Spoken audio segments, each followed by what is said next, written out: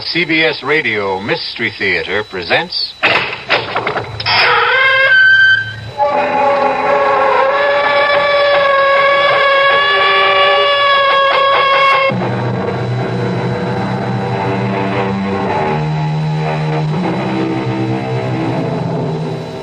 Come in.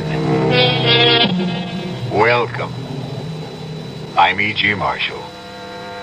Welcome to the sounds of suspense, to the fear you can hear, to the terrifying world of the imagination.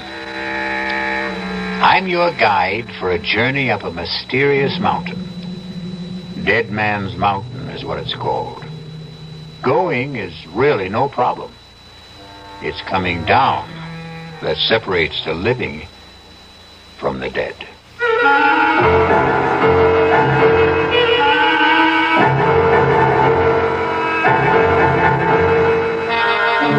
Our mystery drama, Dead Man's Mountain, was written especially for the Mystery Theater by Sam Dan and stars Alan Hewitt.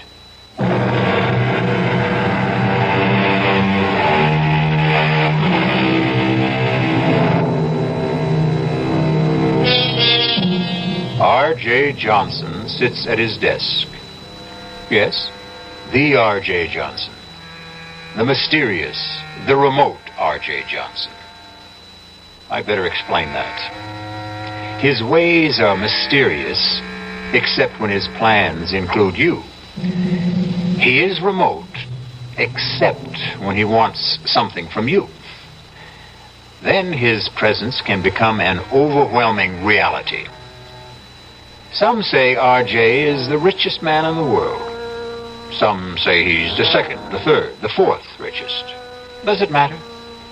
All we need to know is that on this particular morning, R.J. Johnson sits at his desk, as usual, and is formulating plans to buy or sell what? An industry? A government? Somebody's soul?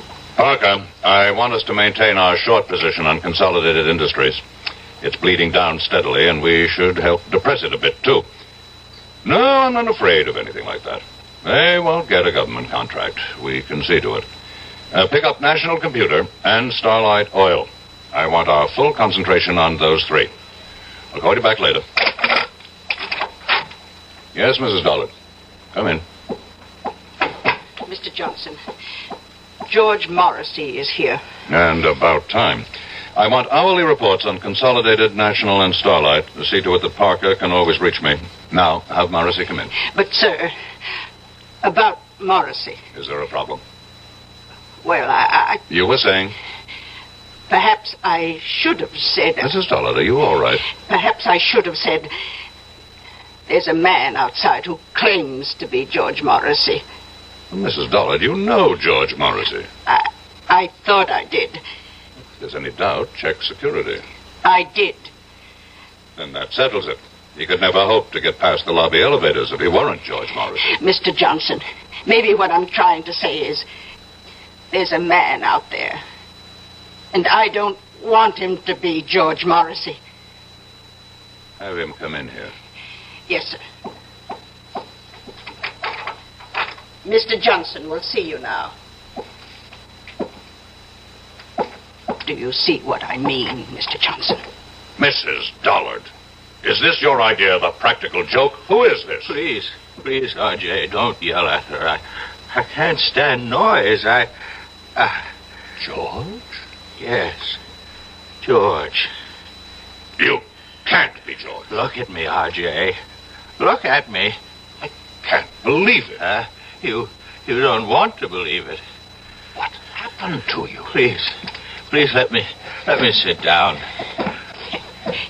He walked out of this office 3 weeks ago. Yes, 3 weeks ago. He was a man of 35, and now... Now I know.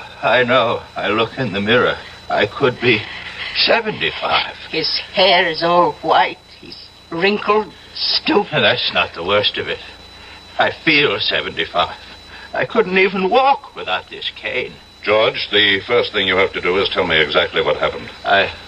I was at Manitou Mountain, getting the development deal set, and R.J., listen, we'll have to forget it. Give it up. What are you saying? I'm saying forget it. Look at what happened to me. They said, all the locals, they said the mountain was haunted.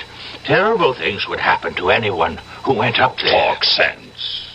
Can't you believe your eyes, R.J.? Look at what happened to me. George, start at the beginning. I couldn't get anyone to drive up the mountain road, so I hired a car. I drove it myself. I drove it up the mountain, and... Yes, and? And that's all I remember, R.J. I must have passed out up there. But something did happen. It's like a nightmare. I can't bring it into focus. Just flashes of it. Terrible things. Be specific. What kind of terrible things?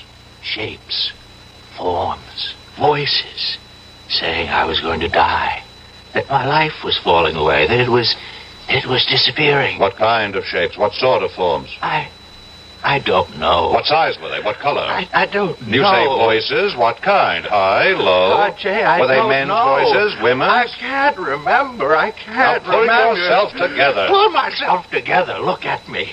I'm an old man. I've been robbed of half my life. Now think. How long did you stay on the mountain? I don't know.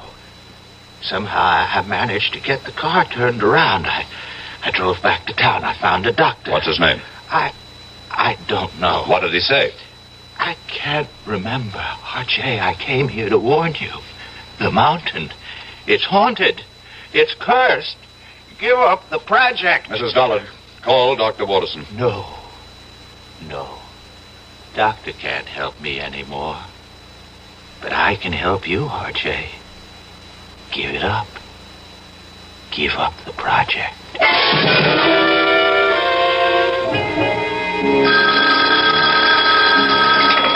Dr. Waterson?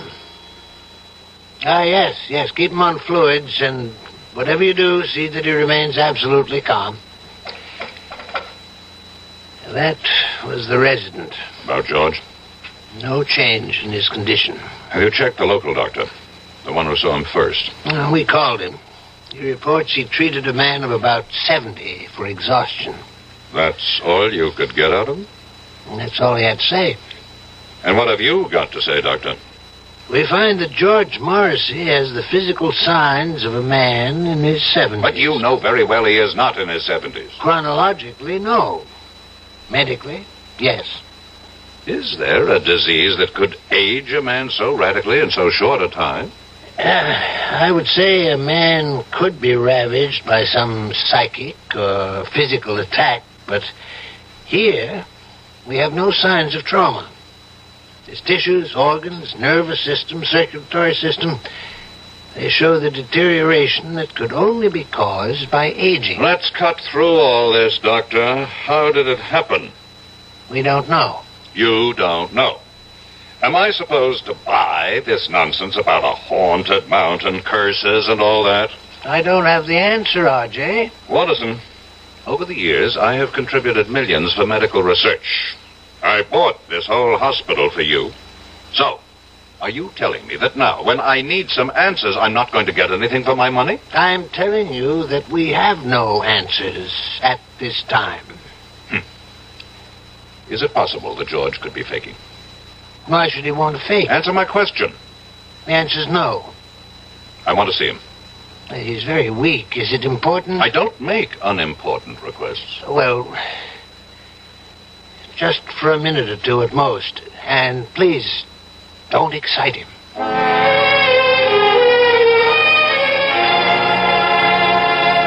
I won the club championship, and I was named third team All-America. George. Girls, you should see how the girls would fall all over me. George, pay attention. Huh? Oh, it's you, R.J. Listen. No, George. Don't try to sit up. But I've got to talk to R.J. Listen, R.J., are you listening? I'm listening. Here's what happens to you up there on the mountain. I remember, you see. Now I remember. R.J., don't excite him, I please. accept full responsibility. Up there on that mountain, I was told you will lose that which you value most. Told? You say told? How? By whom? I don't know. How can we get anywhere if you keep saying you don't know? Think. R.J., I order you from this room. He's going to die soon anyhow. We have to get that information. R.J., I will call security and have the guards throw you out of here. No, Doctor. No, leave us alone. This is between R.J. and me. What were you told, George? I wasn't really told. It was more like a kind of feeling, an idea that seemed to seep into me.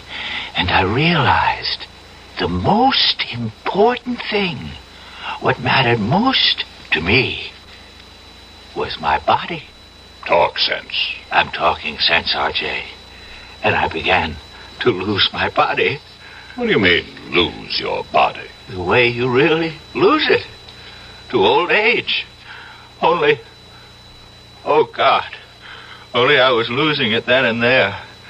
And all at once. Is that what you think happened, Morrissey? But look, I got away from there, you see. I got away just before I would have died. But why? I should have stayed. Look at me. What good am I now? Be calm and practical, George. We have the greatest doctors in the world here. We'll beat this thing. You can still beat it, R.J. You can still beat it. Just don't go near that mountain. Just give up the project.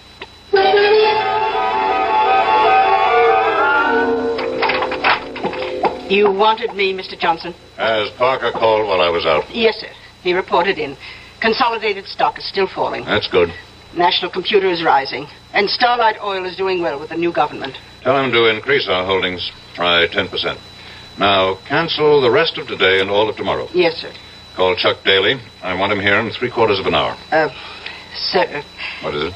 Well, Chuck's about to leave for Florida. His daughter's getting married this afternoon. Tell him he is to fly me up to the Manitou Mountain area. But, Mr. Johnson... Now, what is it, Mrs. Dollard? You can't go up to Manitou Mountain. Why not? You saw what happened. What did happen? You saw George Morrissey. About George Morrissey. Either he caught a disease... But medical science doesn't know of such a disease. Medical science is constantly being surprised. Obviously, someone does not want me to develop the Manitou Mountain Resort Complex. And perhaps they managed to buy George Morrissey. But I would bet my life on George Morrissey. You must never bet your life on anybody, Mrs. Dollard.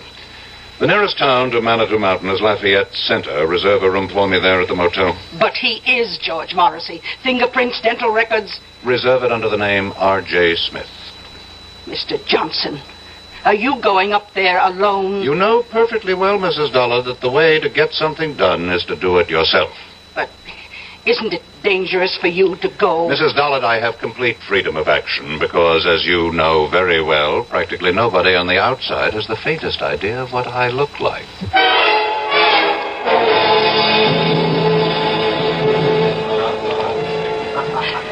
How many days do you plan to spend with us, Mr. Smith? Well, that all depends. Oh? On what? Do you suppose I could hire a car and driver? Oh, let's see. I have some cards here. Pick out any name. Tell him Doris Evans over at the motel recommended you. Do you mean I need a recommendation to hire a car? Well, it's deer season.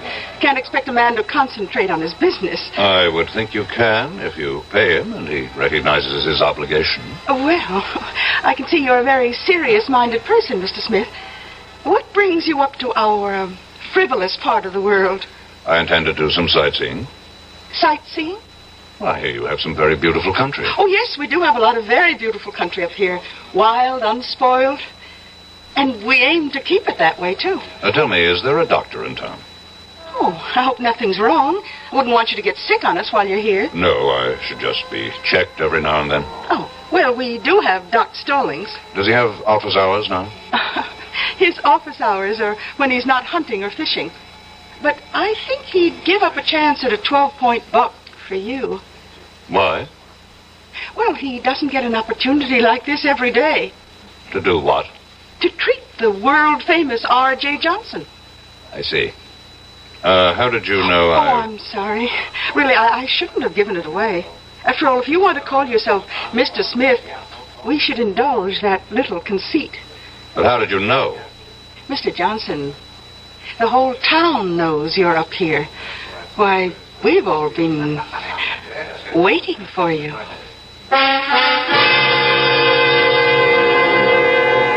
We've all been waiting. Waiting for what reason? Had they also been waiting for George Morrissey? And George was only R.J. Johnson's hired man. We'll be back shortly with Act Two.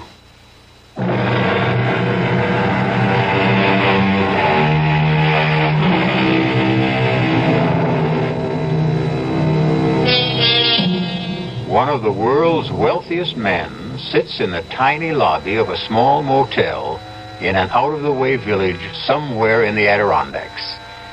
And suddenly he feels that all of his money and power somehow seem to be very far away at this anxious moment. You say the whole town's been waiting for me, Mrs. Evans? Yes, we've been waiting. Why? Well, you own us now. I own you. In a manner of speaking. You own all the land that surrounds this village. I would think of myself as more of a neighbor. Well, we don't think your plans for the area will make you a good neighbor. You had your chance to protest against the project at the hearing. And we did. And after the legislature weighed all the pros and cons, they acted in the interests of the entire state, not your narrow provincial prejudices. You really believe that, don't you? I certainly do. Well, we know why certain votes went a certain way. Oh, do you?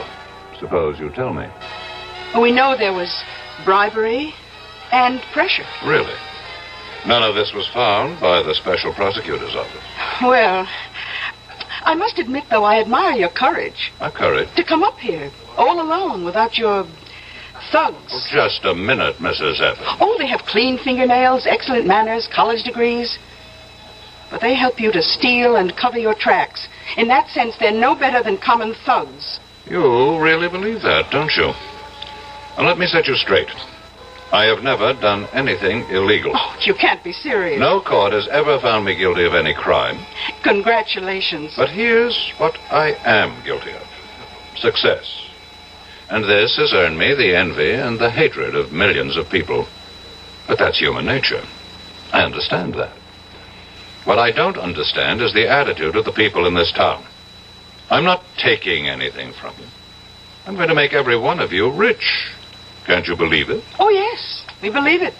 Do you have any idea how property values in this town will skyrocket when the development is here? Yes, indeed. Then why is everybody so unhappy? You know, you remind me of my husband. My late husband, that is. In what way? He was an unsuccessful version of you. He also worshipped money, but he didn't know how to make it. Now, what happened to your husband? He went up to what your investment brochure calls Manitou Mountain. Dead Man's Mountain, we call it around here, and it killed him. How could the mountain kill him? It's an old Indian legend. Unless your conscience is completely clear, that mountain will kill you.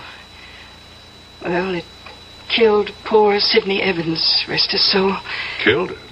How? He was discovered at the foot of it. He was completely shriveled. There must be an explanation. Doc Stallings never found it. He just wrote it up as death due to causes unknown. Stallings is, after all, only a country doctor. That's right, he is. Tell me, how do your high-powered city doctors explain Mr. Morrissey? Do you know about Mr. Morrissey? Oh, the whole town knows about Mr. Morrissey. Poor Mr. Morrissey, he went up there. Something he had no business doing. I must correct that. He had every business doing it. He was my agent inspecting my property on orders from me. But the fact is, he went up there, and the mountain got him. Have other people met with mysterious results after climbing that mountain? Oh, very few and far between. We may be just country folk up here, but we learn from experience.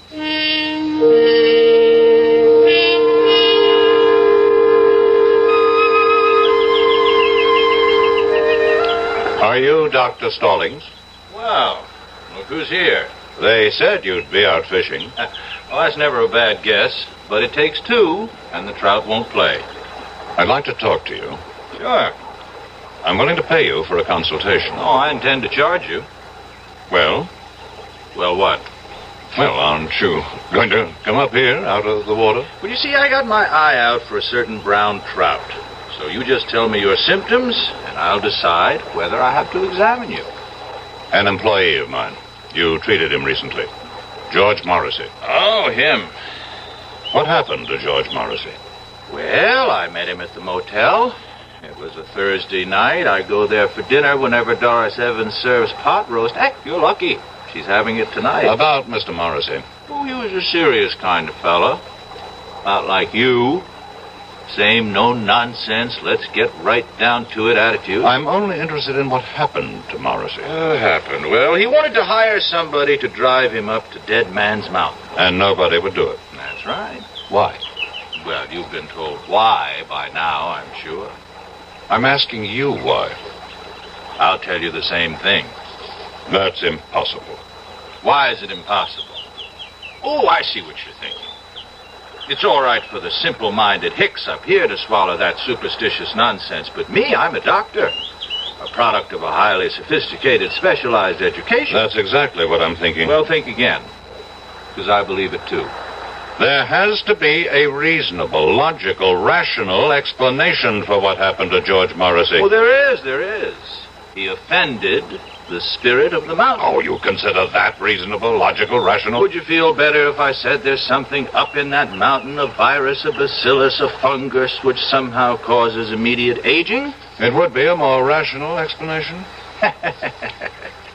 You mean more acceptable? I want to know what you believe, and I'll pay you for it. I believe the evidence. If you go up there, you can die. But why? Because a great spirit lives up there, and he values his privacy. That's impossible. I saw George Morrissey at dinner one night. A vigorous, athletic-looking man in his 30s. I saw him again the following evening. A broken old man, half dead. And you explain it with this half-baked legend. Well, how do your city doctors, with all their modern facilities, explain it? Your Dr. Watterson, a world-famous diagnostician, he called me. He asked me. This thing has to be cleared up. Why? What's wrong with a nice, quiet mystery? If word of this becomes general, it can destroy the entire project. Is that bad? Millions of people will be deprived of an opportunity to enjoy healthful recreation in a fresh country environment. But it won't be fresh country, you see. You'll have superhighways and smoke and noise and honky-tonk resorts. I'm convinced that you people are up to something. Well, you tell me what. I don't know. But I assure you, I have the resources to find out. Well, if you ever do, let me know.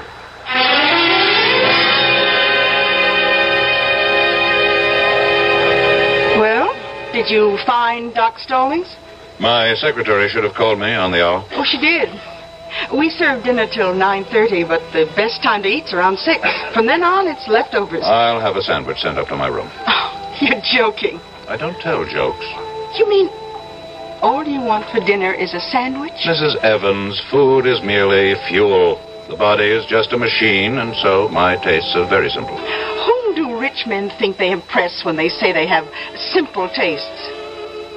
Do you have a wife? I never married. Oh? Well, so far we've eliminated wine and women. I can see by looking at you that there isn't too much song. Oh, what do you do with all your money? I make it grow. Well, whatever you do, don't go up that mountain. I don't think I need any more advice from anyone around here. I would like to place a call to New York. You go up that mountain, and when you come down, you'll be penniless. You have my secretary's number there. Please put it through. Just remember, I told you.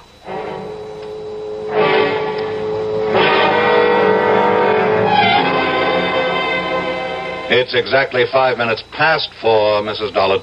I know that, sir. Why haven't you heard from Parker?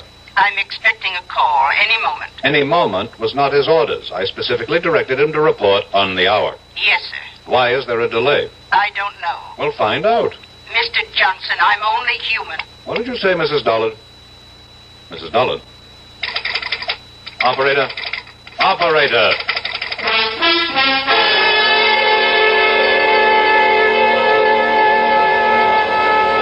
Now, see here, Mrs. Evans. Oh, Mr. Johnson, I was just trying to reach your room. I've been cut off in the middle of a crucial telephone call. Carlotta, the phone company operator, she just told me that we can't get through to New York for a bit. What are you saying? Well, you've seen those signs along the roads. Look out for falling rocks. Well, we just had a pretty good slide on Route 640. But I must talk to New York. A lot of wires are down, but Ed Bailey and his boys will have it fixed before long.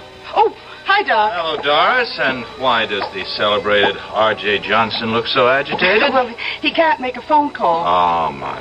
You know, Mr. Johnson, as a physician, I have a prescription that could keep you healthy and happy for years. Doctor, I'm in no mood for your folksy philosophy. I have to make a phone call. Don't you want to hear my prescription? How long will it take to repair the lines? Oh, maybe an hour. An hour? Maybe less. I would prescribe the following. Chuck it all, Mr. Johnson. Give it up, settle down here, and marry Doris. Oh, I'm not sure I'd want to marry him, Doc. I'm not out to marry anybody. Oh, why not? What's going on in this town? Are you people crazy? Where's the police station? The police station? Well, we do have a sheriff. Send for him. What do you want the sheriff for? There has to be some kind of plot. Where can I find the sheriff? Oh, you don't have to find him. He's coming in the door right now. Hi, Elwood. Evening, folks. A gentleman here wants to see you, Elwood. Yes, sir. Sheriff, I need your help. That's what we're here for, sir. My name is R.J. Johnson. Pleased to meet you. Sheriff, these people are trying to... Yes, sir? These people are out to do me harm. Which people? Among others, these two.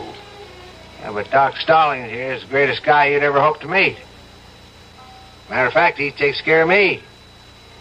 And I personally vouch for Doris. She's my sister.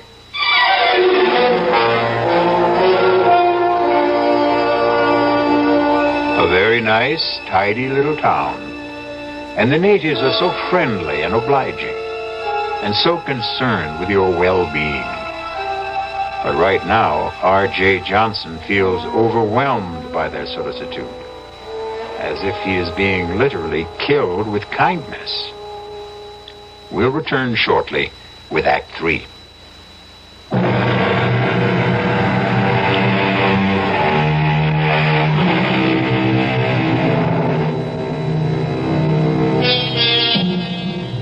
Are the people of Lafayette Center the kindly, generous-hearted folks they seem to be? Or is this a place of evil where death waits for strangers, especially a wealthy stranger like R.J. Johnson? How are these good people out to harm you, Mr. Johnson? I don't know, Sheriff, but something is going on. And I demand protection until I can get some of my own people up here. Hey, you got to appreciate my position, Mr. Johnson. There's nothing I can do unless you make a charge. Well, we're only trying to help him, Elwood. You see, I look at this man's face, and I hear the tension in his voice, and I see his color, you know? So I say to him, change your way of life. Settle down up here. Is that harming him? Well, it doesn't seem like it. I recommend a more regular routine. And we both keep warning him, stay away from Dead Man's Mountain.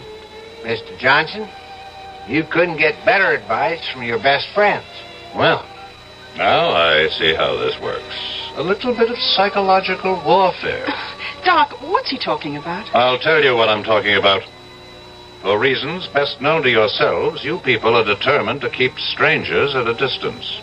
Oh, we'd only be too happy if more folks would move up here. And so you invented this nonsense about a cursed and haunted mountain. But why? You know why, Sheriff. Because to any man of intelligence and courage, it presents a challenge. But before a man goes up there, you prepare him. Well, gentlemen, you can stay and listen to all this. I've got to serve dinner. By all means, Mrs. Evans. We can continue this discussion at the table. Oh? I thought all you wanted was a sandwich. Oh, no. Tonight, I'm having all the trimmings.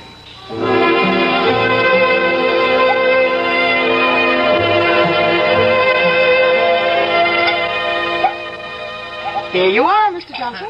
Thank you. Pot roast, mashed potatoes, peas and carrots. Now, that's a cure for whatever ails you. Hold on. Dr. Stallings, change plates with me, please. Why?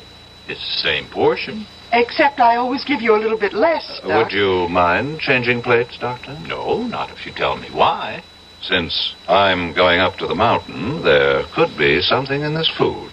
A drug, perhaps. Oh, I like that. Very well, Mr. Johnson. Here, have it your way. You say you're going up the mountain? Yes. After all we told you? I'm going up that mountain to prove that it's just an ordinary piece of undeveloped country real estate. Can you stop him? Why does everybody want to stop me? Well, look what it did to your Mr. Morrissey. Suppose, for the sake of argument, there is something dangerous up there, and it gets me. Isn't that to your interest? Without me, there can't be a development project. Well, we have a more basic interest. We have obligations as human beings. Well, now, I will need a car. There's a road, I assume. Oh, yes, sir. Leads up to the top. But why go now? At night? Because the word should get around. R.J. Johnson drove up this dead man's mountain, as you call it, in the dead of night, and just as calmly drove down again. But, Mr. Johnson, You really... have something to learn, Mrs. Evans. You think a man becomes rich through trickery, violence, and all manner of illegal, immoral, and unethical acts. I never said that. But you believe it. Tonight, you're going to discover how I became rich. By daring to do what other people consider impossible. It's that simple. I would still advise you to keep away from that mountain. Does the spirit of the mountain, going along with the legend, kill everyone whose conscience is not clear? Very well. I'm safe. My conscience is unblemished. Elwood, I still think you should stop him. The sheriff has no right to interfere. I'm merely inspecting my own property. No, he's right, Doris. A little exercise in morality here. Who would care to accompany me? You look down on. You are the pillars of virtue. You mean there isn't a clear conscience among the three of you? I'll drive you. Doris. Doris, what are you saying? He's challenged us. But, Doris, you know you can't fight the mountain. Well, we can't let somebody else get killed up there either. Well, what can you do? Well, at the first sign of anything suspicious, I can turn the car around. Mr. Johnson, you've got yourself a driver, and I suggest we leave right now. The moon goes down early around here. First I have to call New York. But the lines are still down. How do you know? Carlotta will let us know when they're fixed. Maybe I'd better wait. Oh. Don't tell me you're starting to have second thoughts. I have some very important things to check out. Well, we can drive to the top of the mountain and back again in an hour. How do you know?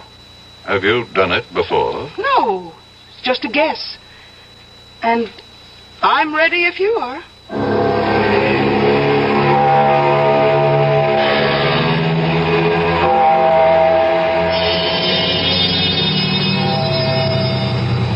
Well? What is it, Mrs. Evans? Well, we're here. We're at the foot of Dead Man's Mountain. And there, you see, on your right, is the dirt road that leads upward. How far? Oh, I don't know. Well, what are we waiting for? You won't change your mind, Mr. Johnson? No. I still don't understand why you have to do this. This is another reason why I'm a rich man. I buy stock nobody else believes in. I finance schemes other people think are harebrained. I back men no one else will work with. And I climb mountains everyone else is scared by. I'm climbing this mountain, too. Then you also deserve to be rich. Well, do we go ahead or do we turn back? One must always go ahead, Mrs. Evans. Then, here goes.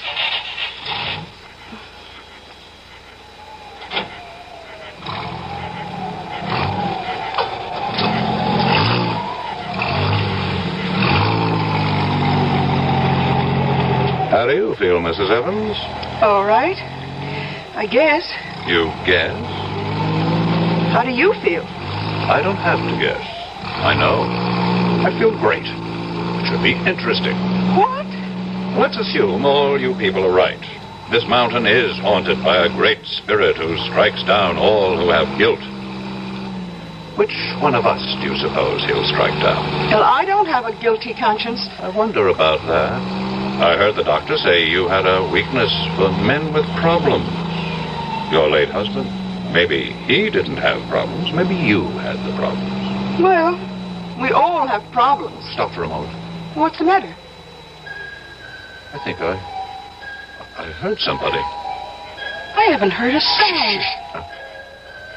Listen. RJ, I'll have the security guards throw you out of here. It's Watterson. It's Dr. Watterson. What's he doing up here? Who's Dr. Watterson? He's looking after George Morrissey. I'll throw you out of here. Did you hear him? There's no one around but you and me. Now that I think of it, that's a strange way for Watterson to talk to me.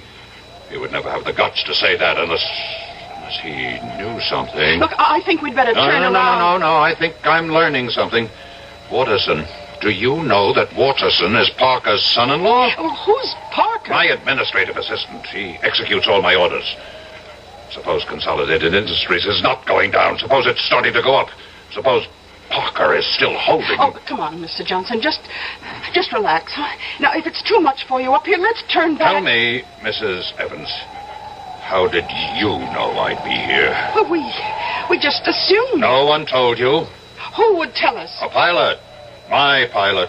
I didn't even know you had one. He may have been put out because I made him fly me here on his daughter's wedding day. Oh? Well, that really wasn't nice. I pay him enough, but he didn't tell you. No. Listen. I don't hear anything. Just listen. There. I'm only human, Mr. Johnson. I'm only human. Why would she answer me like that if she didn't know something? I don't hear a thing, Mr. Johnson. I'm only human. I'm only human. Let me tell you about her. She's quiet. She's almost mousy. But she's ambitious, I can tell. I've made her a rich woman. She's in on it. She's in on it, too. She and Parker and Morrissey. They worked it out. And you're in on it, too. Me? They wanted me out of the way. And so all of you got together. You worked up this phony scheme. Look, we're going to turn back. Answer the phone. What phone? Answer it. Hello. Hello. Mr. Johnson, I have the latest quote on Consolidated. It's going up. It can't go up.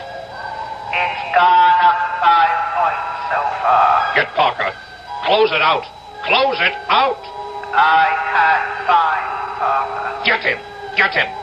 Mrs. Dollard. Mrs. Dollard. Who are you talking to? My secretary. She hung up on me. How could she hang up? There's no phone. Consolidated is going up.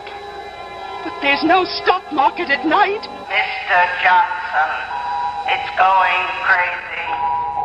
National computer is going down. Have Parker sell at once. I can't find Parker. Mrs. Dollard. Mrs. Dollard. She's gone again. Listen to me, Mr. Johnson. Please, listen. Do you know how much money I've lost so far? Please, listen. You have nothing to be afraid of. It's just a legend. Who can be sure it's true? Oh, sure, we local people push it to scare away developers. I feel weak. As if I lost a lot of blood. Listen, you're R.J. Johnson. You're not to be taken in with this superstitious nonsense. Fight it off. I can't. I'm trying. But all my strength is going. My money. It's disappearing. Your money isn't your strength. It is. It is. I have nothing else. Please. Answer the phone for me. I can hardly lift the receiver. The rebel government just nationalized Starlight Oil. What did you say? Mrs. Dollard. Mrs. Dollard. Mr. Johnson, We're leaving. What? It happened. Everything I was afraid of happened. Consolidated went up. National went down. And Starlight... Nothing happened. It's all your imagination. Mr. Johnson. Mr. Johnson. Talk to me. Mr. Johnson.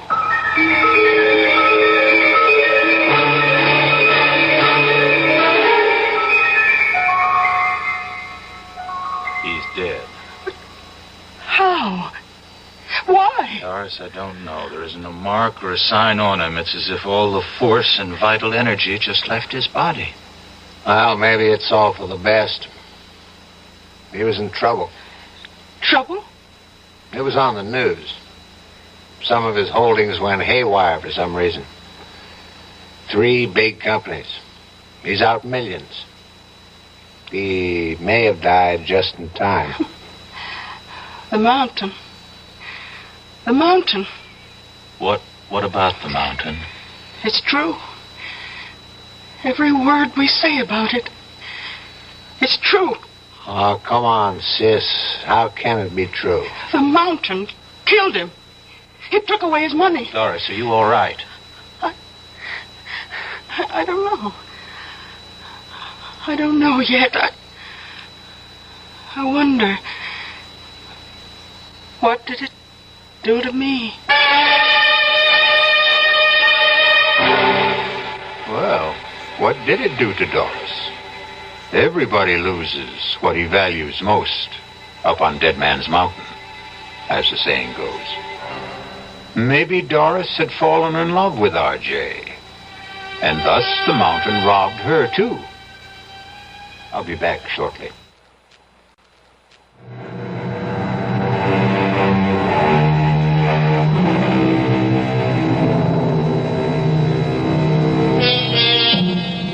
Haunted mountains. Did this one cause certain stocks to go up and down one day recently? It certainly seems no more far-fetched than some of the explanations people have for the market. The cast in our exercise in The Extraordinary included Alan Hewitt, Bryna Rayburn, William Redfield, and Robert Dryden. This is E.G. Marshall inviting you to return to our Mystery Theater for another adventure in the macabre. Until next time, pleasant dreams.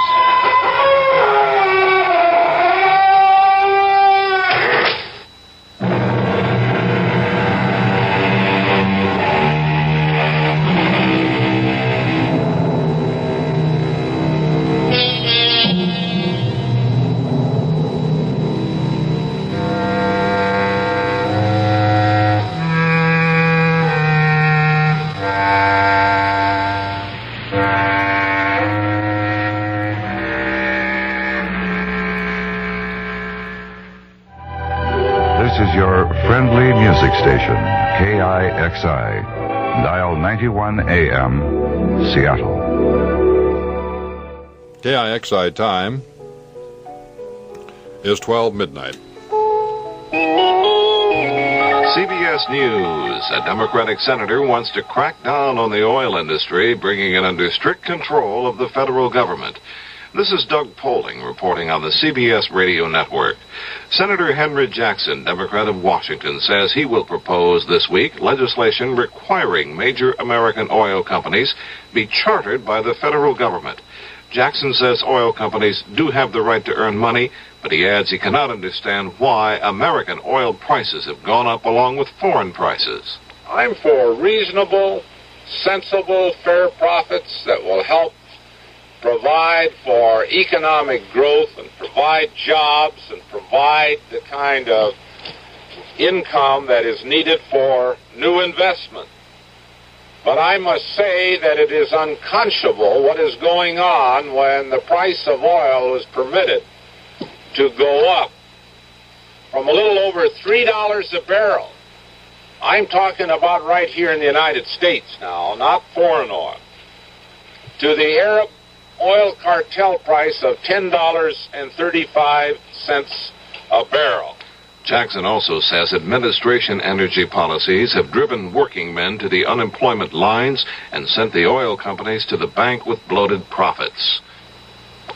Senator Jacob Javits, Republican of New York, says he plans to introduce legislation to reestablish a balance of power between the president and Congress.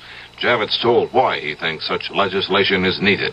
I believe that in the last 30 years, the Congress has allowed a great many of its powers to atrophy, and the president has caused a great deal of his power to grow, and that this has created a very serious imbalance as between the Congress and the president. And aside from its moral implications, I think Watergate was a symbol of that kind of political decadence, because the president simply built up so much power that he began to lose his sense of proportion, respecting amenability and accountability to the law. Javits says that presidential direction, which Congress sought, has been going too far toward the road of presidential dictation. About 6,500 persons gathered in Washington Saturday for an Impeach Nixon rally. Another rally against the president was held in Los Angeles. That one drew a crowd of about 1,000. Vice President Ford told a Republican gathering in Tulsa, Oklahoma Saturday night that he thinks President Nixon will be completely exonerated of all the charges against him. Ford also said he believes that President Nixon is respected as president and as leader of the Republican Party. Admiral Elmo Zumwalt, the chief of naval operations, says he thinks the United States is losing ground to the Soviet Union in the fight to maintain military parity with the Russians. In a speech in New Orleans, Admiral Zumwalt says American military spending is declining while the Soviets are building up both their naval and their merchant marine fleets.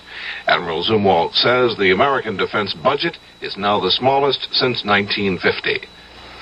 Governor George Wallace of Alabama says again he thinks the 1972 attempt on his life was part of a conspiracy with outside financial backing. Only one man, Arthur Bremer, was charged in the shooting of Wallace, but the Alabama governor says he wonders how Bremer could travel around the country, buy 2 guns and a car, rent limousines, and stay in expensive hotels. Wallace says Bremer hardly made $40 a week in his life. Wallace says it in an interview with Parade magazine. Doug Poling, CBS News.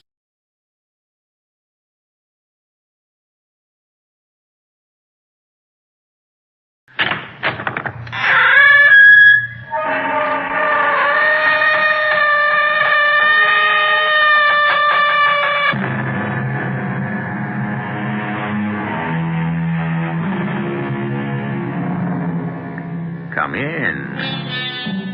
Welcome. I'm E.G. Marshall. Life is a game that must be played, or so it is said.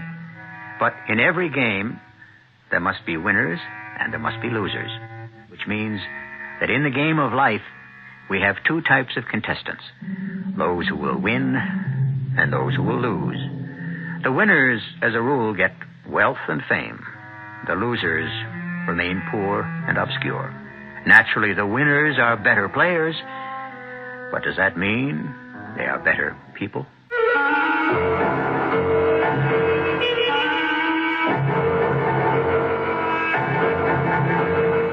Our mystery drama, License to Kill, was written especially for the Mystery Theater by Sam Dan and stars Tony Roberts and Fred Gwynne.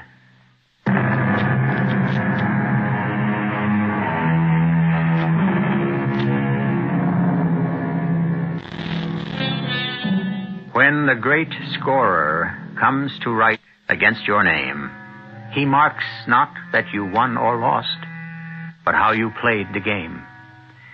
How seriously that sentiment by Mr. Grantland Rice was taken, and not too long ago. What innocent times those must have been, when athletic coaches would actually contend that their basic function was to build character. Well, even if they didn't really mean it, at least they said it. Today, we know better.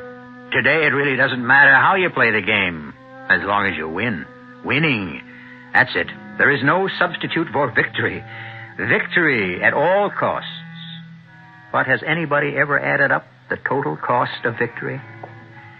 Why don't we listen to Francis X. Brunner? Mr. Brunner is walking along a corridor in a dormitory-type building. It is the end of August, and the premises are being occupied by a professional football team that has just completed its training camp. Yes, my name is Francis Xavier Brunner, but everybody calls me Bruns. Around this time of the year, I also have another name, the Turk. Yeah, I'm the guy who, well, we start camp with maybe 60, 80 guys who want to make the team. By the time the season starts, we got to cut the roster down to the 40. So, wait a minute. Room 413. Can't say 13's a lucky number for this one. Chappie? You want to see me, Coach? Yeah, and I'm pretty sure you know why. Oh?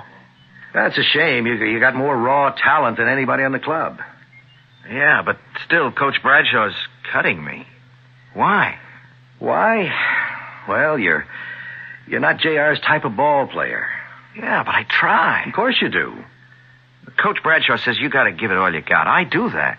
Well, what? Come on, tell me. Now, look, there are 23 other teams in the league, Chappie. You'll catch on somewhere. Why is he cutting me? You don't want to tell me, huh? All right, so I'll ask him. Would he tell me if I asked him? J.R. Bradshaw. His name is J.R., and he's the head coach of the Gateway City Buccaneers. Every year, we make the playoffs, and now almost every year, we win the Super Bowl. J.R. wouldn't have it any other way. So, you want to know why you're being cut? Yes, sir, Coach Bradshaw. That's right, if you wouldn't mind telling me, sir.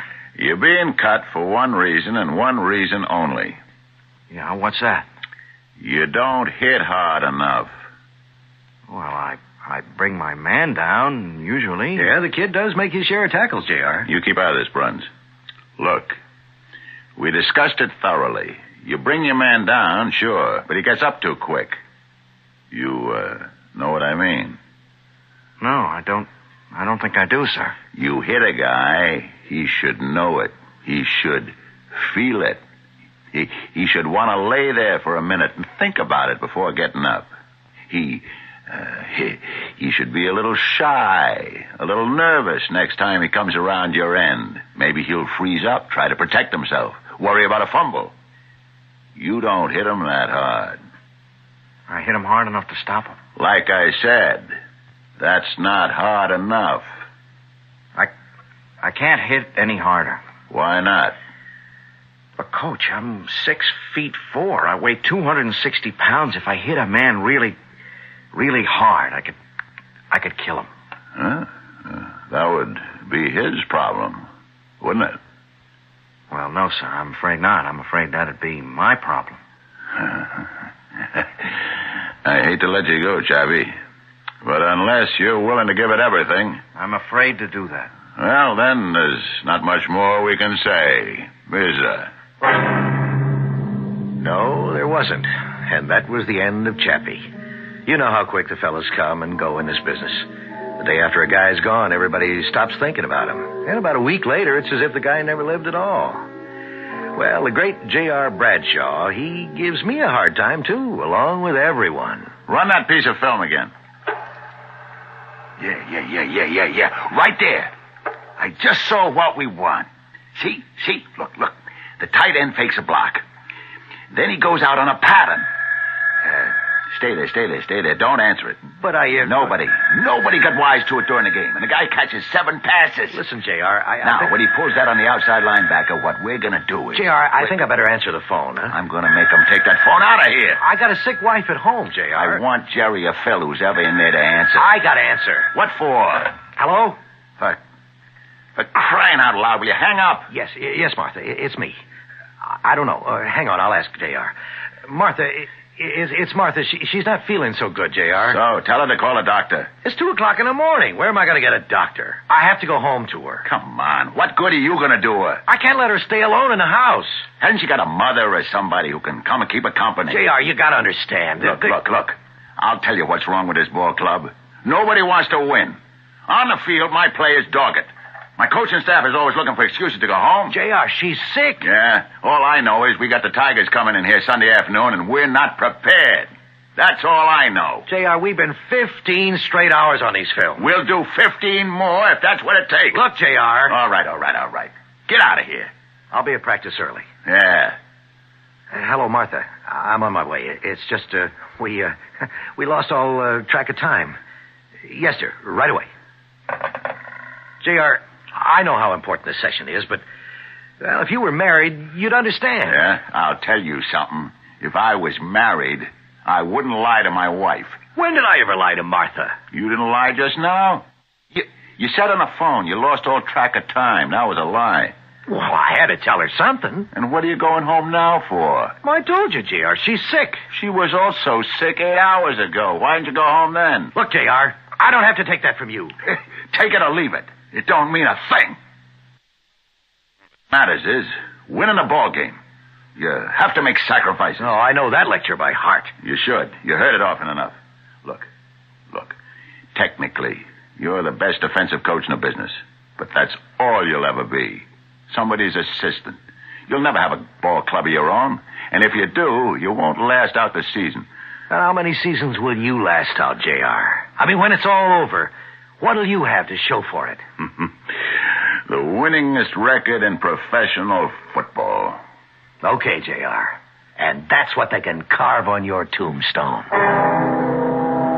JR, he's forever complaining. He believes in running scared.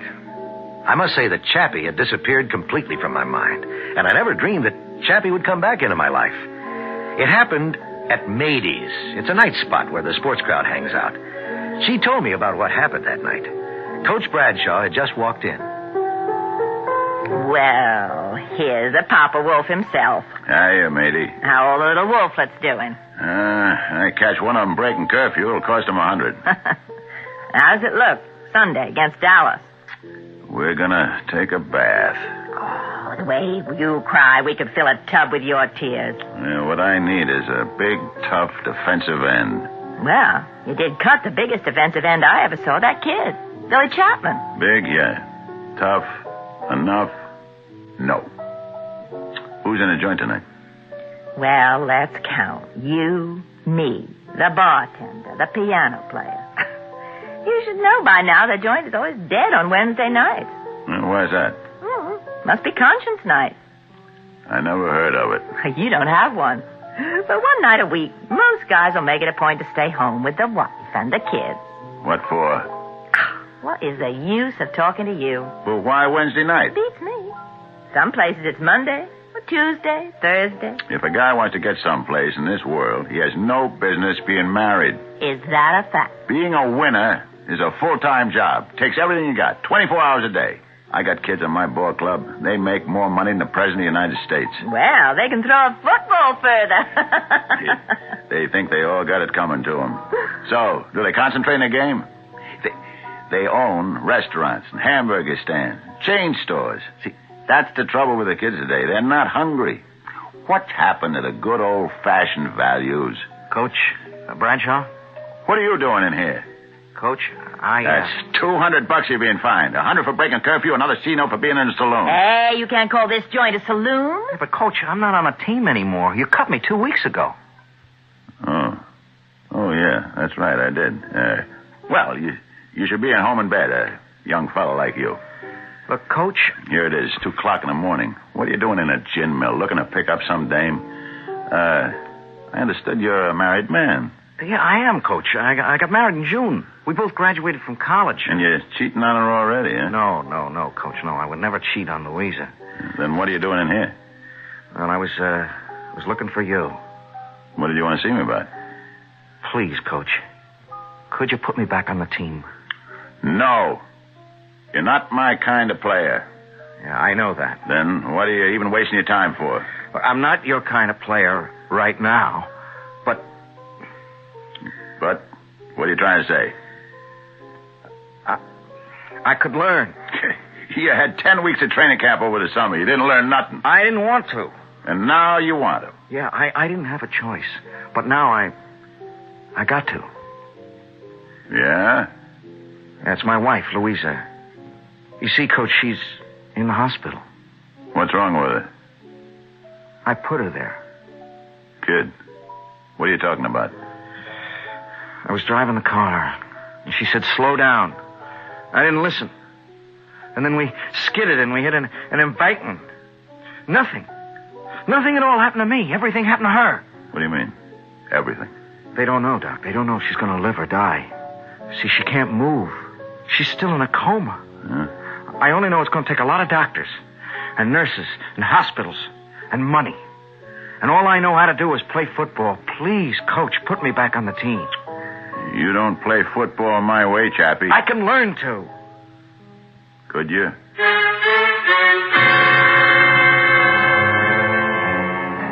A rather gentle giant is now in the hands of a man who believes in showing no mercy and giving no quarter. Can a man change his essential nature? Before he can answer that question, he must first discover what his essential nature is. Do you know yours? We'll know more about our story when I return with Act Two.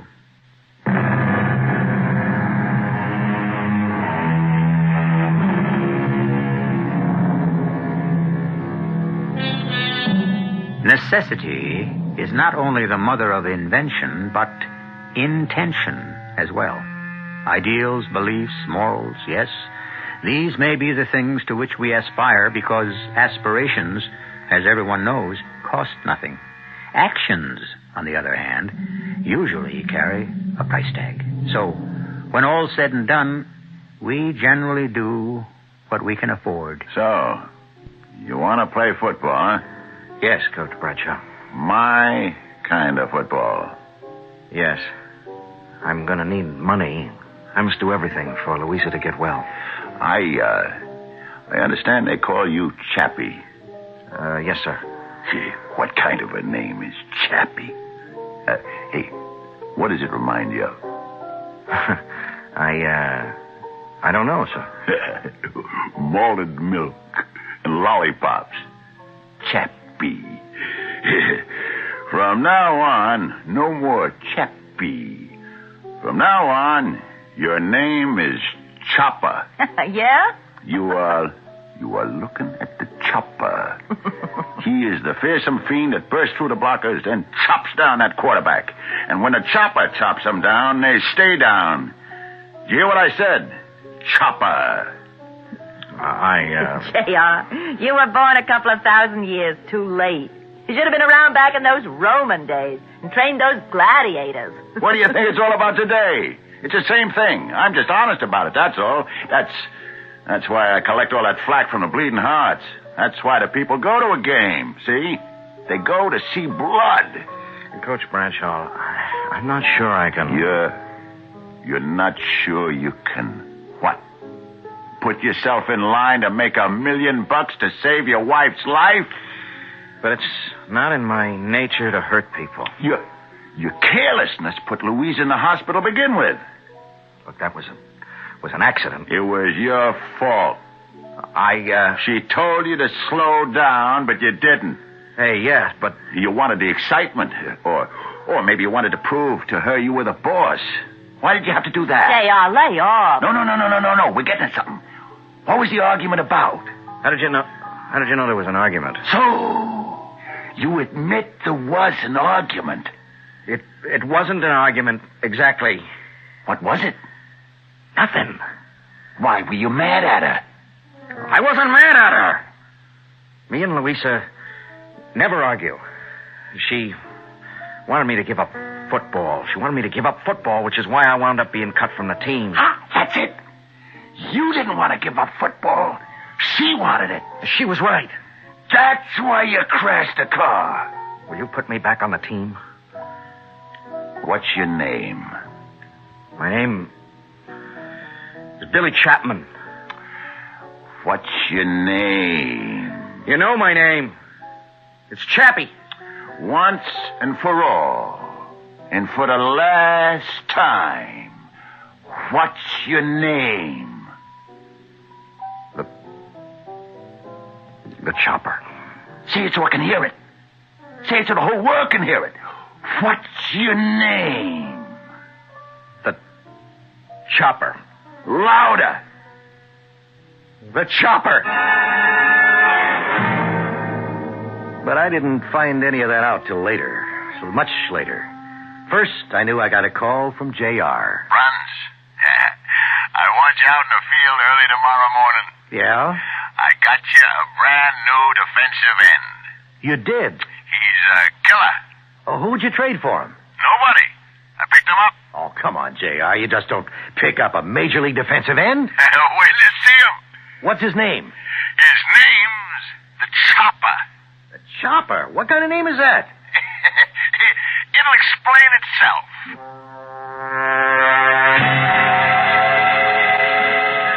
It's all in the matter of how you distribute your weight. Now, you have to be ready to read the play and commit yourself. See? I think so. Okay, good. Now, you take a stance like this, Chappie. Hey, hold it. Bruns, what did you just call him? What do you mean, what did I just call him? Answer the question. What did you call him? I call him by his name, Chappie. That's not his name. It's not? It's the Chopper. That name's got to become part of him. He's got to believe it.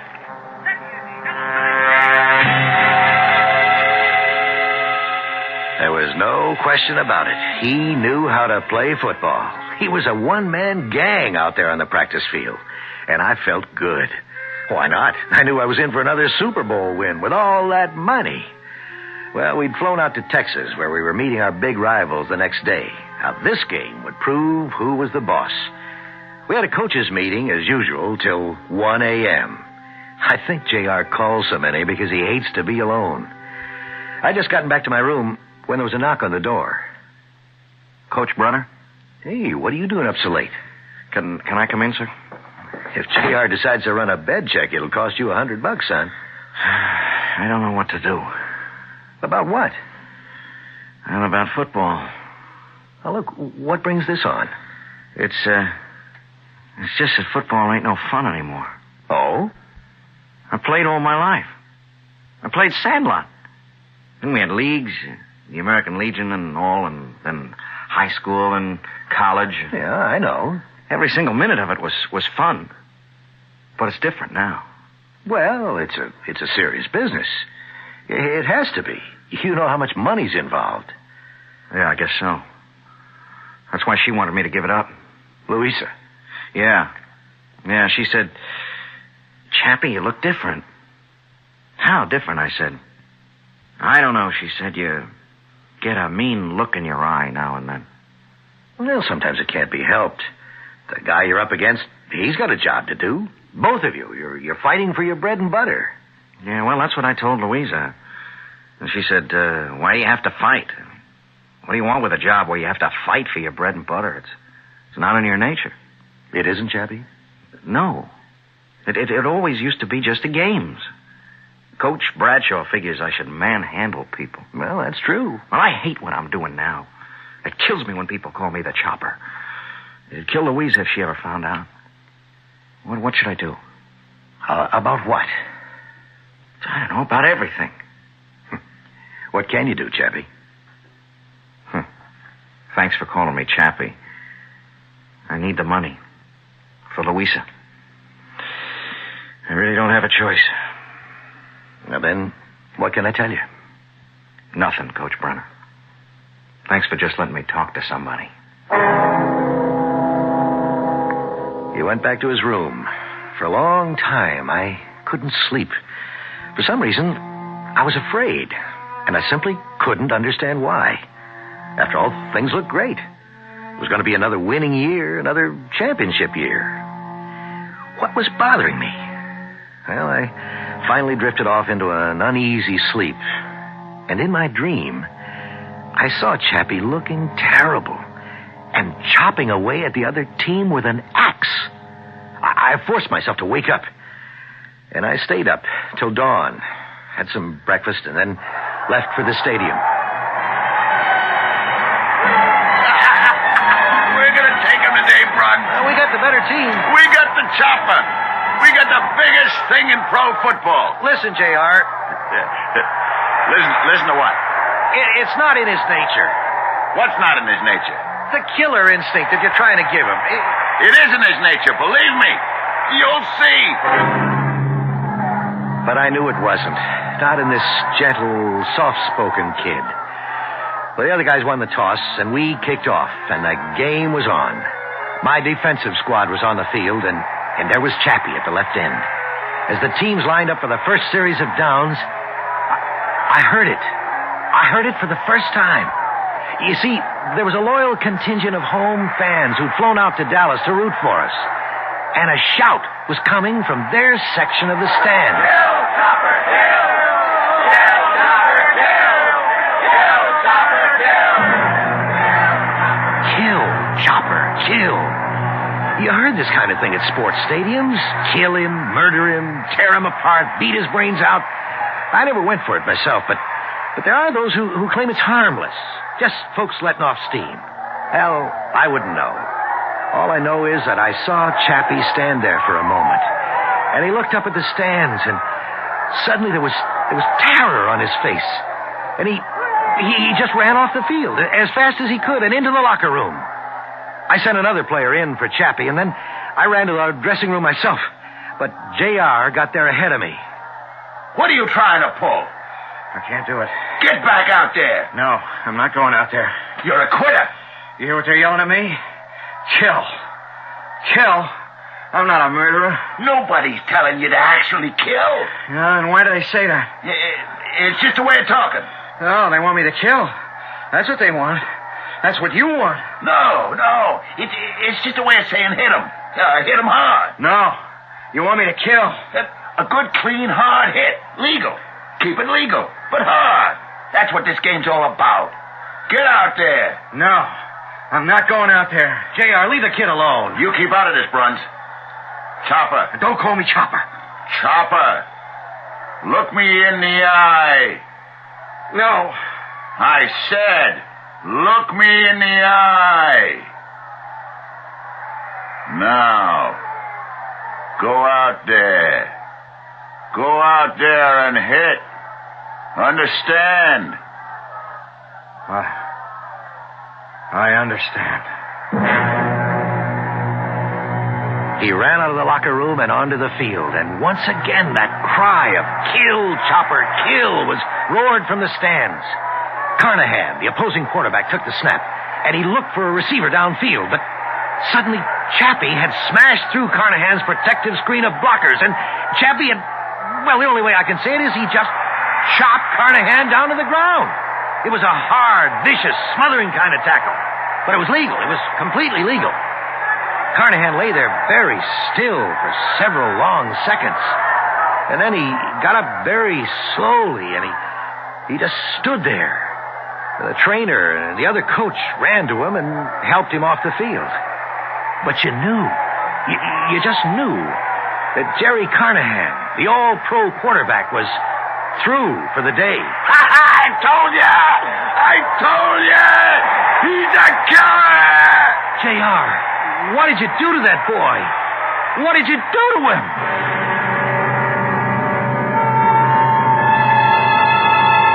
Obviously, J.R. has transformed Chappie into Chopper. But what kind of transformation is this destined to be? You can change somebody's mind by argument, but how do you change his heart, his psyche, or is it his soul? How deep is this transformation? You won't have to wait too long to find out. Act 3 will be here in a few moments.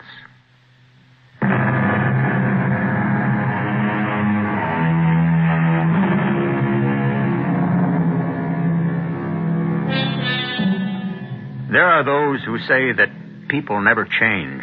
The child, they say, is the father of the man. And when you point to dramatic switches in attitudes and personalities, they say it's nothing really new. That's how that person actually was all the time, underneath. Is it true? Are we always basically the same? Well, the case of Chappie, or the Chopper, may provide fuel for one side or the other. It was, well, what word can describe it? A triumph for Chappie. And that's how it was week after week. The reporters wouldn't let him alone. And always standing by, taking the bows with him, was, of course, old J.R. himself. You can't say too much about the Chopper, fellas. I mean, he has changed the essential nature of the game. He's taken away the passing attack. That quarterback is listening for the Chopper's footsteps. That quarterback is now in too much of a hurry to get rid of that ball. I got a question for you, Chappie. Hey. His name is the Chopper, Daly. I'm a reporter, J.R., not some hired PR hack. The name on the birth certificate is Billy Chapman. Hey, Chappie, how you feel? How does he feel about what? I'm asking him, J.R. I feel okay, I guess. How do you feel about Jerry Carnahan? What? Well, what about Jerry Carnahan? He's gone into the hospital for tests. Hey, what are you trying to pull on the kid? Are you inferring he did something illegal? I'm not inferring, I'm implying. You're inferring the way he hit Carnahan was absolutely legal. Was it sportsmanlike? What you're telling my kid is that Carnahan went into the hospital for tests. What you ain't saying is that Carnahan was sent home from the hospital A-OK. You know, you media guys, you're always looking to start trouble. And so it went. I didn't see very much of Chappie from that point on. Oh, sure, at practice, naturally, but, I mean, afterwards. He'd never come around to see me and just talk the way we used to. He was always surrounded by the writers and the bunch from the advertising agency that sponsors our games, all kinds of celebrities. There's a whole crowd that takes up a new sports hero, and sometimes they completely turn his head. But, you know, I wasn't worried about Chappie. Or was I? Anyhow, I wasn't very much surprised when I got a call at home one night. Bonds? Yeah, Chappie? Can you come someplace with me? When? Now? Where? The hospital. Oh. I just got a call to come over right away. Well, sure. Is it... I don't know what it is, and well, I'm scared to go by myself, Bruns. The minute we arrived at the hospital, the terrible suspense was over, and we knew it was good news. We could tell from the smile on her face. She was a small girl, and she looked almost like a doll with her long black hair and her shining black eyes. Chappie, oh, darling, it's a miracle. What happened? I just opened my eyes, and I woke up. You mean you don't need any operation? No, I don't think so. And you're feeling okay? Oh, I feel a bit weak. But the doctor says in a week or two everything will be just fine. Oh, Louise. Why don't you folks kind of excuse me? Oh, no, please, don't go, Coach Brunner. I'm tired. I've got to go back to sleep. But just promise me that you'll keep an eye on my Chappie till I can come home and do it myself. Promise? Sure, I promise. Now, Chappie, honey. Now... you can quit playing football. What? Oh, I know all about you, darling. The nurses asked me if I was married to the Chopper. Oh, Louisa, honey, that's... Oh, it's awful. It's just publicity. They call you a monster, a fiend, a killer. Well, that's just the way the writers have it. It sells papers. You put this poor Carnahan fellow in the hospital. Louisa, it's all in the game. But what are you doing in the game? You promised to quit. I know. You swore you'd quit. Honey, when we had the accident, it looked bad for you. You know that. I mean, the doctors were talking about treatments that... well, I'd have had to be a millionaire. But as it turns out, I don't need them anymore. We had a miracle. Yeah, but I had no way of knowing that, so I had to make money the only way I really know how. By killing people? Honey, I had to go back. Well, I understand. To make money for me. But I'm going to be all right now. So you can quit. Quit? Quit and do what? Oh, Chappie, we already discussed what you do. You'll get a job teaching phys ed back home at the high school. Oh, but Louisa... You mean you're going to break your promise? You're going to break your promise to me? No, honey. No, you know I couldn't do that. So, you quitting, huh? Yes, sir, Coach Bradshaw. Sunday, we play Dallas. It's for the title. Yes, sir. I won't say anything about your responsibility to me. Or your responsibility to your teammates and your coaches. Sir. Or, more important, your responsibility to yourself. Coach Bradshaw. Who quits? A quitter. And that's you. Coach, I promised. I want you to understand. What's to understand? You're a quitter. I promised. You can't keep that promise. Hey. Look at me. No. Look at me, Chopper. In the eye. Look me in the eye. I could see a shudder pass through his body. If I were a superstitious man, I could believe that... Well, never mind what I could believe. Chappie went back to the hospital alone, so I don't know what happened between them. But he didn't quit. And about 10 days later, Louisa left the hospital. And she didn't leave Chappie. So I guess she decided to put up with it. Most women do in the long run, don't they? And then one day at practice, I saw her in the stands. She waved at me. I could tell by her face she wanted to talk. I don't know what to do, Coach Brunner. About what? That's not my Chappie, not that killer down there on the field. He knows what he's doing. He doesn't. Something's gotten into him. What do you mean? 300 years ago, where I come from, you could be burned at the stake for what I mean. He's bewitched. Bewitched? Louisa, you're an educated girl. How could you possibly... It's true. Chappie, he has such a beautiful soul, such a gentle spirit.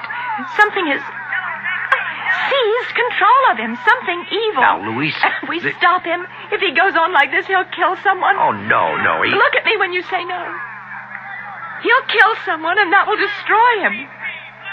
We must find out a way to stop him.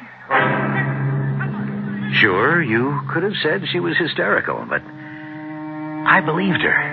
I don't know why. I believed her. I don't even know what it was that I believed. But I knew something was different about Chappie. And I knew that sooner or later he would kill someone. Well, the team was undefeated, and so we went into the Super Bowl. The opponent was Dallas. And just before the game, the reporters were firing away as usual. We beat them during the season. We'll beat them again today. You feeling nervous, Chappie? Chopper, Daly. Chopper. Why should he feel nervous? Well, he almost killed Jerry Carnahan the last time. What do you mean, almost killed? What kind of talk is that? Put him in the hospital. As many as 10, 15 players a week go to hospital for observation or tests or treatment. The fact is, wise guy, Jerry Carnahan came out of the hospital the next day. He went on to have the greatest season of his career. One thing about JR, he knows how to handle the media. Or thinks he does. Well, the game began. And you could hear the crowd yelling, "Kill, Chopper, kill!" I looked at Chappie's face. And you know, I became frightened. Because I saw something I never noticed before. There was a kind of look in his eye. You could see that he loved it. That the chant was psyching him up. He more than loved it. He was glorying in it. He couldn't wait for the play to begin. And then came the snap. And though I was watching it closely, I really couldn't tell you how it happened. Suddenly he had smashed through the Dallas line, and he hit quarterback Jerry Carnahan. You could hear the sound all over the stadium. And Jerry Carnahan was lying there on the ground. It was very still. And you knew. You just knew. He was dead. Chappie just stood there, looking at him. Just looking at him. And then, very slowly, he walked off the field. I know he didn't even shower. He just changed clothes and went home. I wasn't there, but much later, Louisa told me what happened. Louisa, say something to me. Honey, what are you doing? You got to stop putting your stuff into that suitcase. Please. Don't touch me. Please. Murderer. No. I saw it. I saw it on television. You killed him. Louisa. You're a murderer. No, Louisa, I'm not. I don't know how it happened. I didn't want to kill him. I never wanted to kill anyone. Something possessed me. No. I put on that uniform. I got out on that field, and suddenly I'm not myself anymore. Well, who are you? I don't know. I got crazy feelings. I got a hit. I got a smash. That's not me. But I can't help myself. And that crowd yells, "Kill, Chopper, kill!" And I get all inflamed. I I feel I just want to... Chopper, it wasn't your fault. No one could blame you. You get away from me, J.R. He had no business being on the field. They should have never played him. He lied about being healthy. Go away! Nobody's blaming you, kid. You play it hard, but you play it clean. Look, I know you feel bad, but it's the game. Shut up! Look at me. Look me in the eye, Chopper. Don't look at him. It's you, J.R. It's you.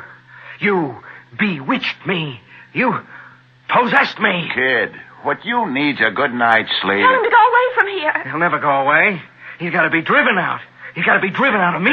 Hey, wait a minute. Let go. Drive you out. Hey, you crazy. You'll choke him. You have to drive him out. Help me. Help me, God, he's crazy.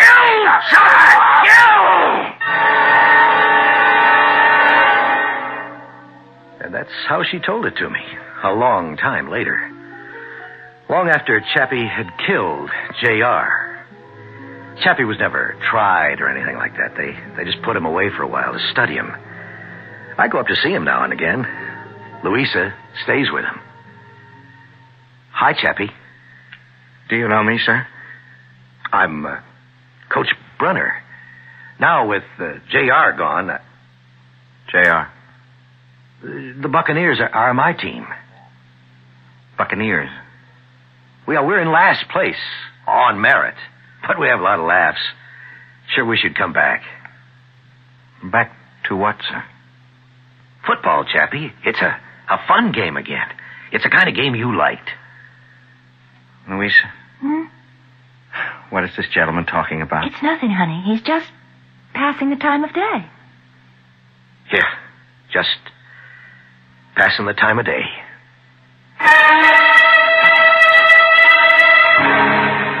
You may have it any way you wish, which is more than you can say about most stories. Was Chappie possessed by the violence of his coach, J.R. Bradshaw? Was the violence an inherent part of his own psyche? Is man basically violent? If we knew all these things, there would be very little mystery left in the world. I shall return shortly.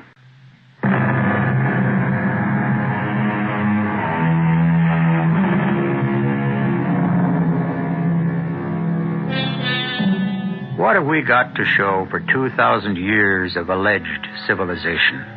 The ancient Romans would fill the Colosseum to watch armed men fight to the death. And they would cheer their favorites on with frenzied shouts to kill.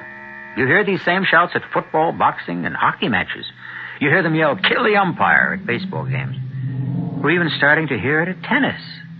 Do people really mean what they're shouting? Truthfully? I'm afraid to pursue it further. Our cast included Tony Roberts, Fred Gwynn, Marion Seldes, and Robert Maxwell. The entire production was under the direction of Hyman Brown. This is E.G. Marshall inviting you to return to our Mystery Theater for another adventure in the macabre. Until next time, pleasant dreams.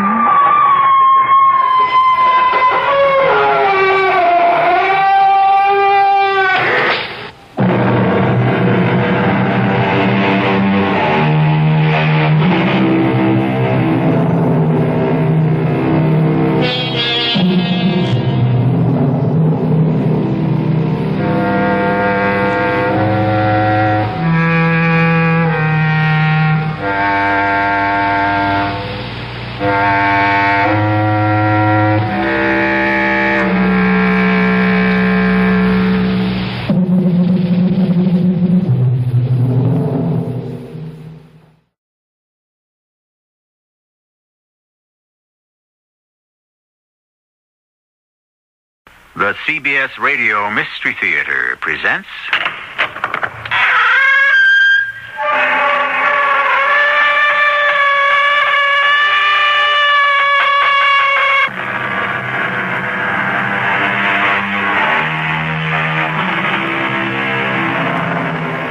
Come in.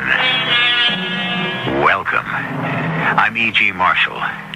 Many tales have been told of strange happenings which take place in castles. What more appropriate setting than an enormous edifice with hidden chambers, unexplored turrets, and dangerous balconies? Usually, the setting is England or Scotland, where castles abound. But the setting for our drama is much closer to home. The castle we're about to visit is in New England on the Connecticut River. It contains all the mystery and more than many of its antecedents.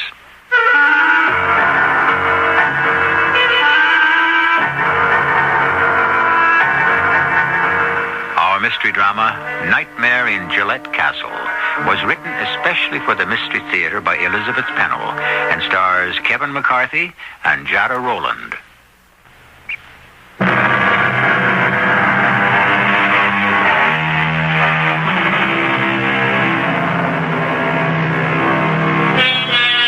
Like many New Yorkers, Jim and Pamela Watson enjoy getting out on weekends to explore the countryside. It's amazing how quickly you can get from the big city to rural communities, rolling hills, wooded forests, or discover unexpected places of historic interest. Jim is a Sherlock Holmes buff, and he has heard that a certain state park in Connecticut houses treasures which attract devotees of Sir Arthur Conan Doyle from all over the world. We begin with an ordinary Saturday excursion. Jim and Pamela Watson are totally unprepared for the bizarre events which are about to take place. Jim, slow down. You're driving too fast. Honey, we've already wasted too much time. Well, what's the hurry? Park, Pam. I'd planned on spending several hours there. I'd rather go antiquing. Yeah, but you... Oh, hey, here's the turnout. You see the sign? Gillette Castle State Park. Beautiful grounds. And... Oh, look. Look. Yeah, I see it. There is a castle. I thought it would be just a model, but it's a real one. Hey, what a pile of stone. Think we can go inside? That's what we're here for. Now, why don't you go see if we need tickets to get in? I'll park the car. I'm here, Jim. Please hurry. This place is spooky. Did you get the tickets? No. I came through that big gate and up this passageway. The door's open, see? It goes into a huge, dark room, but nobody's here. Oh, that's strange. Hello? Hello in there? Jim, is there a Mr. Gillette who lives in this castle? There was. He died back in 1937. Is someone down there? Yes, we want to see the castle. Well, I'm afraid you're too late. I was just coming to close the door. We're short-handed today, and I'm conducting the last tour. You'd better come back some other time. Oh, please, can't we join the tour, even if it's already started? Well, I suppose so. I left the group up in the library, but come along. Follow me. Jim, who was Mr. Gillette? Honey, don't let the guide know how dumb you are. He was just the greatest American actor who ever played the role of Sherlock Holmes. Well, Mr. Gillette was much more than an actor. He was also a playwright and an inventor. He designed everything in this castle himself, inside and out. It's so gloomy. Now, we dim the lights after demonstrations in the Great Hall to save energy. It's too bad you missed the stained glass. But come along, and we'll join the others.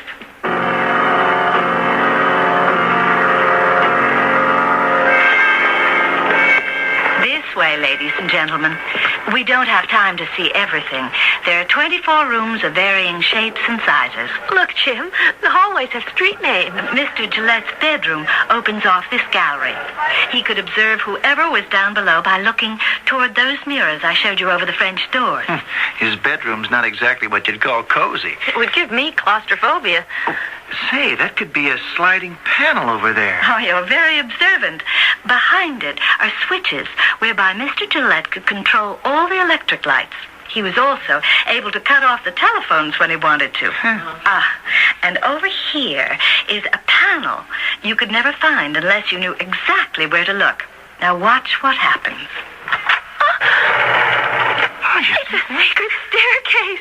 Where does it go? Well, this one leads to the tower, where Mr. Gillette enjoyed his magnificent view of the river and surrounding hills.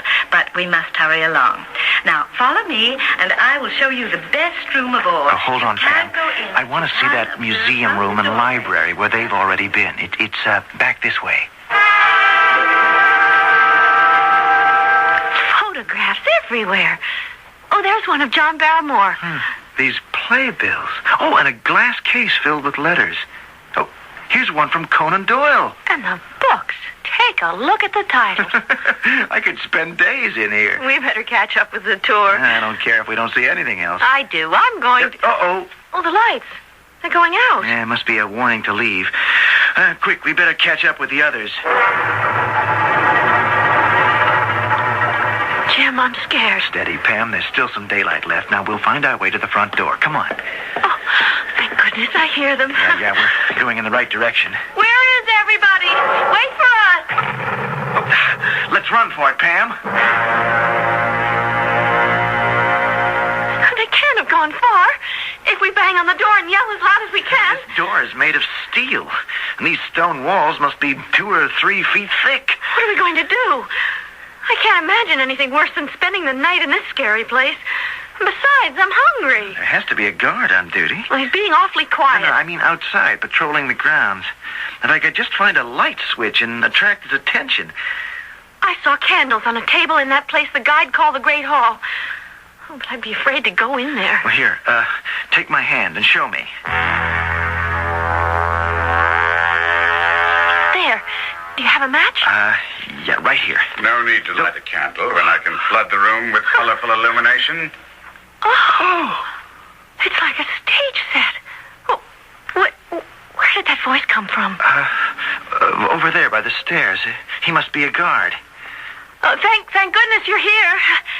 We were afraid we'd been locked in. I am not in the habit of entertaining uninvited guests. Who are you? This is my wife, Pamela, and I'm James Watson. Your last name appeals to me. Need I introduce myself? Well, we thought you were a guard, but you're not dressed like one. I should think not. I'm rather fond of this dressing gown. Then you must be the son of Mr. William Gillette. No, I have no son. My name is Gillette, and I alone am master of this castle. Well, then please, Mr. Gillette, will you unbar the door and let us go home? Certainly not. Certainly not. First of all, I want to know how you got in here. Well, it was the last tour of the day, and we were late. And then we became so interested in all those marvelous things in your library. Well, this is preposterous. I do not allow tours through my castle ever. But there was... Never mind. You're talking nonsense. But this is one of those evenings when companionship would be quite pleasant. Oh, we must be on our way. We didn't have much lunch, and I'm... If you have the proper qualifications, you are welcome to partake of my dinner and spend the night. Oh, no, we couldn't do that. I like the idea of dinner. Well, we wouldn't want to impose. The young lady seems to admire my light fixtures. Oh, yes, such pretty bits of stained glass. All supplied by my visitors. What you might call a ticket of admission to my hospitality. I don't understand. These lampshades are my own handiwork, but the bits and pieces were all contributed by my guests. Oh, if we'd known when we were back in that antique store... I'll wager that you have something with you, which will suffice. I'm afraid not. Well, it's up to you. Either you stay as my guest, or I will have you apprehended for housebreaking. You wouldn't dare. Watch your language, young man. I'll leave you alone for 3 minutes to think it over. Ah, Miss Stapleton. Oh, that cat startled me. Come along, Miss Stapleton. He meant it, Pam. Now, look through your purse. See if there's something. That man is mad. You heard what he called his cat. Sure. Miss Stapleton, straight from the Hound of the Baskervilles. I'm beginning to enjoy myself. Oh, and say... What is it now? In my pocket, look. My sunglasses. Colored glass. You think this will do for our ticket of admission? I see you are making progress.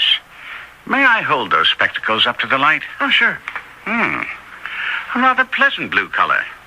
Yes, these will be quite usable. Now, what does your wife have to offer? Oh, couldn't a pair of glasses be from both of us? No. It doesn't work that way. Look in your purse, Pam. You gotta have something. Compact, lipstick. Oh, here's my key ring with this pendant. A ruby. It's only glass. Exactly. So now you are welcome. Before our repast, we'll climb to the tower and enjoy the last glimmer of fading light.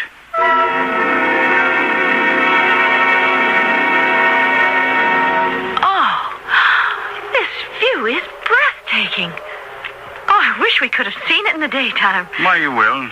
Tomorrow morning. Oh, really? We must leave after dinner. No one ever leaves here after nightfall. Jim, we have to get home. Tell him that. Relax, Pam. Tomorrow's Sunday. We don't have anywhere to go. And there's so many things I'd like to ask Mr. Gillette. That's more like it. Mrs. Hudson is a very efficient housekeeper, and I'm sure she has everything ready now. Is her name really Mrs. Hudson? I'm pleased that you're acquainted with Mr. Sherlock Holmes, landlady. When I advertised for a housekeeper, I specified that her name be Hudson. I suppose if this admirable woman's name had been anything else, I should have called her that anyway.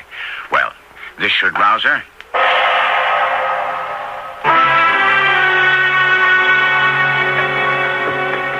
Such a long hallway.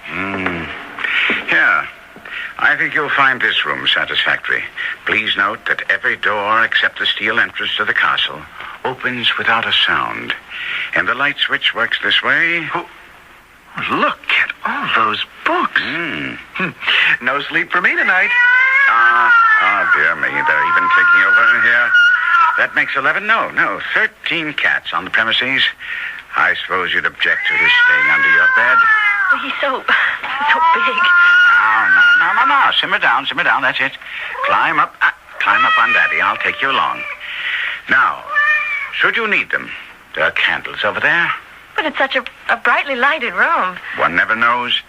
And if you feel uneasy in a strange house, you'd better take this. A revolver? An old-fashioned pistol. No, please, Mr. Gillette. I'm terrified of guns. Here. You take it, Mr. Watson. I'd rather not. This pistol's carved of wood. Made it myself. Couldn't fire even a blank cartridge. When it was used in a stage play, the sound effects had to come from off stage. Certainly looks like the genuine article. It's yours. To keep.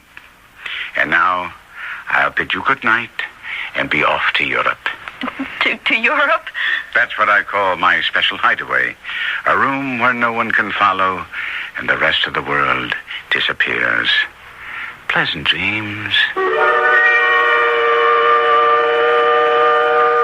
Jim, won't you please turn off those blinding lights and come to bed?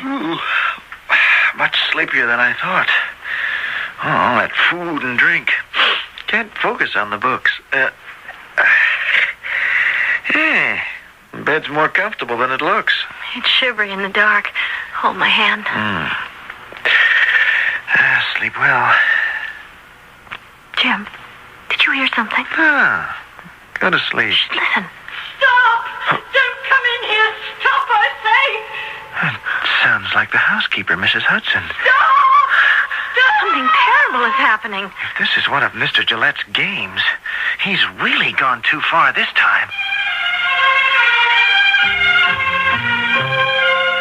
Games can be very real, and the effect may be much like that of a psychosomatic illness.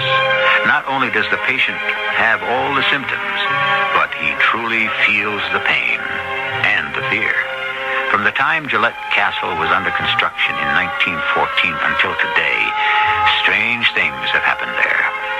In a few minutes, I'll be back with Act 2, and we'll continue with what has started off as a very eventful night.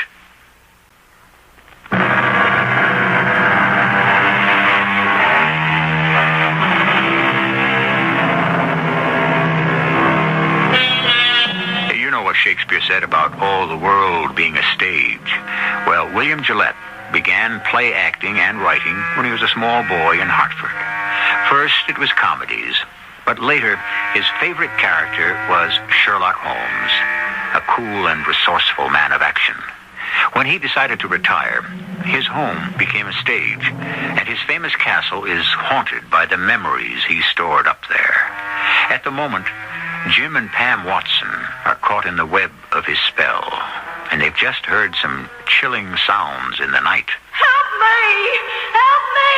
Jim, what are we going to do? We are going to try to get some sleep. Well, how can we? You heard it.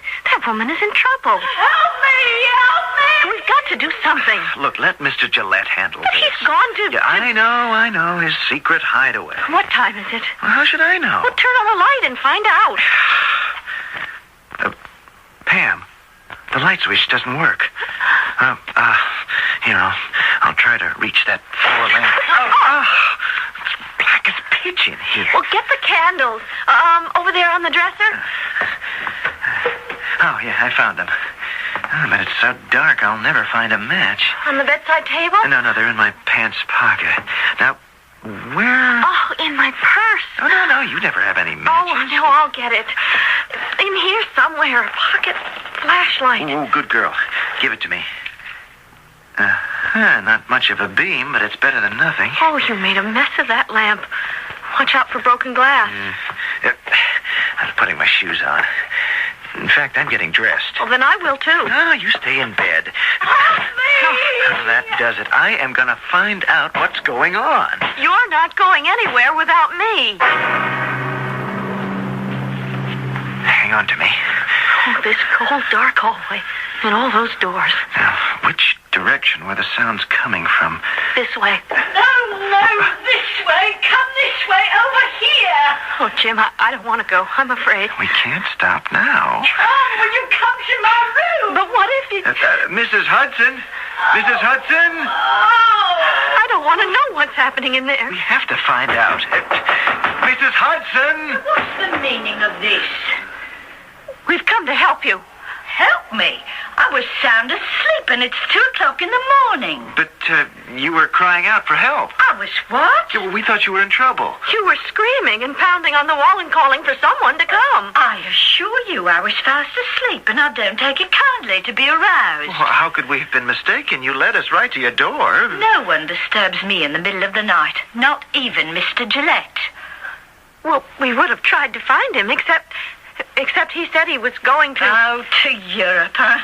That's where he goes when there are people he wants to get away from. By now he'll be safely in his own bed. And if you know what's good for you, you won't do any more snooping around. Now, you're sure you're all right? Well, I'll be much better if I can get some sleep. And I'll thank you to go back to your room and to stay there.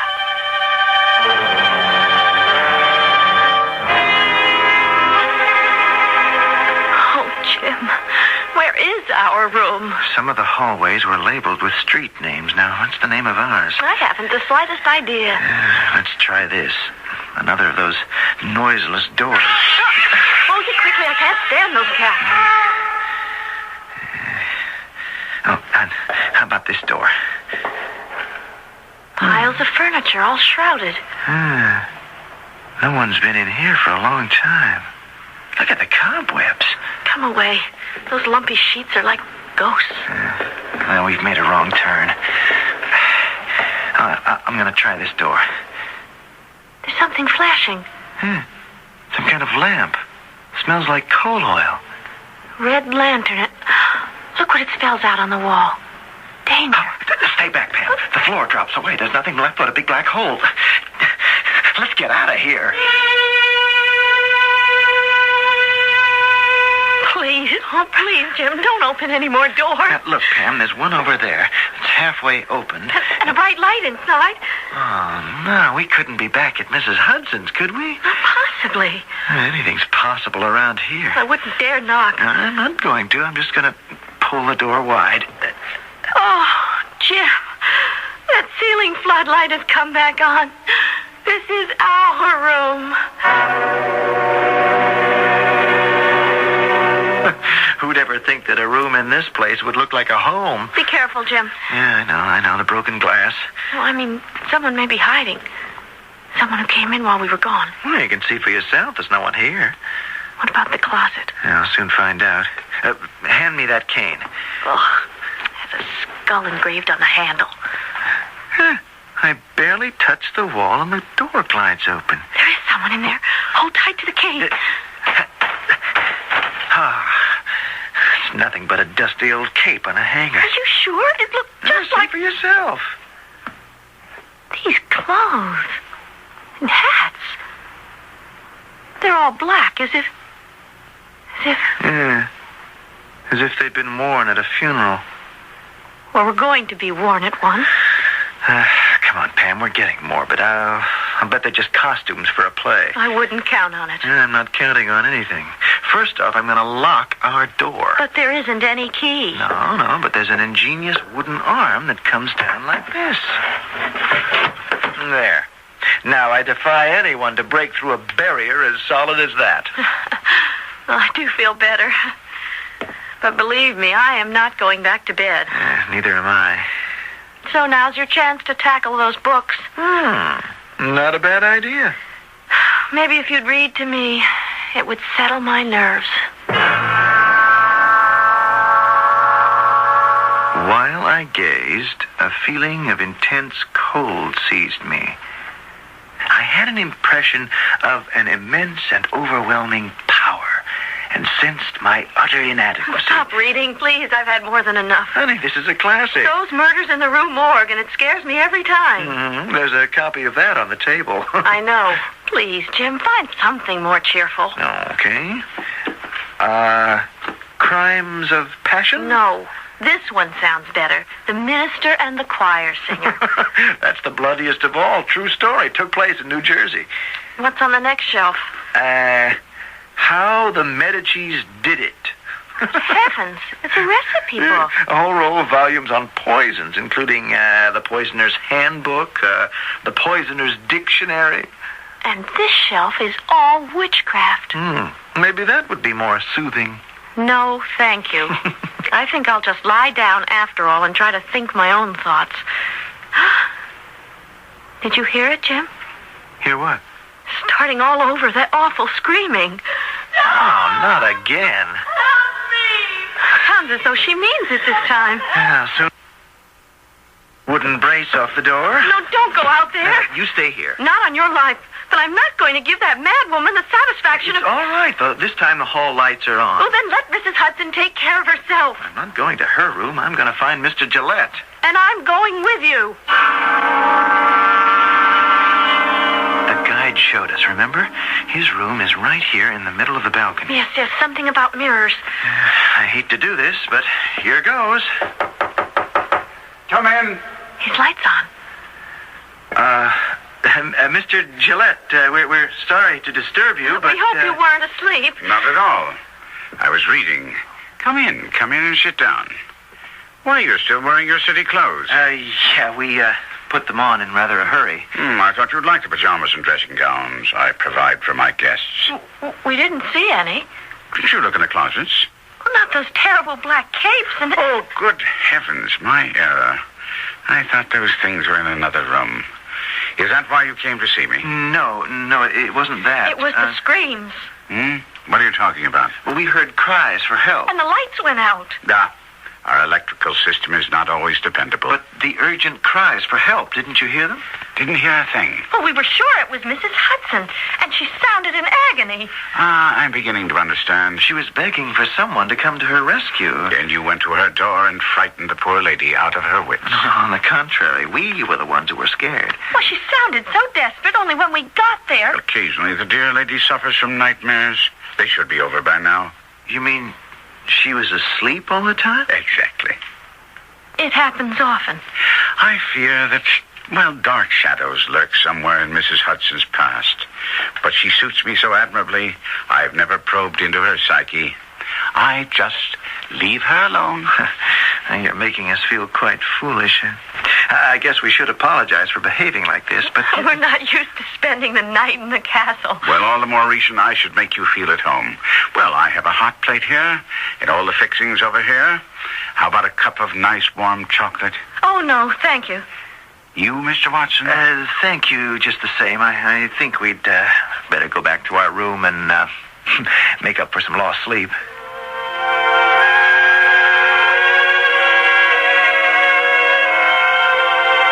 I'll try to get some sleep, but I'm going to keep my clothes on, including my shoes. It's all right now, Pam. We've just had a bad case of jitters. More than that. I feel so strange. Nothing's going to be right until it's daylight and we can get out of here.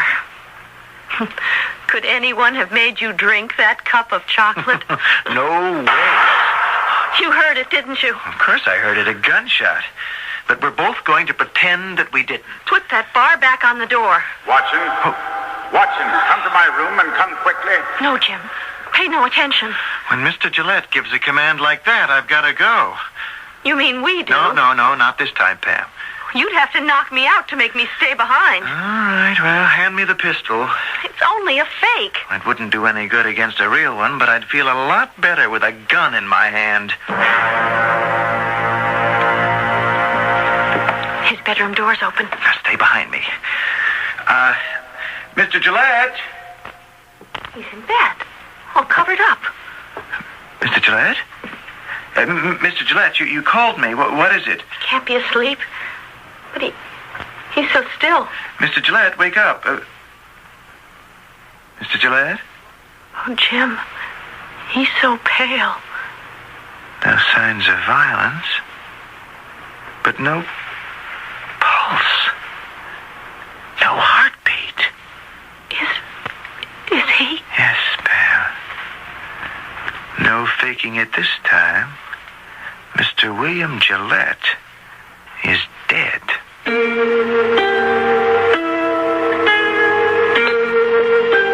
How's that for a turn of events? Even the best of actors can go too far in attempting to create an illusion of reality. But what is reality, really? We're not even sure what we mean when we talk about real people. Back in 1800, Schiller, the poet, said that in stagecraft, appearance should never attain reality. And he felt that art would be ruined if nature took over. Well, drama thrives upon surprise, and I assure you that more surprises are coming up shortly in Act 3.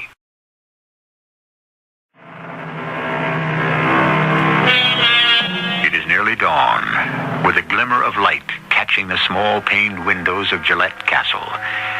Not only are James and Pamela Watson literally prisoners inside the walls, but their host is lying quite dead in his bed. They tried frantically to find Mrs. Hudson. Their hopes were raised when they found a telephone, but you guessed it. No. Of course it's not working. That does it. Now all we can do is wait. Oh, what if no one comes? Well, they have to sooner or later. Maybe hours yet. Let's get as far away from that room as possible. I wish I could think of something. Nothing but doors. Wouldn't you think one of them would lead to the outside? Look, Jim. The sign on this hallway says Baker Street. Huh. It would. I bet there's even a number 221B. There is. No harm in trying that door. Unbelievable. Straight out of the books. The fireplace, his slippers, and pipe. The violin? Huh. And all those papers and bottles that look like chemicals. What a stage set. Good morning. Oh, thank God. Mr. Gillette, you've done it again. I beg your pardon. You're alive. Well, of course I'm alive. Although I'm not in the habit of rising this early in the morning. You are truly remarkable. This is worth everything that's happened. What a performance. Young man, could it be possible that you don't know who I am? Of course we know. You're Sherlock Holmes. That is, you're Mr. Gillette pretending to be Sherlock Holmes. No one pretends to be Sherlock Holmes.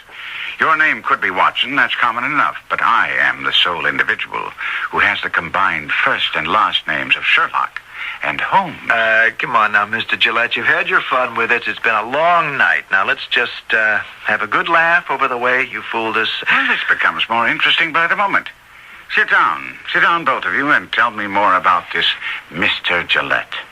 Well, he is you, sir, Mr. William Gillette, and there can be no question in anyone's mind that you are a great actor. My profession is not acting, although there are times when I am called upon to use the actor's skills. Your makeup is simply terrific. Every single detail. Young lady, you've never seen me in disguise. But you look so different when you're Mr. Gillette. I am losing my patience. If there is an actor masquerading as Sherlock Holmes, he is an imposter and must be brought to justice. Where did you meet this man? And then, sir, as we came down the long hallway, we saw the sign Baker Street and the number on the door. Mr. Watson, you are presently inside my landlady's house. Draw the curtains over there, and you will look out on one of the most famous streets in London. Jim, look.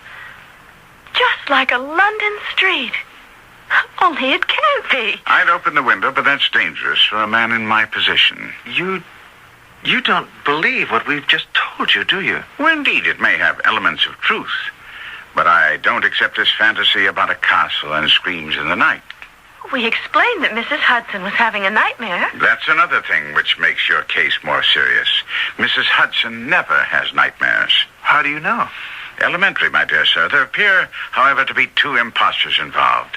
I suppose you will claim that this Mrs. Hudson is an actress who shares a castle with your Mr. Gillette? Oh, no. Well, she's the housekeeper. Never fear, never fear. I'll get to the bottom of this. And if I'm not mistaken, here comes the answer to our puzzle. It's an old-fashioned carriage, stopping right in front of the house. Kindly step back from the window. Enemies of mine waste hours across the street peering in this direction. Come in, Mrs. Hudson. Sorry to break in on you so early, Mr. Holmes. You know I never bother you until you're ready for breakfast. Yes, but this is an emergency. Oh, indeed it is. Oh, excuse me. I didn't know there'd be people here at this time of day. They appear to have an emergency, too. I'm told that they spent the night in a castle, but you spent the night at your sister's. You knew? Call it a logical conclusion. Mr. Holmes, I must go down to the kitchen and get the fire started, but then, if you could spare me a few moments... Come right back. I'm sure what you have to say concerns everyone in this room. Oh, Mr. Holmes, the most terrible thing has happened at my sister's house. But your sister is unharmed? Oh, no, it's not her. But you know she takes in boarders, same as I do. And this man hadn't been here very long. What sort of man? Oh, a proper gentleman. Very thin, dark hair. He was almost as tall as you. You speak in the past tense. I assume there has been an accident. Well, that's it. We don't rightly know what happened. Come now, Mrs. Hudson. You were there. Well, in the middle of the night, he called out for my sister and told her he was not feeling well. He said he'd sent for the doctor, and he asked her to let him in when he came. Go on. Well, I heard the doorbell ring. It woke me up. And then your sister took the doctor into the boarder's room? But there were two of them. Two doctors? The doctor had a woman with him. Said she was his nurse. Very interesting. My sister left him in the sick man's room, and then she and I were talking in the back hall when we... Heard a gunshot? Well, I don't think it was a gunshot. More like a shutter banging. But right afterward, the doctor and nurse came running down the stairs and rushed out the front door into the street. Well, of course you didn't follow them. It was still dark, and you were in your nightclothes. Oh, we went straight to Mr... Oh, you see, I'm so rattled I've forgotten the poor man's name. Well, we went right to his room, and he was in bed, all covered up. We called. We tried to wake him, but it was all so horrible, Mr. Holmes, because he was dead. Here, Mrs. Hudson. Now drink this. It'll make you feel much better. Poor lady nearly passed out. Do you blame her? Now tell me, Mrs. Hudson, what was this boarder's occupation? Well, he seemed to be a gentleman of leisure. Stayed home every day, did. Oh, that is every day but Saturdays. But he went out every evening. Is that right? Well, it seemed so odd. Every night of the week. Around theater time, I imagine. And his name was Mr. Gillette? Of course. Oh, I remember now. But how did you know? Call it deduction. Not Mr. William Gillette. Oh, well, I wouldn't know his first name. But my sister could tell you. It couldn't be. Oh, yes, it could. Now, Mrs. Hudson, did you or your sister send for the police? Oh, no, not yet. It only just happened. My sister runs a very respectable house. She don't want any crowds coming around or any scandal. Were there any signs of violence? But Mr. Gillette's room was neat as a pin. No blood? No weapons? No injury to the body? Oh, I couldn't bear to look. But my sister said he didn't have a mark on him. Well, then isn't it possible that he died in his sleep? Oh, he was wide awake when my sister saw him. And then that doctor and nurse, they were in such a hurry. What did this man and woman look like? Well, I didn't see them. But my sister said they were both quite young. Well, I would guess about the age of this lady and gentleman here. Just as I thought. Oh, and they wouldn't have gone running off like that unless something was wrong. Well, would they? I mean, that's why I came right away to you, Mr. Holmes. Oh, if you could just find them. Perhaps I already have. Oh, you must be joking, Mr. Holmes. Well, I know you're a great detective, but how could you possibly... Run along now, run along. Go back to your sister's house. Tell her to keep the door to that room closed tight and to go about her business as if nothing had happened. But you will help us. Yes. I'll be along just as soon as I finish my business here. Well, it seems that we have more than one actor in this play. Well, just what do you mean? Your whereabouts this past night has shifted to a different stage.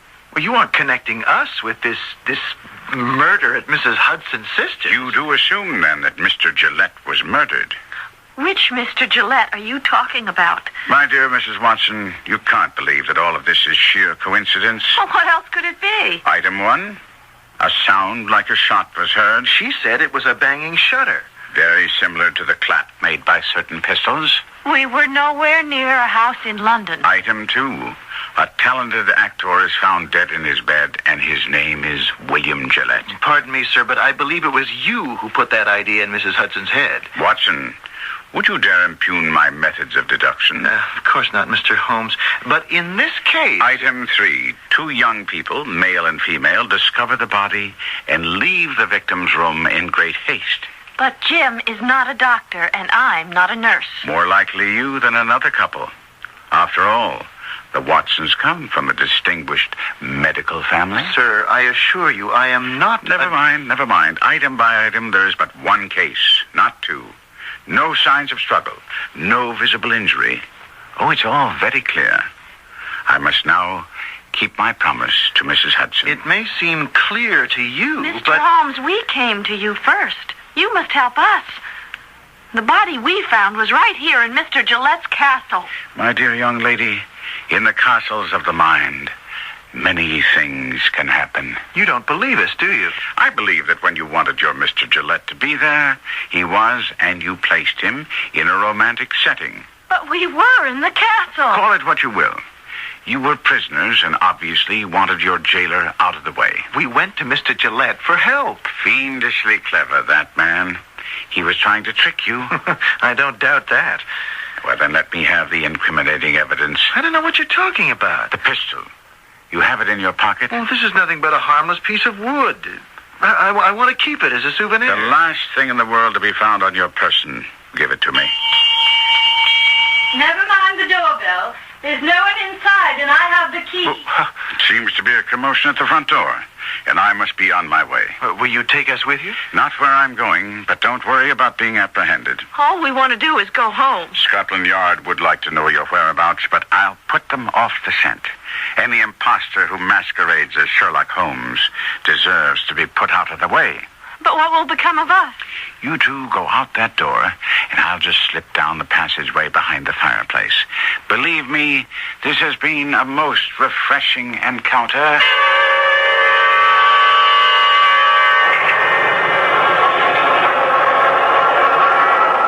You're a new man, aren't you? Yes, ma'am. First day on the job. We've been short-handed, and we closed up early last evening.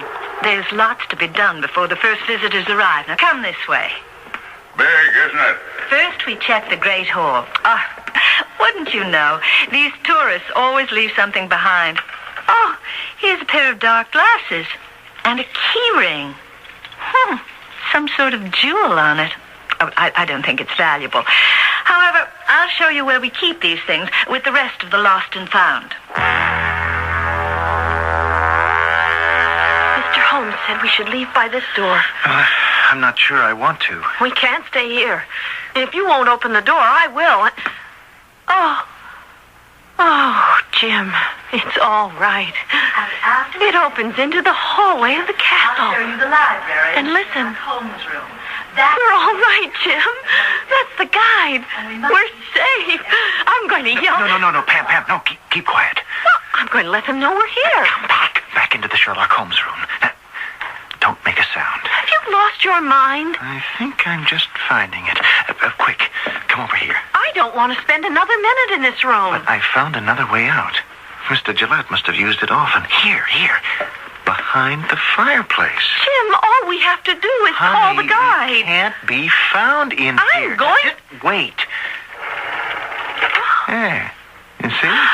It's a secret staircase.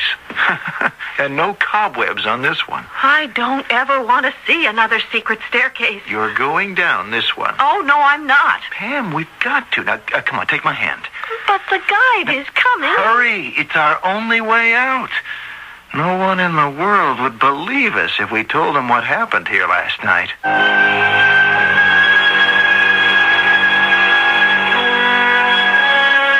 I, for one, am a believer, with reservations, of course.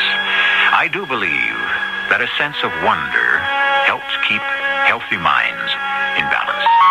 Playwright Christopher Fry wrote an article on that subject in which he said, the first of our senses, which we should take care never to let rust through disuse, is that sixth sense, the imagination.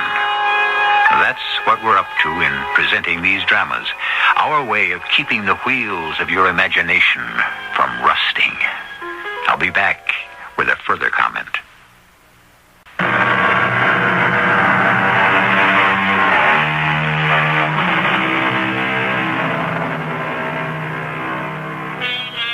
There is a Gillette Castle towering above the Connecticut River near the town of East Haddam. The secret stairways are there, the intricate wood paneling and colored glass, fascinating memorabilia everywhere, and, of course, the Sherlock Holmes room, a replica of the Baker Street lodgings as described by Sir Arthur Conan Doyle. Tours of the castle are conducted daily throughout the summer. I assure you, it's a haunting experience. Our cast included Kevin McCarthy, Jada Rowland, Russell Horton, and Carol Teitel. The entire production was under the direction of Hyman Brown. This is E.G. Marshall inviting you to return to our Mystery Theater for another adventure in the macabre. Until next time, pleasant dreams.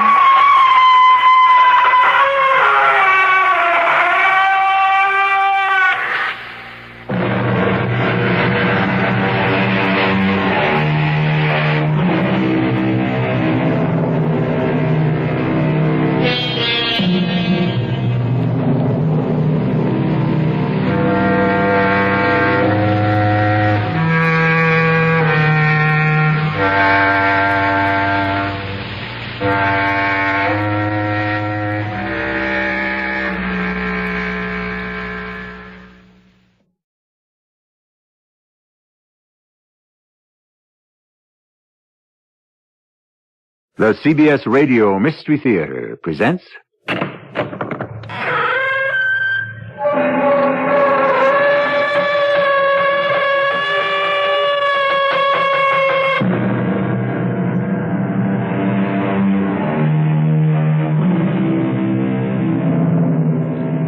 Come in. Welcome. I'm E.G. Marshall. Ever read this sort of advertisement in the real estate section of the newspaper or the personal columns of a magazine? Young Austrian couple, no children, no pets, would like to exchange their gemütlich Alpine chalet for New York apartment, 2 to 3 months. Please write, etc., etc., etc. If you had read that, would you be tempted to try it? Don't. It could work out nicely, but then again... What is it? I don't know, Moira. I think something flew into the room. Something? What? A bird. Like a huge gray owl. We shouldn't have left the window open. I'm glad we did. It flew right out. Again.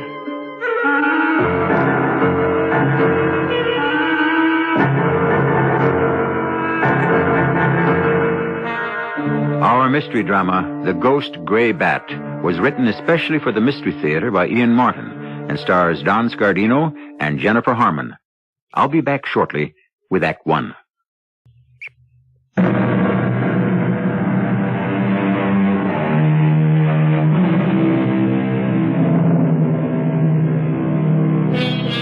The advertisement I began to read to you was the actual one that Alec and Maura Grant answered.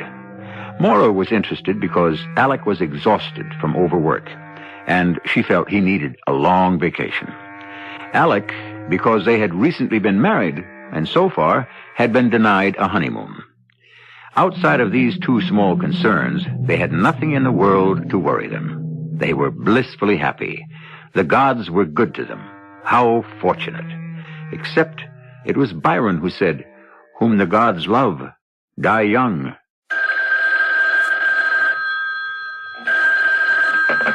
Professor Grant.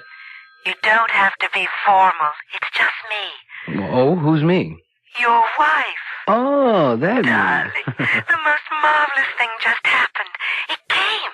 Well, that's nice. What came? The letter from Frau Gottschalk in Austria. She's charming. There's a picture of her and her husband, and they look like dear people. And the house is a dream, and they want to exchange. Only they don't own a car. But couldn't we just rent one there and... Hey, honey, slow down, will you? Oh, when are you coming home? I'm just finishing up. I had to empty the drawers and get all this junk out of poor Murray's way. Well, you're only going to be away from the university for a year. It's still your office. Not while I'm on sabbatical leave. But it's all done. I should be home within the hour. Oh, hurry, darling. I'm just bursting with all the news about Austria.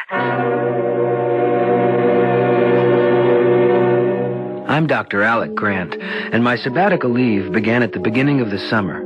I hold a full chair in philosophy at Gotham University, and my intention was to spend my sabbatical year finishing a book. When Murray Sprague got in a bind and asked me to take over a summer course he was teaching in comparative theology, I would have turned him down, except that it was he who was covering my courses while I was on leave. It was a stroke of luck that I said I would. First, because during the course, I learned more than I wanted to know about demonology, but mainly because I met Moira and we got married. There's only one hitch, Alec, provided you think the house sounds right. Moira, it sounds too good to be true. I mean, right on its own lake, isolated but only 10 miles by road from Wintersbad, ski trails everywhere, and enough peace and quiet for me to finish my book. So what's the hitch? We won't be alone. I knew it was too good to be true. What are we stuck with? An ancient dachshund? Oh, no, just a housekeeper. But we don't have to pay for her. That's bad? I think it's good. What's she like?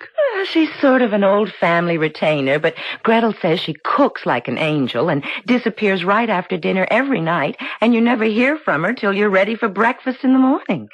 Gretel? That's Frau Gottschalk's name. Her husband is Hans. Oh, isn't it too much? Hansel and Gretel in this divine gingerbread house waiting for us. Plus a built-in witch? Oh, now that's unfair to Frau Zauber. Gretel says she's a dear old thing and will take care of us like we were her own children. Well, I don't need anyone to take care of me but you. Oh, and you know how totally I want to possess you, surround you, make you all my own. Well, you don't have to try. You got me. So we are off for the Austrian Tyrol? Well, aren't there arrangements to be made? How do you know they'll like this old dump of ours? Mine. That's all settled. I've described it and sent pictures. When do they plan to arrive? A week from Saturday, the morning of the day we leave. Mm-hmm. We'll have a whole day to show them everything and help them get settled. Well, I hope they don't miss their plane. Oh, stop trying to put the hex on all this, Alex. Anyway, your child bride was smart enough to cover that. How? Well, if by any chance things get crossed up and they don't arrive before we leave, Betty Sprague has the keys and she'll settle them in. And they know about that? Of course. I mean, you've heard from them since you wrote them?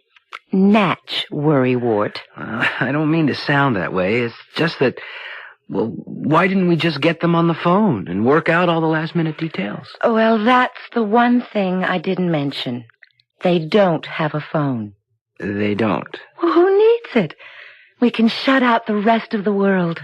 Oh, isn't it heaven? Well, as long as I share it with you. The idea of being that isolated was heaven to me. I couldn't put my finger on what niggling little thought kept sputtering in my brain like a loose electrical connection. And in the face of Moira's enthusiasm and shining expectation of our projected trip, I didn't have the heart to allow anything to spoil it. I never dreamed my random hunch would turn out to be true. Hello? Yes, this is Mrs. Grant. Is that the Gottschalks? Shh. What? A cablegram from Frankfurt, Germany? Right. No, please, read it to me. If you got a pencil, darling. Right here. That's correct. Just read the message. Missed connections here. We arrive New York a day late. Sorry we will miss you, but please not to delay your departure. Frau Zauber expects you. We will contact your Mrs. Sprague, and all will be well. Auf Wiedersehen, Hans and Gretel Gottschalk. Yes, thank you, operator. I have it. No, a copy will not be necessary. They missed the plane? Or maybe you ought to take up fortune-telling. I'm sorry, darling. Oh, I didn't mean to bite at you. I'm just disappointed. I would have liked to have met them. Well, do you want to cancel our flight? Are you kidding? That's a special excursion deal that saves us a fortune. Besides, we have to pick up our car in Munich. We don't want anything to go wrong with that. Okay. And we'll let Betty Sprague handle our German cousins. Austrian. Oh, my apologies to the Grand Duke or whoever. I think it's the Chancellor. Anyway, we're going on a honeymoon in Austria, darling, and we're going to love every minute of it. It's so easy to be prophetic in hindsight, but some chill tremor, even then, closed around my shoulders like a shawl. I shrugged it off because Moira was sizzling with delighted anticipation.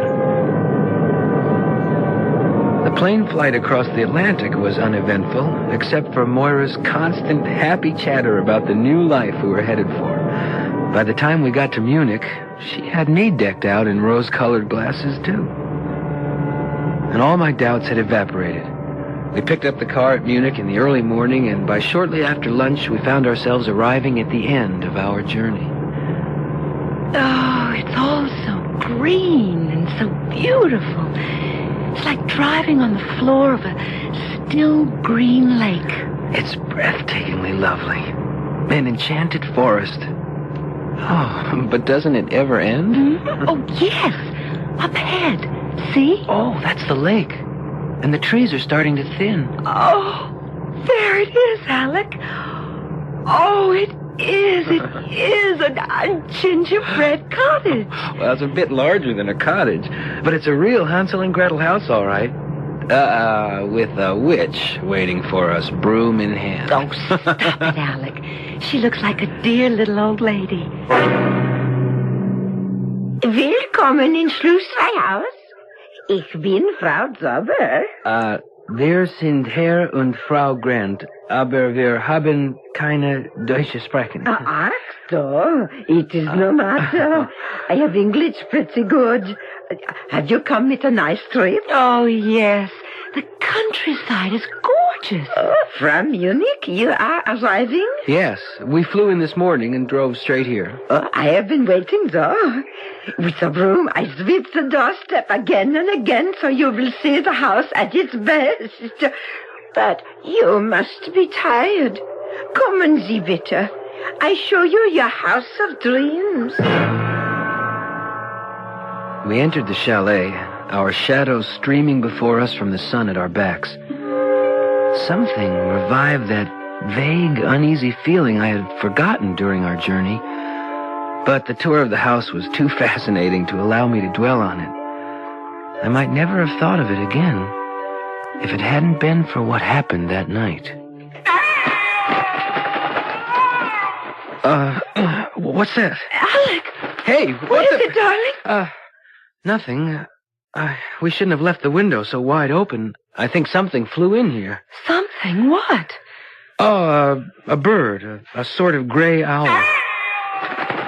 Oh, don't worry. It flew right out again. Where are you going? I just want to have a look-see. Sounds like a storm brewing. I think I ought to close the windows. Oh, yes, it's gotten cold. Oh, hurry back to bed. Come on, darling, close them. Huh? Oh, yes, right. Oh, here I come. Oh, you have cold feet. Yeah, warm heart. Oh, don't I know it. Oh, Alec, I love it here. The house is a dream, and I've never been so happy. I love you. Good night. And I love you. Good night.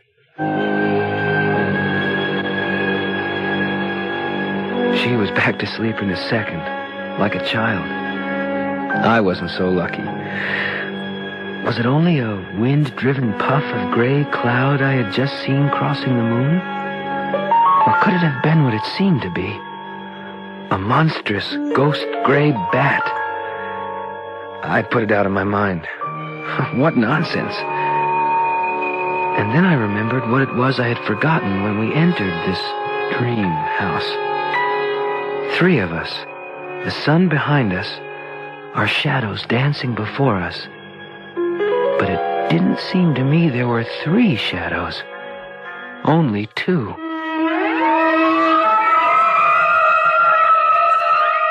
This doesn't appear the pleasant little story it started out to be, does it?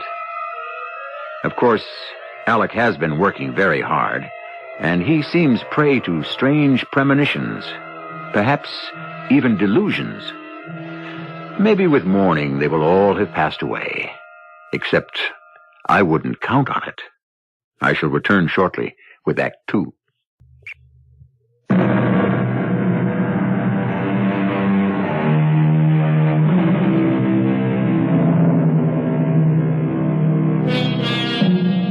An ancient legend has it that those who became proficient in the black arts were chased by the devil himself through subterranean halls.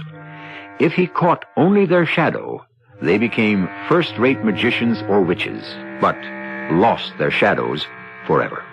The question here, so far, is twofold. Is there a shadow missing at all? And if there is, whose is it? Mora? Frau Zauber? Or Alec himself? Well, it's the following day. Let's see if that question is resolved. Would you like already some more coffee, Herr Grant? No, thanks. Frau Grant? No. But it was wonderful, Frau Zauber. So was breakfast. And dinner last night was superb. Dankeschön. It makes me very happy you like it. So, I clear away everything. Thank you so much, Frau Zauber, for making us feel so much at home. Aber it is your home while you are here. I go make you a picnic lunch. Don't worry. The mist will burn off, and it will still be a beautiful day. Oh, isn't she an angel? Yes. What's this about a picnic lunch, Mora? Well, it was Frau Zauber's idea. She thought we might like to spend the day exploring. She's told me about a wonderful spot which will give us a view of the whole lake. Oh, doesn't it sound like fun? I don't know. What's the matter, darling? I was just wondering about the Gottschalks. I didn't realize how much I'd miss a phone. I would like to have run down to Wintersbad and given them a ring to see if everything was all right. Darling, you're forgetting the time difference.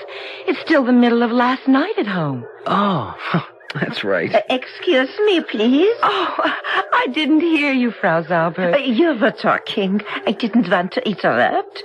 I have here the picnic, all in the basket. You want it now? Oh, well, not quite yet. I want to get dressed. I won't be long, Alec. Oh, Frau Zauberg, you're so kind. You're making us very happy. But of course I must. You are very, I don't know how to say, precious to me.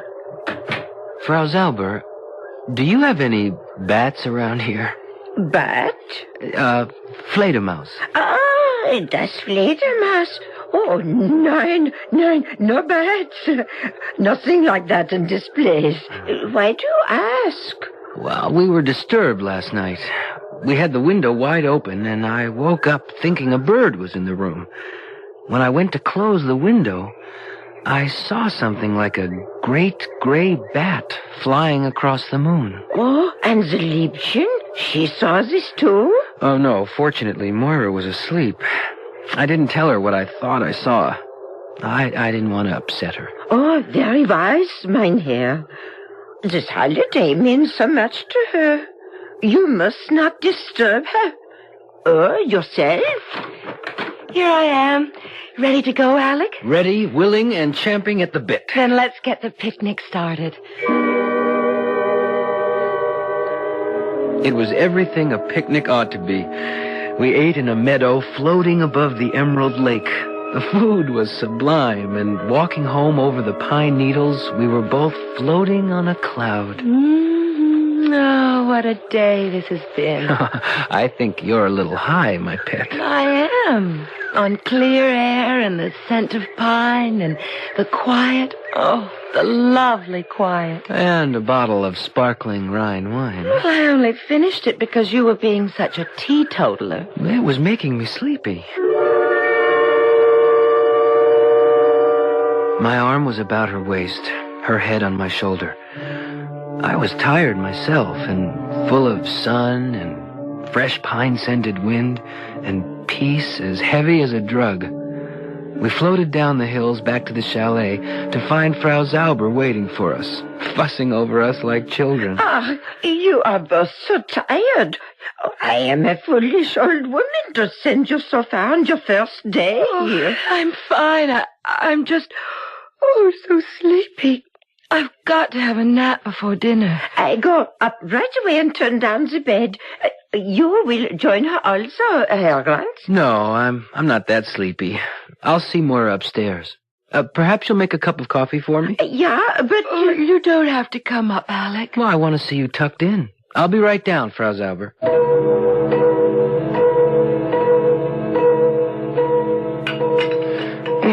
Thanks for the coffee, Frau Zauber. Max nicht. I needed it.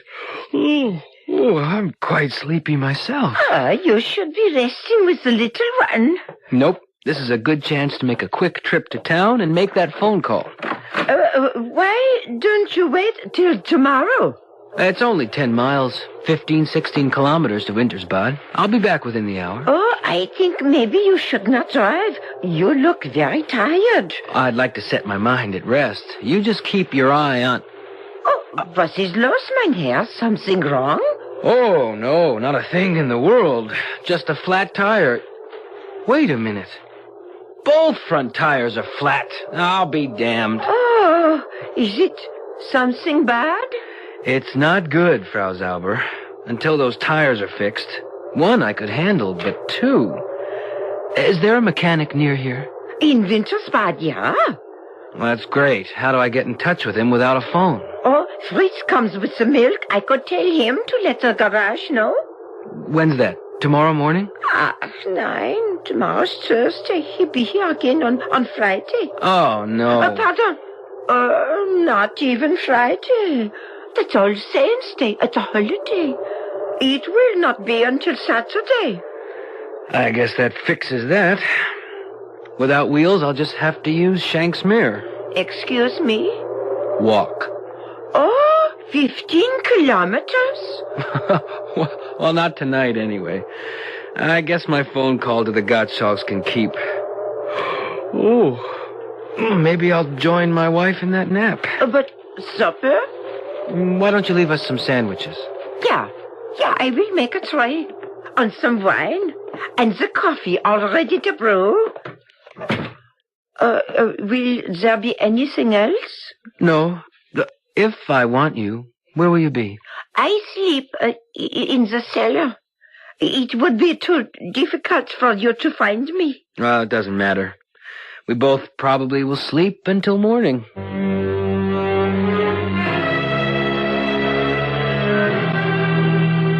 I went to bed with the sun still high on the horizon, never having felt more tired in my life. Moira was dead to the world, and as soon as I pulled the covers over me, so was I. No! What is it? Moira, what is it? Oh, I thought something was biting my neck. What?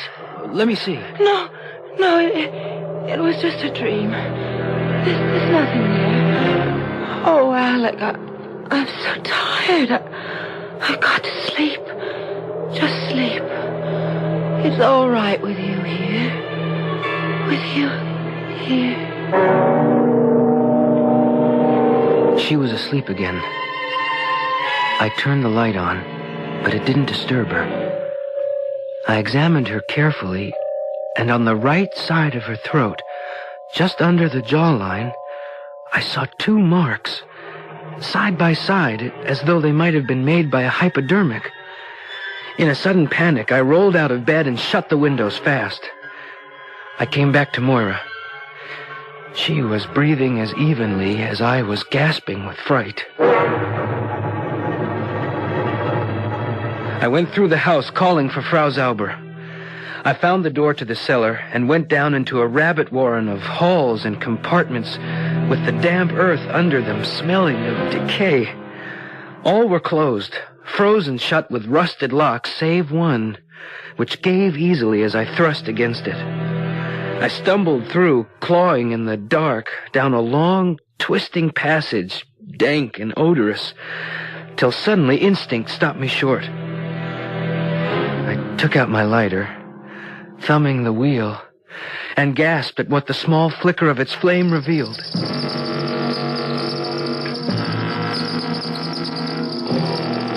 I was on the edge of a vast cave covered with bats.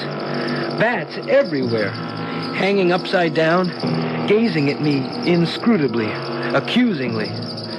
The most horrible of all was a huge worm-gray one hanging by the hooks on its wing elbows, its unwinking upside-down eyes driving a dreadful hate through me like nails pinning me against the wall. Then as I raised my lighter, with a sudden powerful swing, it somersaulted upright, and spreading its enormous wings, it launched itself at me with a banshee wail.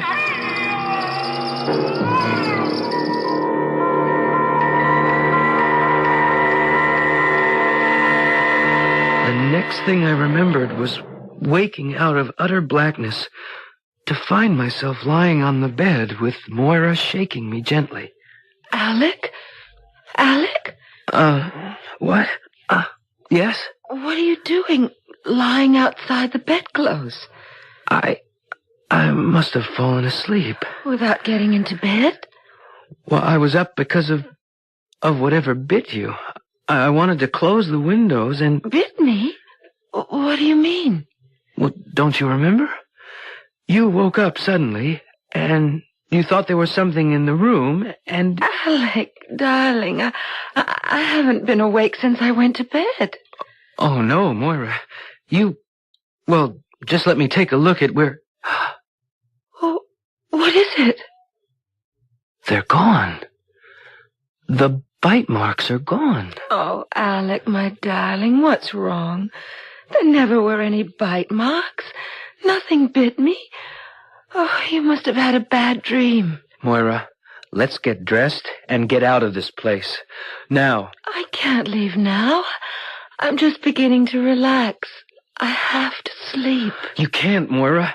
You've been asleep for over 14 hours. It's morning. The sun is up. I must sleep. Why? What is it, darling? I have to be ready. Ready? For what? Ready for the moment when... For the moment when... Moira. Moira! You've got to wake up. Oh, heaven help me. What am I going to do? I've got to have a doctor. And I can't leave her alone.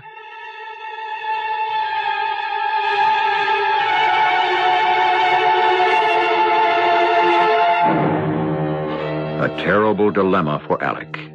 What strange sickness is drawing the life from his wife's body? He must find help for her. On the other hand, stark and terrible is the memory of that awful cavern, peopled by the obscene and monstrous bats.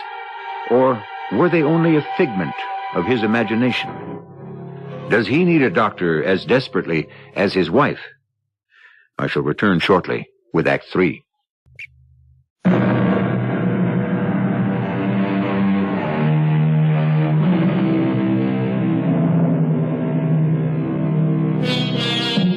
If there's anything that makes my blood run cold, it's a bat. Oh, somewhere there may be a bat lovers society who wish to protect the dear little furry things with their 2 canine teeth as sharp as hypodermic needles. Not me. nor Alec Grant. But which was the greater danger? Mora's strange and unaccustomed lassitude, or those horrendous bats, which might live only in his imagination? Only he could make the choice.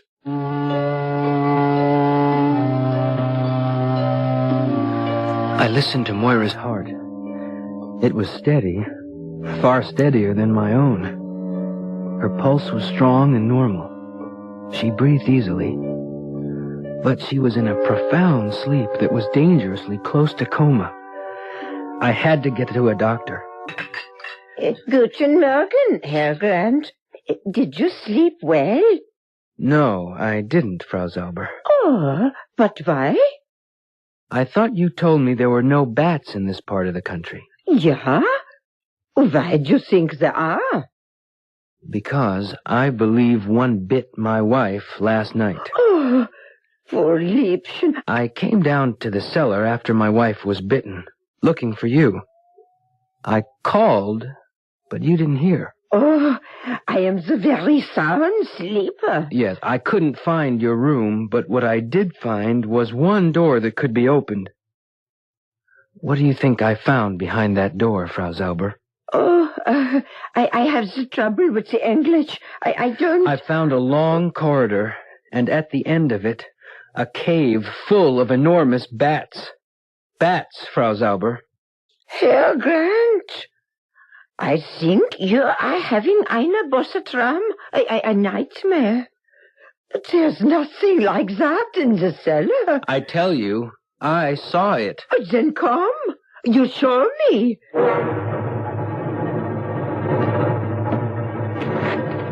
There it is. That's the door. Oh, but that's the door to my room. No, I show you. I couldn't believe my eyes. Beyond the door was not the twisting, shadowed corridor of the night, but a bright, neat bedroom. The walls covered with pictures, the bed neatly made and covered by a handmade counterpane. The furniture, a comfortable armchair, an inlaid chest of drawers, a huge and magnificent armoire. Herr Grant, you look so shocked. I am. Oh, you should have the doctor. You say there is one in Wintersbad? Yeah, the Herr Dr. König. But how can you get to him? Well, I can walk. Ach, no, so far. 15 kilometers. It should take me less than 3 hours. I will not let you go. Why not? You trust the rheumatism in my old bones. We are to have a storm. When the snow comes, driving with the wind, you could lose your way. I'll have to take my chances. With any luck, I'll get there before it breaks. The 5 kilometers to the main road were a nightmare of slipping, sliding stone under my feet. And above, the sky was becoming ominously black as the temperature dropped. As I reached the main road, I had a piece of luck. A farmer with a load of feed hay in a cart drawn by a small donkey was passing. Hey! Achtung, bitte! Was wollen Sie? Do you speak English? Sprechen Sie Englisch? Nein. Sprechen Sie Deutsch? Oh, no. I want to go to Wintersbad. Wintersbad? Ja. Ich, gehen mit eins? Im Wintersbad? Ja. Ja, kommen Sie. Dankeschön. Ich möchte einen Doktor, Dr. König. Oh ja, Herr Dr. König. Zurück. Wir müssen gehen. I climbed aboard among the sweet-smelling hay. I was shivering and glad to pull its warmth around me. The farmer let me off at the doctor's house. The doctor was out on a house call, but his wife let me in to wait for him. She was also kind enough to let me make a phone call on my credit card.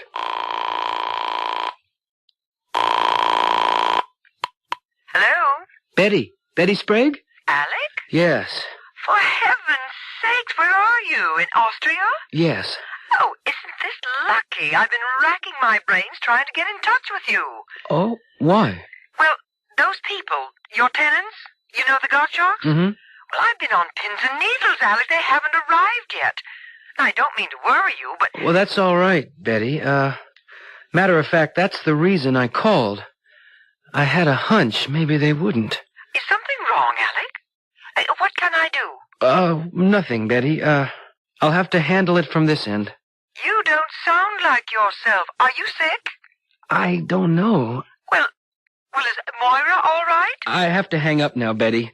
You'll be seeing us very soon.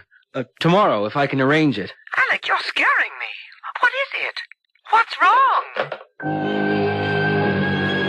I was scaring myself because once again I was blacking out. That's the way the doctor found me when he returned, and I don't know what garbled story I blurted out. It was only after I found myself gulping some scalding black coffee that I gathered my wits enough to return to normal. Very well. That is better. The eyes begin to focus now. You know me? Yes, but... I am Dr. Franz König.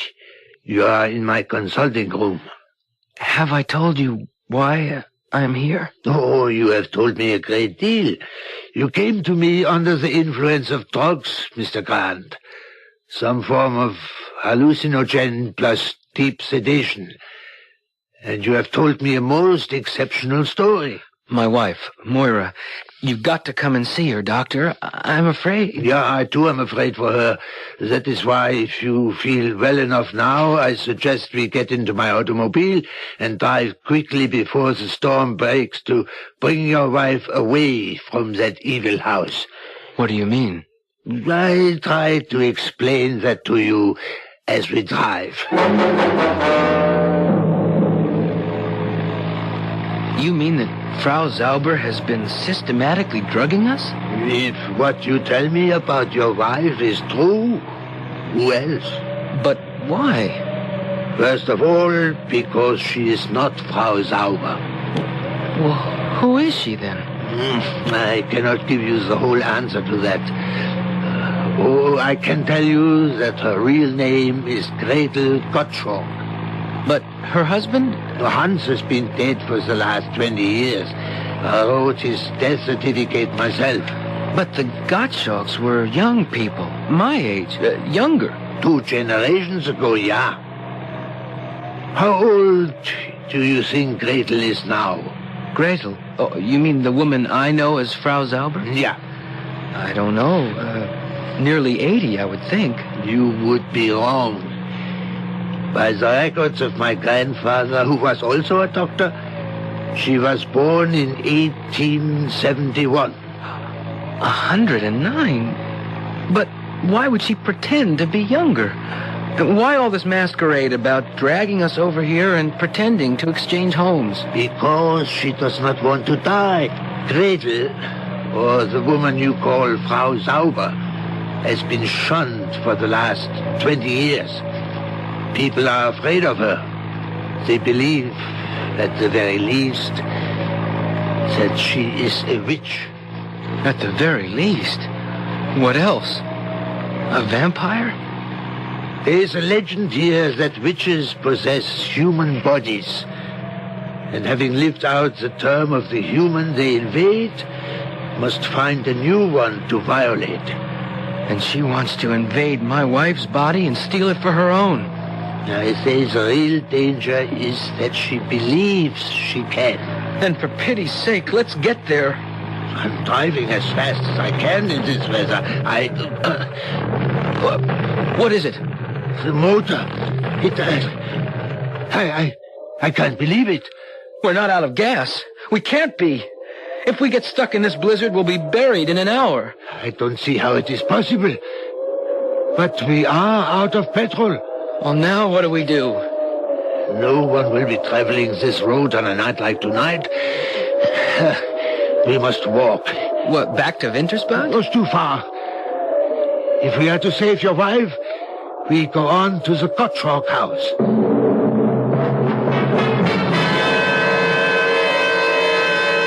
The wind has built up, driving the snow before it into our faces, blinding us. It was an endless journey to the chalet, and by the time we reached it, we were exhausted.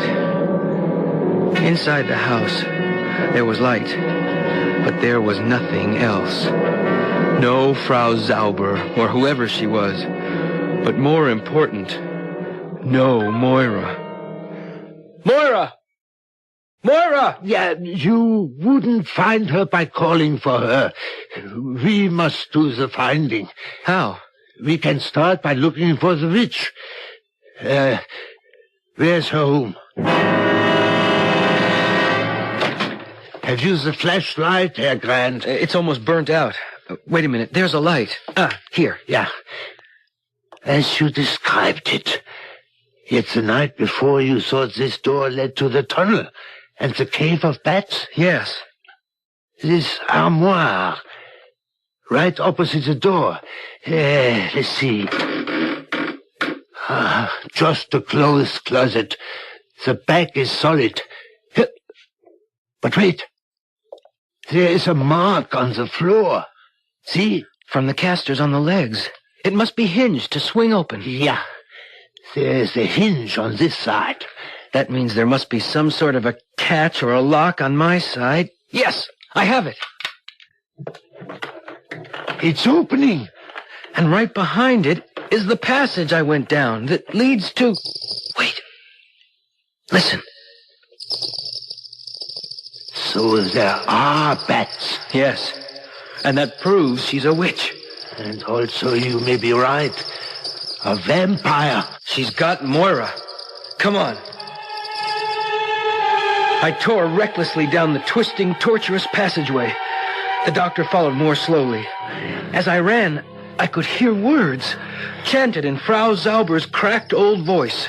Words that chilled my blood. Oh, thou art my own king and emperor of the northern parts.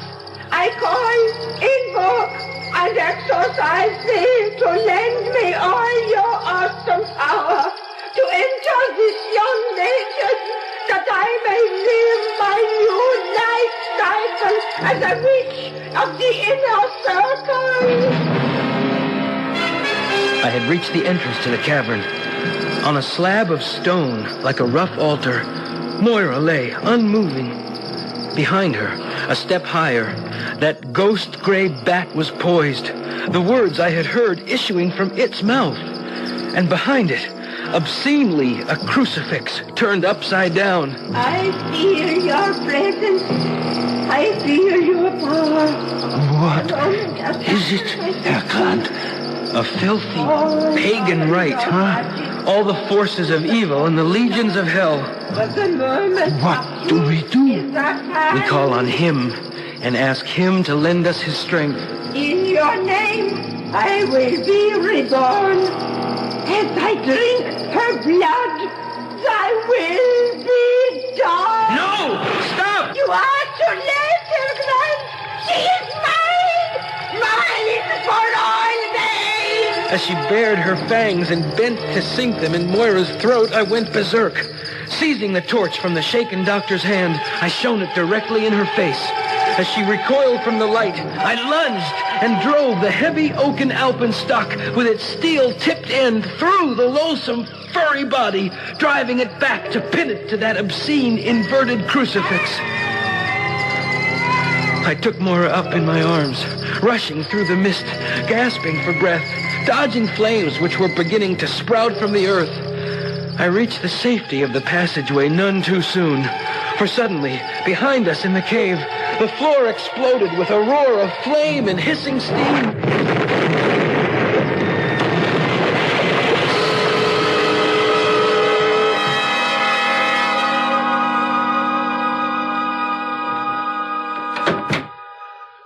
Doctor, is Moira all right? Yeah, she is fine. Oh, she was very heavily drugged, more so than you. But she is young and will shake them off.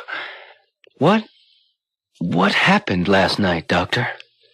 Herr Grant, this whole countryside around here sits on a subterranean lake of boiling sulfur springs. It happens now and then There was an explosion. Too much pressure. It blew off like a volcano. Did you see everything I saw? Oh, the light was poor, and my eyes are not what they were. The mist of steam created strange illusions. That cavern is gone forever, buried under tons of earth and stone. You need fear nothing anymore. You are free of her forever. There's nothing either good or bad, but thinking makes it so, as Hamlet remarked to Rosencrantz and Guildenstern. Are there such things as witches and vampires? I can only answer with another quote. We are what we believe.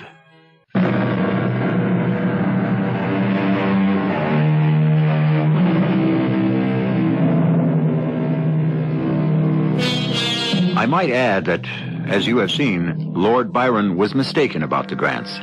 They did not die young. But then, on reflection, after all they had to go through, perhaps the gods didn't love them so much. Maybe that's the trouble with quotations, that they tend to be only half true, that we should never accept anything as the ultimate answer to life. It has a lovely way of going on, no matter what happens or what the poets say. Our cast included Don Scardino, Jennifer Harmon, Joan Shea, and Robert Dryden. The entire production was under the direction of Hyman Brown. This is E.G. Marshall inviting you to return to our Mystery Theater for another adventure in the macabre. Until next time, pleasant dreams.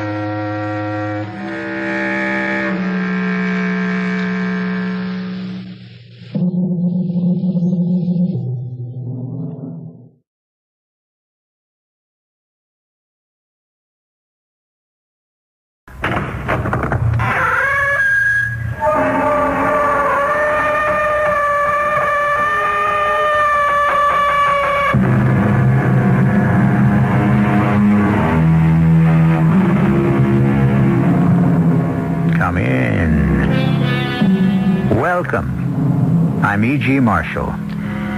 Life is eternal, and love is immortal, and death is only a horizon, and a horizon is nothing save the limit of our sight.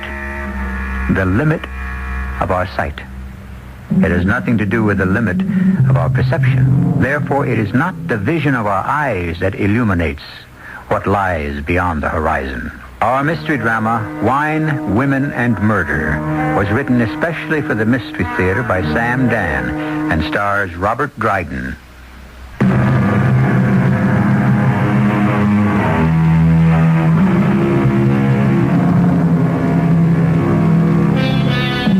Are there as many stars in the sky as there are grains of sand on the beach? And does it matter? It does to some people, proving that any knowledge, no matter how esoteric, is meaningful to somebody, sometime, somewhere, somehow. Well, no matter what it is, you want to find out. If there's ever been a book published on it, Elias Breckenridge would know all about it. Good morning, Mr. Breckenridge. Oh, good morning, Miss Bexler. I came in because of the sign on your door. Ah, the sign. Well, it says, "Will be closed for holiday." Yes. Well, I'm not aware of any holiday. There's no national one that I know of, even though they've been scrambled about in a most confusing fashion. Yes, that's true. Well, it's my holiday. I shall be away for a week. Oh, you mean a vacation? No, my dear Miss Bexler. A vacation implies a period of freedom from toil. I do not consider my bookshop as an enslavement. Of course. Trust you to put the situation in its true perspective. I am en route to Germany. All the way from California to Germany? The city of Cologne, or Cologne, as we might say. Oh? Is there some purpose, some reason for choosing Cologne? Of course. I'm a member of the International Coleridge Society. Coleridge? The poet Samuel Taylor Coleridge. Of course.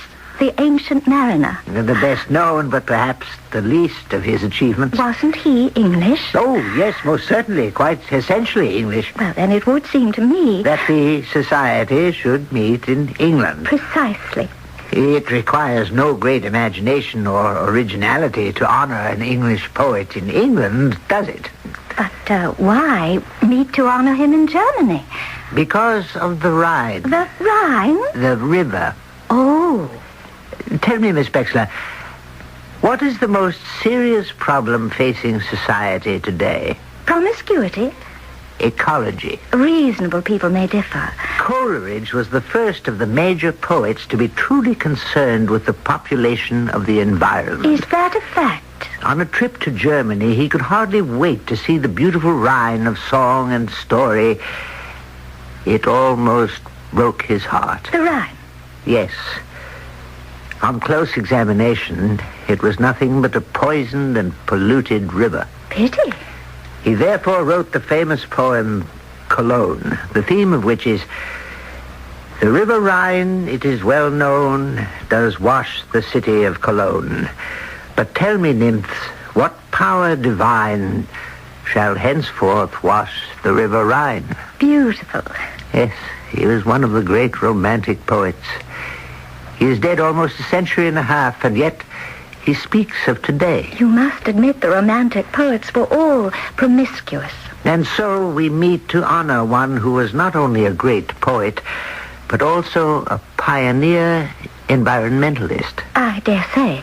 It is not enough for a poet to write beautifully. His words must also be meaningful. I'm sure of it. Well, you said you were going to Cologne, and by the sheerest of coincidences, I have some business in, of all places, Cologne. Oh, do you indeed? Yes, I have a cousin in Cologne, Dr. Karl Heinz Wechsler. He teaches at the university. Oh, indeed? Yes. His specialty is molecular genetics. Is that a fact? Well, we have an uncle who died. Oh, I'm sorry. He was 95. Well, even so. In Cincinnati, where he left us a house. We agreed to sell it. Ah, I see. You see, we must get the deed to my cousin somehow. And, well, I was thinking... Oh, no, it would be an imposition. What would? Well, since you are going to Cologne... Oh, I should be happy to. Would you? You see, the mails can be so undependable.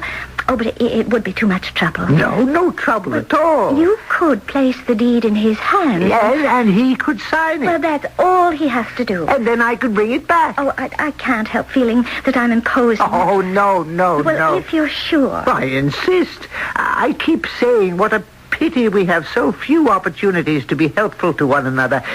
What I mean is that we take so few opportunities to... Well, if you're quite sure. My dear Miss Bexler, I insist.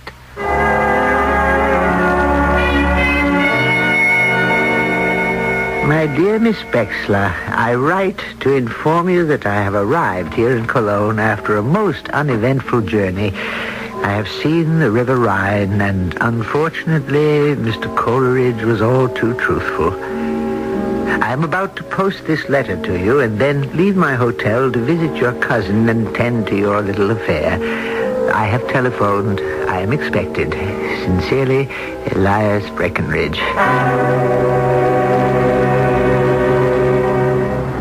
Taxi, are you free? Who is free in this world? It is comforting to know that German cab drivers are as philosophical as American ones. And you, Herr American, are you out for some fun? Oh, yes. Take me to 71 Schillerstrasse. Is that it? You won't find much fun there. No? Oh, no. That is where the teachers are. At the university. That's where they live. Ah, then I have the right address. Not for fun. For real fun, I could take you to a... I suppose it all depends on how you define fun, huh? For me, fun means ladies present. Oh, I shall be with some ladies later this evening. I misjudged you, Herr American. We have several female members of the Poetry Society. I was right the first time. But if you should change your mind later on, ask at the taxicab line for Willie. Willie Kellner. Very well. I'll remember. No, somehow I do not think you will.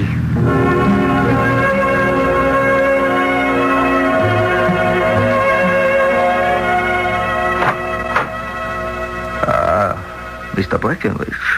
Professor Bexler? Yes, please, come in. Ah, thank you. It is I who should thank you. Please, be seated. A glass of wine? No, never during the day. I make it a rule. We have a saying here in Cologne. Lies were meant to be spoken. Rules were meant to be broken. Yes, well... It sounds better in German. And I have a most excellent vintage.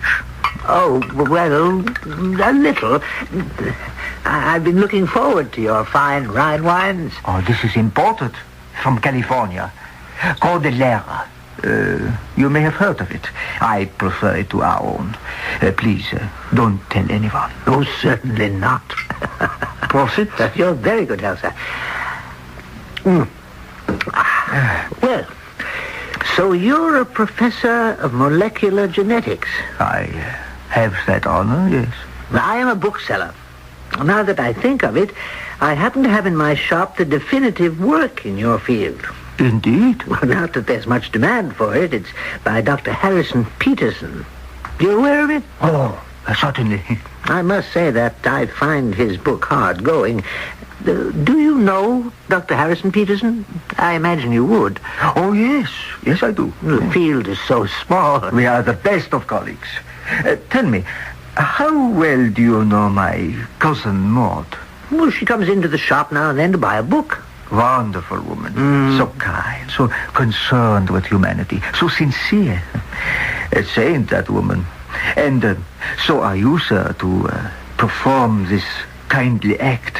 Most people would not have bothered. Yes, it could be a more cooperative world, I suppose. Let us have a drink to that.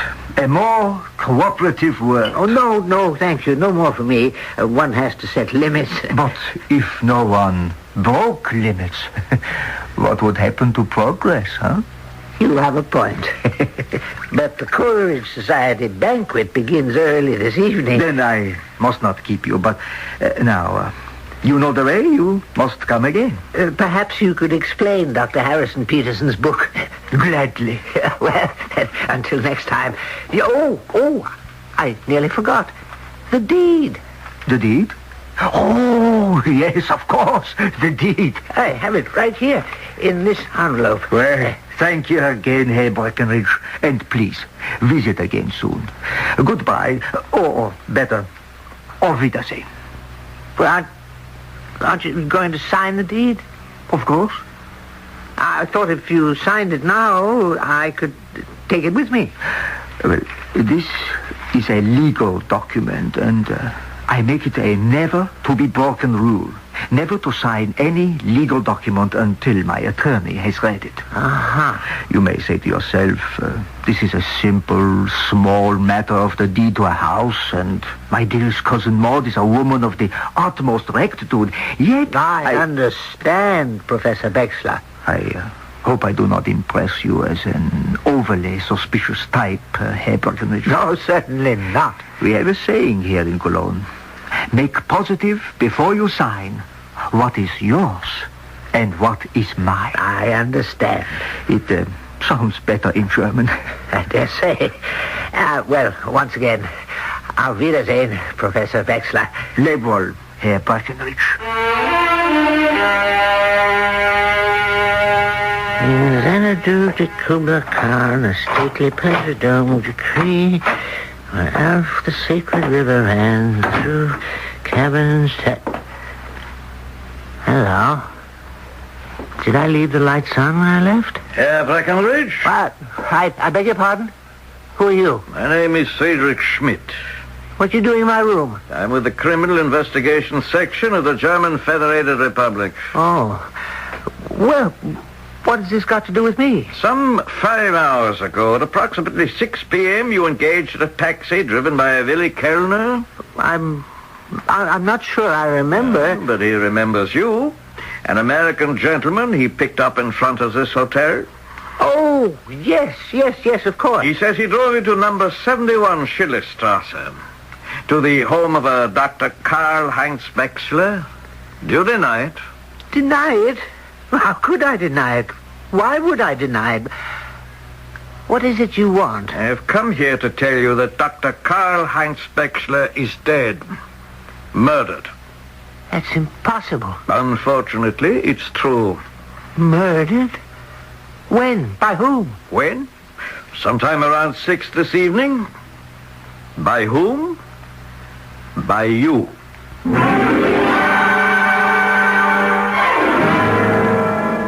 Let's see. We were with him during that visit to Dr. Karl-Heinz Wechsler's home. We didn't see or hear Elias Breckenridge kill the professor. However, we were not with him when he went to the meeting of the Coleridge Society. We only have his word for that. Have we been wrong about meek, mild-mannered Elias Breckenridge? One thing is sure. To be accused of murder when you're a stranger and alone in a foreign country is hardly the happiest of situations. I'll return shortly with Act 2.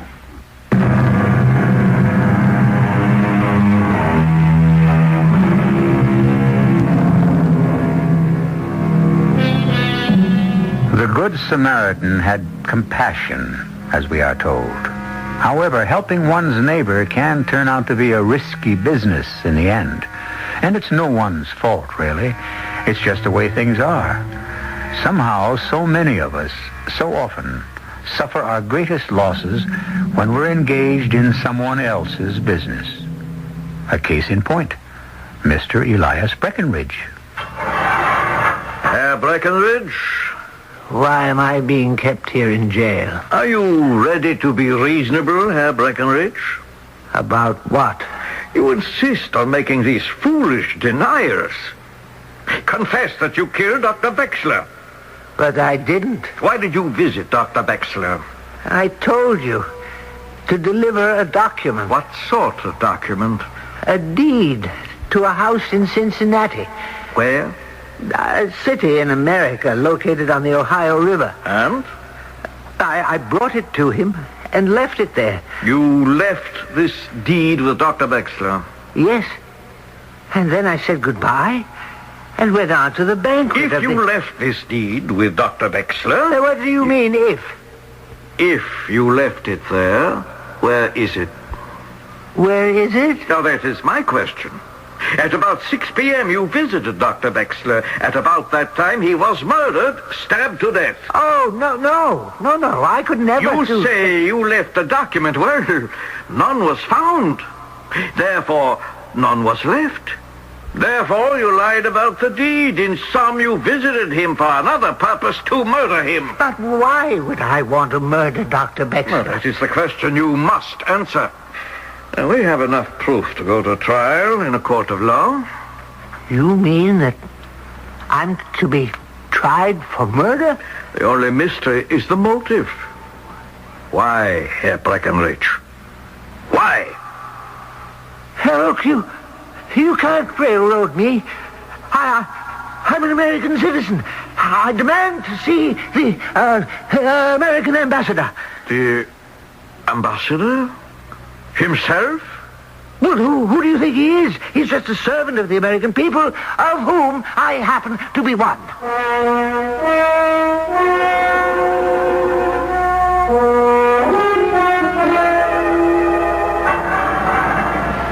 Mr. Elias Breckenridge? Yes? Well, who are you? I'm from the American consulate. You? My name is Victoria Shakespeare. You don't look like a consul. I'm not. I have a long way to go. I'm only the third assistant secretary. Oh, I see. I'm not important enough to merit a visit from the consul himself. He's busy negotiating a $20 million trade treaty. What's more important? Justice for a human being or money? Now, what do you think I can do for you? You mean to say that I'm in danger of being hanged and the best my country can do for me is to send a third assistant secretary? First, you are in no danger of being hanged. Oh. Well, then you are going to do something about it. Because there is no death penalty in this country, you'll probably get life. Second, I may be a third assistant, but I have prospects of becoming a first assistant. Well, you must do something. What? We've been presented with the facts in the case. Tell me, why did you kill him? But I told... No. What's the use? It's a nightmare. I find myself in prison, accused of murder that I did not commit. I am abandoned by my country. You still haven't answered the question, why did you kill him? I did... All right. You refuse to help me. You insist you went there to deliver a deed. But no deed or document was found. Someone took it. Who? Whoever murdered Dr. Bexler. But you murdered Dr. Bexler. Miss Shakespeare, please leave me. I was foolish enough to believe that my country would stand behind me. Elias Breckenridge, bookseller. Who does he think he is? Are you quite finished with me? I have to make a report. Now, you claim you came here to attend an international poetry conference. And I can prove it. A customer of yours back home, a Miss Maud Bexler, asked you to deliver a document to a cousin of hers here in Cologne, a Dr. Karl-Heinz Bexler, who teaches at the university. Yes, that's true. You claim you visited Dr. Bexler briefly, left the document with him, and went on to your meeting. That's exactly what happened. Thank you, Mr. Breckenridge. And now that you've got that information... what are you going to do with it? Why, file it. Of course, Mr. Breckenridge. File it.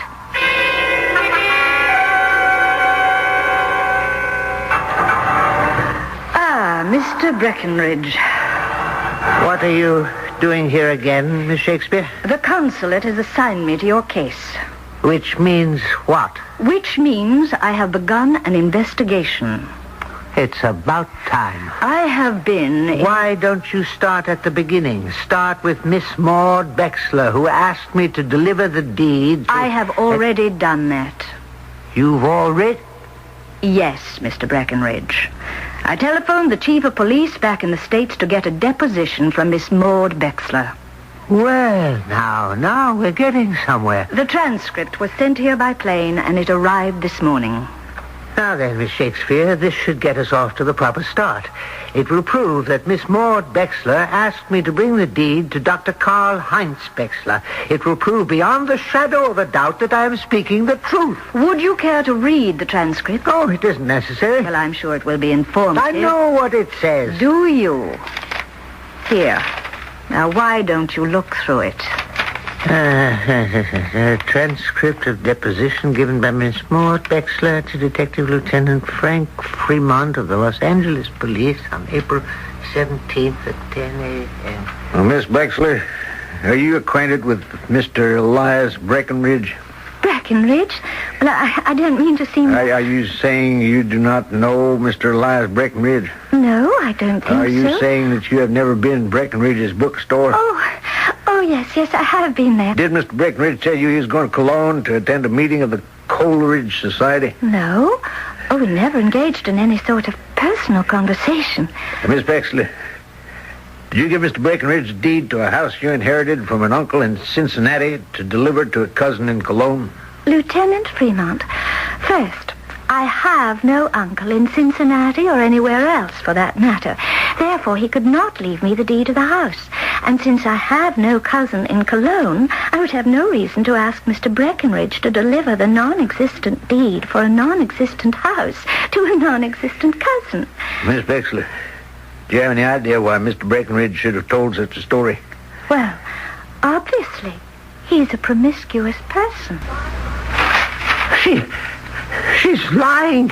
The woman is lying. Why should she lie? Mr. Breckenridge, is it true that you lose money on your bookshop? Who told you? We've been checking some of your friends and acquaintances. You told them. The bookshop does not make a profit.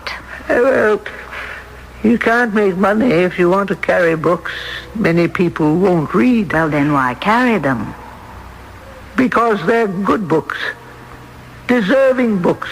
Who subsidizes your shop, Mr. Breckenridge? Who makes good the loss? Who? Well, I do. But where do you get the money? I have a small income left to me by my mother. Mr. Breckenridge, isn't it true that your bookshop is a front? A front? For what? Why don't you tell me? Miss Shakespeare, I have nothing to tell you. Are you a hired assassin?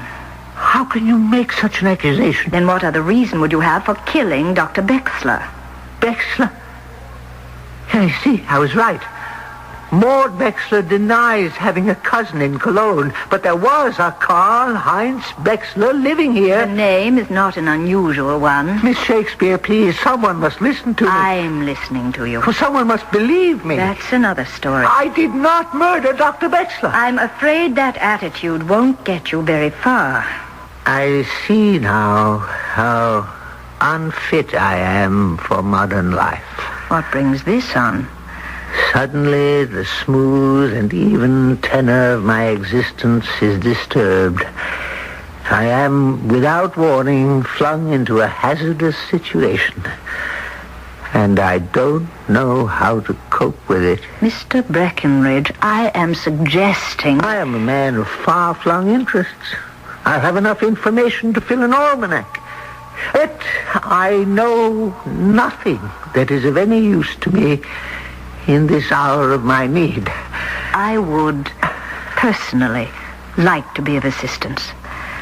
Well, that's very kind of you. As long as there is some hope of your innocence, I am assigned to you. But I am innocent.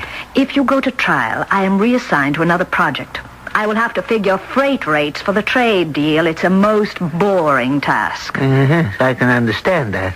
How can we prove your innocence? I don't know. Let us accept your word that you did not kill Dr. Bexler. Describe that visit. I've done that at least 100 times. I arrived at the house. It was just about 6. He admitted me. Was he alone? I think so. There were no signs of anyone else. And? We had a glass of wine. Yes. And we chatted. What about? Oh, just polite conversation. About what? I don't remember. You came into the house. The first thing that happened. He offered me a glass of wine. The first thing you talked about. It was the wine. What did you say about the wine? Well, he remarked that it was a California wine. Here? In the Rhine country? Yes. A white wine called Cordillera. I'd never heard of it. Neither did I. Then, what? Well, more small talk. On what subject? His particular subject. Molecular genetics. I happened to remark that in my bookshop I carried the definitive work in the field. Yes. I made a mistake. A mistake? How could I possibly make such a mistake? I never do. What are you talking about, Mr. Breckenridge? Now I know I didn't kill Dr. Bexler. Now I can prove it.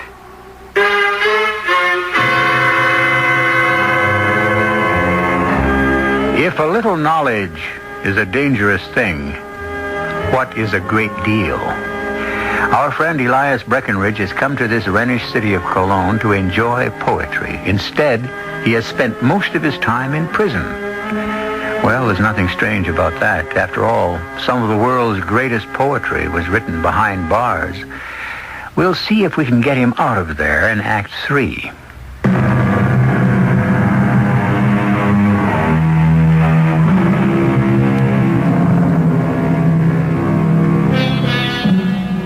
Stone walls do not a prison make, nor iron bars a cage.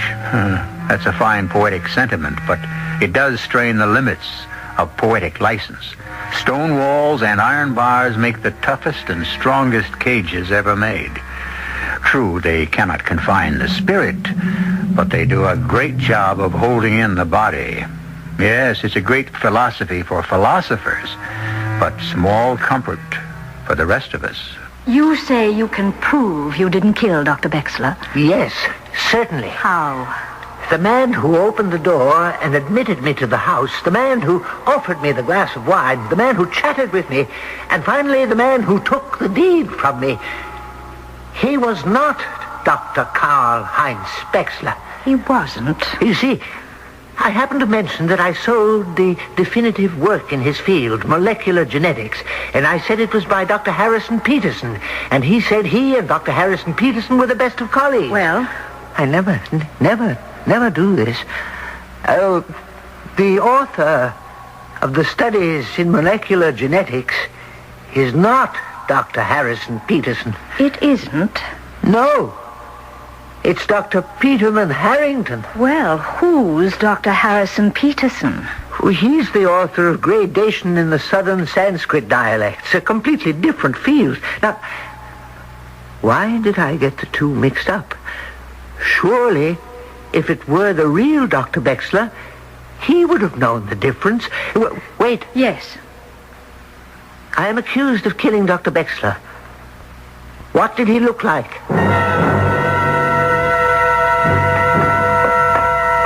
Fortunately, he is still being held here. This place makes me nervous. Why? It's only a morgue.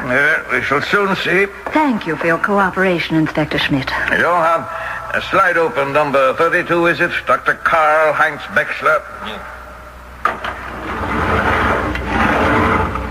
Well, Herr Breckenridge?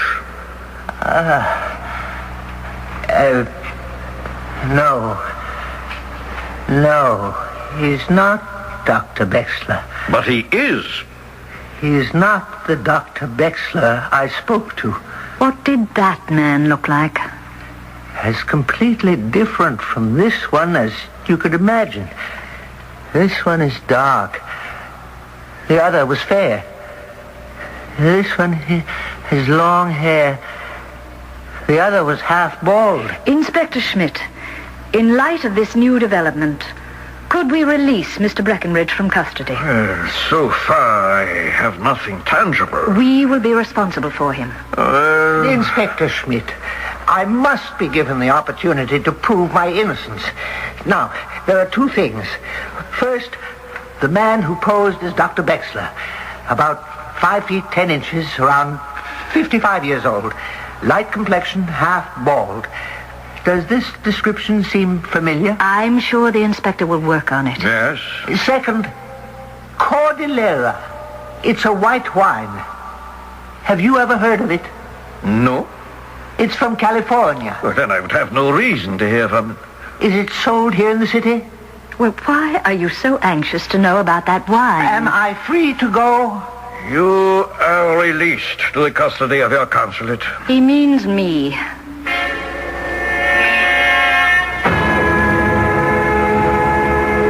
But why did you want to come back here, to Dr. Bexler's place?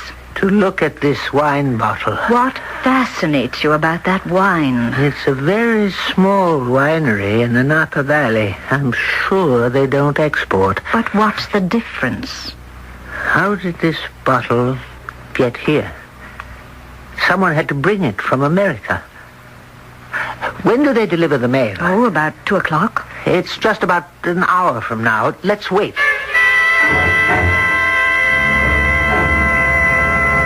May we talk to you for a moment? Are you the new people in this house?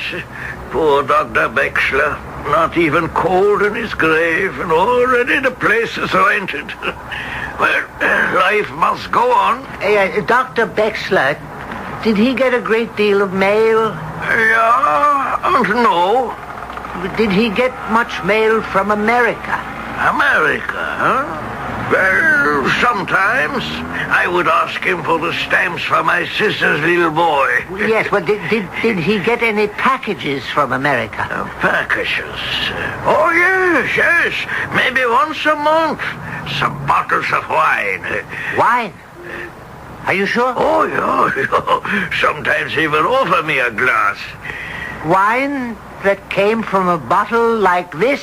Oh, yeah. It's not bad for an American wine. Thank you. Thank you very much, sir.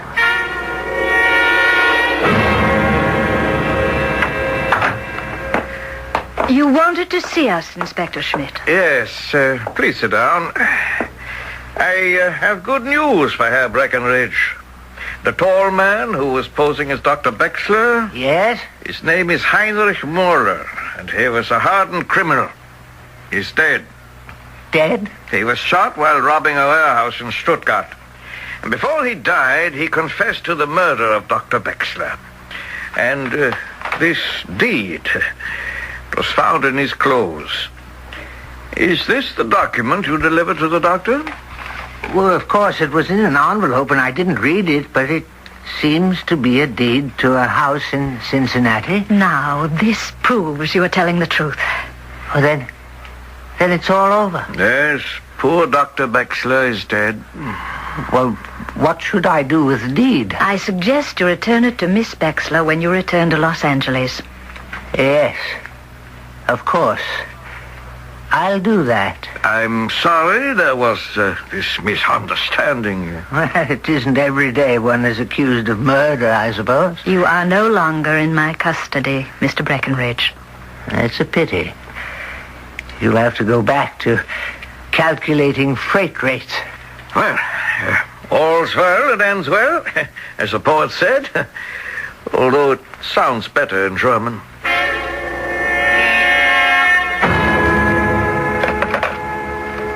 I would like to make a transatlantic call, please. Yes. To Miss Maud Bexler in Los Angeles, California. Yes, I'll wait.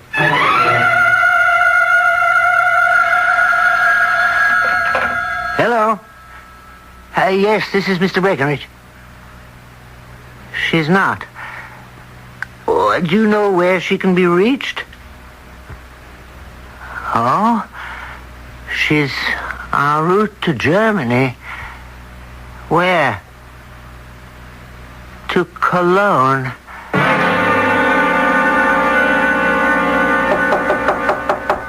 Just a minute.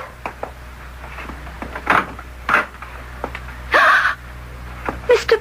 Breckenridge. May I come in? Thank you. Small world indeed. What brings you here? A very sad event, as you may know. My cousin, my only relative, was murdered. I flew here for the funeral. Oh, a most pious act, Miss Bexler. I have here the deed you asked me to deliver. Oh, thank you. It's your property. Well, you've been most helpful to me, Mr. Breckenridge. I wish I could say that you've been most helpful to me, Miss Bexler. Why, whatever do you mean? Why did you tell the police you didn't give me that document to deliver to your cousin? Oh, that. Yes, that. Well, you see, I'm absolutely terrified of the police. Are you? Yes. Once you're involved, it brings nothing but notoriety and scandal. It's best to keep clear of such things. But did you stop to think where that would leave me? Well, I'm sorry. I'm truly sorry. I was being accused of murder. Well, when the police officer called that morning, I was so surprised and frightened I lost my head. You must believe me. I would have made it all straight later on. Is that a fact? You see, there's no harm done. You're free. It all ended well. Has it ended? Poor Carl. His murderer has confessed, and so, well, I understand the case is closed. Not quite. Why? Is there anything else? Let's see. We have Miss Maud Bexler in Los Angeles, California. We have, or had, her cousin, Dr. Karl Bexler, in Cologne, West Germany. Miss Bexler is a spy. So is her cousin. Miss Bexler purchases U.S. military secrets and sends them to Dr. Bexler, who in turn sells them here in Europe. That's a lie. Most are sent in wine bottles, or should I say, on wine bottles. Needed is a bottle with a great deal of white on the label. Cordillera answers that requirement. A simple, invisible ink is used, lemon juice or any strong concentration of acetic acid. Sir, I must ask you to leave. When you discovered that I was leaving for Europe, you made up the story of the dead uncle so that you could give me the deed to deliver. But on the back was an important message in invisible ink. That's a lie. But someone over here must have discovered what Dr. Bexler was doing, perhaps tried to blackmail him, or whatever. At any rate, he killed Bexler just before I arrived, and he posed as Bexler. Not one word of this is the truth. Do you know what's on the back of that deed, Miss Bexler? In invisible ink? Apply a little heat to it, and you would read the specifications for the electronic rangefinder for the latest... That's enough, Mr. Breckenridge. Well, now, that's a pistol. And I know how to use it. Do you expect to get away with anything? Yes. It was self-defense. You're slightly mad anyhow, eccentric. You came here to kill me for lying about that deed. What could I do? I had to defend myself. Now I shall start to scream, and then I'll fire. Help! Help! He's going to kill me! Do not shoot, Miss Bexler. All is well. We have him. We have him. He's crazy. A madman. He wanted to kill me. Well, that's a lie. Inspector Smith, that's a lie. That's enough out of you. You're under arrest.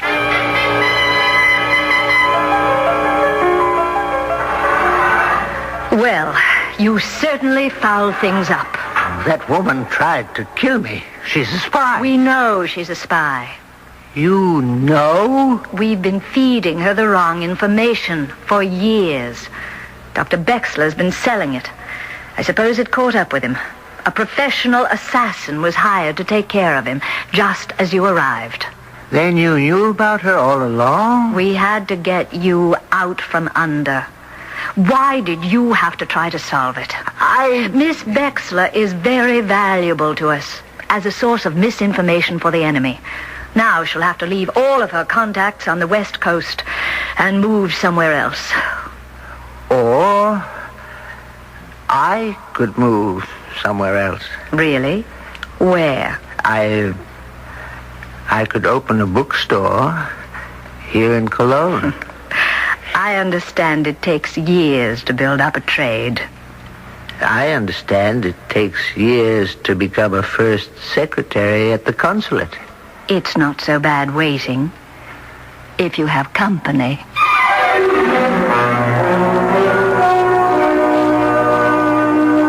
Who says we don't give you happy endings? Here's a story that ended happily for all of the principals. For Elias Breckenridge and Victoria Shakespeare, of course. Certainly for Maud Bexler, who is continuing her career as an enemy spy, but working unconsciously for our side. I shall return with another happy thought in just a few moments.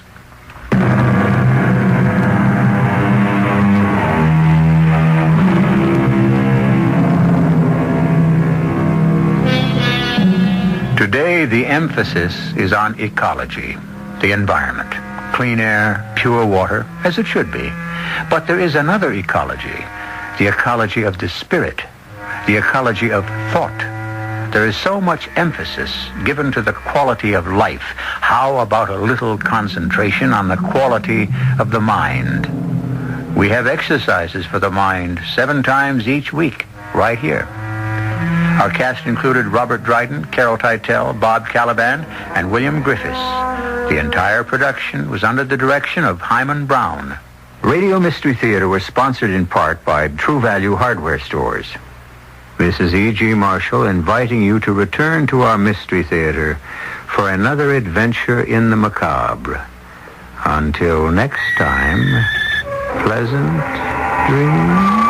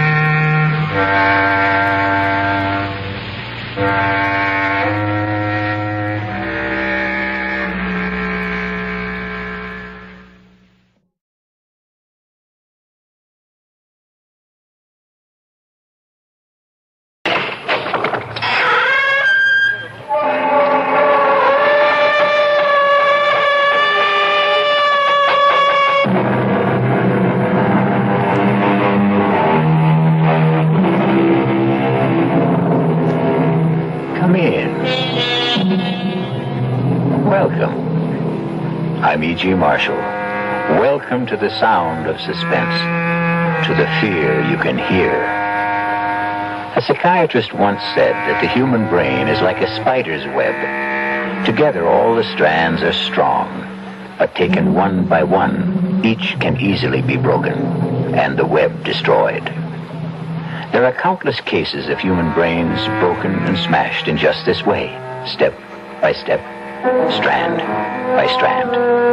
And I can't help wondering, is this what happened to young Jennifer Brady?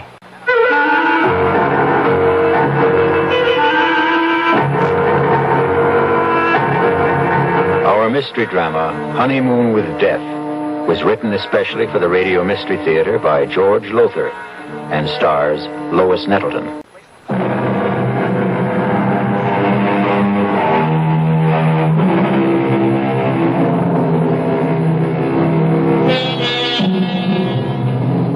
What makes Jennifer Brady think she's going out of her mind? What strange thing happened that couldn't have happened? Perhaps we can find out together. It was a wonderful honeymoon, Howard. I can't tell you how much I enjoyed it. Adored it. But you know something? Howard, you know something? What, Jennifer? What? It's wonderful to be back home. These last 10 days driving back from San Francisco, I kept thinking, when, oh, when will I be back in my own bedroom, in my own bed, in my own little old New York brownstone house? Oh, I shouldn't have said that, should I? What? Said what, Jennifer? Am I bothering you with all my chatter, Howard? Bothering me? How could you possibly bother me, sweetheart? I'm just trying to catch up with all that mail Margaret left on the living room table. Oh, hey, I haven't seen that negligee before. I saved it for our homecoming night. Like? I can see a whole month of honeymooning hasn't changed you a bit. When I've got a bride as beautiful and sexy as you, our whole life is going to be a honeymoon. Now, tell me, what was it you shouldn't have said? What? Oh, I've forgotten. Something about your own little old New York brownstone house. Oh, well, what I meant, it's not just mine anymore. It's yours now, too. And your sister Maggie's. You both inherited this old brownstone from your father. Though I must say I think that we, have the better of the bargain. What do you mean? I much prefer this top floor apartment, don't you? Oh, yes. Luckily, Maggie always preferred the downstairs part. No climbing stairs. Well, stairs won't bother me. I'll take them 2, 3 at a time, knowing that you're waiting at the top of them. Oh, darling. Well, you better finish brushing your hair. I'll finish that mail in the living room. Howard? Yes? About the car. Well, what about it? You think it's safe parked out in the street? One night won't hurt. I'd feel awful if anything happened to it.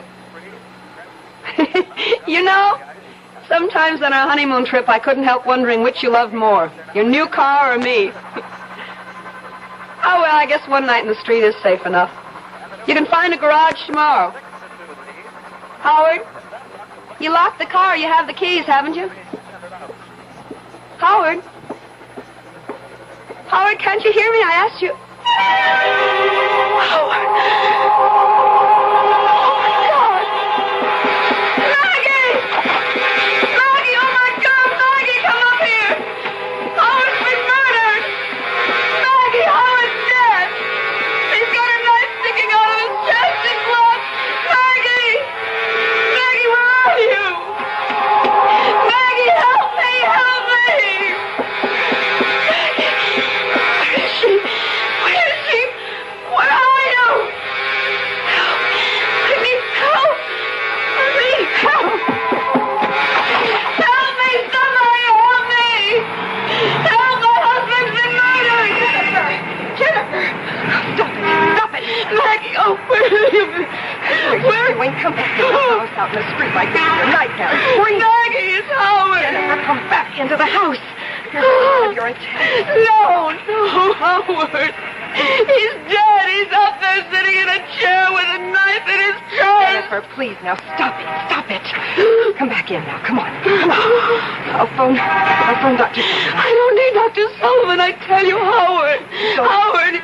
All right, now. The neighbors haven't heard or seen anything. Now, look, Jen. You sit here on the couch and try to hold on. I'll phone Dr. Sullivan. Maggie! Howard is dead. He's up there in our apartment. Dead. Jennifer, please, now try to control yourself. There's no one named Howard here. What do you mean? No one named Howard? You know Howard Lansing, my husband, the man I've been on a honeymoon with for a whole month and home just a few hours ago. And stop looking at me like that. All right. All right. Now look, Jennifer, I'll tell you what I'm going to do. I'll go upstairs, and I'll see if anybody's there. Howard's there. All right. If this Howard is there, and if he's dead, then I'll phone the police. All right? Yes. But if he isn't, then I'm going to phone Dr. Sullivan, have him come right over. Now, that agreed? What's that? That's just the front door bell, Jennifer. Oh, yes, officer? Officer Helmets, ma'am. Ed Helmets. Anything wrong? No. What do you mean, no? My husband's been murdered. He's upstairs dead, a knife in his chest. Jennifer, please. Officer, there is no one upstairs, dead or alive. Well, then what was all the screaming about? I'm walking the beat just up at the corner, and I hear all this screaming. It's nothing. Believe me, it's nothing. Officer, will you do me a favor? Oh, sure, if I can. Would you go upstairs, please? And see for yourself? Officer, my sister is a highly emotional woman. Please? Would you please? Sure. Make you feel any better? Sure. Jen, what am I going to do with you? You know what Dr. Sullivan said. Dr. Sullivan? He said if you had another one of these attacks, you were going to have to be... I am not having an attack. I am as sane as you are. Don't look at me like that, Maggie. I am. Well, officer? Well, there's nobody up there, ma'am. Nobody. But there is somebody. My husband, Howard. He's sitting in a chair with a knife in his chest, blood all over. No, ma'am. But that's impossible. Impossible, I tell you. It's impossible. I couldn't. Maybe you want to see for yourself, huh? I'll go up with you. Officer, thank you very much, but there's no need. I do want to see for myself, will you? Sure. I'll come with you. No, on second thought, what's the use? I mean, I'm really very tired of this sort of thing. What sort of thing? Never mind, officer. Just, you go ahead. Now, is this the room where you, thought that, huh? I can't believe it. It's impossible. You can see for yourself. 5 minutes ago. 5 minutes ago, I tell you. In this chair. He was sitting back in this chair, and there was a knife sticking out of his chest. The mail was scattered all over the floor. Mail? We'd just come back from our honeymoon. We'd only been in the house a few hours, and Maggie had left all the mail that had collected for a month on the table, on this table. Well, you can see, ma'am, no mail. And blood. There was blood on the carpet, some of the mail. Well, no mail, no blood. You don't mind me saying so. I think you... Well, maybe you had a dream, a nightmare, huh? Please. I'm not out of my mind. I didn't say you were. No, but everybody else does, and I'm not. I'm not. It don't mean you're out of your mind because you had a bad dream. It was no dream. It happened. I tell you, it happened. Howard was here in the living room reading the mail. I was talking to him from the bedroom. I had just taken a bath, and I was brushing my hair, and... Wait. I know. I hadn't emptied the tub. The water's still there. It must be. I'll show you. I don't understand it. Tub's bone dry, ma'am. Hasn't been used. Now, not tonight, anyway. His clothes. Howard's clothes. He'd empty his suitcases and put his clothes in the closet. His suitcases, too. Just ladies' clothes. Yours, ma'am? Yes. Now, hey, look, don't cry. Hey, look, this dream you had. It was no dream. Okay. So maybe you imagined... I didn't imagine anything. Do you imagine a husband? Do you imagine a month-long honeymoon? Do you imagine a man in a chair with a knife in his chest? I got to admit, you'd have to have a darn strong imagination to... But they tell me that's what artists got. Artists? Oh, you are an artist, aren't you? That painting there on the easel? Oh, that's just a hobby. I haven't touched that since I left on my honeymoon. No? What do you mean? How long does it take paint to dry? Oh, a day, thereabouts. Well, this paint's still wet. Plenty wet. Look at my finger. Oh, now, don't start crying again. A woman crying, it makes me feel awful. I'm sorry. Look, whether you dreamed it or imagined it... I didn't. Yeah. I didn't. Yeah, well... I know I've had spells. Spells? What kind of spells? Oh, I've always been high-strung, nervous, you know. Well, I don't know if I know. I mean, me, well, I'm the other way. I haven't got a nerve in my whole body. I envy you. You've never been to a psychiatrist. A shrink? No, me. You ask me, anybody who goes to a shrink ought to have his head examined. That's a joke. You get it? Yes. Well, then laugh a little bit. Come on, do you good. I can't. No, of course you can't.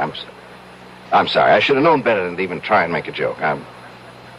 You go to a psychiatrist, huh? Yes.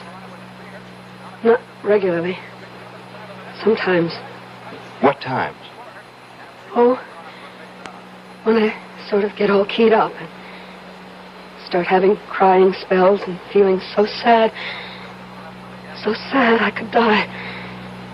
Well, what's to feel sad about? Chick like, excuse me, a pretty girl like you with everything in life to live for. What's to be sad? I don't know. Some people feel sad for no reason at all. They just suffer from depressions. Oh, excuse me? Oh, yes, ma'am? Jennifer, Dr. Sullivan is on his way over. I just phoned him. All right. And, officer, thank you very much for trying to help. Oh, not at all, ma'am. Not at all. Glad to do what I could. I'll show you out. Oh, that's okay. No. Good, I'll come with you. I'll be just a minute, Jen. Officer, I wanted to ask you, you don't have to say anything about this, do you? I mean, put it in your report or anything? Oh, no. There's been no damage or anything like that. She get this way often, your sister? Well, often enough. She hallucinates, you see. Huh? Come again? Hallucinates? It means, well, just what you saw. She was totally convinced there was a murdered man up there. Her husband, no less. Well, you saw for yourself. Husband. Jennifer's never even had a boyfriend. A cute doll? A pretty girl like that? Well, it's all part of her condition. She's afraid of people. Men, especially. I wish she could become less afraid, more outgoing. If these spells of hers get any worse, she may lose her mind altogether. Oh, say, I hope not. A sweet kid like that, I sure hope not. I know, so do I. Well, looks like we've had a little shower. Street's wet. It was drizzling a little when I came in. Well, good night, ma'am, and if you need... Wait! The car! The car? What car? Howard's. The little red sports car he was so fond of. It isn't there. But it was. I know it was. Officer, thanks again, and good night. Good night, ladies. Jen, dear, until Dr. Sullivan gets here, I think you should lie down and rest. I don't want to lie down. Well, then just stretch out on the couch, and I'll make some tea for us. Oh, that's probably Dr. Sullivan now. Oh. Yes? Excuse me, ma'am. I just wanted to get something straight. Yes. Your sister, did she say... Oh, ma'am. Yes, officer. Did you say that car was a little sports car? Yes. Why? Well, nothing, only there was one parked out there in the street. What do you mean? Oh, we've had a shower, see, and I happened to notice the street's dry in one spot. There must have been a car standing there while it was raining. A small car. Officer, please don't make things worse for me or for my sister. I mean, there's nothing unusual about a car being parked in the street. No, only... Good night, officer. Funny, though. Funny. What exactly is it that strikes Officer Helmut as funny? Perhaps we'll know when I return shortly with Act 2.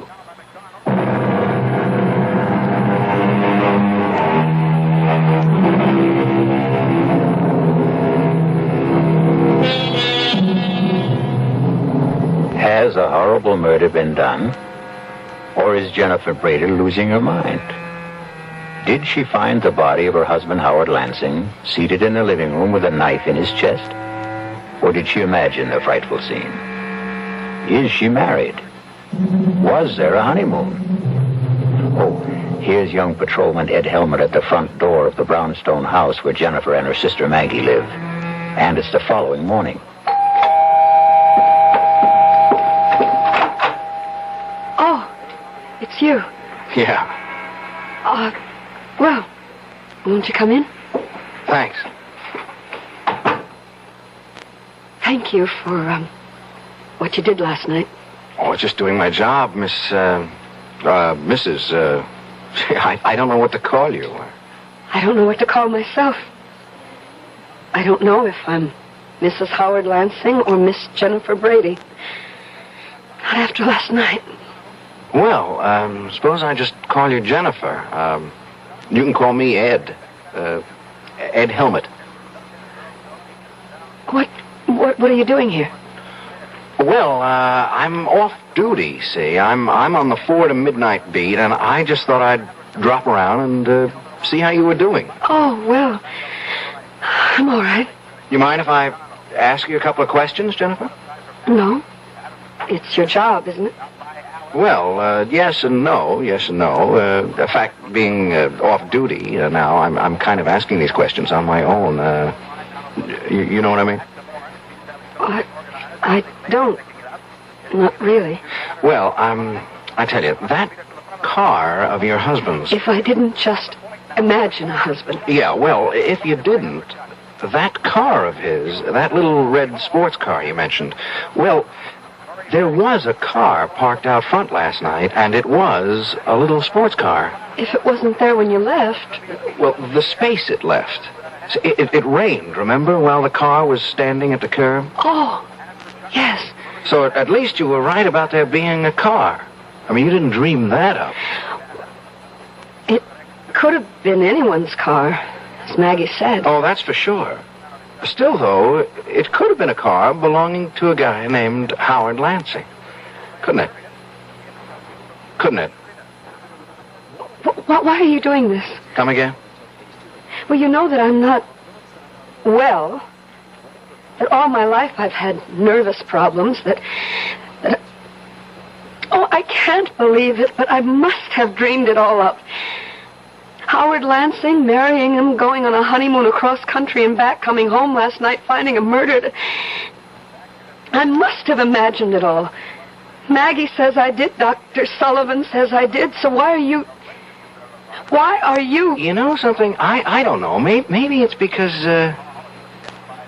Well, what? I kind of like you, and, Well, me, I didn't get much sleep either last night, thinking about this whole thing, thinking about you, and, well, I'm kind of wishing I could straighten things out for you. That's very sweet of you, officer. But... Call me Ed. Ed? It's sweet of you. But you're wasting your time. I'm mentally... Oh, come on now, don't cry. You had a bad dream, that's all. A nightmare. Oh, it was more than that, much more than that. When you dream something, you wake up and you know it was a dream. I'm still living it. I remember the ceremony, the hotels we stayed at, the things we did. Even Howard constantly fussing with his new car. Yeah, there's that car again. What do you mean, fussing with it? Oh, just that he was always polishing it, checking this and that. Fussing, that's all. And you remember all about the ceremony and the hotels and like that? It's all as vivid as if it had actually happened. Tell me about the wedding. Who married you? Nobody married me, Ed. I imagined... Okay. So where did you imagine you got married? A little town in Jersey. By a justice of the peace. What little town? What JP? I don't know. It was night, and we just pulled off the Garden State Parkway. Howard had said he knew a place, a justice of the peace. Okay. What about hotels? Well, I remember we stayed at the Ambassador in Chicago, and the Statler in St. Louis, the Beverly in Los Angeles, and... Oh, that you, Maggie? Yes, Jen. Well, any calls? Well, Oh. Hello, Miss Brady. Aren't you the policeman who was here last night? Yeah, that's right. You're wondering what I'm doing here now, huh? Well, yes, I am. I just dropped in to see how Jen was doing, that's all. Jen? I mean, excuse me, Miss Brady. I was never much for being formal. Yes, obviously. Have you been here long? No, 10 minutes or so. Well, I don't mean to hurry you, officer, but Jennifer and I have an appointment in 1 hour with her psychiatrist, Dr. Sullivan. Say, would that be Dr. Martin Sullivan on Park Avenue? No, Dr. Arnold Sullivan on East 82nd. Oh. You seem terribly interested in Jennifer's psychiatrist. Me? Oh, no. I just ask a lot of questions. I trained myself. You trained yourself? You're going to laugh. I know you're going to laugh, but would you believe I want to be a detective someday? Of course I believe it. Why shouldn't I? Ask my sergeant. He thinks I'm something else wanting to be a detective. Laughs himself silly. Well, I certainly wouldn't laugh. I think it's commendable. You think I could make a detective? Of course you could. Well, say, that's a real shot in the arm. I mean, someone like you thinking that someone like me, just a cop and new on the force at that. As I said, officer, I don't like to hurry you, but I'm going, Miss Brady. Going right now. Nice seeing you again, Jen. I'll show you out. Oh, that's okay. Some detective I'd make if I couldn't find the front door. Why, Jennifer, would you answer that, please? Of course. Oh, my God. Jennifer, what is it? Help me. Oh, my God, Maggie. Ed, help me. What? He's there. At the front door, he's there. Howard. Oh, I'm sorry. Is something... What's all the trouble? You are dead. Murdered.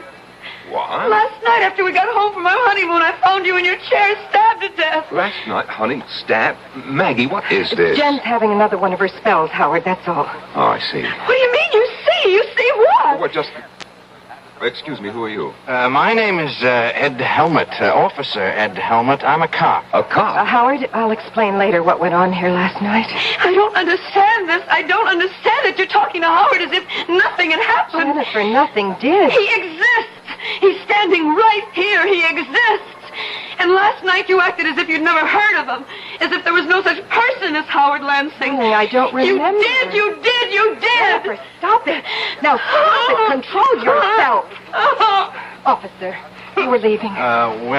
There's some questions I'd better get the answers to Officer, first. this is a private matter. It's a family affair. Well, now that depends on how you look at it.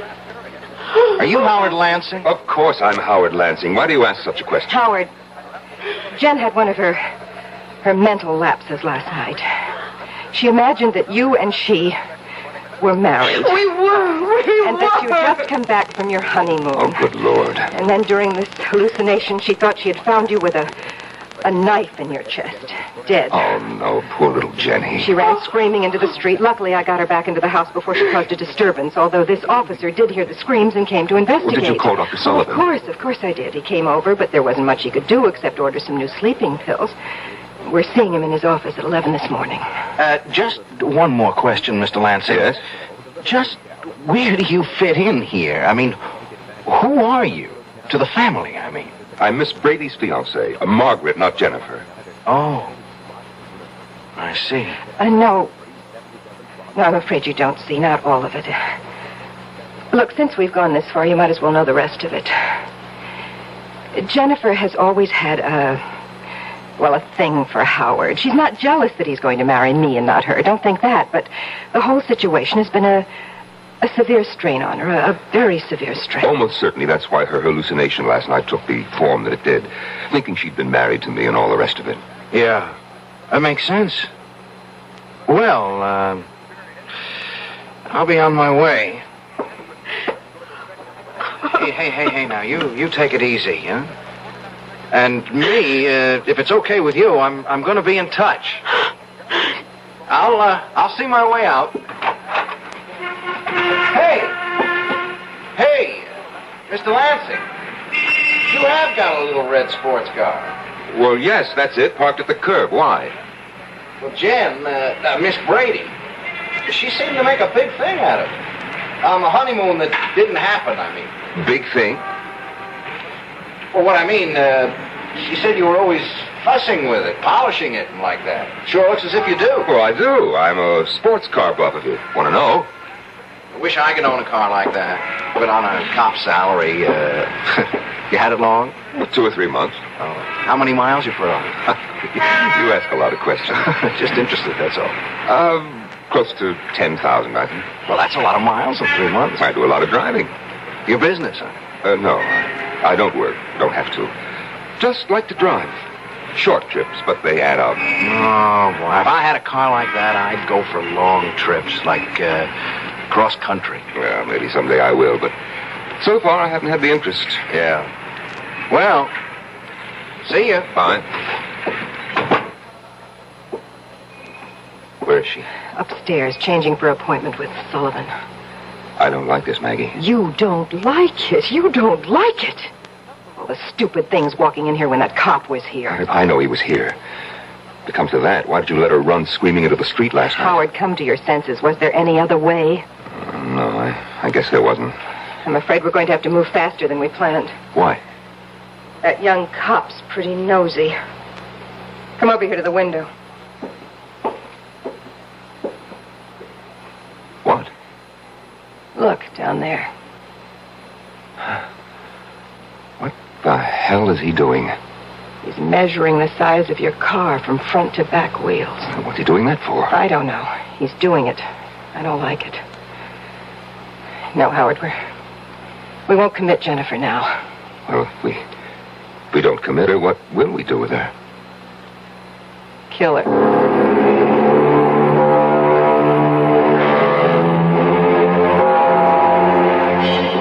Clearly, Maggie and Howard faked his murder. But how could they have managed it? And how will they kill Jennifer? We'll return shortly with Act 3.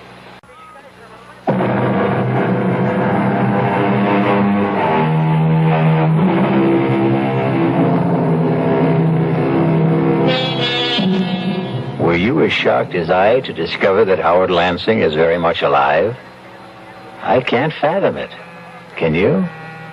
No more than, 10 minutes could have passed between the time Jennifer saw him slumped in that chair with a knife in his chest, blood all over everything, and the time Officer Helmut entered the room to find no body, no blood, nothing to indicate that a murder had taken place. It would have been impossible for Howard Lansing and Margaret Brady to restore perfect order to that room in so short a time. Even to Howard's clothes and luggage no longer in the closet, a bone-dry bathtub, and the rest of it. Got me puzzled. Well, we'll soon have the answer as we rejoin Maggie and Howard. Kill her. There's nothing else we can do. Oh, we can do what we planned originally. Commit her. It won't work. Not now. Why not? Your answer is right out there in the street. The cop was just finished measuring your car. Now, what's he doing?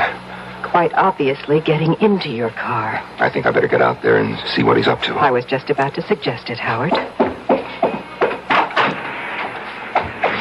Officer, what are you doing in my car? Oh, say, Mr. Lansing.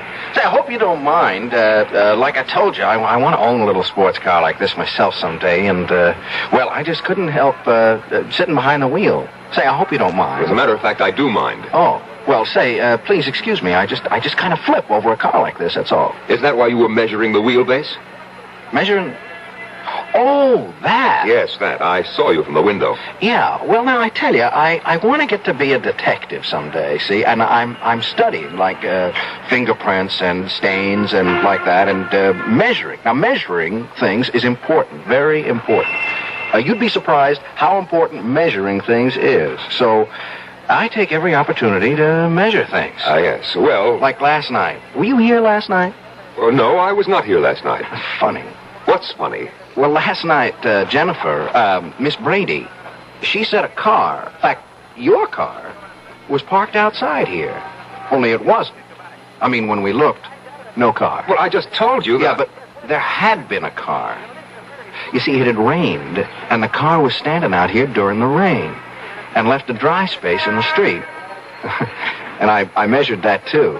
Couldn't help myself. It's become a habit, you know? Well, I fail to see what this has to do with Identical. Same wheelbase. That car and this one. Look, there are probably thousands of sports cars in New York. I'm not saying it was the same car. Oh, no, nothing like that. I'm only saying the wheelbase was the same. It's very interesting, I'm sure, but if you don't mind now, Just leaving when you came out. I apologize if I upset you getting in behind the wheel without permission. That's all right. Yeah. Well, goodbye. Oh, by the way... Now what? You got 11,243 and 9/10 miles on the speedometer. 1,000 or so more than you said you had. I just thought you'd like to know. Thank you. I'm deeply grateful for that information.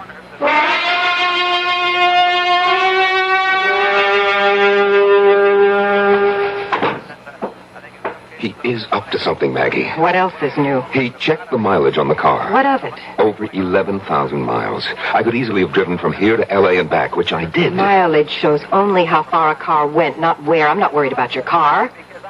I'm worried about him nosing around. The quicker we kill Jennifer, the better. Now, look, I didn't bargain for anything like murder. Neither did I, but that's the way it is. How will you do it? How will we do it? Sleeping pills. An overdose, that's the simplest. When? Well, tonight. Why wait? Oh, Jennifer. Ready for our appointment with Dr. Sullivan, I see. Yes, I'll just get my coat. Howard? Yes, Jennifer. I'm sorry if I've caused you any trouble. Oh, now. I'm losing my mind, Howard. I must be. Marrying you, our honeymoon trip across country, returning last night, finding you dead. It was all so real. So real. And yet it wasn't. It never happened. And... oh, Howard, I just can't go on like this much longer. You won't, Jennifer. Believe me, you won't.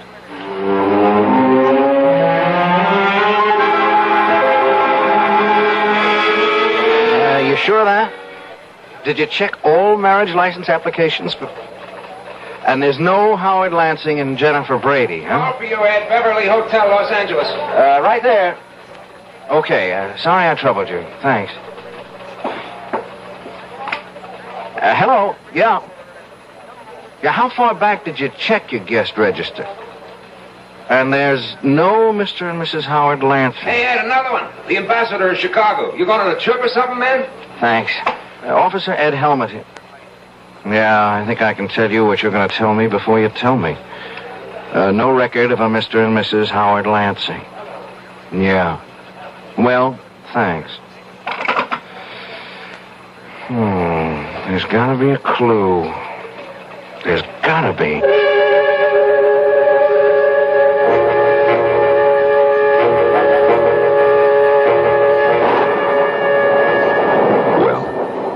She's asleep. How many pills did you give her? Enough. What's the matter, Howard? Why that look on your face? I'm a murderer. I'm just beginning to realize it.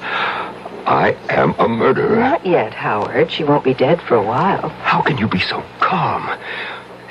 You frighten me, Maggie. I've never seen this side of you before. You've got to be kidding. All the time we spent planning this. To commit her, not murder her. What's the difference? We're not doing all this for peanuts, you know. We inherited $1.5 million from my father, Jennifer and I. You and I will have all of it once she... Who could that be? I'll see. Wait. No, I guess we can't pretend no one's at home. The lights are all on. And my car's parked out front. Oh, it's you. Okay if I come in, Mr. Lancet? Oh, well, now, Thanks. Rotten night out there. Just plain rotten. It's Officer Helmet, Maggie. Yes, so I see. Getting to be a regular visitor, aren't you? To be honest with you, Miss Brady, it's a real nasty night, and walking a beat, I didn't think you'd mind if I came in for a few minutes. Also, I wanted to see how Jen's getting along. Jen is getting along very well, if it's any concern of yours, which it is not. Oh, well, I only... Officer Helmet, circumstances beyond my control brought you into this house last night, but I do control whether you'll keep coming here like this. Please leave. Oh, well, now, wait a minute, Miss Brady. I like your sister, and I have reason to think she likes me. Now, wait a second. Just wait a second. I also think she needs somebody like me, somebody to lean on, to protect her. Of all And further than that, I'm here on official business. Official business? I'm placing you both under arrest on a charge of... Where is Jen? That's no business of yours. What's all this about? Where is she? She is upstairs asleep, if you must know. Asleep? At 8 o'clock at night? She took a couple of sleeping pills. Where are you going? How dare you go up there? Maggie, you my have God. any nerve, don't lose it now. Well, he'll know. He'll know she took an overdose. That's all he will know. He will know that we gave it to her. He's arresting us. For what? On what charge? Whatever it is, he'll never make it stick. We've covered our tracks too well for the law to... He's carrying her down. It's all right, baby. It's going to be all right.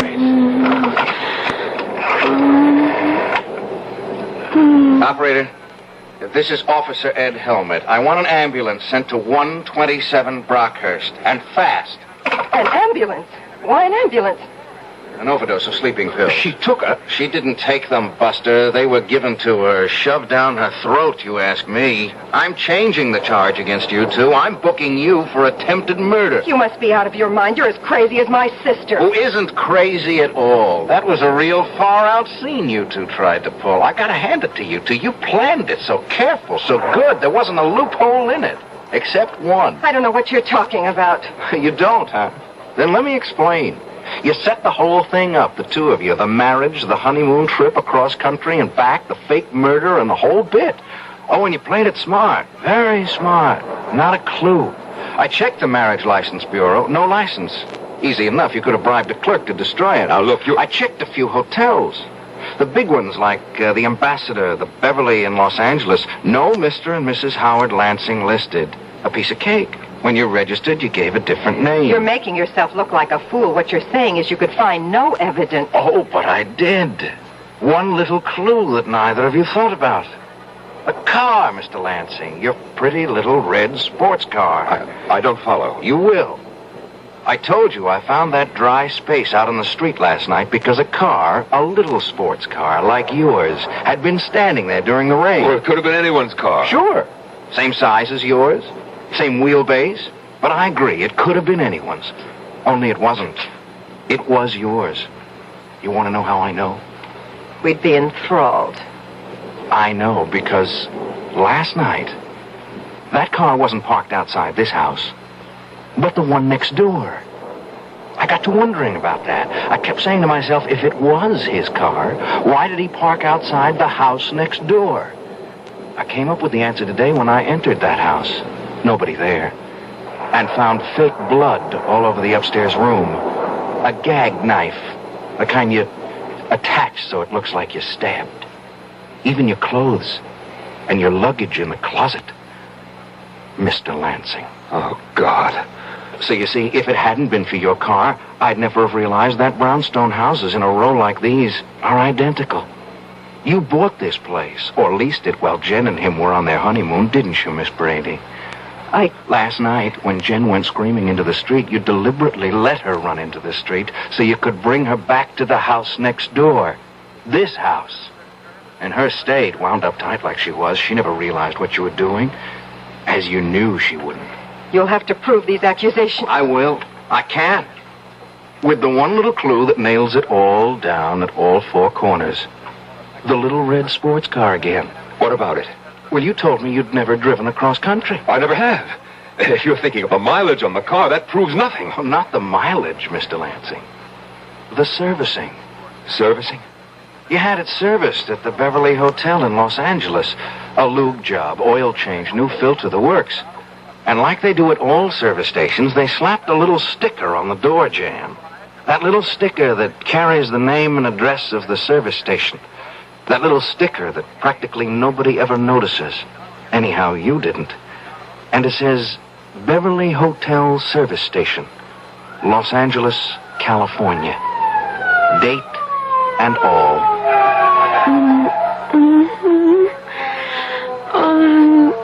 Easy, Jen. Easy. You're gonna be okay.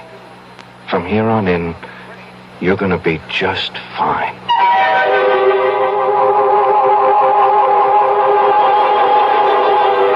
Must have been a costly business, buying or leasing that identical brownstone house and furnishing it exactly like the one next door. But then Maggie had all the money in the world, or thought she did. I'll return shortly.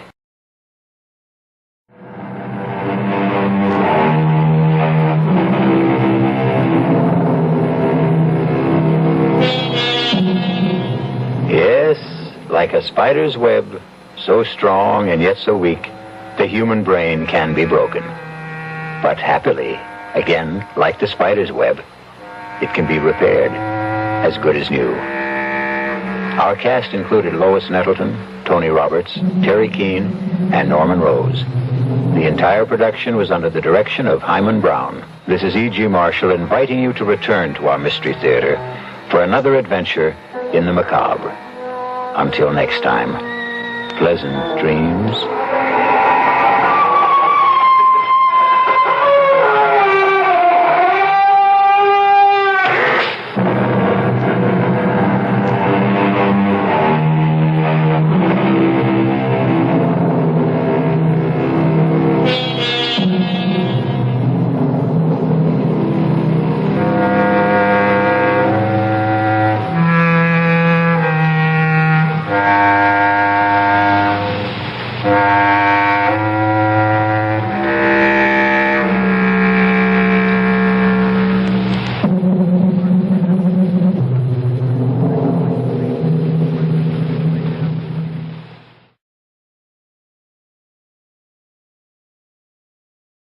And now, Mystery Theater.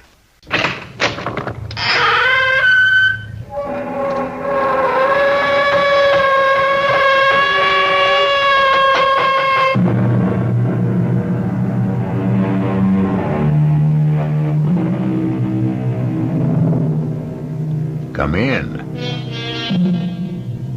Welcome. I'm E.G. Marshall. Welcome to the sounds of suspense, to the fear you can hear. Make yourself comfortable, for there are ill winds blowing outside. This is a tale of a titanic struggle between two colossal forces, one natural, the other supernatural. The prize, a girl's soul. And in the clash, as fire and water mix, there is the very devil to pay. Come with me now to the Solway Firth in Scotland to meet the first of the forces.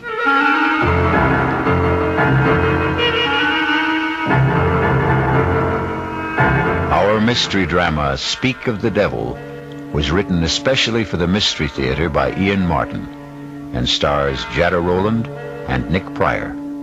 I'll be back shortly with Act One.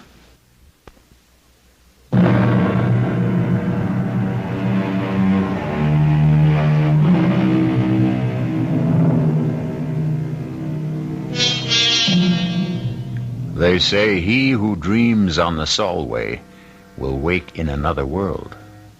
Not only is the tide a terror, but so are the quicksands, and far worse than either, the bogies, warlocks, and unnamed things that haunt Scottish history. The Scots word for tonight's story is eldritch. It means uncanny, eerie, frightful, otherworldly. Listen. If you'll put out the light, Mrs. Petrie. Hold my hand, Mike. You'd better hold both mine. Why? You can't trust me in the dark. I'm sorry, Colonel Bruce. Now, Mike, Mary Ellen, I know you two young ones think a seance is a mite daft, but it's not the way the Colonel, Mrs. Petrie, and I feel. Well, then maybe we'd better not stay. Oh, no. We need 5 for the circle. It's a blessing you're here. But please, be serious. All of us have made contact with your dearest ones who have passed on through my control. Control? That's a messenger who brings us messages. Anatu. He once was a slave in Babylon. Babylon? This is scary. Hang in, darling. Now, may we all join hands, please? I'm asking you not to break the chain of contact now. Clear your minds. Make them a blank. A quiet place. I'm reaching now. Reaching away and above and out and over from here to the bonny, bonny other place that lies beyond our ken. We're biding here, Anatu, asking you back into our circle. Will you not come back to us again? Most precious lady, from across centuries, the time is not right now. I beg you, kiss boys breathing fire tonight. No, there is evil.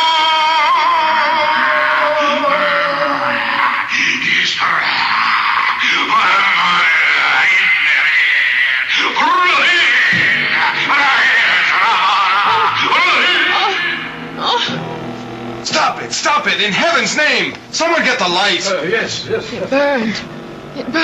Ellen, where's that damn light? Mary Ellen, are you all right?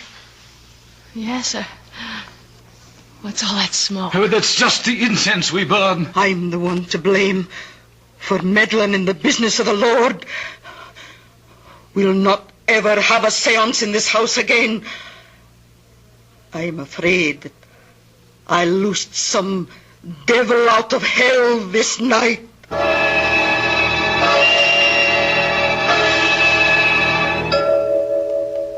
Ouch! Oh, don't wriggle so much. You stuck the pin in me, Aunt Jeannie. Oh, I'm sorry, Ellen. Oh, but it'll take more than a pinprick to burst your happiness. Thank you, Aunt Jeannie, for letting me come home to be married. And for such a heavenly day. Oh, well, I'll accept the thanks for bidding you back to where you grew up. When Dad died so suddenly, I was lost. I didn't know what to do. Well, you did just the right thing. You came home. You're 2 modern young people who are a lot smarter than we old people are. And as proud I am to be part of the gamble you're making in your lives. I am all goosebumps. I'll get back into my jeans and sweater. I've got a skin, just like I had last Wednesday night. Oh, don't mention it. I should never have had you children in that circle. It was so scary. What happened? I don't know. It was some kind of trick, wasn't it? I don't play tricks. Well, it was Maggie, your mother, who had the second sight, you know. That wee wisp, so delicate and so vibrant. When she died, it tore the heart out of me. But Will went off to America and left me to bring you up. Well, it put my heart back. And then when you were 15 and almost grown up and he wanted you to join him, I was left alone again. How could I stop you going? I didn't want to go. I know, but you were his flesh and blood. I found a way out of my loneliness. Nights when the roar of the tide used to come boiling up the firth outside the windows there, I thought I could hear Maggie calling to me. Or when the wind was skirling out of the northeast, I'd hear her voice on the wings of the blow. And I began to think maybe I had the call too.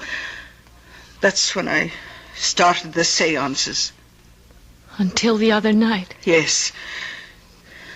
I'll never hold a seance again, so the subject is closed.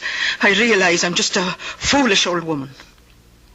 I've never been so scared. Well, promise me to put it out of your mind. What's past is past. Your future is all that matters. It seems so right to be back. As if something were calling me. Oh, you're cold. I'll stir up the fire. No, don't bother. I just miss my American central heating. I think I'll go outside in the sun for a minute or two. Oh, go take a good brisk turn down the road while I finish this hymn. That's a good idea. But don't go down the Firth road. Take the high road. Why? Well, I saw your Michael off this morning for the Solway. You don't want to run into the bridegroom on the wedding day. It's bad luck.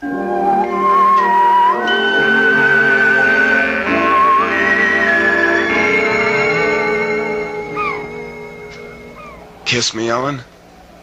Aunt Jeannie thinks it's bad luck for the bride and groom to see each other on the wedding day. You can't fault that. Back in Nebraska, my mother used to feel the same way. But that's just old-fashioned.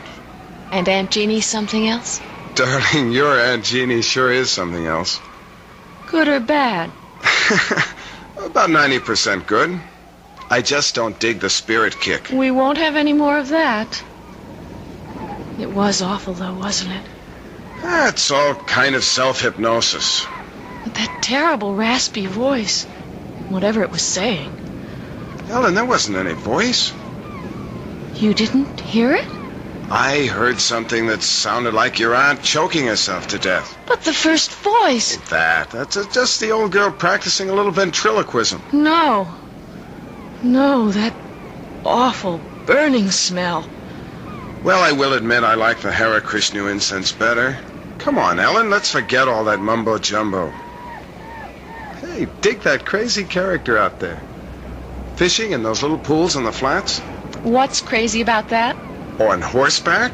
That everyone does because of the tide. The tide? I forgot. If we hadn't been up in Glasgow wedding shopping, I'd have shown it to you. Look out there to the west. If that Gilly is up on his horse, it must be... Oh, yes, here it comes. And there he goes. You'd think the devil was on his tail. What's his hurry? Look, the tidal bore. It's coming. You mean that big wave down at the mouth of the estuary? Yes, it's the tide. It comes in faster than an express train. Listen. Holy Maloney. Is it always like this? Twice a day. Worse in the autumn and in the spring. Doesn't it ever break? It will when it gets just about abreast of us. Isn't it exciting? That's one word for it. That's why you don't dare go out on the flats on foot. If the tide was due, you'd never make it ashore. Oh, Michael, it's so thrilling and so good to be alive. I love you. What'd you say? I love you.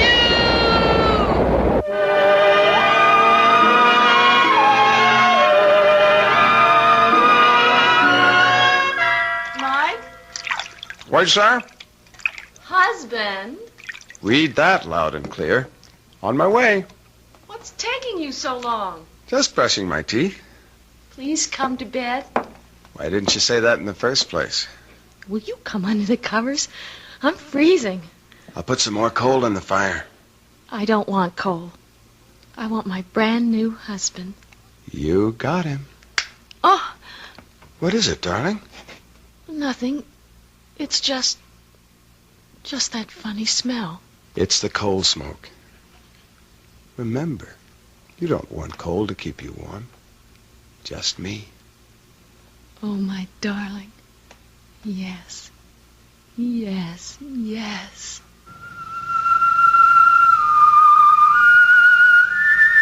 My husband, my darling, my husband. You. No. No. Please. No. No. Don't touch me. Go away. No. Oh, no. Michael. Your breath. Oh,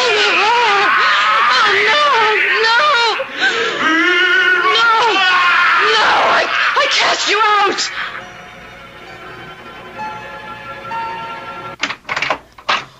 Michael, is there anything wrong? No, Aunt Jeannie, why? Well, I was dozing and I thought I heard... What's that I smell? Is it your candle? Oh, I guess I let the fire go out. Aye, it's a damp chimney, but just the same... Is Mary Ellen all right? She's sound asleep. See for yourself. Oh, I'm sorry to bother you, but... What is it? What's troubling you? I don't know. Maybe I was the one that dreamed it. Oh, be gentle with her, Michael. She's so sensitive and delicate. Like her mother that died all those years ago. We'll keep her from any harm. Good night, Aunt Jeannie. Good night, Michael, dear. If we can. If it's in human hands to be able to. Snuff my candle out if you will, old Ricky. But hear me this. You'll not have Mary Ellen. You'll not have her like my sister Maggie.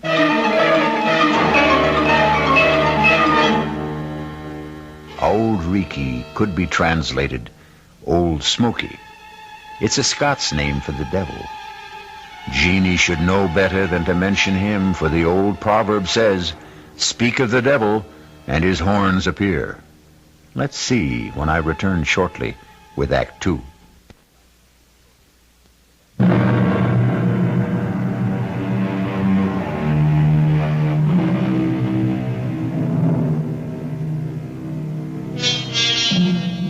Dreams are made to die with the opening of day, and superstition fades and falters in the sunlight. So by the following morning, we might hope our bride and bridegroom wake and rise on the right side of the bed. Let's find out as Michael comes downstairs. Oh, good morning, Michael. I'm in the kitchen. Come on out.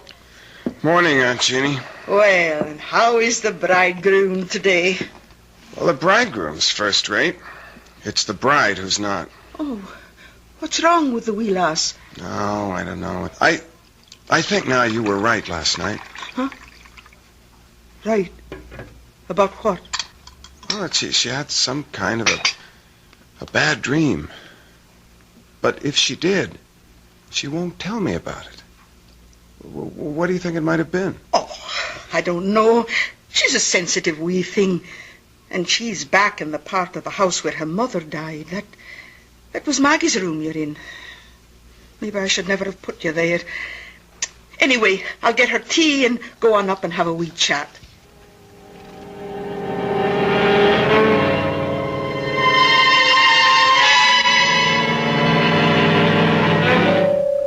And I couldn't tell Mike. I couldn't. Not after what my wedding night. How could I dream anything so vile and hideous? That great, gross presence bearing down on me. Breath so sick. The lips slavering. And that awful fur all over. Oh! And the fire burning me. That scorching smell. Oh, Aunt Jeannie, what a nightmare. Oh, wished now. Then that's all it was. But it seems so real. Well, it wasn't. Because when I came by, you were sleeping sound. Oh, drink your tea now. Oh, it's a good thing you married that nice American boy with his head screwed good and tight. Mike. He'll blow all the cobwebs out of your head. And he's going to have a good chance to. What do you mean? I mean, you two are going to have a nice honeymoon all alone for a big, long month. Where are you going? Oh, I've got an old girls' school chum who lives just outside Blackpool at St. Anne-on-Sea. For years she's wanted me to visit. I'm not going to drive you out of your house. Oh, you're going to do more than that, Mary Ellen. You and your handsome, bonny husband are going to move downstairs to my room, away from this drafty old flue. And while I'm gone, I'm going to get it fixed so the fire will burn clean. But... And I'll not take no for an answer.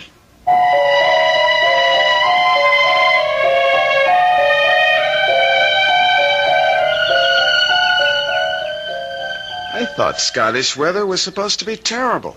Rainy, damp, no sunshine. This has been a very particular May. Our honeymoon. Yes. Sorry it's over? Desolate.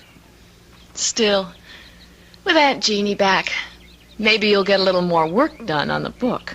Darling, I have been busy in research. It is a love story.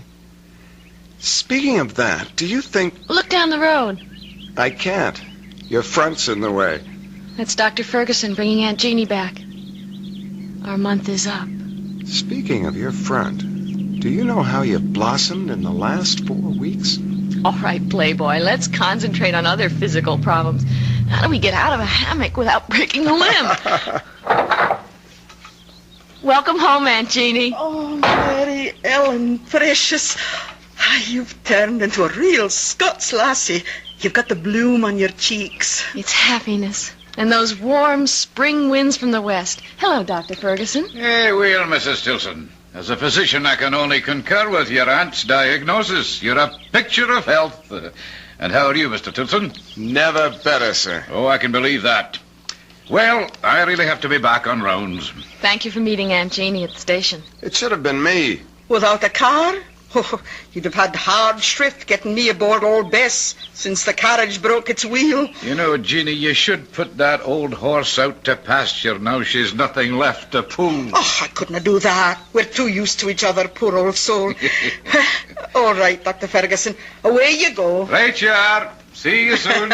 I'll take your bags up to the house, Aunt Jeannie. Oh, give me a hug first. That's right. Now, off you go, and me and Mary Ellen will have a week's chat on the way up to the house. Goodbye, Percy. Oh, I should never have said that. He hates the name. I'm not sure I blame him. Oh, well, that's not what's on my mind. How are you, dearie? You can see for yourself. Oh, don't say anything to Mike yet, but I just have to tell someone. Aunt Jeannie, I know I'm pregnant.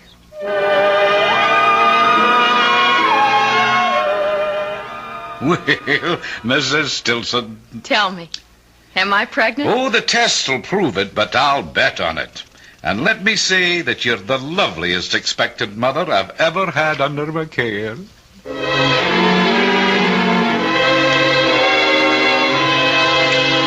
a little morning sickness is to be expected in these early months. Still... There's nothing wrong, Doctor. A young, healthy woman, what could be wrong? Still, we must take precautions. I'm writing out some medication for you that I want you to take each day.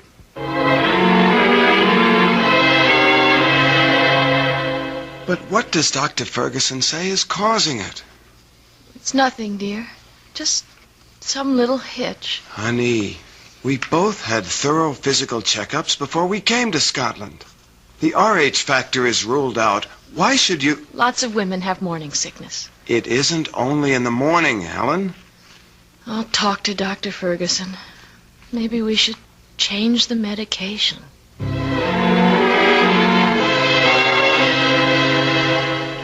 Mary Ellen, dear, I've talked to Dr. Ferguson and he's completely puzzled.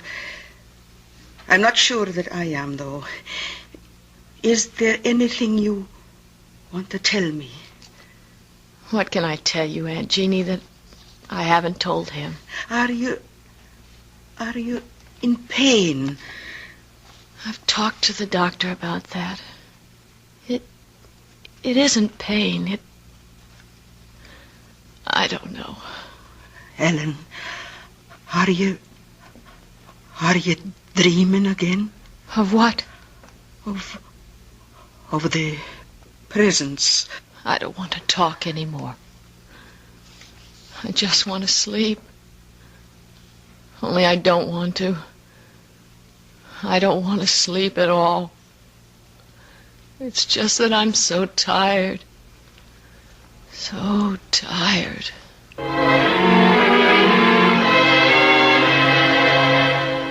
You have to help me, Aunt Jeannie. How, Michael? Dr. Ferguson says that physically Mellon should be all right. The baby seems to be thriving. It's her mental state that... Do you know she won't go to sleep at nights? She forces herself to stay awake? What is it she's afraid of dreaming about, Aunt Jeannie? It is that, isn't it? I can't tell you just what she's dreaming. I'm too far out of touch since I went away. But I do know one thing. The only way to stop it is to get her away from here. As easy as that? Oh, not so easy, maybe. She's bound and determined on having you finish your book first. Ah, the devil take the book. Mellon comes first.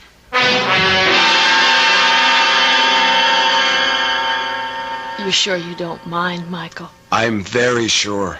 We're going home to have your baby 3,000 miles away. Oh, darling. I don't know what to say. It can't be too soon for me. Well, it's sooner than you think. We're booked out of Glasgow tomorrow afternoon, home for America. I don't know. I should be feeling all sorts of things, I know, but the only one I can really feel is relief. Oh, such blessed relief. Oh, for the first time in as long as I can remember, days, weeks, I just want to go to sleep. Good night, darling. Rest. Sweet dreams. You'll keep me safe. You won't let me come to any harm.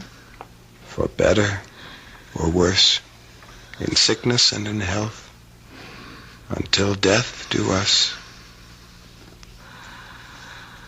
Sleep, poor baby. Rest. I love you, Michael. I love you. Keep our baby safe. Don't let... Ellen,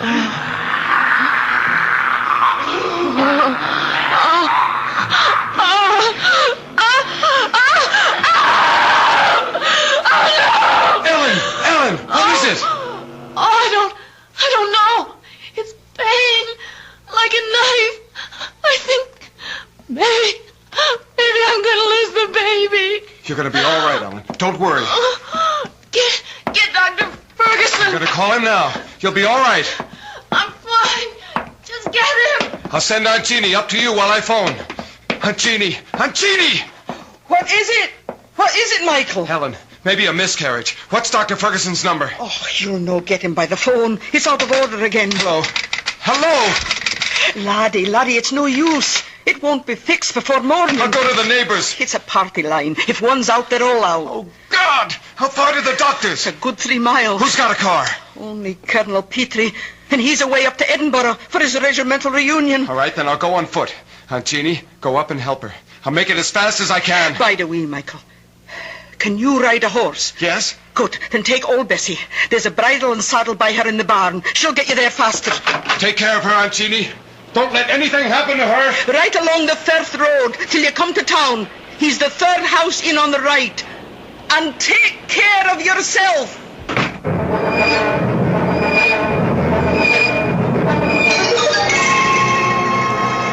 What's taking Michael so long?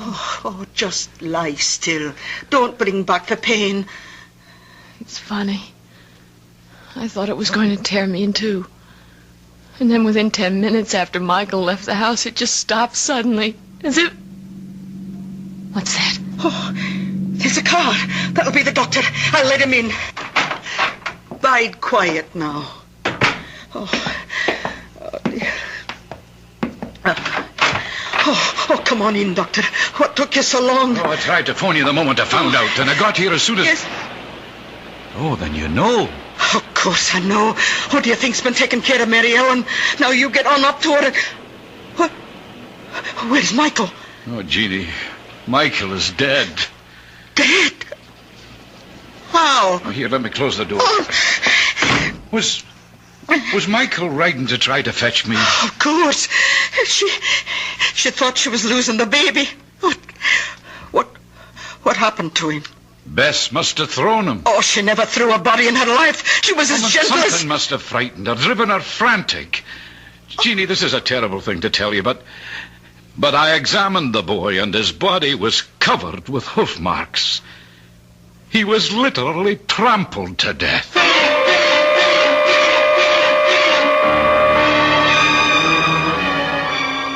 So Ellen has kept her baby and lost her husband. Some evil force shadows this innocent and tragic girl, and still may threaten her. Those hoof marks, were they from the horse? Or in some dark, unfathomable way, were they supernatural? A demon's footprints? Perhaps we'll know when I return with Act 3.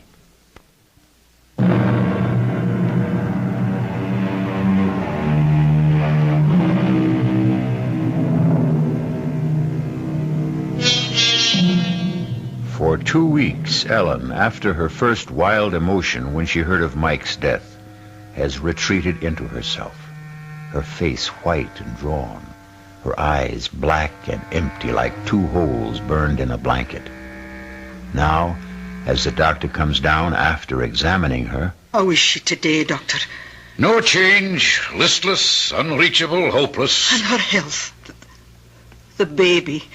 The baby... Yeah, there's no doubts of its vitality. Oh, I have a terrible time getting her to eat anything. Well, you must be more successful than you think, Jeannie. There's nothing the matter with Mary Ellen physically.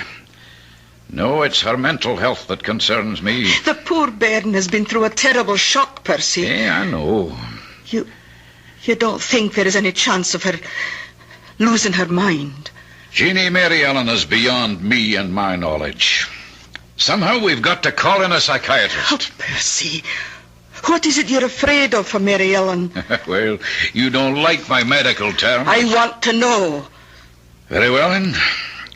Schizophrenia, more specifically dementia precox. Paranoid type, I'd guess. Oh, well, what does all that mean? Oh, withdrawal from life, delusions of all kinds, persecution, unseen enemies, that sort of thing. Oh, the second sight. Just like all of us. Now that's enough of that nonsense. You're all sensitive, delicately balanced women, but all things being equal, perfectly normal. Well, I have other calls to make. Oh, well, I'll walk you to the door. Any instructions for Mary Ellen? Oh, just that she keep on with the sedation I've provided. And Jeannie, try to persuade her to let me call in another doctor. I'll see what's best to do. Be very careful. I'll do what's right. Hey, I think maybe tonight I'll take a run up to Glasgow and have a consultation with a friend of mine there, Dr. Engel. Good man. Maybe I could persuade him to run back down here with me just to observe her. Oh, bide a wee till I see what I can do first, eh? Yeah, all right. Another day or so can't do any harm. I hope.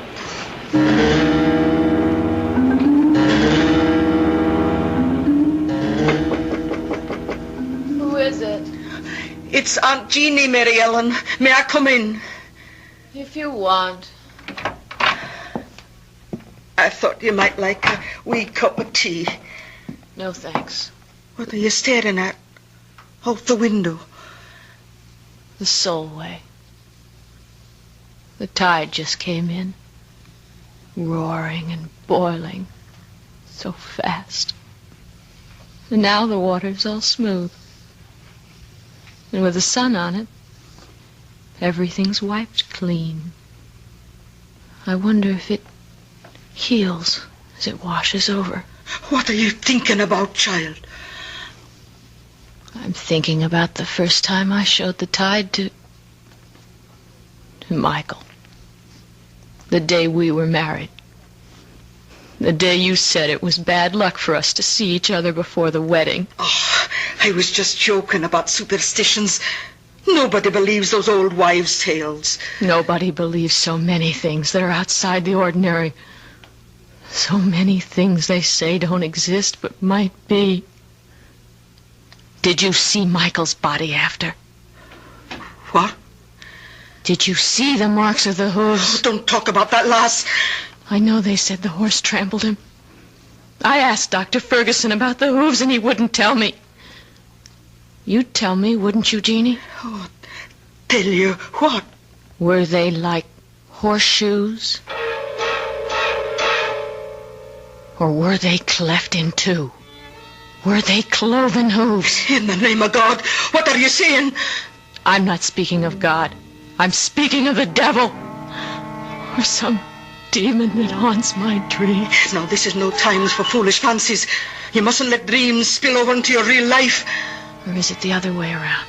Oh, Mary Ellen, I don't know what it is you have on your mind, but... You can get me to Michael. Let me talk to Michael. He'll know. He can tell me what to do. Take me to Michael and Jeannie. Take me to him. Oh, can I, Mary Ellen? You know I know he's dead. I know he's passed beyond. But you can reach him. You can hold a seance. Oh, no. I swore I never would again after what happened that night when something got loose. Some evil presence. Something from... Auntie, you let him loose. The least you can do is help me undo the harm. I can't. I won't. I'll get the doctor. You dare to bring him here and I'll kill myself. I swear it. Child, you're out of here. No. Not yet. But if you don't have that seance and let me find out from Michael what to do, I will be. I'll lose my mind. You've got to promise. Promise. Oh, calm down, child. Calm down. Tonight. Now. No, that isn't possible. There have to be more than two to form a circle. Then call in the colonel and that other woman, anyone. Just promise me. Promise. I need him. I need Michael. Promise, Aunt Jeannie, promise.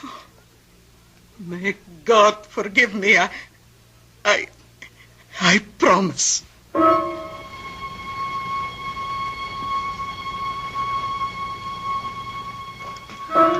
May we all join hands, please. Clear your minds. Make them a blank.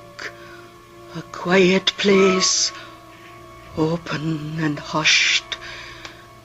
I'm reaching now, reaching away and above and out and over from here to the bonny, bonny other place that lies beyond our ken. Can you hear me, Anatu? Can you come to me into our circle? Anatu, we're reaching for you. Oh, I can't make contact. Ask for Michael. I have no way to him. Then let me. Oh, try it. Everyone, concentrate. Be still. Be still. Michael. Michael, I need you. Come to me.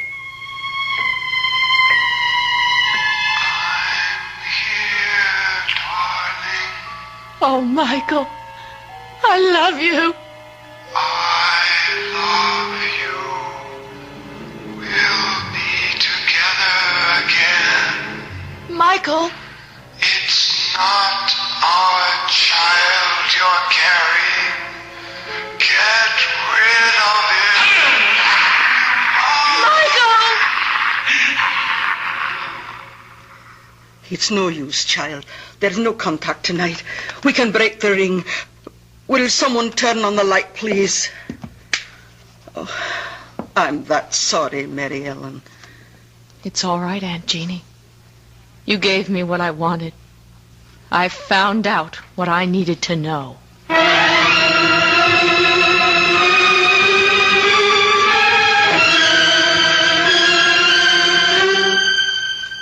Oh, I'm afraid that's quite impossible, my dear.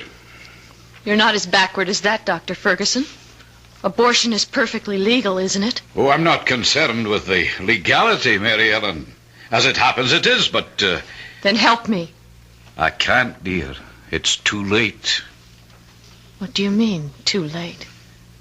When you came to me a few weeks ago and we determined your pregnancy, you must have known that I would know it was already well advanced. But it wasn't. Michael and I were only married a month before that.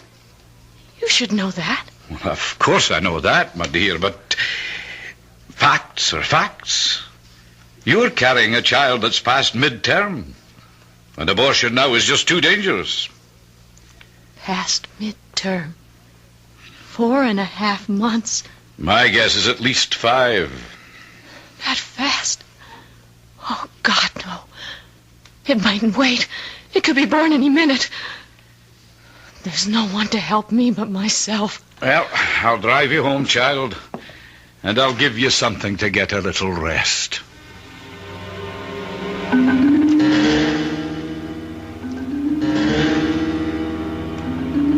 She's sound asleep now, Jeannie. Let's go downstairs and talk. Poor wee angel. So thin and pale and haunted. Come away. Let her rest.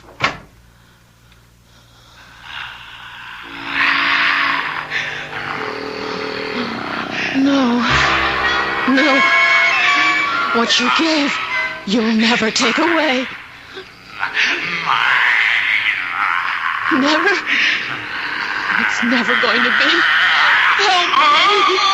God, help me. The tide. The tide. Yes, that's the way. Full moon. The time was right. And for our own protection, I see no other way, Jeannie. But to lock her away... Well, we're not locking her up. It's a sanitarium. It's a really lovely place. I don't think I could do it to her.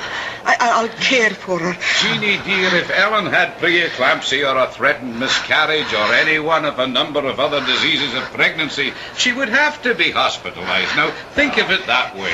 All right, Percy, if you think it's best. It's the only way. Oh, no, Doctor. Mine is the only way. Oh, that sounded like the front door. Ellen, I'll check upstairs. You look outside. Oh, but I thought you said she... Oh, dear Lord, I got the premonition. Mary Ellen? Mary Ellen! Are you out there? Jeannie, it's Mary. She's gone. Oh. I gave her enough sedation to knock her out, but she's gone. Oh, but where?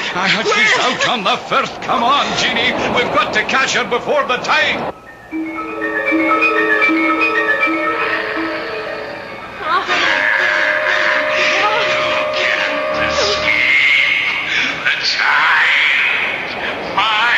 You'll never have him. He'll never be born.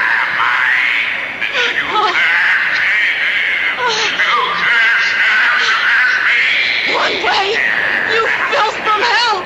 One thing you cannot stand against. The ancient enemy. Look, listen. Michael! I'm coming home.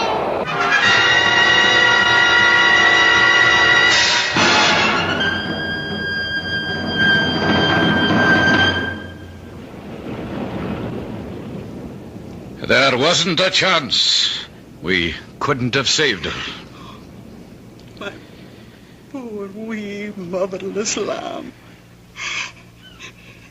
It did not take her long to follow her poor husband. But the child... It hadn't been born, and she didn't want it. It wasn't Michael's, you know. Are you sure of that? Oh, yes, it was 5 months old at least from the size. A monster. No, I didn't say that. Still, I was thinking of x-rays. There was something strange about that embryo. I can't quite explain. It was nothing you could have understood, Doctor. So, at the last, it was all the Lord's will. And maybe for the best. At least, Michael and my Mary Ellen are in God's pocket at last.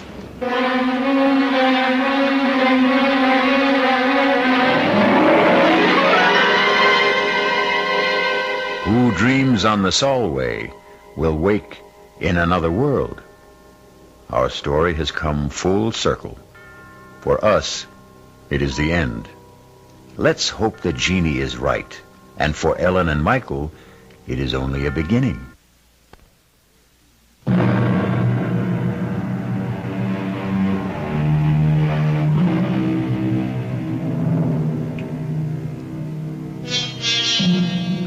One final thought.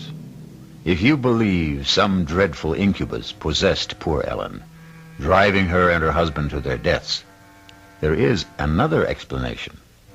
Insanity did run in her family. So either way, even if there was the devil to pay, it still was all in the mind. Our cast included Jada Rowland, Nick Pryor, Bryna Rayburn, and Ian Martin. The entire production was under the direction of Hyman Brown. This is E.G. Marshall inviting you to return to our Mystery Theater for another adventure in the macabre. Until next time, pleasant dreams.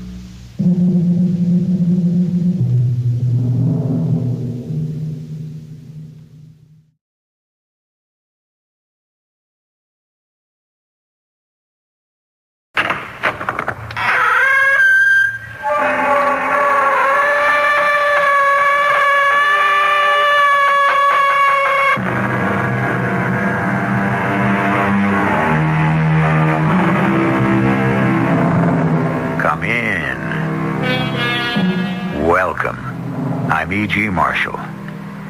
In our lives, we all travel to many places where we will be the stranger. The unknown waits for us in other countries, other towns, even new roads, a different turn on an unfamiliar street. And are we really any different from the traveler of ancient times? Aren't we still dependent on the kindness and goodwill of others?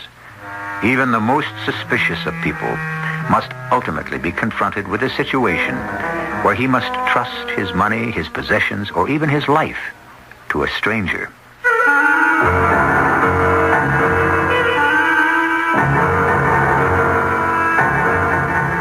Our mystery drama, The Island on Silver Tree Lake, was written especially for the Mystery Theater by Victoria Dan and stars Patricia Elliott.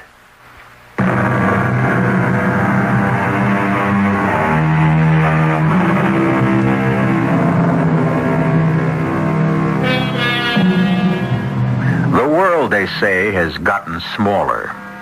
It grows smaller every day. This incredible shrinking process has to do with our advanced technology. There is scarcely a patch of ocean or earth anywhere that has not been duly accounted for on some vast atlas. The previous frontiers of mystery are rapidly losing their magic. The once untamable Amazon is falling victim to the bulldozer. Enchanted islands in the South Pacific are used for atomic bomb experiments. Still, with it all, there are places, even in this country, that remain relatively untouched by the mass of civilization. Places that we call the back roads of America.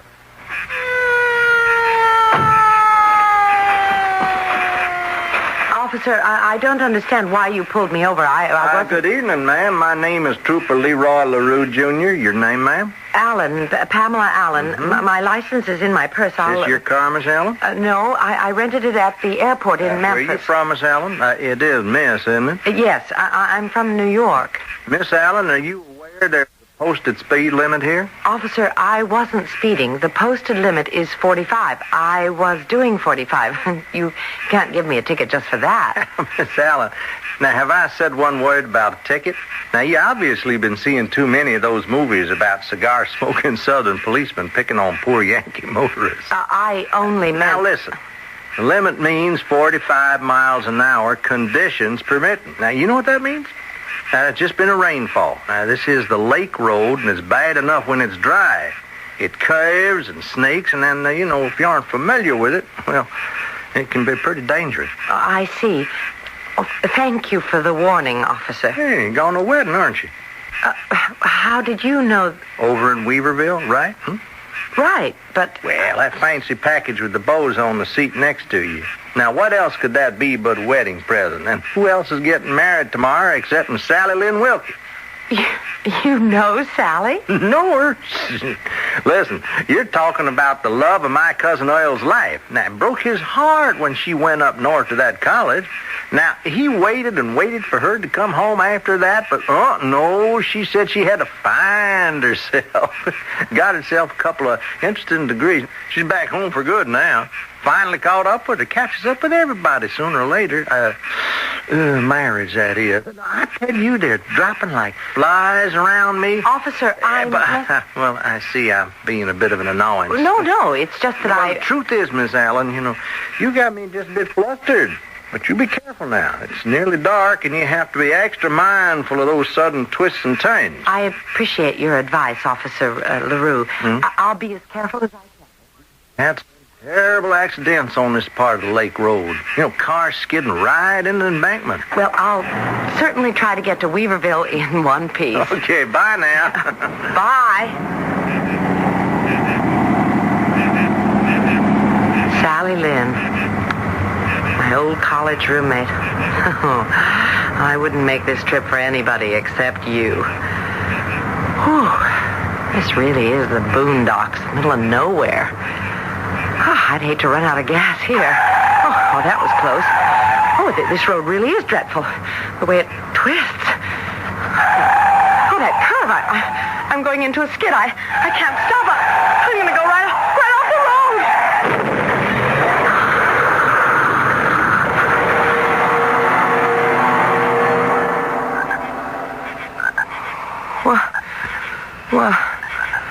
What happened? I must have blacked out. Oh, no. Look at the car. The windshield. Everything. What a mess. At least I seem to be in one piece. Now what am I supposed to do? I'm in the middle of nowhere.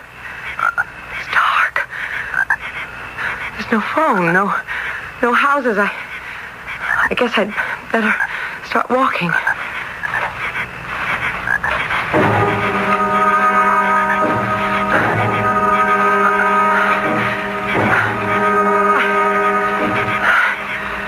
I must have walked halfway around the lake by now.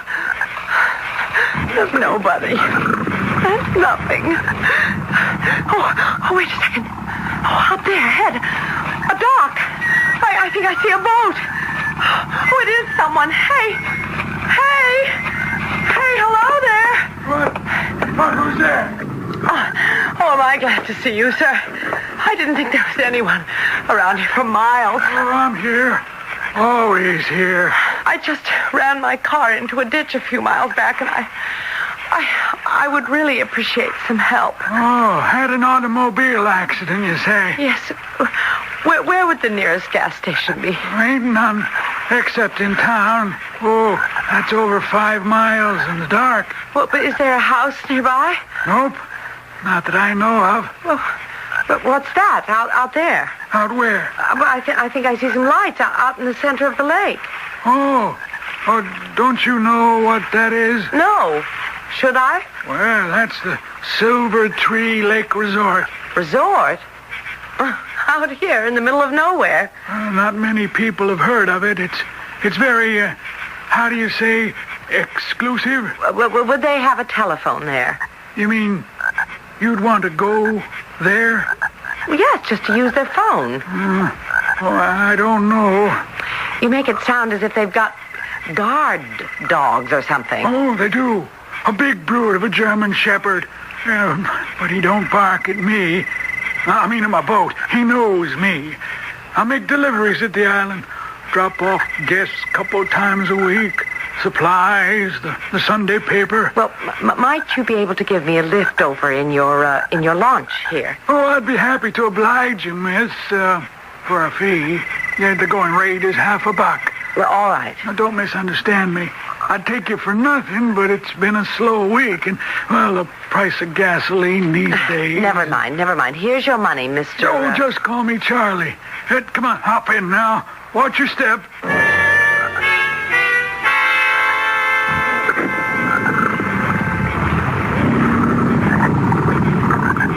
Here we are. Silver Tree Lake Resort.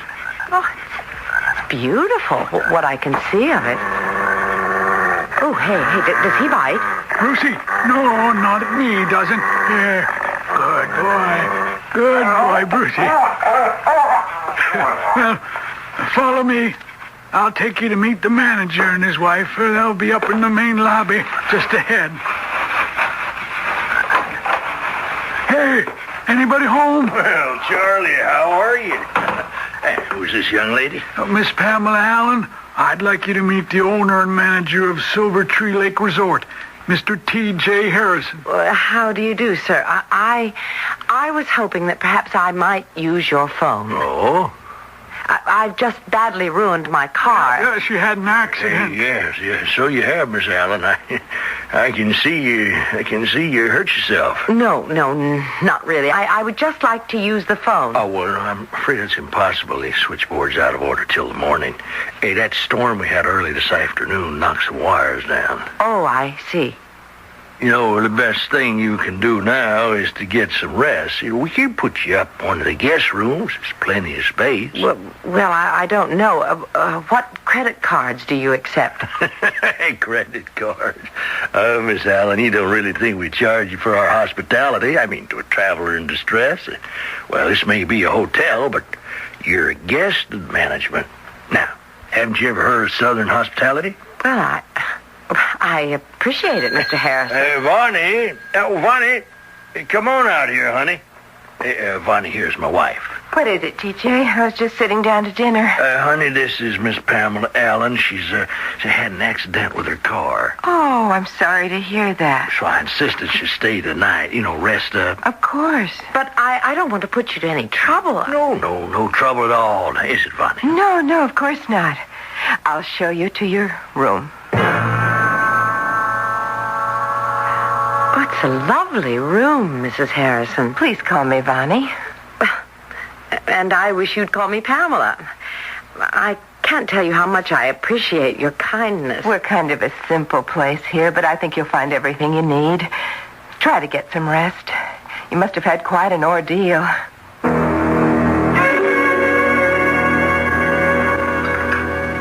Well, good morning, Miss Allen. Did you sleep well? Yes, I did. Thank you very much. Again. I was wondering about the telephone. I understand you didn't have supper last night. Now, I insist you sit right down this instant and have a nice big country breakfast. Oh, thank you, but I never have much of an appetite in the morning. I really wanted to call the gas station about my car. Look, this buffet. Now, what would you like? Ham, sausage, hash browns, fresh root cup?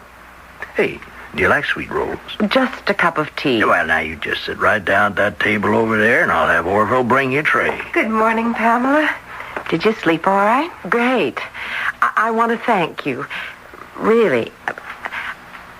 Listen, Bonnie, I don't mean to appear anxious, but are the phones still out of order? What? The telephones. Are they repaired yet? What telephones? Well, you know, the ones that connect you to the mainland. We don't have any telephones here. What? But your husband told me last night. You must be mistaken. There have never been any telephones here at Silver Tree Island Resort.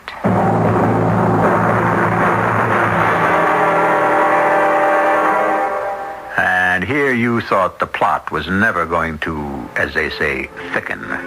Was T.J. Harrison so embarrassed about not having telephones at his little island resort that he'd actually lie about something so petty? Or is it really so petty? What ulterior motives could anyone possibly have for something like that? He must have lied for a reason. In any event, he'll have a chance to explain himself when I come back with Act 2.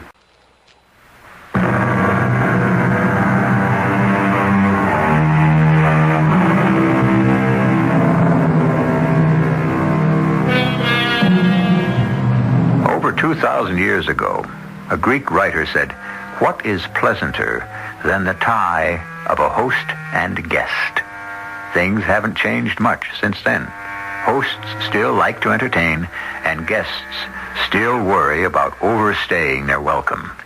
Pamela Allen, en route to the wedding of an old friend in the back country of Mississippi, has just spent the night at a hotel in the middle of a lake, following the promise of the hotel manager that the phones would be working in the morning. Now it seems her very gracious host neglected to tell her that there aren't any phones on the island. No phone? No, of course not. But why would your husband tell me there were phones if there really weren't? You were in such a state he probably didn't want to upset you. Well, what kind of a place doesn't have telephones? Pam, you have to understand, Silver Tree Island is a place where people come to escape the pressures of the outside world. They leave their cares behind. No television, no radio, no telephones. The people prefer it that way, and we cater to our clientele. I guess that makes sense, but still, Sure it makes sense. TJ is the perfect host. Oh, hey, here comes Orville with your breakfast. Thank you, but I'm really not very hungry. Nonsense. You've got to eat something. You went to sleep on an empty stomach. Orville, this here is Miss Pamela Allen. Here's your tray. Orville is the resort's social director. Entertains nightly in the Starlight Lounge. How nice. But we all help out in the dining room. Gives the place a homey touch, wouldn't you say? Bonnie, I don't want to seem ungrateful. But, you see, I'm expected at a wedding this evening. I really have to get someone to tow the car. It's rented. I've got a lot to do. I was wondering if after breakfast... Hey, now, don't worry about a thing. Just be down at the dock in half an hour. Charlie comes with deliveries about then. He'll give you a ride back. Oh, that's a load off my mind, thank you. I've already had my breakfast, but you shouldn't be eating by yourself. Say, Orville, why don't you sit here with Miss Pamela Allen? All right. Won't you excuse me? I think I see TJ. You're not eating anything? I never eat in the morning. Orville, how long have you been working here at Silver Tree Island? Work? Well, that's what you do, isn't it? You're resident social director? I don't call it work. I call it music. You'll hear me tonight after dinner. I won't be here. Sure. That's what they all say. What all who say? The guests. Oh, I'm not a regular guest. Well, they all say that, too. What are you talking about? Don't you know by now? They're not going to let you get away so fast. Do you mean to say that they're going to try to get me to stay longer as a regular guest? Well, you could put it that way, yes. That's ridiculous. Charlie's taking me back in his boat as soon as he drops off some supplies. Mm-hmm. Why do you sound so skeptical? Skeptical? Heck, I'm not skeptical. In fact, I'll walk you down to the landing myself.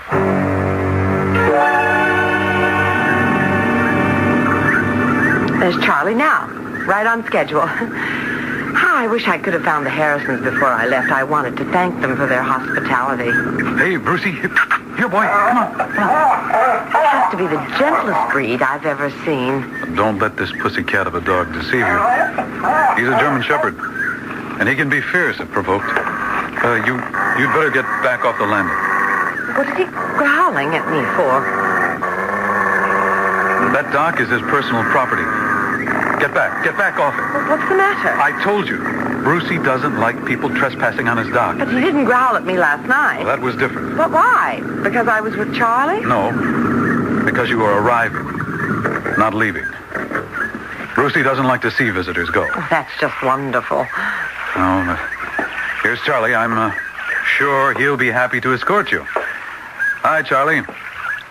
What are you two doing at the dock this morning? I hope you don't mind, Charlie, but I was hoping to hitch a ride back to the mainland with you. Oh, you did you? Yes. Does she really think I'm going to take her back? What do you say? Well, after what you've seen. After what I've seen? What do you mean? Well, it's out of the question. Out of the question now. Now, if you'll just excuse me. Oh, I understand now. You want me to pay you, right? Now, you are a smart young lady. Is it still 50 cents? Let me just, here. Do you have change for a $5 bill? Nope. Or could I trouble you? Sorry, I never carry money. Well, here then, take the whole $5. Are you kidding? It's worth it for me to get going. Well, not to me. I don't deal in paper money. It's 50 cents clear or no ride. But that's $5, perfectly good U.S. currency. Oh, I'm not interested. The fee is 50 cents. Exact change only. You're the most unbelievable person I've ever met. Oh, now, see what you've done. You've upset Brucey. You better come back to the hotel, Pamela. How could anybody be so mercenary? Young lady, you can always complain to the management.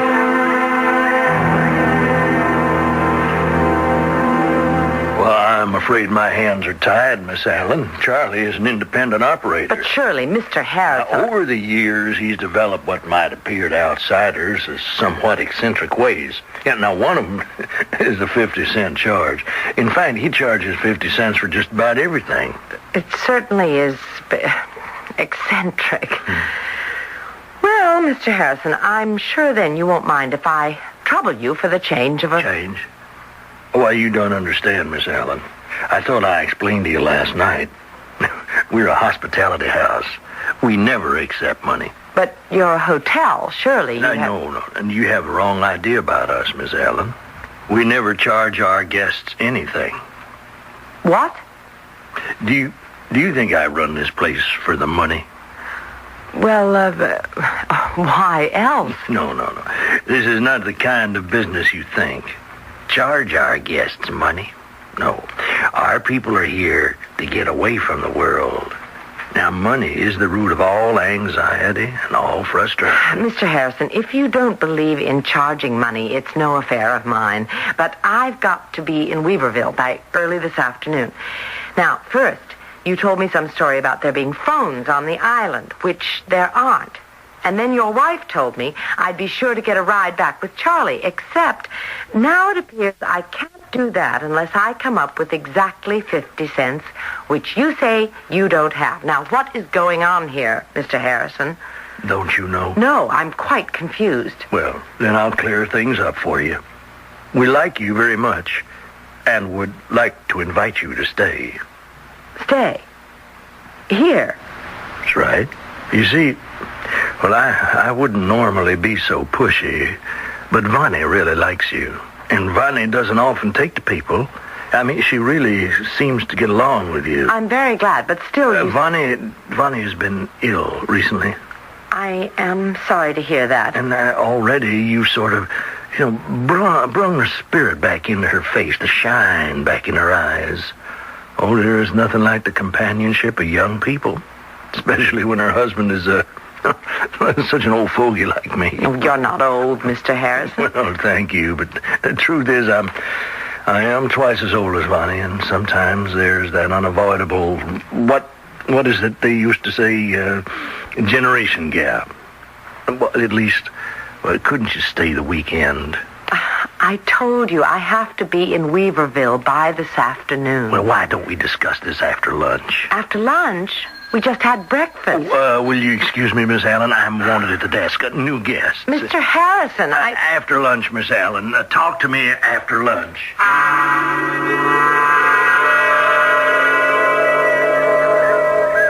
I don't know what you're so worked up about. Although I seem to be getting the runaround here. Do you? Really? What is this, some sort of inquisition? No, I just meant... Well, you seem to enjoy it here. A person has to be a fool to want to leave a place like this. Listen. That's a very rare nightingale. Stay, Pamela. I can't. I've got things to do. It would be so much better if you wanted to stay. You make it sound as if I have no choice. But you don't. What did you say? You're here to stay. I don't know what you're talking about. You can't go back. You know you can't go back. Nobody can ever go back. What? Nobody ever leaves Silver Tree Island. Oh, well, really? Ever. That's the price you pay instead of money. You never leave. I don't believe it. It's true, and you know it. Oh, it's the most ridiculous thing I've ever heard. Orville, quit joking around. It isn't funny anymore. I'm not joking. Look, I've got to get out of here. I left a $35 wedding present in an unlocked car, a rented car with a smashed windshield. I know. A 76 blue sedan. Needs a new windshield and some work on the front grille. How did you know what kind of car I was driving? Why shouldn't I know? TJ told me. Mr. Harrison, but how does he know? He knows everything. He always knows the circumstances of the death. The what? The death. You know, like your death.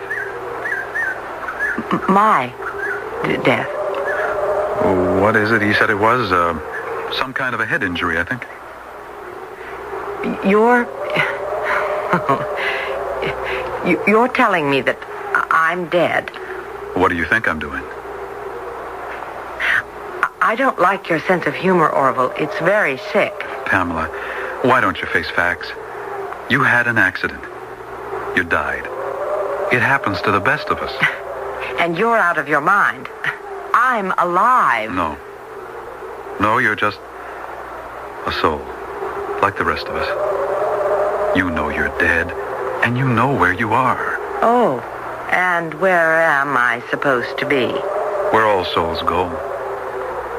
The island of the dead. The island of the... what?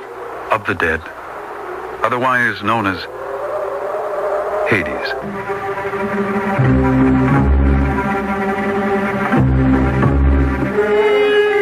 Hades, the island of the dead?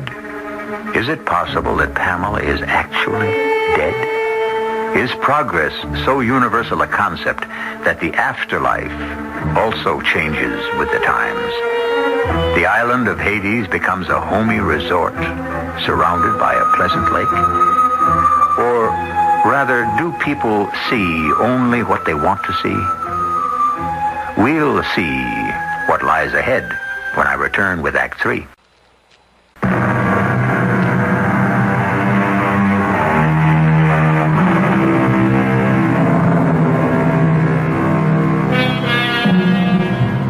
For thousands of years, Western civilization has held onto its belief of some kind of afterlife. Greeks and Romans had legends of an underworld called Hades, run by a gloomy Olympian god and his young, pretty wife. The dead reached Hades by ferrying across the dark river Styx and were greeted at the gates by a huge three-headed dog named Cerberus. Now, in our story, we have a pleasant southern resort island, the owner and his younger wife, and an ominous German shepherd guarding the boat dock. If there are any parallels, well, they really aren't intentional. Hades. You're telling me that this place is Hades. It is. This whole thing is ridiculous. You skidded off the road. All right. You say you blacked out? Yes. But you weren't in the car when you regained consciousness? No, I was on the grass somewhere. Somewhere. Don't you remember? Actually, it's all hazy now. Anyway, it's not important. Oh, but it is. You regained consciousness outside your car, a distance from your car. You were thrown from your car. I don't remember. I don't know. Thrown from a car, and you don't have a scratch on you. Going over 45 miles an hour. Don't you see? You're beginning to forget already. That's part of it. What kind of car were you driving? I can't seem to recall. Mm-hmm. What color was it?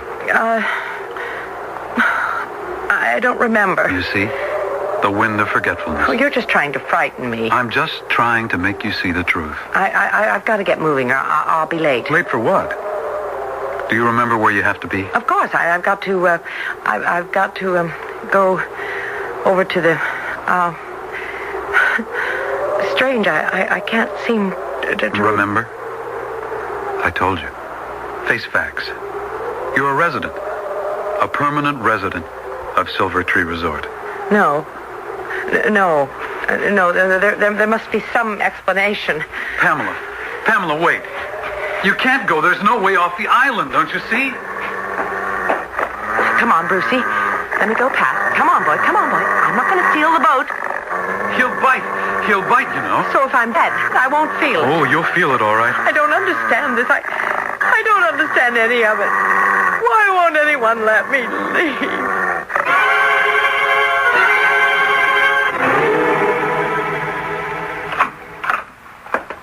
Hello. How are you feeling? Oh, Pamela, answer me. What have I done to make you angry? I want to leave. Nobody will let me leave.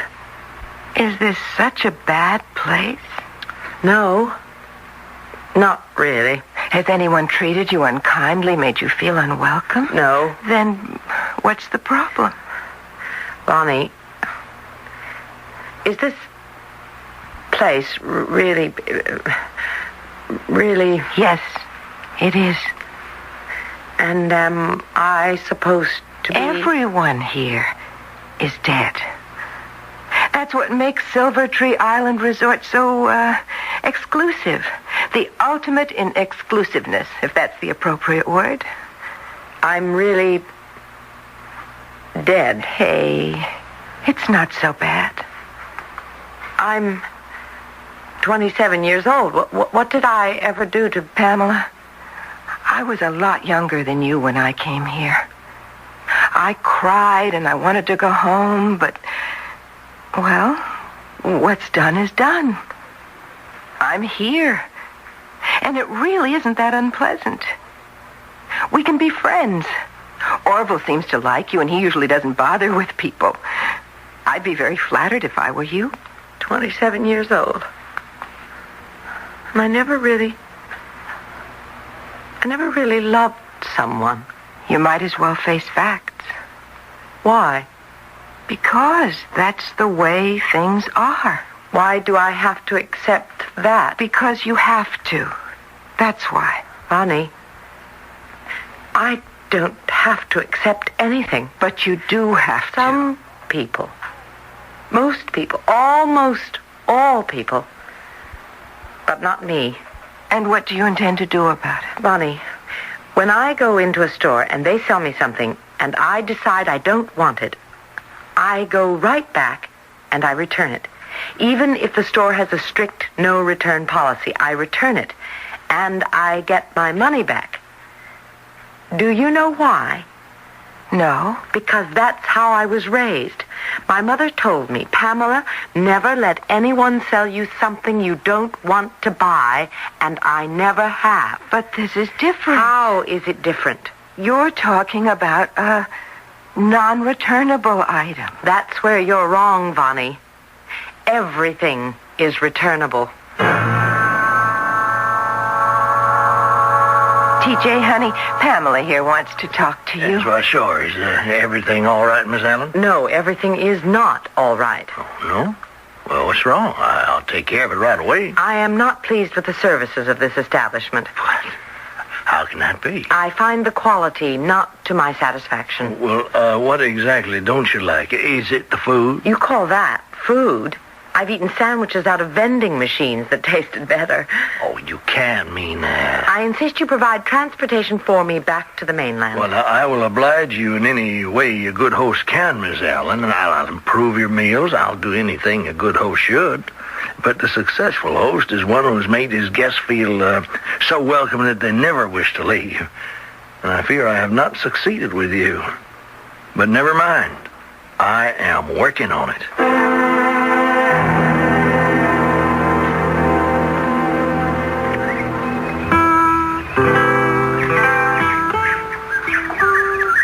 You play very beautifully, Orville. I don't understand it, Pamela. What exactly do you want to get back to? I don't know. And why are you so anxious to get back? It doesn't make much sense.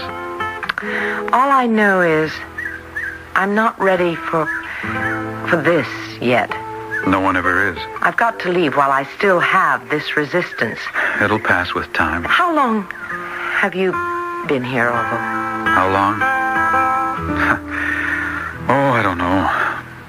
An eternity, maybe. No, really. How long?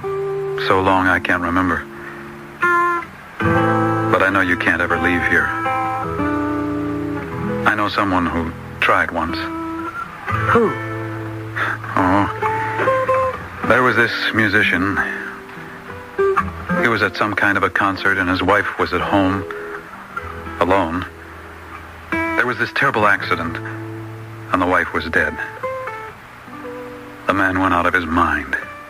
He couldn't believe what had happened. I think I know that story. Do you? Yes, it's the story of... Well, let me tell you how it ended. The man knew where she'd gone, so he came here. Charlie took him across in his rowboat. There weren't powerboats in those days. And he went before the king of the underworld to beg for the return of his wife. At first, the king refused. But then the musician started to play his lyre. He played a song so sweet and sad, about a young girl painting flowers in an open field. A girl that the king had loved at first sight and brought down to the underworld to be his queen. And the king was moved to tears, told the musician he could have his wife. He could return with her to the world of the living, if only he didn't turn around and look behind him on the journey homeward. But he did look behind, didn't he? Yes. And Eurydice, the wife, vanished into dust, didn't she? Yes. Into dust. It was your wife, wasn't it? Yes. It was my wife. Times change. Names change. You're Orpheus, aren't you? It was so long ago. Sometimes I've almost completely forgotten about it. I'm sorry. Oh, about what?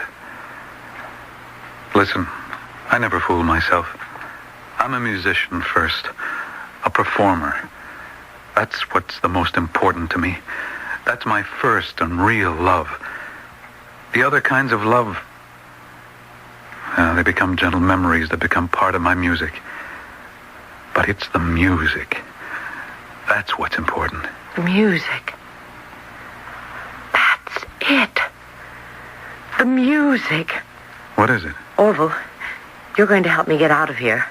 Oh, no. I don't want you to go. If you call yourself my friend, you'll help me. But what can I do? I used to be quite a mythology buff, Orville. I remember some more details about the story of Orpheus and Eurydice. He was the greatest musician the world has ever known. I know that. Isn't it also legend that he played music so moving, so exquisitely touching, that he caused all who heard it to lay down and weep? How did he get past the gates of Hades, Orville? How did he get past that ferocious three-headed monster, Cerberus? I don't... You know how. He played a song so sweet and gentle. The huge animal wept. It became a lullaby. And soon Cerberus was fast asleep. Then he just walked right on past the sentinel and into Hades. And that is how I'm going to walk right out of here, or swim, if that's what it comes down to. I can't do it this time. Why not? I don't want to. I like you. I want you to stay. Didn't you tell me that you were an artist first? I am. So, let's see how much of an artist you really are. Can you create another legend now, or do you really have doubts that you've lost the old touch? Is that what it really is, No. Orville? No, I still have it. Then, show me. Show me, Orville.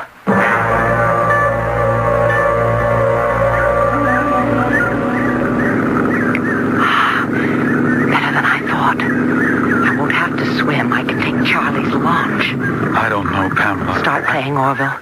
Play more sweetly than you've ever played before.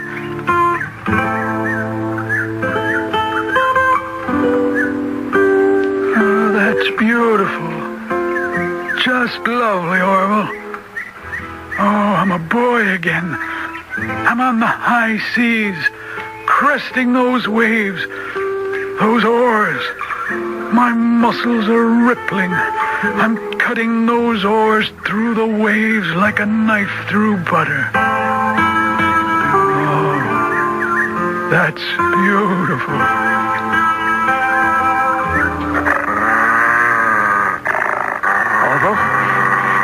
About him.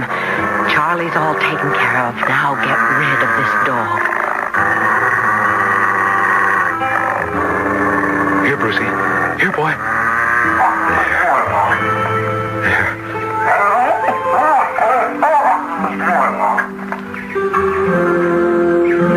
Now go ahead. Hurry. I don't know how long I can hold them. Thank you, Orville. Thank you. Hurry. Hurry! I'll never forget you for this, Orville.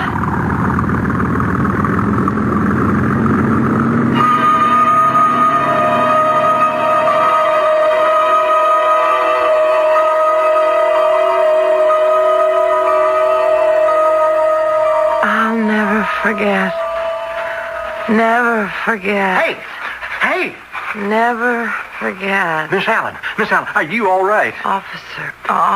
Yeah, Leroy LaRue Jr., you remember me, don't you? It's still nighttime. How can it still be nighttime? Oh, boy, you gone into one heck of a skid, miss. Oh, look at this car. For a minute, I thought you were dead. You really look dead. I'm all right. Huh? I feel fine now. I don't understand it. I could have sworn you were dead. But the dead don't come back to life, do they? No. No. They don't, Officer LaRue. Of course. They don't.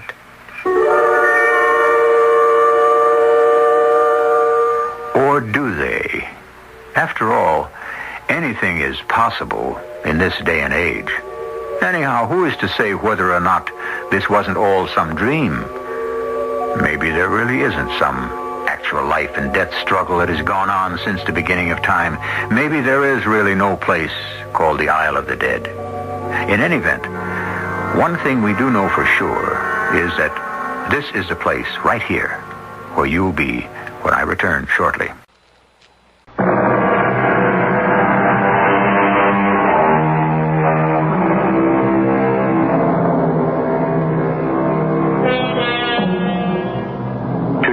lesson.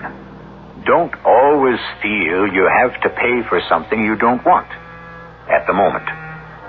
Some people can be mighty persuasive salesmen, but the fault, dear Brutus, is truly with the customers who so readily purchase whatever is foisted upon them. With most of us, we are so ready to accept our fates because someone tells us that is the way it is to be. But is it? Our cast included Patricia Elliott, Lloyd Battista, Terry Keane, and Earl Hammond. The entire production was under the direction of Hyman Brown.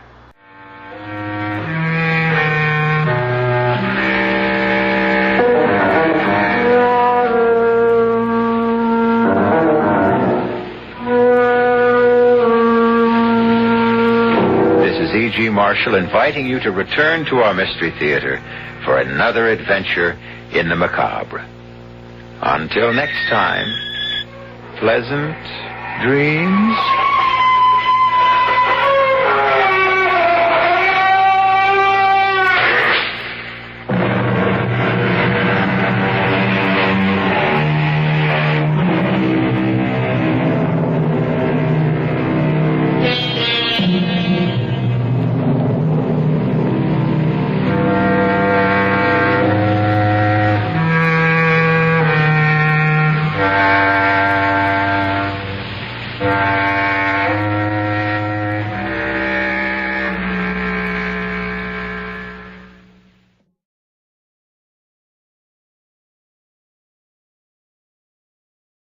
The CBS Radio Mystery Theater presents...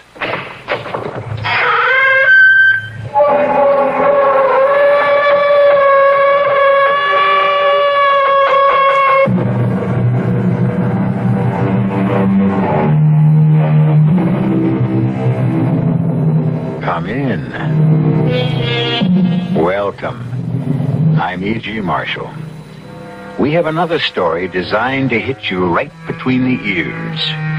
Murder, of course, is a common, everyday subject of the mystery story. But we promise you that this one murder has an entirely new kind of definition. You've heard the expression, being of two minds. Well, Joe Vincent, our hero, or should I say our victim, is very definitely a man who could be described that way. The only trouble is, one of those minds seems to be bent on homicide.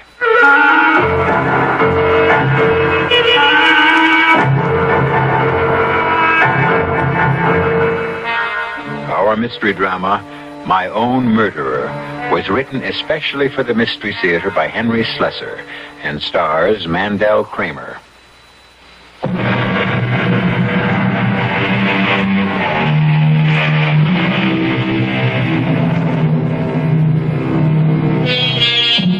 What is the past? What is the present?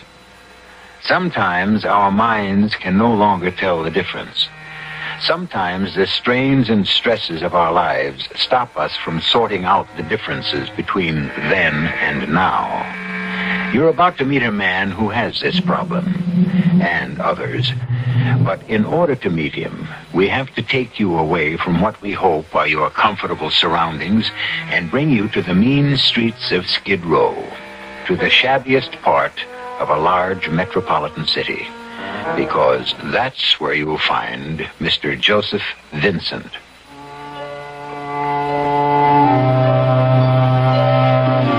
I woke up. There was nothing unusual about waking up. I've been doing it all my life. But lately, waking up has been the beginning of a nightmare, not the end. The moment I opened my eyes, I knew this morning was going to be one of those days when I'd have to face that terrible emptiness again, that frightening jump between the real and the unreal. Because when the cold light of morning oozed through the dirty panes of the window in front of me, when I finally made sense out of the strange angles and unfamiliar shapes that formed my surroundings, I realized that I was in a room I'd never seen before. It was a hotel room, probably. There were always hotel rooms, foul-smelling boxes. But I was Joseph Vincent. And I didn't belong in a flea-bag flophouse of a hotel. I didn't belong in this cell of misery. I was Joseph Vincent, and I was rich. Hello? Hey, you, checkout time is 12 o'clock. What was that? This is a hotel, buddy, not a furnished room. You got 20 minutes to get out of there, or I'll have to charge you another $9. $9? Is that the rate? That's right. I told you that when you checked in. When? When was that? What time last night? I don't remember. Was I drunk? Look, mister, what All right. do I... All right, just tell me one more thing. What's the name of this hotel? It's the Hotel Macaulay's. All right, thanks. And don't worry, I'm leaving. I managed to get myself out of the bed. I was still dressed. My pants and shirt were eroded by wrinkles, but my jacket was lying untouched across a moldy armchair. I reached for the wallet and checked my money. It was all there. Then I saw something else. It was a water glass and a small bottle. I picked it up and looked at the label. There was a skull and crossbones on it. My flesh turned cold, and the small label blurred in front of my eyes. It was poison, no doubt of it. I put the bottle down with disgust. I struggled into my jacket. Went to the mirror to check out the condition of my face.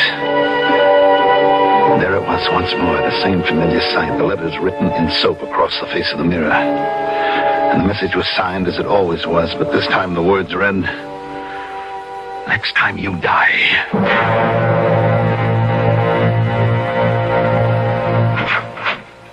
Come in, Mr. Vincent. Thank you, Doctor. Please sit down. Thank you. Why don't we begin with the obvious? Tell me how you got my name. Well, you may not be flattered, Doctor, but I found it in a directory, a medical directory in the library. Well, at least you know something about my credentials. So, why not tell me about yourself? Well, you know my name, Joseph Vincent. I'm in Wall Street. Or I was. I've been sort of retired for a while. Mm-hmm. How old are you, Mr. Vincent? 56. It's young for retirement. Was it voluntary? Reasons of health? Yes, it was voluntary. I made quite a bit of money in the market. I didn't see any real reason to keep to a 9-to-5 schedule, especially after my wife died. When was that? It was about a year ago. It was an automobile accident. I was in the same crash, but I came out with just a concussion. Eleanor was killed outright. Was she driving? No, I was. Anyway, that was when I decided to quit. The work didn't seem so interesting to me anymore, and then there was this other thing. What other thing? This thing that started to happen to me. What was that exactly? Dr. Abrams, someone is trying to kill me. Are you really certain of that, Mr. Vincent? Yes, there have been 3 attempts. The last one took place 2 days ago. That's when I decided it was time for me to see somebody. A psychiatrist and not the police? Yes. May I ask why? Well, the person who is trying to kill me is myself. Mr. Vincent, are you telling me that you have suicidal impulses? No. No, Doctor, I don't have anything of the kind. Not me. Look, I get these spells, Doctor. They started right after the accident. I keep waking up in filthy hotel rooms. Is that what happens during these spells? Yes. I suppose maybe you could call it amnesia, blackouts. I've had half a dozen since the accident, each one a little longer than the one before. They come on suddenly without any warning. And then I just find myself in one of these cheap rooms downtown around 10th Avenue or something. Sometimes I wake up at home in my own bed. Do you live alone? No, I have a housekeeper, Mrs. McLeavy. She's been with me Well, for more than 20 years. She's been worried sick about these disappearances of mine. Tell me about the last time. Well, I woke up in a place called the Hotel Margolies. I must have been drinking. I had a hangover. I could still taste the wine I'd drunk, a cheap muscatel. There wasn't any wine bottle in the room, but there was something else. A bottle of poison. Poison? Yes. And there was one more thing. What was that? A note. Written on the mirror in soap. What did it say? It said, "Next time you die." And it was signed Joe Vincelli. Joe Vincelli? Who's that? It wasn't the first time Vincelli had threatened me. Twice before he left notes for me on the mirror. This time he tried to poison me. Next time is it. Mr. Vincent, who is Joe Vincelli? I told you. It's me. Yes. Look, I know my name is Joseph Vincent, but it wasn't always. I came to America 34 years ago, and my name was Giuseppe Verdi Vincelli. My father was a great opera lover. Everybody called me Joe when I arrived, and I had a lot of different jobs. I was a construction worker. I was a barber, a salesman for an ice cream company. Then a friend of mine got me interested in the stock market. I went to school at night for about 4 years, and then I got a job down on the street. I don't know, maybe I was smart or maybe I was lucky, but... And why do you think Joe Vincelli is after you? I don't know, Doctor. That's why I'm here. So you can explain it to me. Why this other man that's in me, in my own body, wants me dead.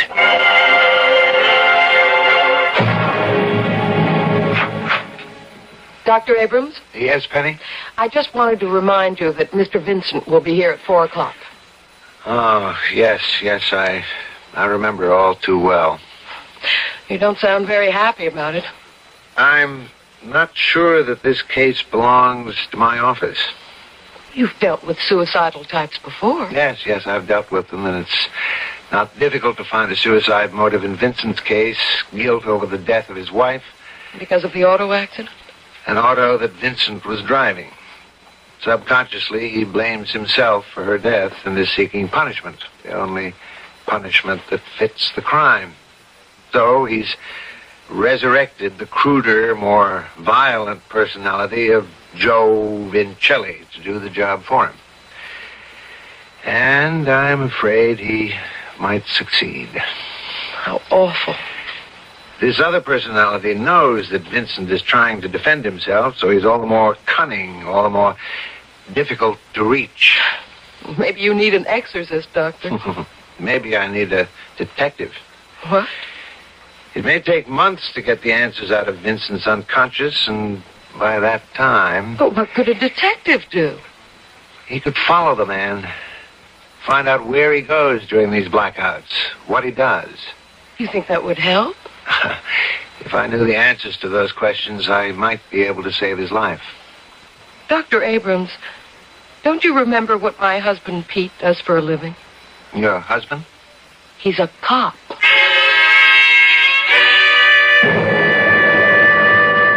I don't understand what you intend to do, Dr. Abrams. Well, I know it's unorthodox, Mr. Vincent, but I think the problem is critical enough to warrant some unusual tactics. That's why I wanted you to meet Mr. O'Connor. Just call me Pete, Mr. Vincent. Pete is my nurse's husband. At the moment, he's on leave from the police force. I've got a minor disability. A junkie stabbed me in the side last month, but don't worry. I can get around just fine. Well, what do you intend to do? Arrest Joe Vincelli?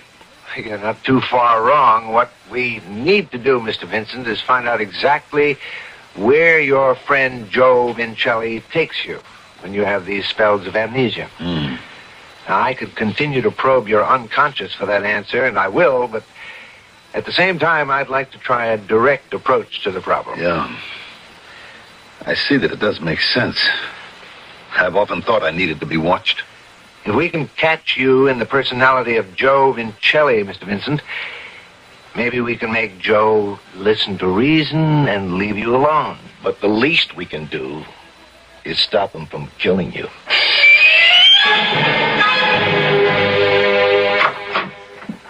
Just wanted to say good night, Dr. Abrams. Good night, Penny. See you tomorrow. You know, if you wanted me to work on those files tonight, I could do that. No, Penny. You run along home. The files can wait for another time. Well, tonight isn't a bad time at all, since I won't have a husband to cook for.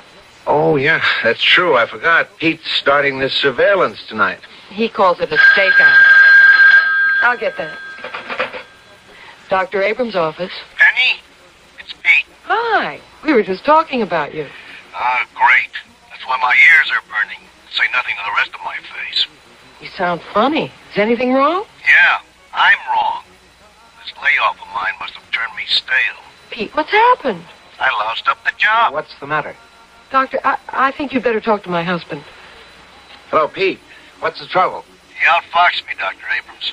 The first night, I let Vincent get away. He took this razor and got away from me. Razor?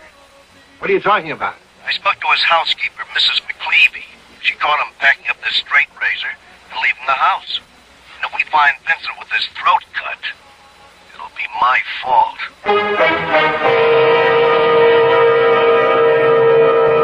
Well, the question is, who got away?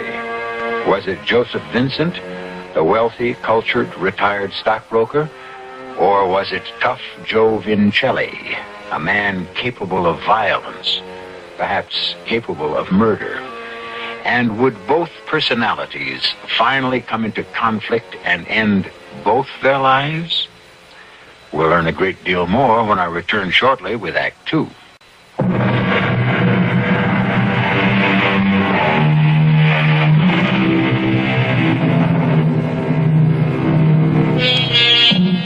Joseph Vincent has disappeared, and in the offices of Dr. William Abrams, a gloomy trio has gathered to determine their next step. None of them certain that Joseph Vincent hasn't already known the vengeance of his alter ego, Joe Vincelli. I don't know how I could have been so stupid.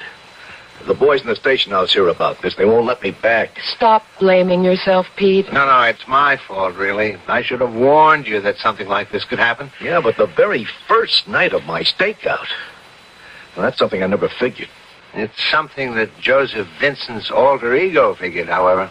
Pete, how did it happen exactly? Well, I was sitting outside in my car, and I saw Mr. Vincent leaving his house. So I started the engine. Well, that's when he waved to me and came over. Well, what did he say? He just said he was walking around the corner to the newspaper store. Did he look the same? Sound the same? Exactly. I couldn't see anything wrong with the guy at all. He fooled me, Penny. He wasn't Joseph Vincent at all. It was this other guy, Joe Vincelli. Well, what did you do when he didn't return? I went looking for him, of course, but he was nowhere in sight. So I figured he hopped a bus or a taxi. His car was still out in front. That's right. Well, anyway, that's when I decided to go into the house and talk to Mrs. McLeavy. His housekeeper? Right. And she told you about the razor? Yeah. She said she passed Vincent's bedroom and saw him putting the straight razor into a case and slipping it into his coat pocket. But why? I think I'd like to ask Mrs. McLeavy that myself. I feel just terrible about this, Doctor. Just awful. I just don't understand it, Dr. Abrams. I've known the man for 20 years, and I've never seen him act so strange. When was the first time you knew about Mr. Vincent's problem? I never did know the first couple of times. He didn't say a word, but then he couldn't hide the truth anymore. Once he was gone for a whole week, just walked out of the house without a word, and didn't come back for a week.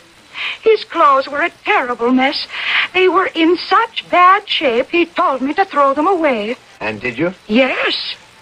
Did you notice anything unusual about the clothes? I mean, any strange markings, perhaps something in the pockets? Well, there was one thing. What was it? Well, I'm a little bit ashamed to say. No, please, Mrs. McLeavy, it might be important. Well, it was a calendar. One of those. Those? Oh, you know, with one of those women on it without a stitch. Oh, yes, I see. Do you still have it? No, I threw it away. along with his dirty clothes. But do you have the clothes he wore the last time he disappeared? Oh, yeah, I got them all ready for you. Just back from the dry cleaners. The dry cleaners? Of course. I sent them out just as soon as he came back. Ah, Mrs. McLeavy, we wanted those clothes just the way they were. Well, I can't imagine why you'd want dirty clothes, Doctor. Well, never mind. I'll take them just the way they are. I'll get them for you. Oh, Mrs. McLeavy. Yeah? One more thing. Did Mr. Vincent always use a straight razor? Why, no, he never did. What? He used an electric razor all the time.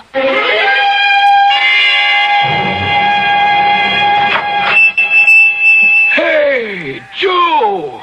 For the love of Pete, if it ain't Joe Vincelli. Hello, Mike. How are you? Where you been for the last couple of weeks? I give up on you already. Well, I've been around. Around, huh? Tell me the truth. You were hitting the bottle again, huh? Oh, I don't know, Mike. Maybe a little. You're sure a funny guy, Joe. 5 times you come to work for me, and 5 times you walk out without a goodbye. If I didn't like you so much, I'd throw you out on your ear, eh? Well, you're a good barber, Joe. You give people their money's worth. Thanks, Mike. I appreciate that. A man like you, a real artist with the shears and the razor. Joe, listen to me. Why don't you try and cut it out, huh? The vino, I mean. Yeah, I guess I should, Mike. That stuff don't do no good. You ought to be working steady, saving money. No, for your old age. Sure, I know, Mike. What's the matter, Joe? You don't look so good. Oh, well, it's my head. It hurts. You see, that's what the vino gets. No, I haven't had a drink. It's just that my head hurts sometimes. Mike, you will take me back, won't you? Can I work for you again? But for how long, Joe? 2 days, a week? With you, I'm never sure. But I need the work, Mike. I don't know what I'd do with myself if I didn't work. Okay, Joe, okay. I could never say no to a good barber. You got the job. Thanks, Mike. And listen, you bring your old razor, Joe, huh? Or you hock it, maybe? No, I didn't hock it, Mike. I got it right here. I wish you wouldn't look like that, Dr. Abrams. I'm sorry, Penny. I can't help blaming myself for what's happened. That's fine. I've got a husband who blames himself and a boss who blames himself. Maybe it was wrong to handle it this way. Maybe we should call the police. Pete is the police, and he really doesn't think you have grounds to involve him, Doctor. That man is carrying a murderer around with him. I suppose so. But I can't help wondering. Well, it all seems pretty obvious to me about where Mr. Vincent goes when he has these blackouts. All right, where? You know the old expression, cherchez la femme? Yes, I know. Find the woman. Don't you think that's the most likely explanation? Because of that girly calendar Mrs. McLeavy found? Well, it does seem to indicate an interest in the opposite sex. The poor man's been widowed for over a year. Would it be surprising if he went out hunting for feminine company? That must be Pete. Let him in, Penny. Hi, honey. How are you? Okay, I guess. I'm afraid I don't have much to report. I got the laboratory report on Vincent's clothing. The suit Mrs. McLeavy had dry cleaned. Yeah, that made it kind of tough. But there was one substance the dry cleaners didn't get out. What was that? Well, near as they can tell, Doc, it was powder. Face powder. Face powder. Are you sure, Pete? Well, not much doubt about it. It was a kind of cheap brand, but that's what it was. Well, what do you know? I was right. Cherchez la femme.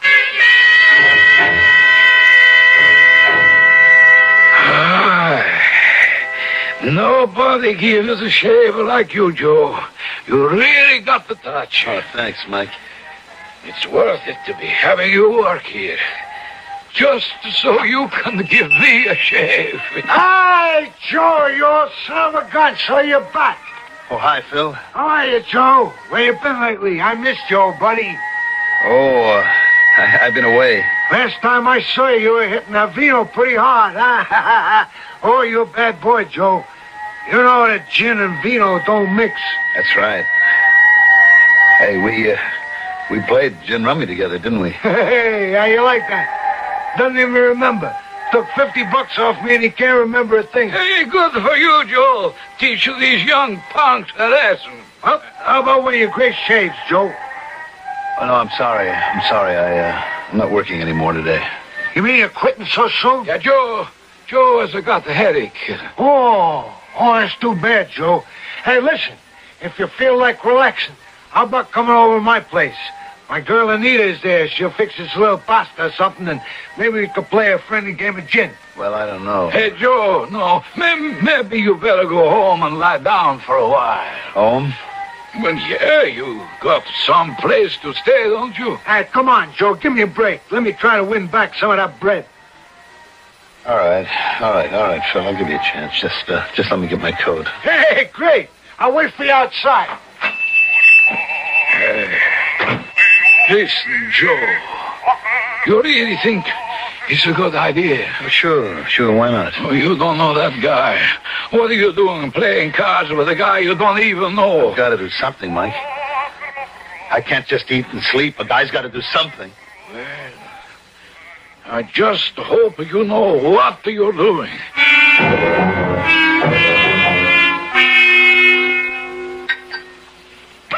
Go on, Joe. Help yourself. Boy, these cards are really lousy.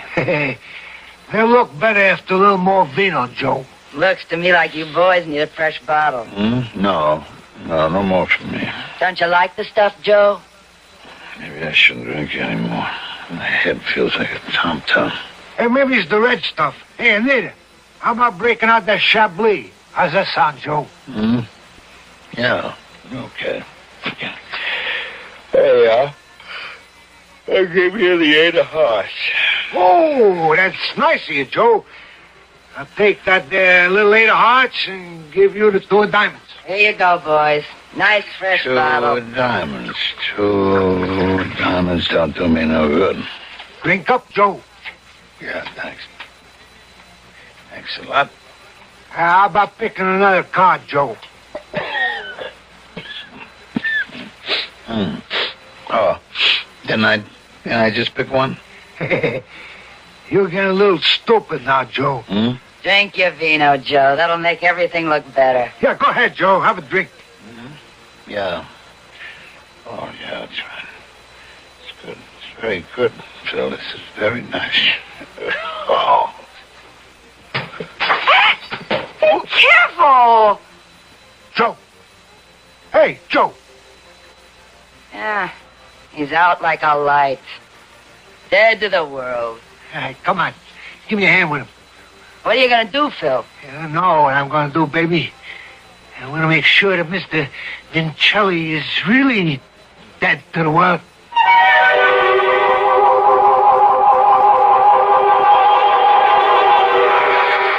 It would appear that Mike the barber gave good advice to his friend Joe Vincelli. Too much vino obviously doesn't do him any good. In fact, too much vino seems to be threatening his life at the moment. Obviously, more than one person seems to want Mr. Vincent dead. Or is Phil's intended victim Joe Vincelli? We'll find out when I return shortly with Act 3.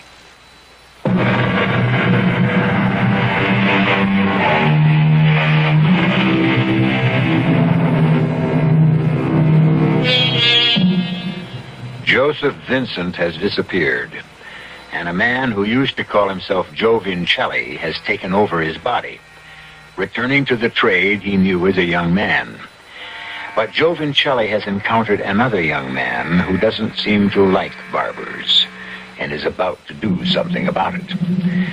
At the same time, in the office of a psychiatrist named Dr. Abrams, a worried trio ponders the problem. I can tell you one thing. Vincent didn't take a taxi when he walked around that corner. I checked it out with the Hack Bureau. No cabbie in the vicinity picked up a guy that fits his description that night. Therefore, he either walked to where he was going or he took a bus. Let's face it, we're at a dead end. Don't use that word. You really think the guy's a menace to his own life, Doctor, huh? Well, he hasn't been my patient long enough for me to answer that, but based on his past history, I'd say the chances are pretty good. I'll get it. Dr. Abrams' office. Who? Yes, he's here. Pete, this call is for you. Oh. A man named Halsey. Oh, yeah, Sam Halsey from the lab. Hello, Sam? Yeah. Uh-huh. How many did you say? Well, that's peculiar, huh? Yeah, sure. Well, thanks a lot, Sam. I really appreciate this. So long. What was that all about? Well, the laboratory isn't still working on those clothes of Vincent, are they? No, not the suit that was dry cleaned, but I found another suit in Vincent's closet. I kind of, borrowed it to see if we would turn up the same kind of face powder. Did you? No. But Sam says they found something else. They found hairs on the suit. Small particles of hair. Mm-hmm. Blonde or brunette? Well, that's the crazy part. They found both. And some redhead, too. Wow. Did you say he wasn't a Romeo? Now, wait a minute. If they were small particles, Of course, I just remembered what Vincent told me about his early life in this country. What did he say? He had several jobs here before he got into the stock market, and one of them was barber. Barber? Hey, that would explain it all right. The small bits of hair. And that calendar he brought home that time. Where's a better place to pick up a girly calendar than a barber shop? And that face powder on his clothes. Well, that's it. He goes to a barber shop. I'd say he probably works there. And that would explain why he packed that straight razor of his. It's probably the same razor he used when he started shaving guys in America. But why in the world does he want to work in a barber shop? He's a rich man. But he's not a rich man when Joe Vincelli takes over his body. He's the poor immigrant all over again, doing the same work he did then. So all we've got to do is find out which barber shop he works in. He's sure to be working under his old name, Vincelli. But there must be 1,000 barber shops in this city. We can't call all the barbers. Well, if we're lucky, we won't have to call them all. We'll find the one where Mr. Vincelli is working.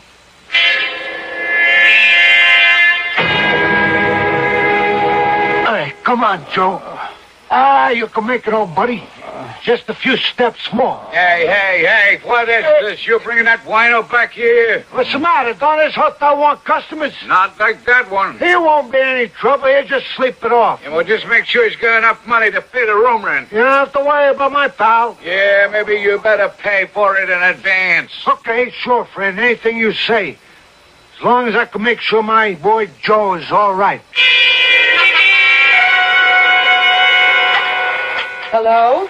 Apex Barbers? Vincelli. Do you have a barber named Vincelli. All right, thank you very much. Thank you. Okay, thank Hello? you. Thank you. Is this the Continental Barber Shop? Hello, Please tell me. Freddie's Barber Shop. You have a barber. You got a barber named Lincoln Joe Barber Shop. Vincelli working Can there? you tell me if you have a barber named Joe Vincelli there? What's that? Hey, Doc, Penny, I got him. Never mind. Yeah, I understand. But can you tell me where he went? Isn't he there? No, he took off this afternoon with a friend. Does he know where the friend lives? He said he doesn't know. Hello? Listen, are you the owner? Yeah, it's very important that we find Mr. Vincelli. Well, but you must have some idea. Pete, tell him we'll come down there and talk to him in person. Yeah, look, if Joe is in some kind of trouble... No, it's not the kind of trouble you might think, Mr. D'Angelo. You said you were a cop, right? Yes, I'm a police officer, but this gentleman here is a doctor. Joe Vincent's doctor. Who's Joe Vincent? The guy I know is named Vincelli. Yeah, well, they're one and the same. We think that your friend may be in danger, Mr. D'Angelo. He has definite suicidal tendencies. Joe does? That's right. And unless we can locate him, he may never work for you or anyone else again.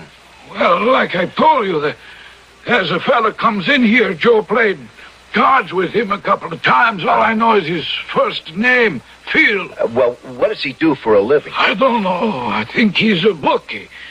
I told Joe not to get mixed up with him. And you don't know where he lives? No, I don't know. Oh, wait a minute. Huh?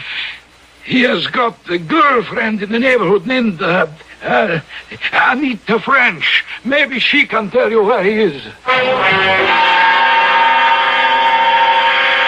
That's it, Joe. That's all it's gonna take. Just turn on the heater and let some nice gas into the room.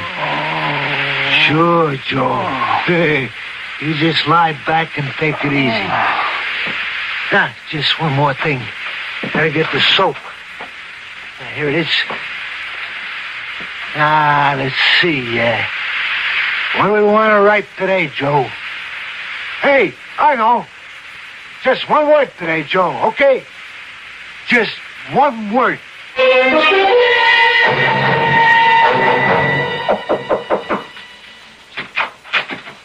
Yeah?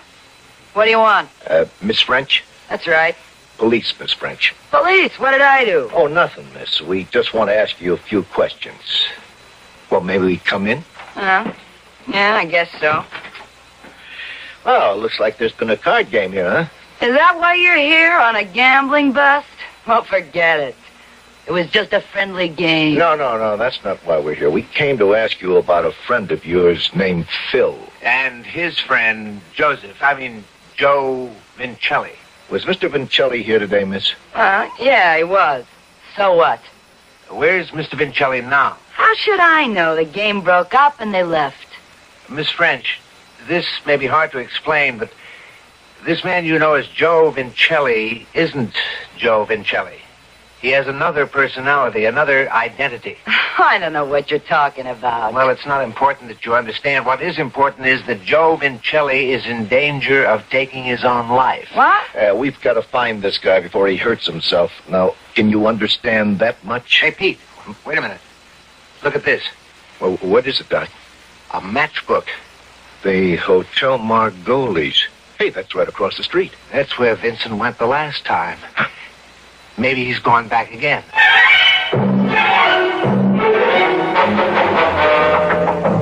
Mr. Vincent! Joe! Are you in there? He might be asleep. Or worse. Come on, you. Open the door. All right, already, all right. Oh, good Lord, it's gas. Turn the heater off. The window open. Hey, Doc. Look at that mirror. Yeah, it's written all over it with soap. Hey, is he dead? No, he's still alive. All right, get him out in the hall, quick. Give me a hand. Okay. Come on. Are you sure he's breathing? Yeah, he's okay. Mr. Vincelli. I'd sure like to know what's going on here. Shut up. Come on. Dr. Abrams. Is that you? Yeah. Yes, it's Dr. Abrams. Oh. Do you know who you are? Yes, I'm Joseph Vincent. Wow. That's something, anyway. Hey, Doc. Do you see what it says on the mirror? Yes. Just one word. Death. Yeah. And it's signed Joe Vincelli. What? What happened? Did I do it again? Did I try to kill myself again? It looks that way, Mr. Vincent. Only this time you almost succeeded. Hey, wait a minute. What is it, Pete? Mr. Vincent, let me see your hands. My hands? Look at them. They're filthy. Well, so what? Well, it means he hasn't washed them. No, I guess I didn't. There's no soap smell on them either. Not a trace. What are you getting at, Pete? The note on the mirror was written with a cake of soap, but there's no trace of soap on Mr. Vincent's hands. He didn't write on that mirror, Doc. We were wrong about Joe Vincelli. No, Pete. I'm sure there's a Vincelli personality. But maybe Vincelli isn't a killer. Maybe the killer's got an identity all his own.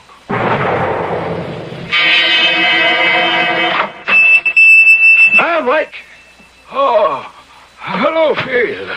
Nita said you called her. Something about my buddy Joe. Yeah, that's right. I'm afraid Joe won't be around to shave you in the horsefield. No, kid. Disappeared again? Yeah. Hey. Yeah. But look, I don't want to lose a good customer. You sit down.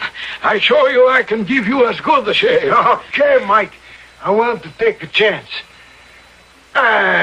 Poor Joe. He really liked this vino too much. Yeah, I'm afraid so. Here, let me put this towel around you. Hey, is he gonna be okay? You know? I'm afraid it's a kind of serious fear.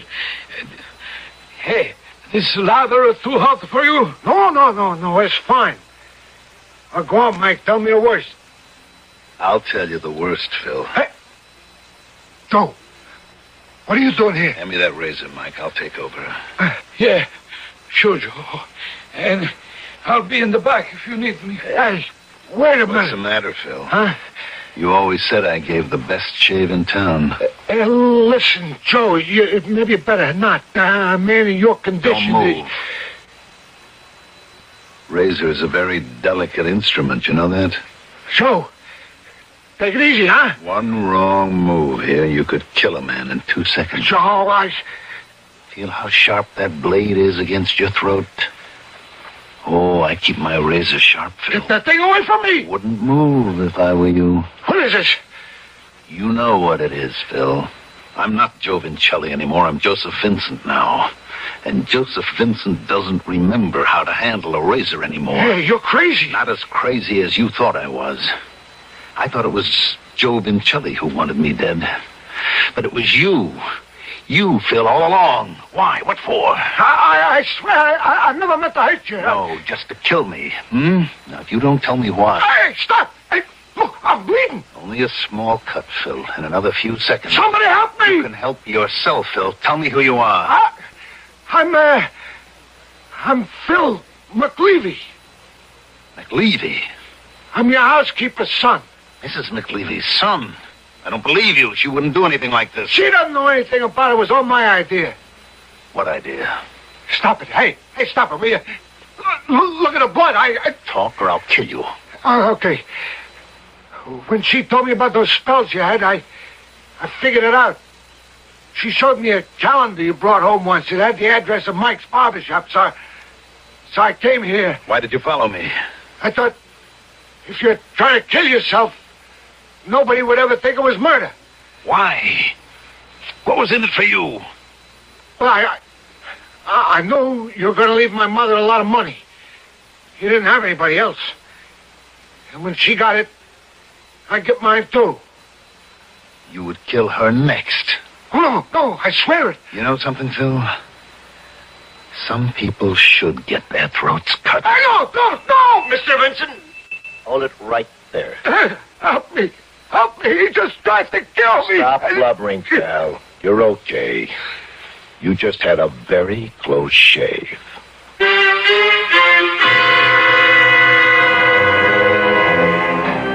They say that barbershop shaves are becoming a lost art.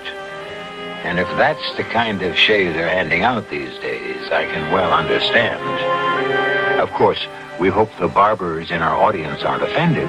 Personally, we think there's only one thing more relaxing than an afternoon in a barber's chair. And that's the time spent listening to the Radio Mystery Theater. I'll be back shortly.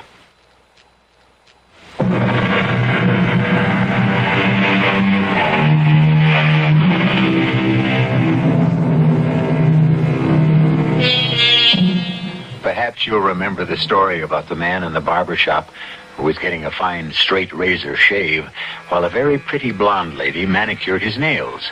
He said to her, "You're the prettiest girl I've seen in years. How about a date tonight?" She replied, "Why don't you ask my husband? He's shaving you." What? No laugh? Well, that's not the purpose of the Radio Mystery Theater anyway. We're here to hand out chills and thrills, and we hope you'll be back for more. Our cast included Mandel Kramer, Robert Dryden, Catherine Byers, Suzanne Grossman, Ian Martin, and Sam Gray. The entire production was under the direction of Hyman Brown.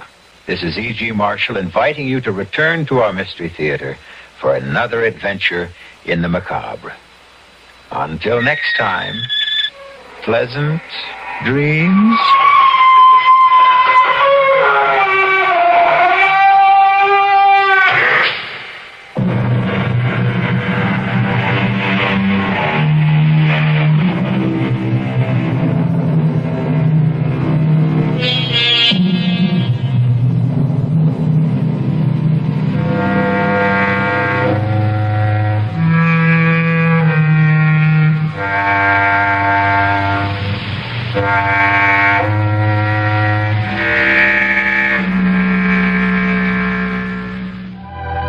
This is your friendly music station, KIXI, dial 91 AM, Seattle.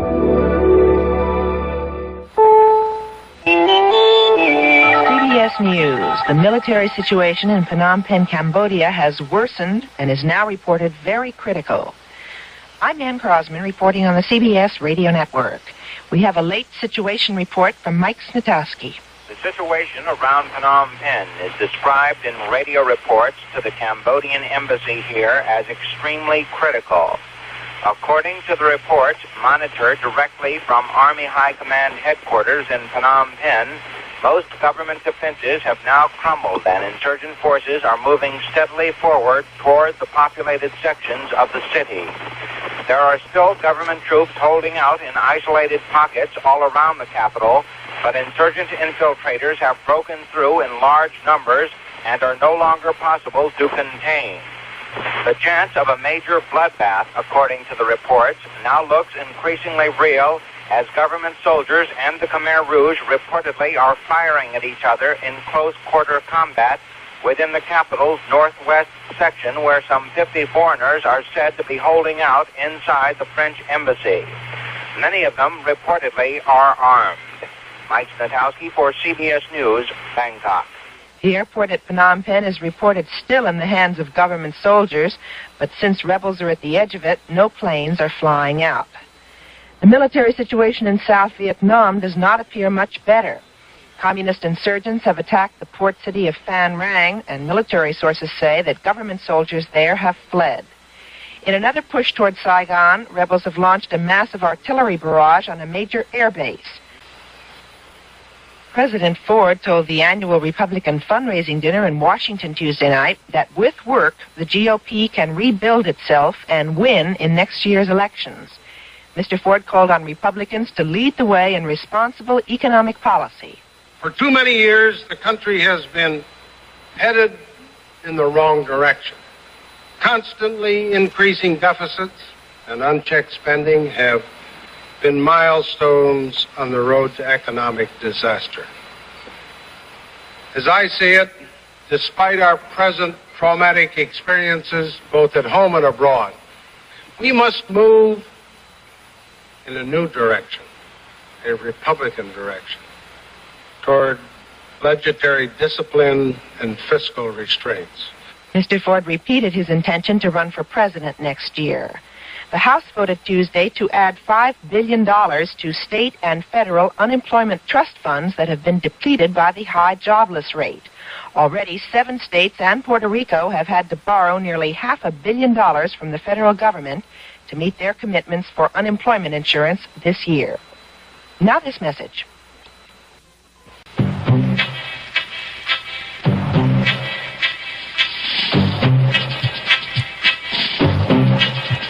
When you say but, you've said a lot of things nobody else can say.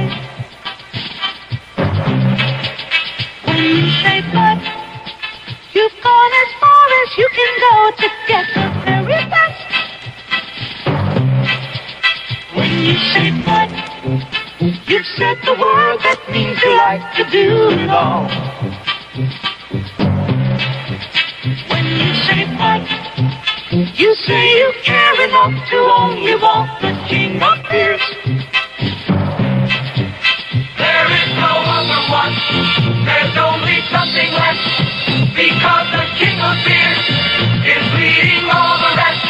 When you say Budweiser, you've said it all. Anheuser-Busch, St. Louis. Lebanon's premier is expected to meet on Wednesday with Palestinian guerrillas and members of the right-wing Phalangist Party to try to arrange a ceasefire. I'm Ann Crosman, CBS News.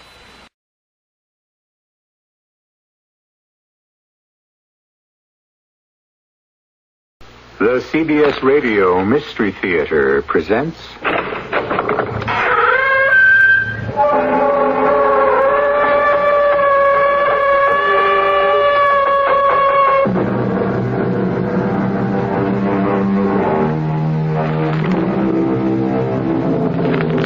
Come in. Welcome. I'm E.G. Marshall. Wherever you live in the North American continent, it's hard to imagine that given a reasonably clear day without cloud cover, you won't see an airplane. The great silver birds roaming the sky, sometimes leaving the contrail in their wake, written like a chalk mark on the blue board of the heavens. So safe, so sure, so poised. The actuarial figures prove beyond a shadow of a doubt there is no safer method of transport, despite the myriad things that could go wrong. The only trouble is that when something does...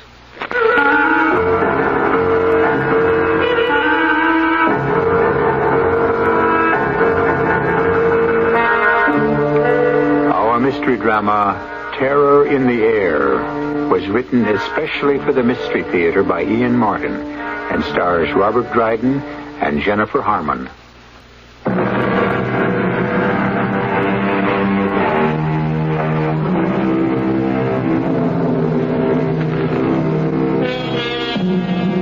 Flight 113, Transways Airlines, took off from Miami, a sleek DC-9 four-engine jet bound for Seattle, Washington, with one set down at Kansas City. The bulk of her manifest was a large charter of meat packers returning from a convention to be dropped off at Kansas City. The small remaining nucleus of passengers was to be increased by only one pickup, 65-year-old Dr. Sam McCall. A man, the crew, and his fellow passengers were to thank God for the rest of their lives. For Flight 113 was a jinx ship, doomed to a nightmare that is shared by anyone who flies, and against which every precaution is taken so that it won't come true. This is the story of the 1,000,000 to 1 chance when it did, and which began before the Florida takeoff. This is Flight 113, Transways Airline, Post K2. I'm ready to roll as soon as you get me someone to hold my hand. He's on his way right now from reserve. Hey, what happened to Dave? Yeah, his father had a coronary. It's pretty hairy, I guess, second time around. Dave took off for the hospital like he was fired from a gun. We're all checked out. I'll get back as soon as Dave's relief gets here. Come. Hi, Franny. Well, what the Sam Hill is that? Just a moment, Captain. That's our jolly little cargo. 115 slap-happy meat packers on their way home from the convention.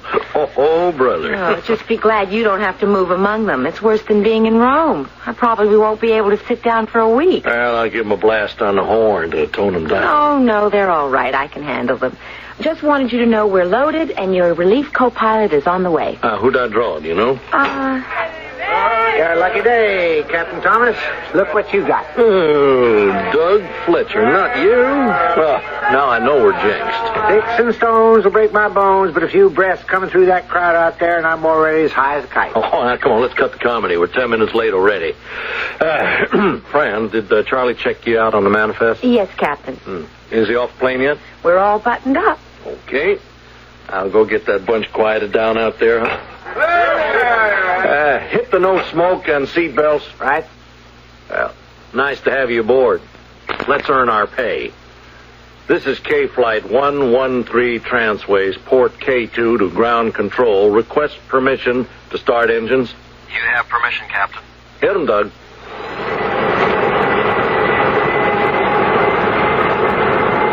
Ready to roll as soon as we get the good word. Hold it a sec. Roger. Doug, where'd you? Oh, at home. With the little woman. You? Ham Davies. I never can pass up that chiffon pumpkin pie. Hey, that's funny. You know, on my way down, Still on the pipe, Transways 113? Yeah, waiting to roll. Okay. You're cleared to taxi to runway 5 via Hobo. Roger. We still have CAVU for the flight? As far as Kansas City. Ceiling and visibility unlimited. Thanks. We're on our way. Have a nice flight. We aim to please. with the load we're carrying, we can't lose. Most of them can make it under their own power. Otherwise, it looks like a milk run all the way. A milk run, the flight where nothing happens, where everything goes according to the book. And so it did, as far as Kansas City. In spite of the slightly raucous conventioneers who soon passed out quietly to be poured off the plane gently by the stewardesses 2.5 hours later. Waiting to take off again, Captain Thomas and his co-pilot Doug Fletcher could have no slightest suspicion that the second half of the flight was to make disaster history. What are we waiting for, Captain? Tower clearance? Anything wrong? Nope. Something coming in, I guess. How's the load? Oh, you could shoot deer back there. Let's see. We have only 32 left. We didn't pick up anyone here? Only one, a doctor. Very handy to have aboard. Now, what does that mean? Well, just that we have a lady aboard, a married lady who's very pregnant. Ooh, I hope we don't pick up any rough weather. Will you knock it off, you two Cassandras? Huh? Now, let's get airborne before you discourage me from the whole flight. This is Flight 113, Transways Airlines. I'm at number 1, requesting permission for takeoff. Acknowledge 113 Transways. Be advised you are now cleared for takeoff. So, here goes nothing. We're on our way. Fly happy, Captain. Only way to go. Thanks, Kansas, and out.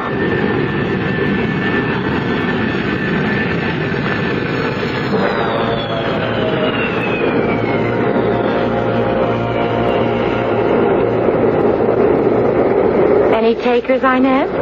Yes, but not enough to get the drink cart out. 2 scotches, 1 bourbon, a stinger for the lady in first. We got that, a stinger? No, I'll take that one to her personally, crabby old biddy. I can manage. Oh, I'm going up front anyway, Inez. Maybe the boys want some coffee. Shall I call them? No, I need a little exercise. I want to check on our little mother-to-be anyway. She's pretty near her time, I think. Oh, not too, I hope. Ever been a midwife? Of what? Did you ever deliver a baby? Oh, no, not me. Either for myself or anyone. I think I would freak out. Oh, that makes 2 of us. I hope we don't have to find out.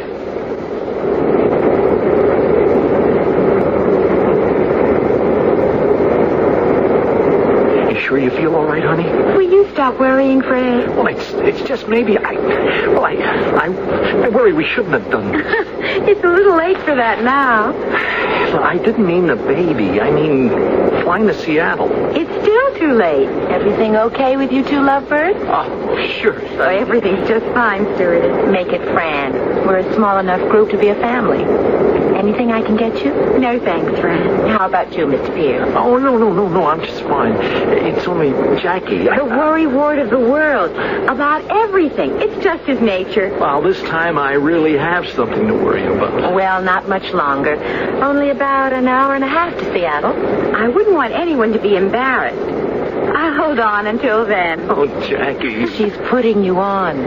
He bought a stopwatch so he can time the pains when they start. But don't get me wrong. I love him. That's my exit cue. I've got to deliver this drink to someone.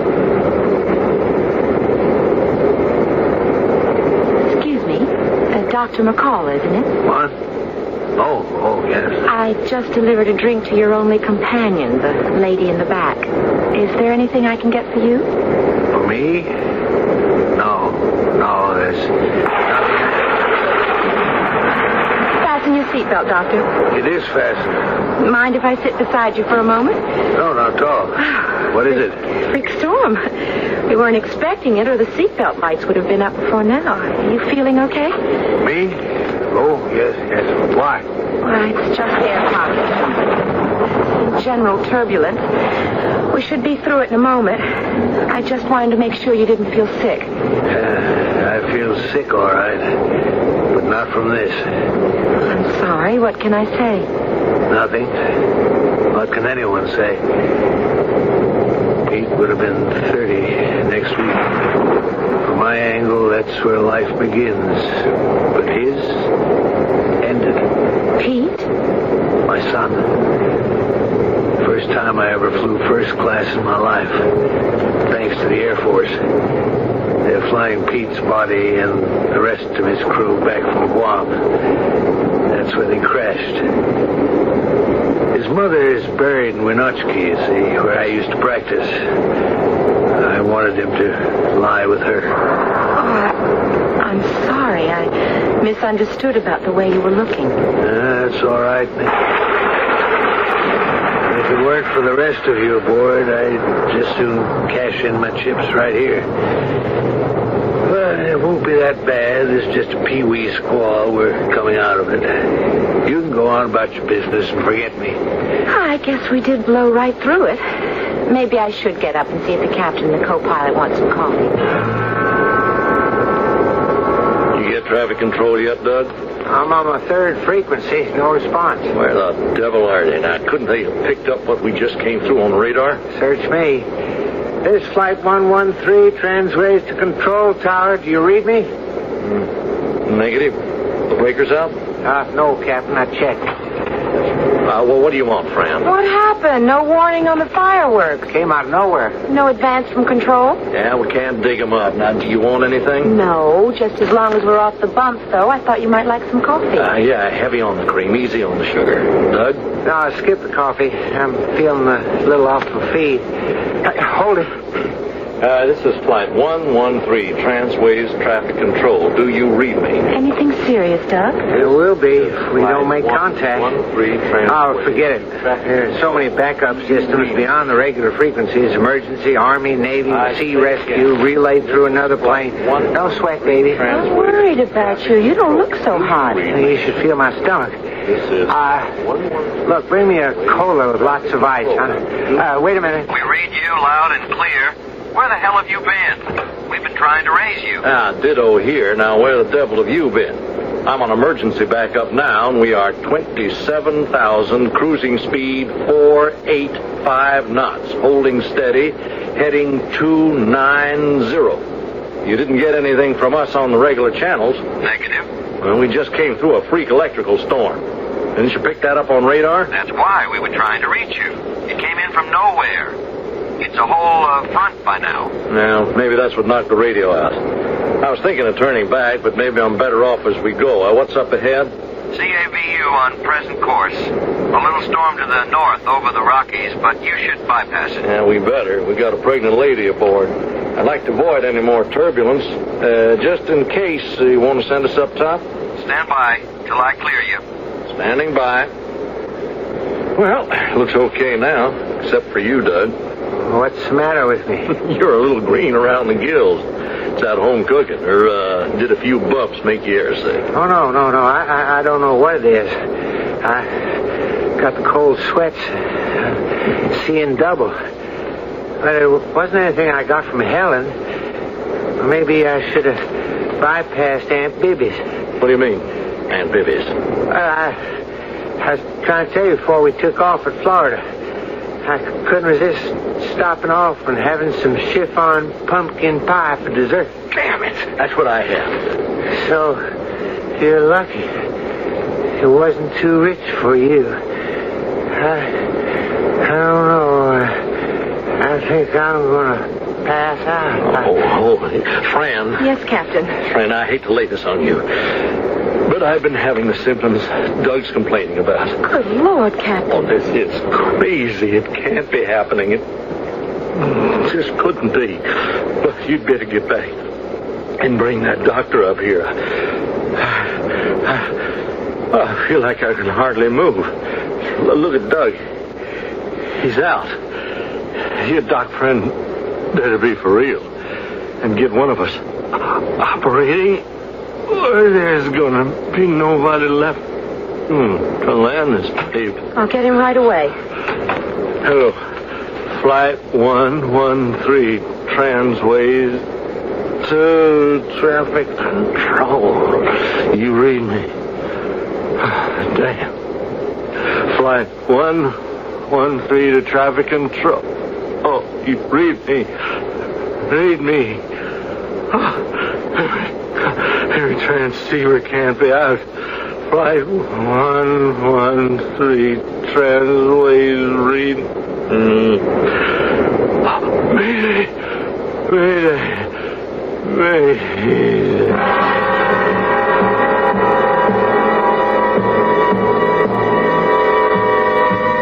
Mayday, the final and ultimate cry for help when an aircraft is disabled or out of control. The last word air traffic control ever wants to hear. For once that dread alert is sounded, everything moves with controlled pandemonium. I'll return shortly with Act 2.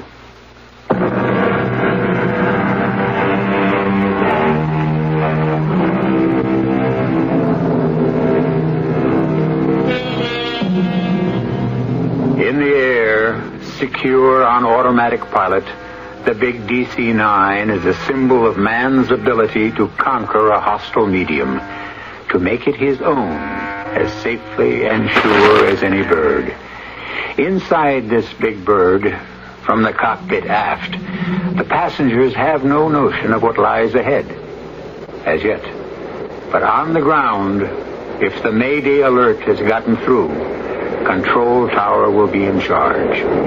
His voice calm but precise, but underlying it, the ragged edge of knowledge he shares with every pilot who receives, that man may conquer the elements, but never wholly subdue them.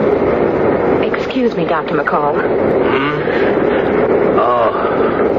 Oh, yes, stewardess. I'm sitting down beside you because I have no wish to alarm the rest of the plane. You are a medical doctor, aren't you? If I'm not, I've kept up the pretense successfully for more years than I'd care to say. Do you have a doctor's bag with you by any chance? Yes. I don't know why. Force of habit. Why do you ask? There's some trouble in the cockpit. The pilot and the co-pilot seem to be in have some sort of food poisoning. Could we just walk up there casually? We better get there fast. Well, not too fast. There's a lady watching us who is, volatile, for want of a better word. I don't want to get the rest of the plane alarmed. Tell you what, I left the cabin door open. I'll keep her busy while you go forward. Whatever you say, my dear. Are they conscious? I don't know. The captain was when I left. Don't worry. The plane's on automatic pilot. Well, Mrs. Miller, did you enjoy your singer? Perhaps you'd like a repeat? The scene in the control room of the plane is enough to turn anyone's blood to water. In the co-pilot seat, Doug Fletcher is half slumped to the floor, out cold. In the pilot seat to the left, Captain Thomas is valiantly trying to fight off his blackout, but only half conscious himself. Flight 113 is there. See rescue. Do you read? I'm a doctor, Captain. What's the trouble? Pain in the stomach. I want to throw up, but I can't. See double. I can't keep my eyelids from closing. All right, let's have a look. Same with your co-pilot? Yes. Did you eat together before you left on this flight? No, but both had the same pie in Miami. Place called Aunt Bibby's. Pumpkin chiffon. That doesn't sound so lethal. I'm afraid. How are they, Doctor? What's your name again? Fran. Okay, Fran. I got to make a snap diagnosis on damn little information. Looks like we have a couple of cases of botulism. What's that? That's kind of food poisoning that affects the nervous system. Both of them are in coma. There's some toxins that might be helpful, but I don't have them in my bag. Best we're going to do is get plenty of cold towels and hope that we can bring one of them out of it. And if we don't? We are in real trouble. Any idea of our ETA? Well, about midnight, Seattle time. That's about an hour and a half. Just about. Well, first thing is to try to save these boys. Can you call back on the intercom to one of the other hostesses and get some ice and plenty of towels? Yes, sir. First, help me move the captain onto the floor.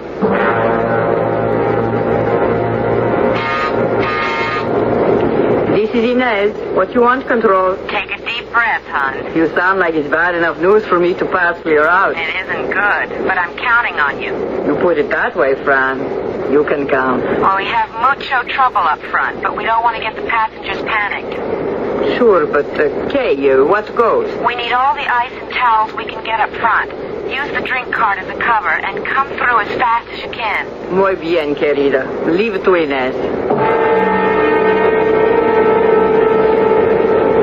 You all right, baby? I'm fine. Why, Fred? I don't know. You seem to be sort of squirming around. That isn't me. It's your firstborn. Here comes the hostess with the cart now.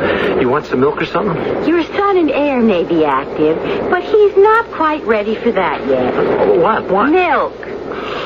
Oh, I don't know, Jackie. I get the notion you're working me over. Maybe we shouldn't have taken this trip. Why not? Because you resent it. I just thought, a first baby and all, you'd be safer in Seattle with Mom than all alone in Kansas City. I wasn't exactly alone there. Well, you didn't have any kinfolk to help out. Did it ever occur to you I'd just like to have my baby by myself? Well, it's my baby, too. Sure it is. You've just got to excuse us uptight females at the end of the pregnancy, Ruth. We forget it's anything but just us and Junior. You're the only two that count. And you first. Cheer up, honey. Everything's going to be all right. I was thinking about something cold to drink, but we missed the boat. Or I should say cart. Inez is already all the way through to first class. Look, I could go and get us... No, it doesn't matter. So, I'll catch her on the way back. Who is it? Inez with the towels and ice. Just a minute. Let me in quick. Big Nose there is smelling trouble. Who? The lady with the stingers. Oh, she doesn't matter. Help me and the doctor get some cold towels on the captain and Doug. They are passed out? Oh, I hope that's all. Then who is flying the plane? That's a good question. It's no use, girls. They're in deep coma. Can't you bring them out of it? I doubt it. If we get them hospitalized, if then. They are not going to die. From food poisoning?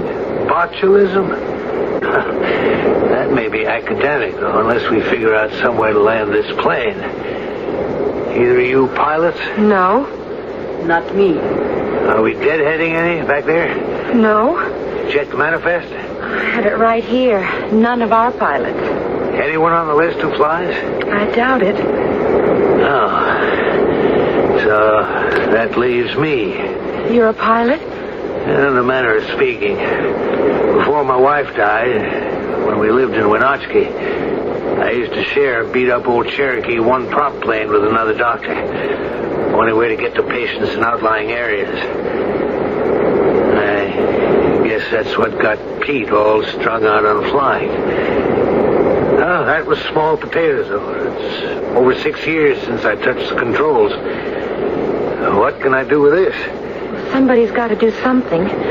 Not only to save the captain and Doug's lives, but 34 more of us, including you. Well, what do we got to lose? You keep those cold towels on the captain on the floor. We'll leave the co-pilot in his seat to save room. Oh, this maze. The forest primeval. All right, give me the headphones. Now, where's radio in this mess? Right here, Doctor. But they were having trouble with the regular frequencies. What's it set on now? I don't know. Army, air rescue, emergency, maybe. So, let's see what we can raise. Hello? Hello, anyone? Can you call me? Can you hear me? We are receiving.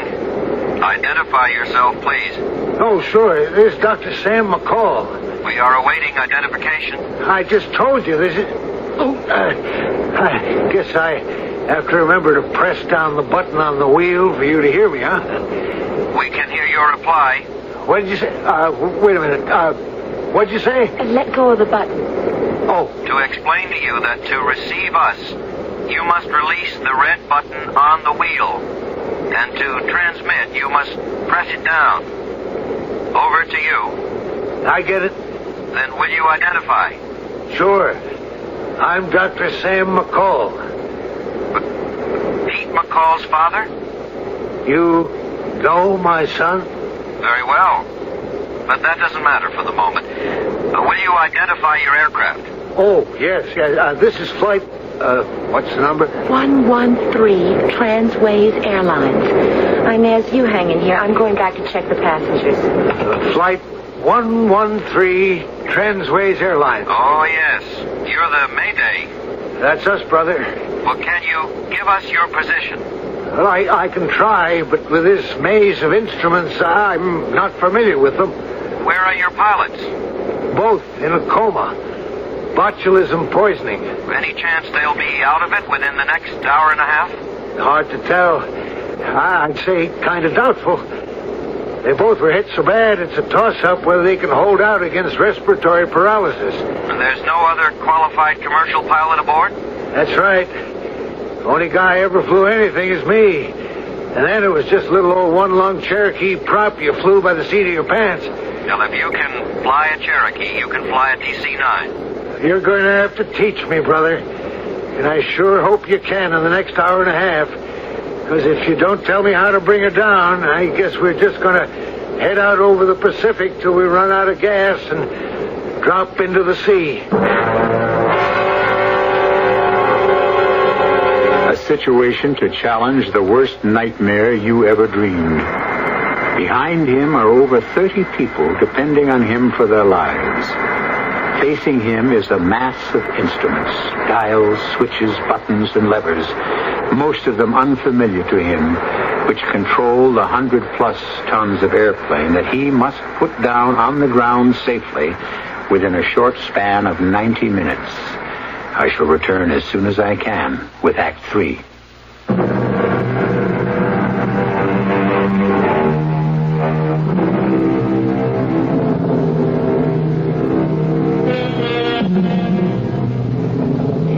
In the cockpit of a 4-engine jet monster 31,000 feet above the ground, alone. A 65-year-old man who joined this flight with nothing but death on his mind.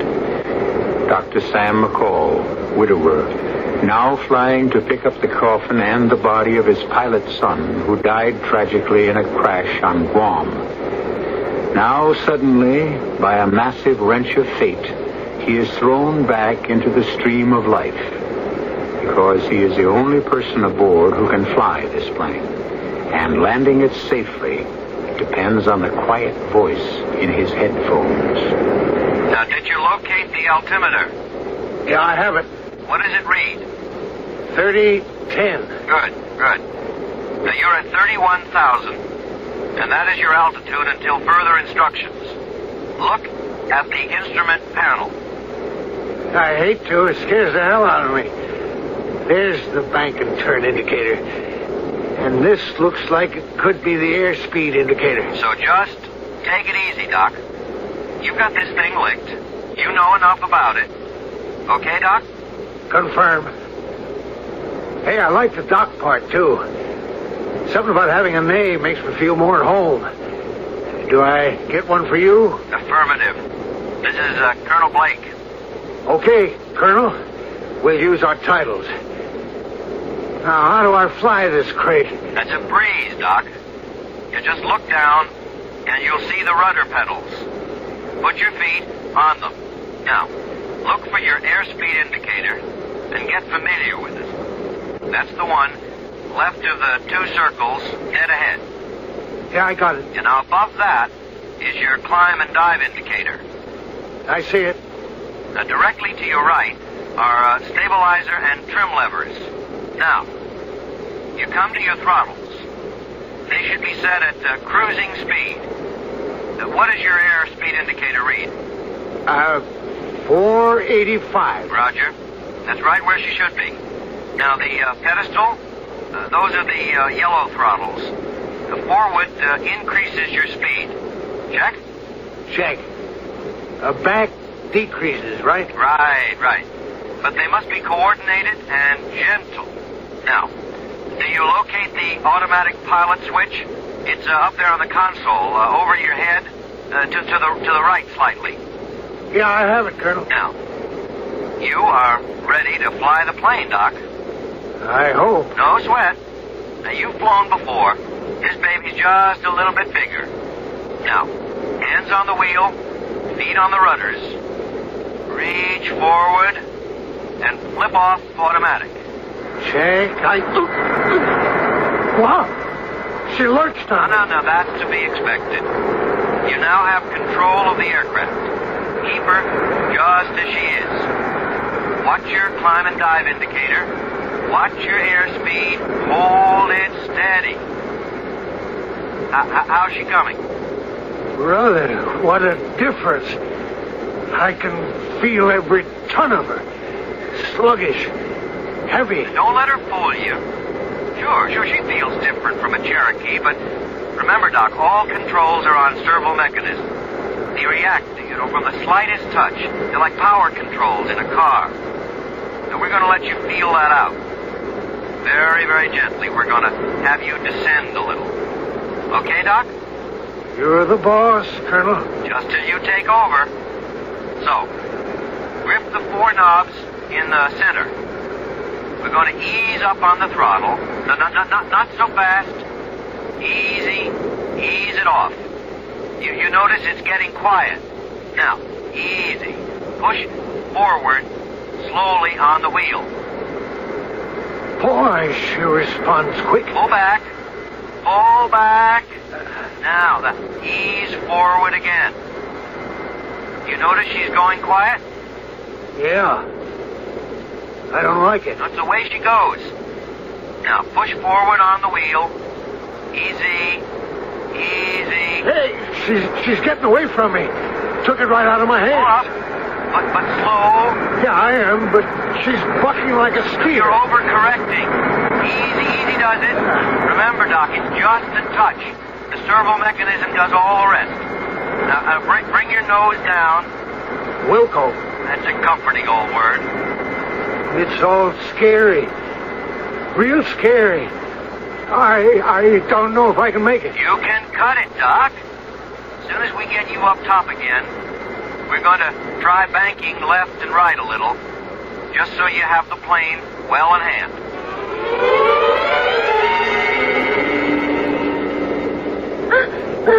What is it, Jackie, baby? Not the baby. I'm afraid. Yes, it's so near. The pains are almost every minute. Oh, Lord. What are we going to do? I'll try to hold on. Honest, I will, but... Stewardess, Fran, it's Jackie, my wife. She's having the baby. Here, help me get these seat backs down in front. Stretch her out. I'll get blankets. Inez? Yes, Fran. Get up to the cockpit and tell Doctor Mrs. Pierce's baby is coming. I'll do my best to handle it. I'll try not to bother him, but I might have to call for instructions on the intercom. Sure, Fran, sure. So get going. Ladies and gentlemen, listen to me, please. There is no reason for panic. The plane is in good hands. I want to get all of us as far back towards the tail as we can. Everyone find their life jackets and inflate them as instructed when we were taking off. We have a lady who is about to deliver her child. I'm asking you to the rear as much for her privacy as for any other reason. We are all going to be all right. If the good Lord grants us a new somebody into the world, he sure doesn't plan to take all the rest of us out of it.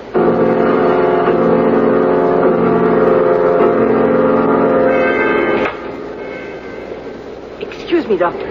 How's it going? Not so bad now. Back on automatic. Taking a little rest. How's everything back there? Oh, not bad. Not good.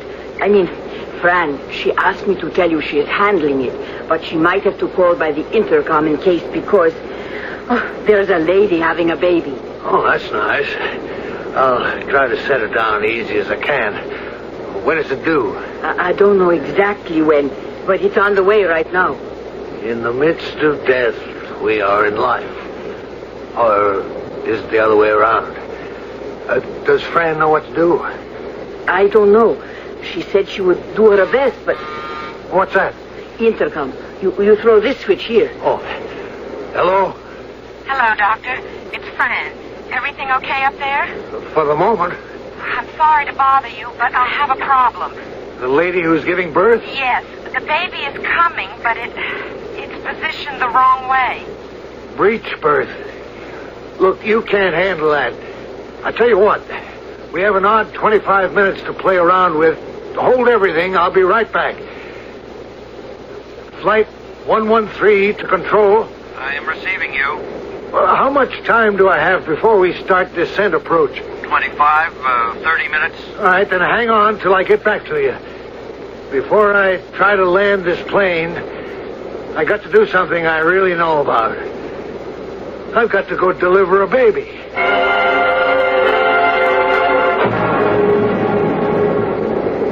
This is Flight 113, my term, to control. We have you, Doc. How's the baby? A fine boy. Kind of makes up a little for my own. How do we stand? You're ready to get off automatic and commence descent. At 485 knots, you should be coming down at 1,500 feet per minute. Roger. I'm now commencing descent. Very good. Now, hold that descent rate to 1,800 feet a minute, and then we'll go into landing approach. Funny thing, Colonel. What? What's that, Doc? I just accomplished something very difficult. Bringing one life into the world. I hope I'm as successful in keeping 37 lives protected that are already here.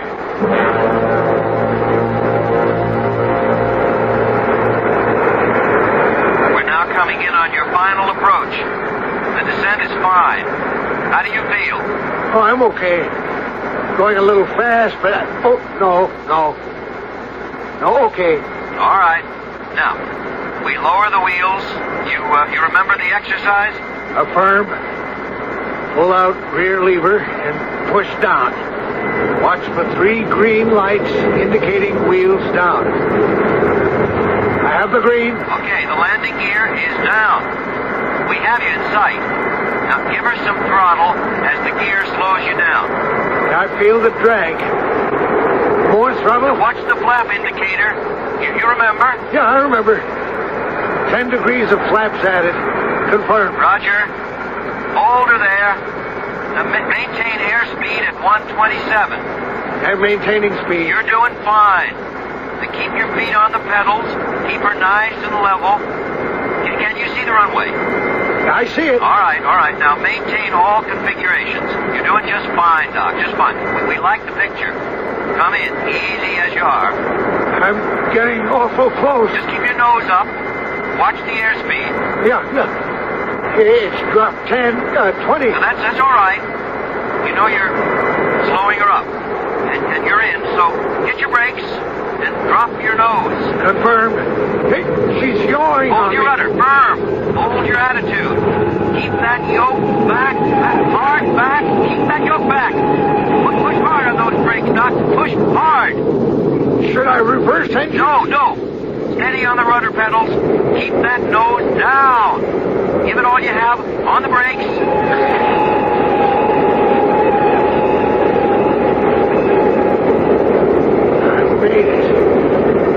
I made it. That's all your son asked for. Signing off now, Doc, and turning you over.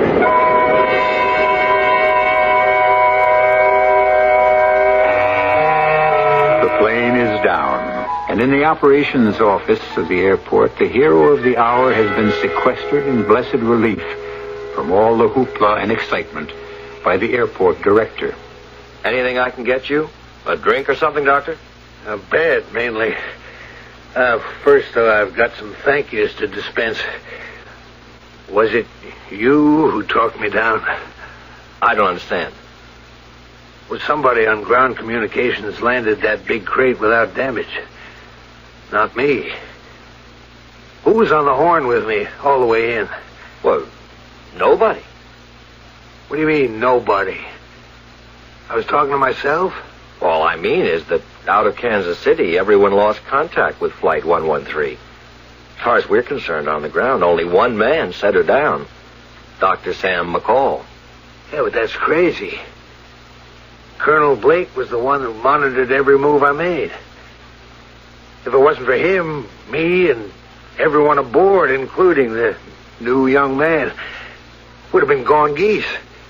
I couldn't have landed that skyscraper by myself. You say, you were in radio contact all the way? Well, sure, with Colonel Blake. Colonel Jackson Blake? I never did get his first name. Well, why? You know him? But no, not personally, but... Well, he was the pilot of the plane in which your son crashed, and all personnel were lost. He said he knew my son, Pete. You trying to say he was dead all the time? Well, the only thing I know is that right beside your son Pete's coffin is one that contains a Colonel Blake. And your radio was out cold. Well, no one else could have talked you down. What can you add to that? An elderly man who hadn't touched a plane control in 6 years, and then only a single engine, landed several tons of modern multi-engine jet by himself in radio silence. Or was there some other force beyond that which brought him home? You make up your minds. I'll be back shortly.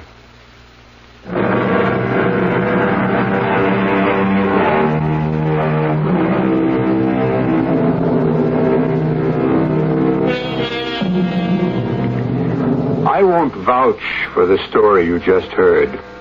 It's part and parcel of many legends. There was a whole crew who got poisoned eating key lime pie. There is a story of the radio operator of a sunken aircraft carrier who talked a plane home. Tale of a dead son who brought his father down, and so on and so on. All we ask on this program is not belief, just suspension of disbelief. Our cast included Robert Dryden, Jennifer Harmon, Earl Hammond, Richard Seff, and Hetty Galen. The entire production was under the direction of Hyman Brown. This is E.G. Marshall inviting you to return to our Mystery Theater for another adventure in the macabre. Until next time, pleasant dreams.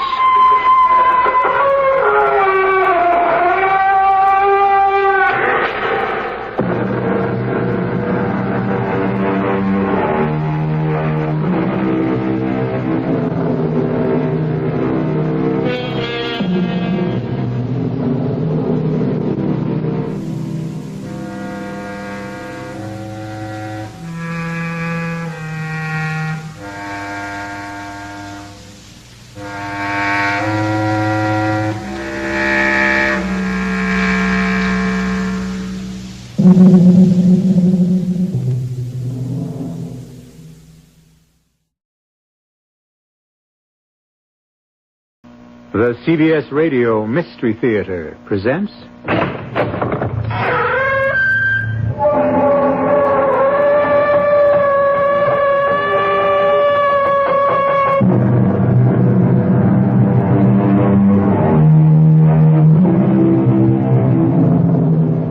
Come in.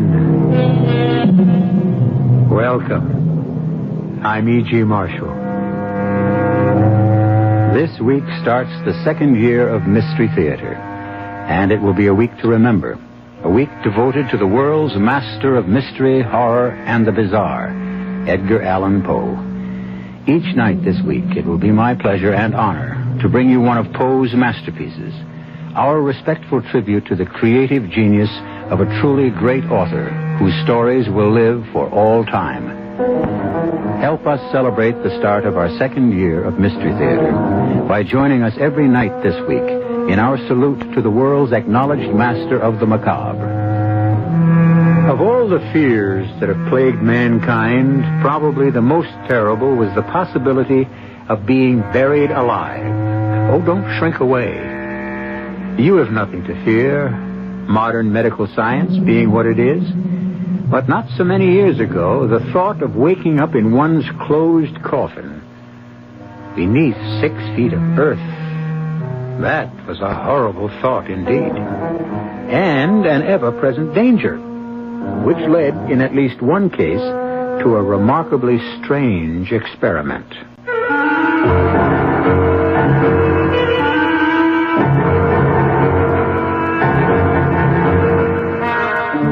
Our mystery drama, The Premature Burial, was adapted from the Edgar Allan Poe classic especially for the Mystery Theater by George Lothar and stars Keir DeLay. I'll be back shortly with Act One.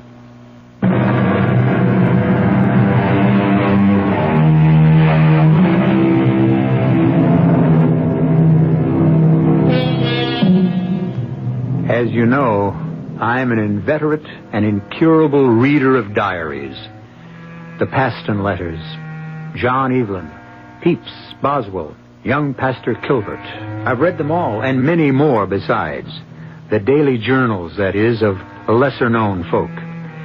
In so doing, I've happened upon some curious tales, but none, I assure you, that can match in sheer terror the one I bring you now. I happened upon it years ago in a small, out-of-the-way bookshop in London, England. It's the journal of a young doctor, Dr. Gordon Rainey, and it recounts certain events that took place in the year 1810. Now, let me see where to begin. Here. I arrived at the Bull and Bear Inn in Salisbury, the doctor writes, in one of the worst of storms, and having stabled my horse and seen to its proper care, soon found myself in the rooms my friend Guy Peterson had engaged for himself. In all the years I'd known him, since undergraduate days at Cambridge, I'd never known this closest of my friends to be in such a state of overwrought nerves. Thank God you come, Gordon. Thank God you're here at last, my friend. I came as soon as I could after getting your message, but what is it? I've never seen you in such a state of nerves. Thank God, you're actually trembling. She's dead. Dead, you see, and they buried her last week, but I must see her once again.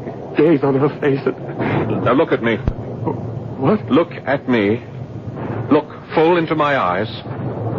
What? Gordon, what are you doing? I'm merely calming you down through the use of mesmerism. Mesmerism? What in heaven's name is that?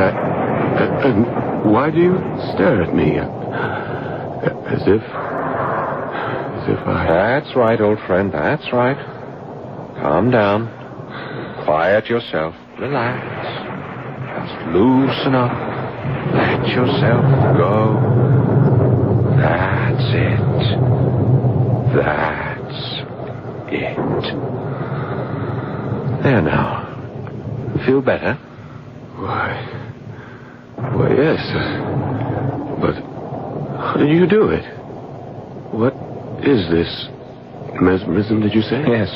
A means of controlling another person by, well, to put it simplistically, dominating him with one's own will, the force of one's own willpower. But that's miraculous, and yet you did it. I feel ever so much calmer now because you made me. Good. And now, Guy, calmly tell me why you sent that urgent message to meet you here in Salisbury. Victorine is dead. Well, I know how you must feel, and of course I sympathize deeply, but her death, isn't it a blessing? A blessing? She's dead. Victorine is dead. And at last free of the hellish life Sir Giles Buckingham led her. Come now, Guy. Is that not something to thank God for? Well, I suppose so. Oh, my dear good friend. I know how much you loved her. Loved her? She was my heart, my soul, my very life. A life that's ended for me when her family forced her to marry Sir Giles. We've talked of it again and again, but now that she is dead, perhaps you can try to take up your life again. I must see her, Gordon. See her?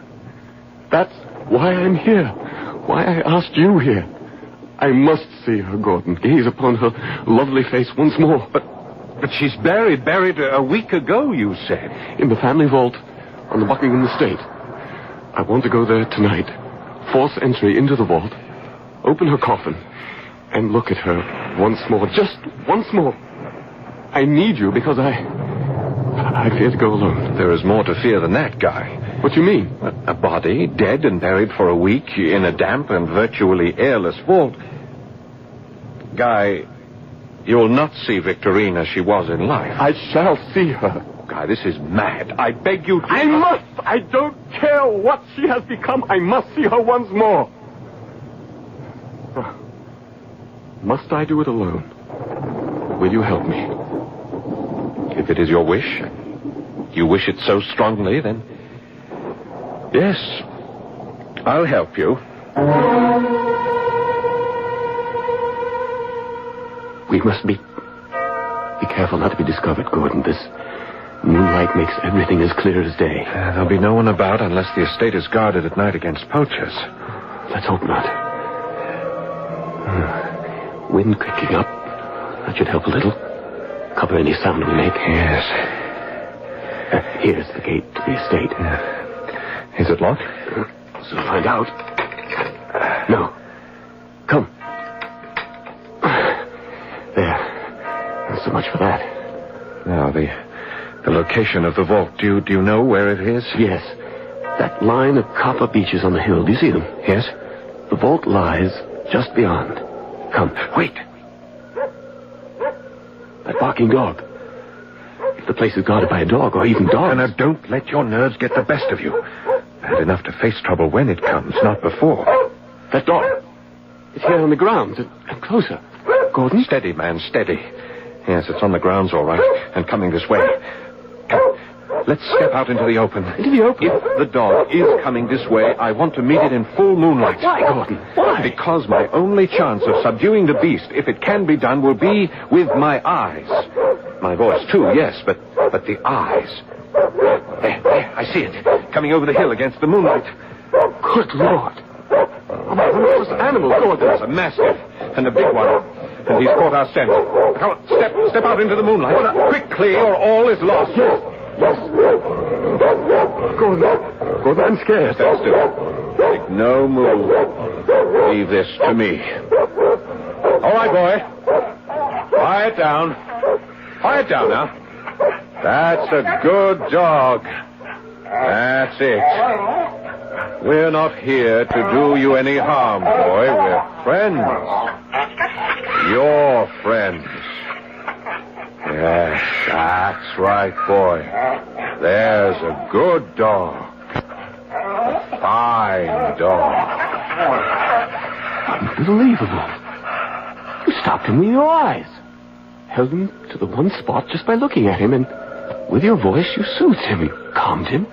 Took all the fight out of him. Yes. And now, let's get on to the vault.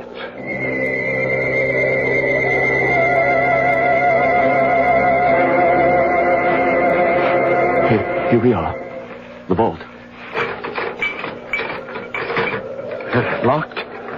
Afraid so. I'll have to use the pry bar I brought. Well, be as quiet as you can. Yes.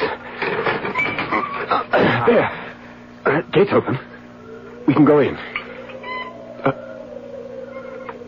Light the lantern, Gordon. Guy, once more, I urge you not to go through with this. I must. You know I must. Now listen to me. Light the lantern. I'm lighting the lantern, but listen to me.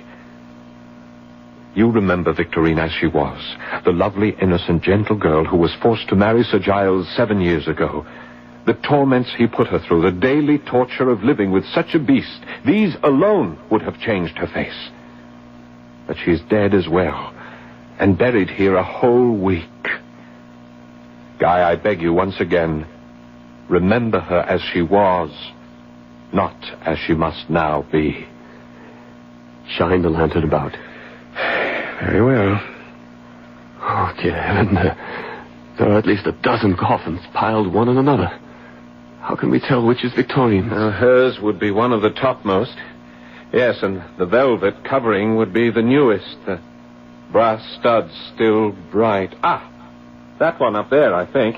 Let's get it down and see. Just let me put the lantern over there. So. Now then, I'll take the head of the coffin, you the other end. Can you reach it? Just pull then. Now pull it to the edge. And when we get it to the edge, we can put our hands under it and let it down very gently. Yes. Gordon. I heard it. What was it? It couldn't be. Can't be what I thought. A voice. And it comes from inside the coffin. Oh, dear. And above it, this is Victorine's. Gordon. She's alive. Alive. Let's put it on the ground. On the ground. Easy now. Easy. The pry bar now. Pry off the lid. Yes. Well, hurry, man. My nerves. Hands trembling, no strings. Give it to me. Now then. Hurry. Hurry. Oh, I'm working as fast as I can. There. The lantern. Quickly, the lantern. Yes. Shine it into the coffin. There. Oh, look. Victorine alive. Alive. God, it's you.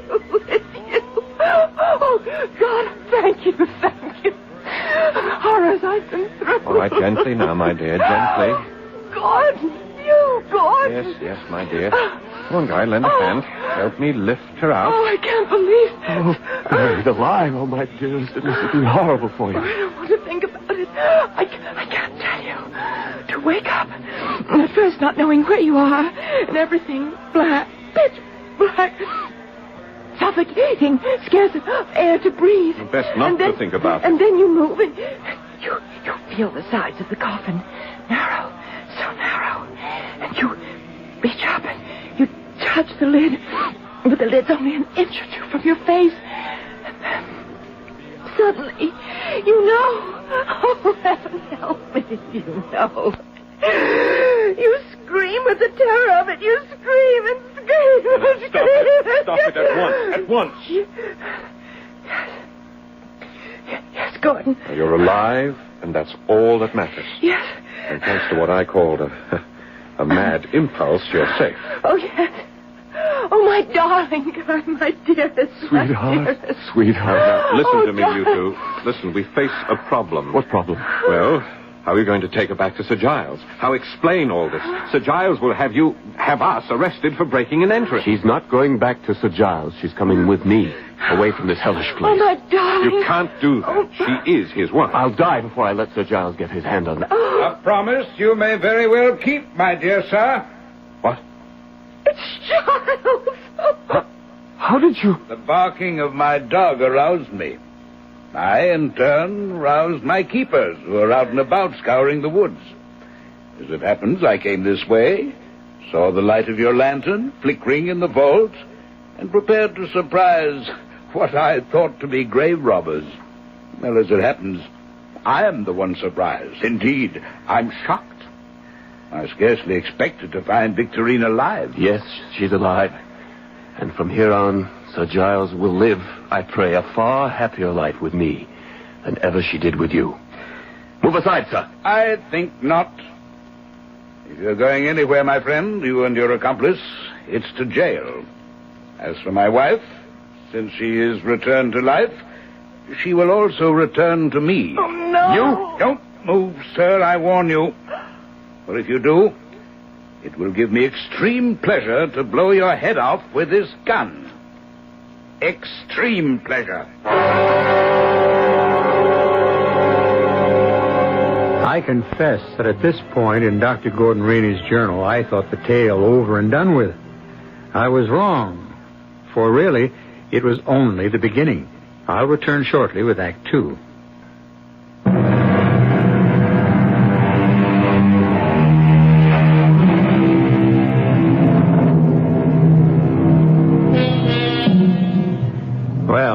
said, I thought that Dr. Gordon Rainey's story had come to an end.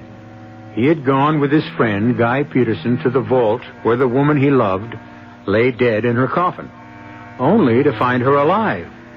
And then, as he planned to run away with her to save her from further torments at the hands of her husband, he was stopped by the appearance of that same husband, gun in hand, promising to have him and Dr. Rainey jailed.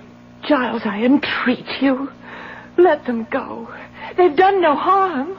On the contrary, if it hadn't been for Guy and Dr. Rainey, I'd even now be lying in my coffin, alive. Would that you were. Damn you, woman, would that you were. Your unexpected return from the grave will lose me a fortune. But how can my being alive cost you anything? Lady Hastings is a widow. Lady Hastings has an income of $30,000 a year. I proposed marriage to her on Tuesday, and she accepted me. You proposed marriage to another woman 3 days after your wife died? Why not? I'm alive, very much alive, and to live one needs money. Why the look, Dr. Rainey? You have more sense, it seems, than sensitivity, Sir Giles. Insulting me will only worsen matters for you, Doctor, if that's possible. You can't be as unaware as you would like to seem that your career is ruined. A doctor, a physician, arrested for breaking and entering a mortuary, a sacred repository of the dead. Sir Giles, you mustn't do this to Dr. Rainey. He helped me because he's my friend, a good and true friend. He was against it from the very start and would never have agreed to assist me had it not been for his deep and abiding sense of loyalty. Oh, do stop, do, or you shall have me in tears. Tears from a stone. A miracle. Stone, am I? Oh. Very well, then. Stone that will crush you, dear wife. Crush you until the death you've escaped will seem a paradise to you. Put down that gun and I'll... But I've no intention of putting down the gun. Certainly not until the bailiff arrives and takes you into custody, to jail, where I shall see to it you rot, the two of you. What do you mean, rot? I mean, quite simply, that once you're put in jail, you will never leave it. You will rot there, Doctor. You make no sense, Sir Giles. The penalty for breaking and entering... Penalties? Who speaks of penalties? I do. There are laws in this nation. But only one law here, me. I am the law in the village of Buckingham. I am Buckingham. Oh, and he is. No, Sir Giles. You will not imprison this man for the rest of his life, nor will you imprison me. Oh? And may I ask why not? Because I say so.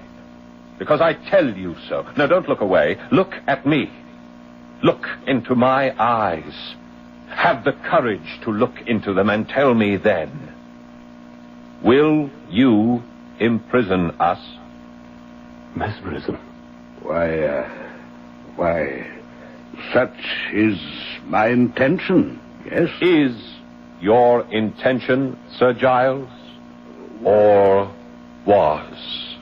Well, it certainly was. I mean to say, well, the way you put it, most eloquently. Good Lord. It's working. He's doing it again. Doing what? And you, being a man of sensitivity, my eloquence, the validity of what I say, has touched you. Is that not so? It is so, isn't it? Yes.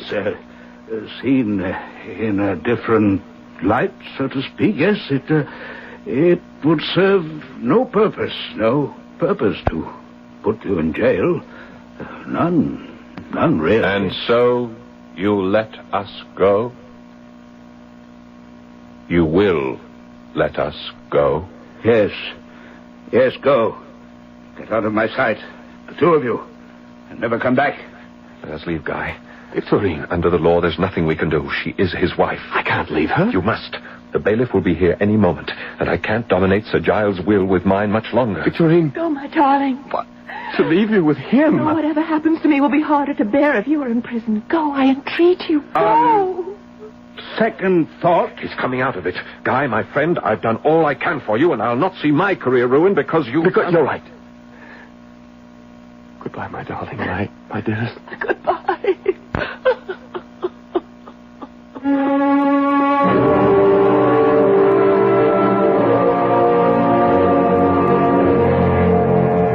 Mesmerize me, Gordon. Do something. Do anything to relieve me of this torment. You must control yourself. I think of her, dream of her. She is never out of my thought, and always I am stricken with the thought that my very imaginings are as nothing to what he is really doing to her. The beatings, the starving of her, her very loneliness, the vile subjection to his passions. Oh, merciful heaven, I shall go out of my mind. Yes, Guy, you shall. Unless you pull yourself together. Now, if you don't stop thinking of her, if you don't stop letting your fancy invent miseries she is very likely not suffering, you will go insane. You will. Someone at the door. Who? Were you expecting someone? No one. Whom would I want to see? I'll answer. Victorine! Save me, Gordon, save me. Good heavens. Come in, my dear. Guy, look, it's Victorine. Victorine? Oh. It is. It is. My dearest, I could bear it no more. Oh, yes. Oh, hold me in your arms. Hold me. Oh, Victorine. He may kill me, but I'll never go back. Never. He never loved me. And now he hates me because I keep him from marrying Lady Hastings and her fortune and makes me pay. Oh, save me from him. Never let him take me back. Gordon, she's fainting. Here, Victorine, some brandy. Now, lie down on the couch. Yeah. There, my love. Lie back. Relax. Let me take over, Guy. Go and bar the door, and bar it solidly.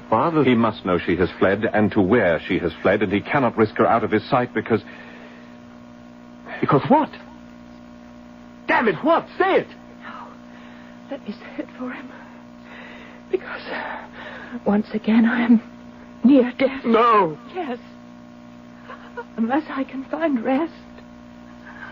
Unless I can feel myself safe from him. I shall die. You will not. I want to die. Now stop talking, man. For once, act. Now bar that door. Yes. Too late. No, I threw the bolt. Not enough. Open up, I say, or I'll have the door broken down. Gordon, what shall I do? Unless you want a smashed door with nothing gained. Open it. Open, you hear? Open! He'll take her back to Buckingham. Yes, he will. She's his wife. There's nothing you can do. Now, damn you all. At it again, are you? Stealing my wife? Taking what belongs to me? You men, take her. No. Over my dead body. Take her. No. Enough. Oh, enough. Stand back or I'll brain you with this candlestick. All right, then. Now, you'll be next, my friend. If you don't... Very well. Move back. You're quite a hand with a candlestick, Dr. Rainey. Yes. You've laid my man out. I trust you know what this means for you. Perhaps you should consider what it means for you, Sir Giles. Me, sir? Yes, you're not in Buckingham now. You're in London. Seeking a wife who's run from her husband to a lover. No, sir. A woman who has come to her doctor. What? What do you say? Your wife is dangerously ill. You have only to use your eyes to see that. I, being her friend, I am sure she sought me at my residence, and, not finding me there, came here. Adroit? Most adroit, Dr. Rainey. May I ask, then, if you prescribed for her illness? Not as yet, Sir Giles. But you will? Yes. Not good enough, Dr. Rainey. As her husband, or lawful husband, I intend to take her back with me to Buckingham. Victorine, my darling, come with me. No. Oh, really? Now you've no choice. No. Take your hands off her. No. Guy, you have no recourse. In the eyes of the law, she is his wife. He wants her, and you cannot keep her from him. Sensibly said, Doctor. Here, dear wife, good wife, faithful and loyal wife, take my hand and let me help you from off that couch. Take my hand. Vile. You are vile. Filthy. Foul. I shall never touch you again. I'd rather burn off my hands than touch you, you evil man. I'll die rather than go back with you. Die. Damn you, come. No. No. No. Gordon. She is dead. Oh, no. Are you sure, Doctor? She was pronounced dead once before, you know. There is no pulse. I can detect no vital signs. To all intents and purposes, she is dead. Ah, you modern-day doctors, always escaping in words and phrases, to all intents and purposes, which is to say, you're not sure. Who is sure of anything, Sir Giles? However, considering what has gone before, we will keep her here under observation for a few days. You'll do nothing of the sort. You men, pick her up and bear her to my carriage. No! Wait, what are you doing? Possessing myself of my property, sir.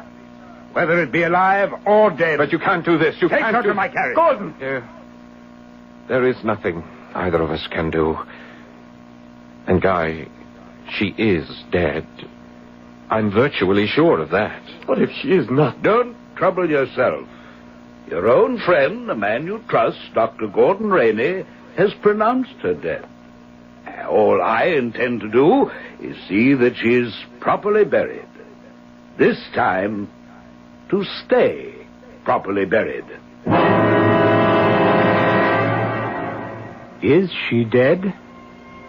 You must understand, in those days, more than half a century ago, one was never sure. I'll return shortly for Act 3.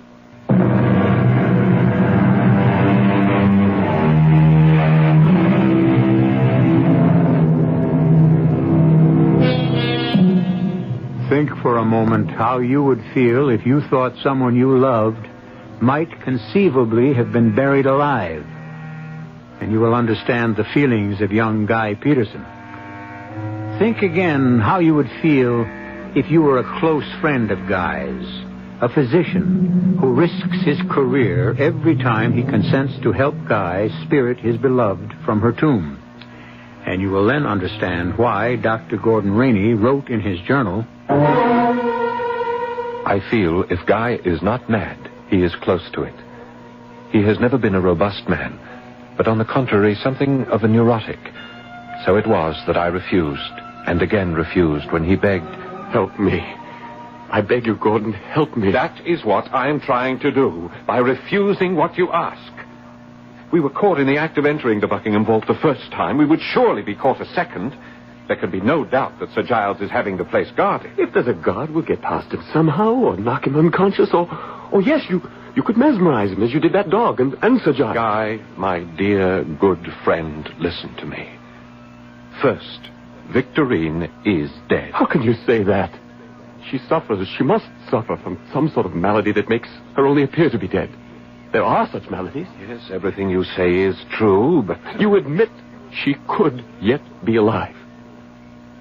Buried alive in that tomb even now. Stop that. Stop it. The second thing I was going to point out is that mesmerism doesn't always work. Some people, the kind of peasant type who'd likely be guarding the vault, cannot be brought under the hypnotic influence. Yes, but... And a third thing is this. I am a doctor.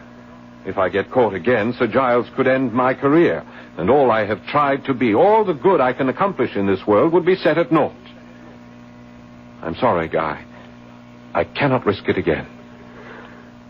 Then I must do it alone. You will not do it alone. You cannot stop me. No one, nothing can stop me from rescuing Victorine from that vault. Guy, you are mad. You are thinking irrationally, acting senselessly. That's my concern, and certainly no longer yours. Oh, Guy. Leave me, Gordon.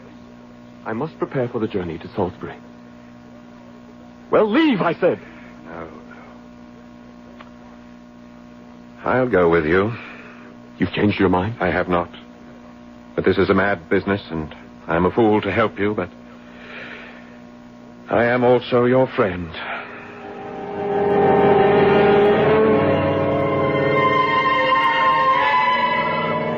Gordon?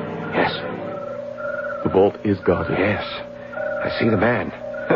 A big brute he is. Do you think you can mesmerize him? Bring him under, what did you call it? Hypnotic influence? I doubt it. He's the type I told you about. All muscle and little brain. And it's a dark night to make things worse. You wouldn't be able to see my eyes clearly. Do you dare try? Well, I have no choice. But keep this in mind, Guy. Yes? If I fail, as I most certainly shall, run for it. Do you understand? Don't try to fight him. Run. Yes, whatever you say. All right, now then. Let's step out of these bushes and walk toward him. Say and do nothing. Leave things to me. Come. Who's there? Oh, don't shoot, friend. Then stand where you be. Let me have a look at you. Of course. We mean no harm, friend. We are simply two gentlemen who got lost in these woods. And so... How come you're lost? This here is Buckingham Manor, and it's surrounded, all of it, with an iron fence. How come you got in? Well, we really don't know. It's a dark night, and our eyes couldn't see much. A likely story. You must believe me. My sight is very poor as it is. Very poor. Look for yourself. Look into my eyes and see for yourself. Yeah, now, what is this? Look into your eyes? It's up to the manor house with you two. Well, your answer to Sir Giles for trespassing on his... Guy, that takes care of him. You stabbed him. Couldn't control him. I said to run if I couldn't, but... Oh, Guy, I think you've killed him. Quickly, into the vault. Wait. What's happened to you? Don't you realize that you've just murdered a man and it's... Oh, you've gone mad. You have gone mad. I am as sane as you. But mad or sane, I must get Victorine out of that vault. Now, come. All right, but... Heaven help me, what have I got myself into now? Tripod. Where is it? Where? Well, you had it. Oh, yes. I must hurry. Hurry, she's alive in there. Her coffin alive. I must... There. Come along, Gordon. Come along. All right. There. There's a coffin. Yes. Look fast. Get the lid off. Insane. It's gone insane. Victorine? Can you hear me? Are you alive, my dearest? Perhaps fainted. No, Gordon? That's possible, isn't it? Alive, but in a faint? Oh, Guy, my poor dear friend. There. Lid's off, and she... Dead. As I told you, dead. Well, we can't be sure. You know we can't be sure. Guy, in the name of reason... Help me get her out of the coffin. To what purpose? We'll take her back with us to London and... Take her back where? To my place. The first place Sir Giles will come to. Then to yours. Mine. Do you realize what you're asking of me? If you're the friend you claim to be... But what you ask is impossible. You've already made me your unwitting accomplice to murder, and now... Guy, you are out of your mind. And you, Gordon, are no friend. Guy, I beg you, leave her where she is.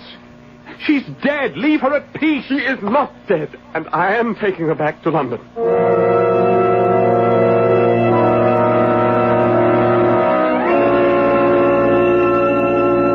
If whoever may read these pages of my journal thinks me a fool, I could not agree more. But Guy was my closest friend, and what's more, was clearly deranged by the love he bore Victorine, and his horror of letting her be buried alive. So we took her body to my rooms in London. 3 days she lay on the couch in my sitting room, Guy never leaving her side night or day.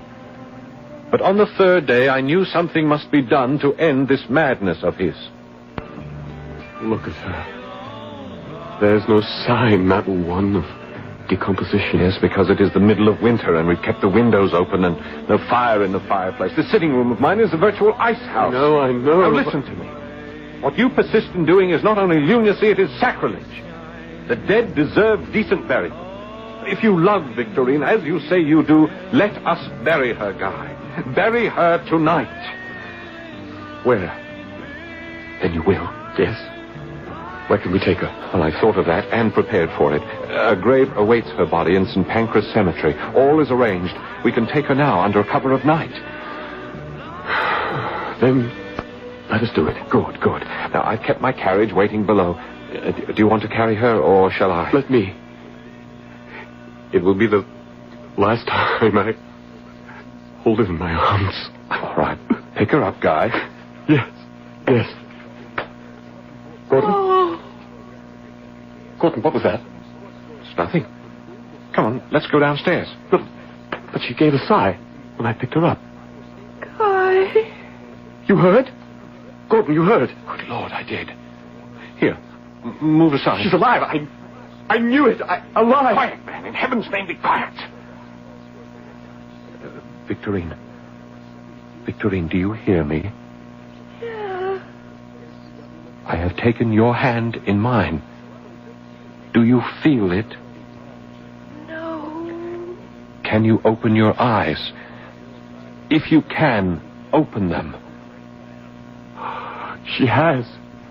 Gordon, she's gazing at me. Victorine, do you see Guy? Farewell, my darling. Farewell. Farewell? I am near death. No. Only a spark of life remains. No. Oh. No, she must not die. Gordon, stop her. What are you saying? Mesmerism. The hypnotic influence. Use it. Are you mad? Use it? How? Command her not to die. Command her to live. Command her to live? Command what to live when there was scarce a breath of life in her? Her mind, her spirit, what? But I did it. May God, in his infinite mercy, forgive me. I did it. Using the powers of mesmerism, I held her eyes with mine and commanded her, forced her to live. Even though, over and over, she cried out, I am dead. Let me go. I'm dead. But I did not let her go, could not let her go, because, yes, I confess it, because the experiment fascinated me. I, Dr. Gordon Rainey, committed for over 5 long weeks, committed the sin, the crime, the sacrilege of holding the spirit within a dead body to this earth, even though it pleaded, entreated, begged. Release me. Oh, release me. In a short time, yes. But tell me first, what are you? Spirit? Soul? Mind? What? I am dead. Dead. Dead. What's that? Someone at the door. I'll answer. You! Found you at last, eh, you damn grave robber? Sir Giles. Yes, and you, Dr. Rainey, who so help me, will no longer be called doctor when I'm through with you. No, Giles, no. Oh, what's this? She lives? No, Sir Giles. But she speaks. I heard her speak. Here. Let me see for myself. Stay away from her. Don't you touch her. Get out of my way, you. Don't touch her, I said. Don't touch her. Oh. You shot him. You killed Guy. Before he stabbed me to death, as he stabbed my servant. Self-defense, sir. And now enough of this. I came for my wife's body, but it appears I shall be taking her wife back to Buckingham Manor with me. Rouse her. Rouse her at once. I cannot, Sir Giles. She is dead. Has been dead for more than 6 weeks. I heard her speak. Yes. But it was her soul. Her spirit. I don't know what. But not her body. Her body is dead. Yes, dead. I beg you don't hold me any longer. Guy is here. Let me go to him. I say to you that I am dead. Let me go. She comes with me. No. She goes where she should have gone long since now, had it not been for me. Victorine, I release you. Go. And in the sanctity of death, join the lover you never had in life.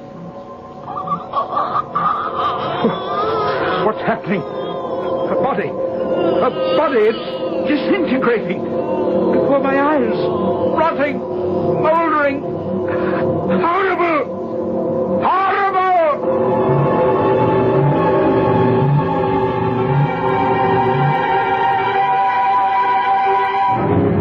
Horrible indeed it was. For using Edgar Allan Poe's own words, upon the couch there now lay not the body of Victorine, but a nearly liquid mass of loathsome, detestable putrescence. Mr. Poe's words, mind. When he set out to horrify you, he horrified you. I'll be back shortly.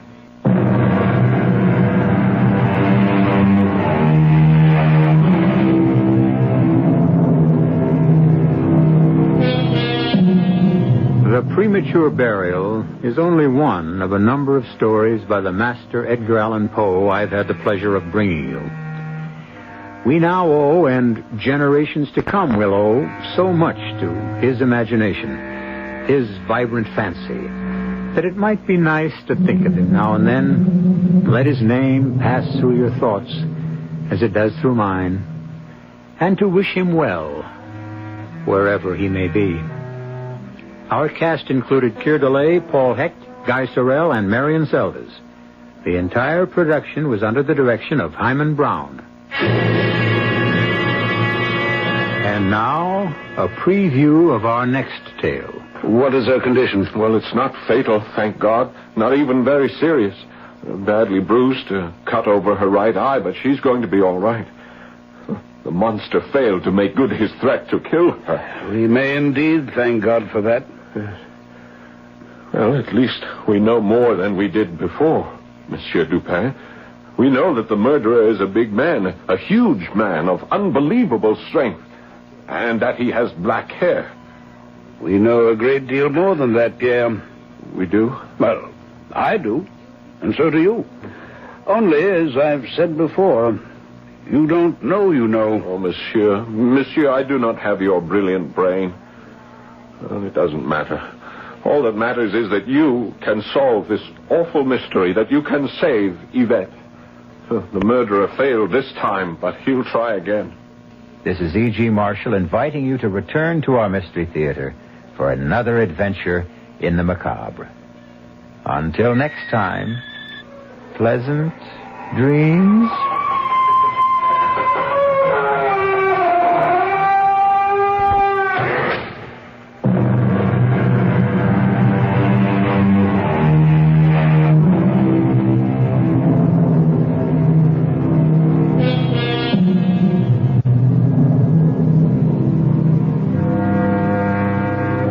Again tomorrow night at 10:30 as Edgar Allan Poe Week continues the first anniversary celebration of the CBS Radio Mystery Theater on KRNT, Des Moines.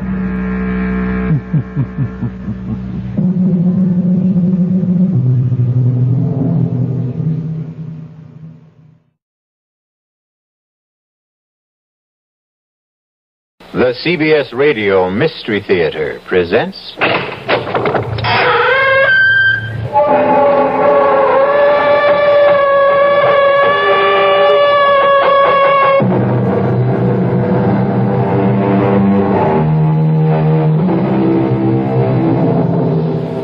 Come in.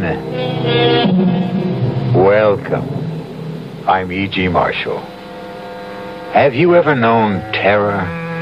Have you ever come up against something that so threatened you, so horrified you, that it stopped your heart for a moment? If you never have, count yourself lucky. But don't count on your luck too much. After all, who's to say that terror may never touch you, huh? Consider Helen and Jim Crane. They never thought it would ever touch them.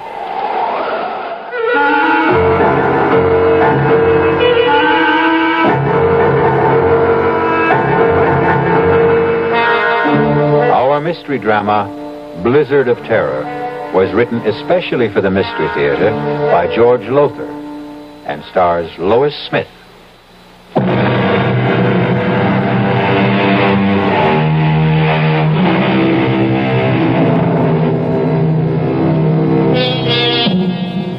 Dare you join me now in a blizzard of terror? Not so fast, Not so quick to answer yes. Are your nerves in shape for what lies ahead? Have you promised yourself a good night's sleep? A promise you want to keep? In simple brief, are you who now listen to my voice ready to cope with terror? Very well. You made the choice, not I. Come along, then. Well, come on. That China will form no coalition with Russia in the foreseeable future. That's the world news. Now I have a special bulletin from the Big Indian Sheriff's Office. Jim, turn the radio Sheriff off. Ed Ralston warns all motorists to stay off the roads on Thunder Mountain. Not only because of the blizzard, but also because the man sought for the brutal murder of the Grant family is believed to be hiding out somewhere on the mountain. Jim, please, shut it off. All of them, with a kitchen carving knife. The Grant family... Thank you, Mr. Crane. You're welcome, Mrs. Crane. We don't need to be told again and again that we're in a blizzard on Thunder Mountain. We know we are, thanks to you. I'm sorry. It's okay, skip it. Maybe it is my fault. Oh, Jim! Wow, that was a close one. You know, I can't see the road. All I can see is snow. What's that? What's what? There, just ahead, back under the trees. A cabin? So? We better stop. Oh, no way. Jim. We're just managing to make it up this grade now. If we stop, we'll never get started If again. we keep going, we're sure to get stuck. Those snowdrifts out there are getting worse. Yeah, I know, We'd but be safer in that cabin. we could freeze to death. Jim, please. For once, listen to reason. Okay, you win. You always do.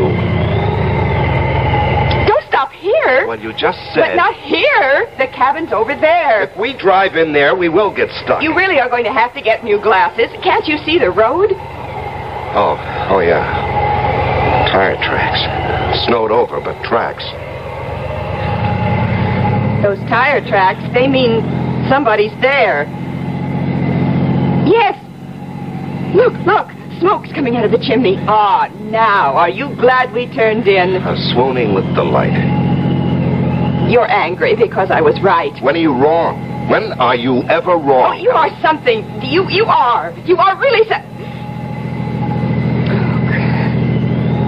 Why do we quarrel like this, fly at each other every time? Well, maybe if you weren't so darned independent.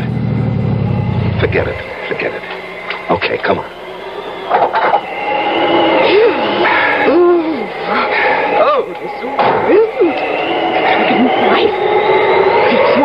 Yeah, all right, let's get inside. Fast. Hello? Anybody home? Hello? Just open the door and go in. Well, I don't like to just barge in. Jim, under the circumstances, if you won't, I will.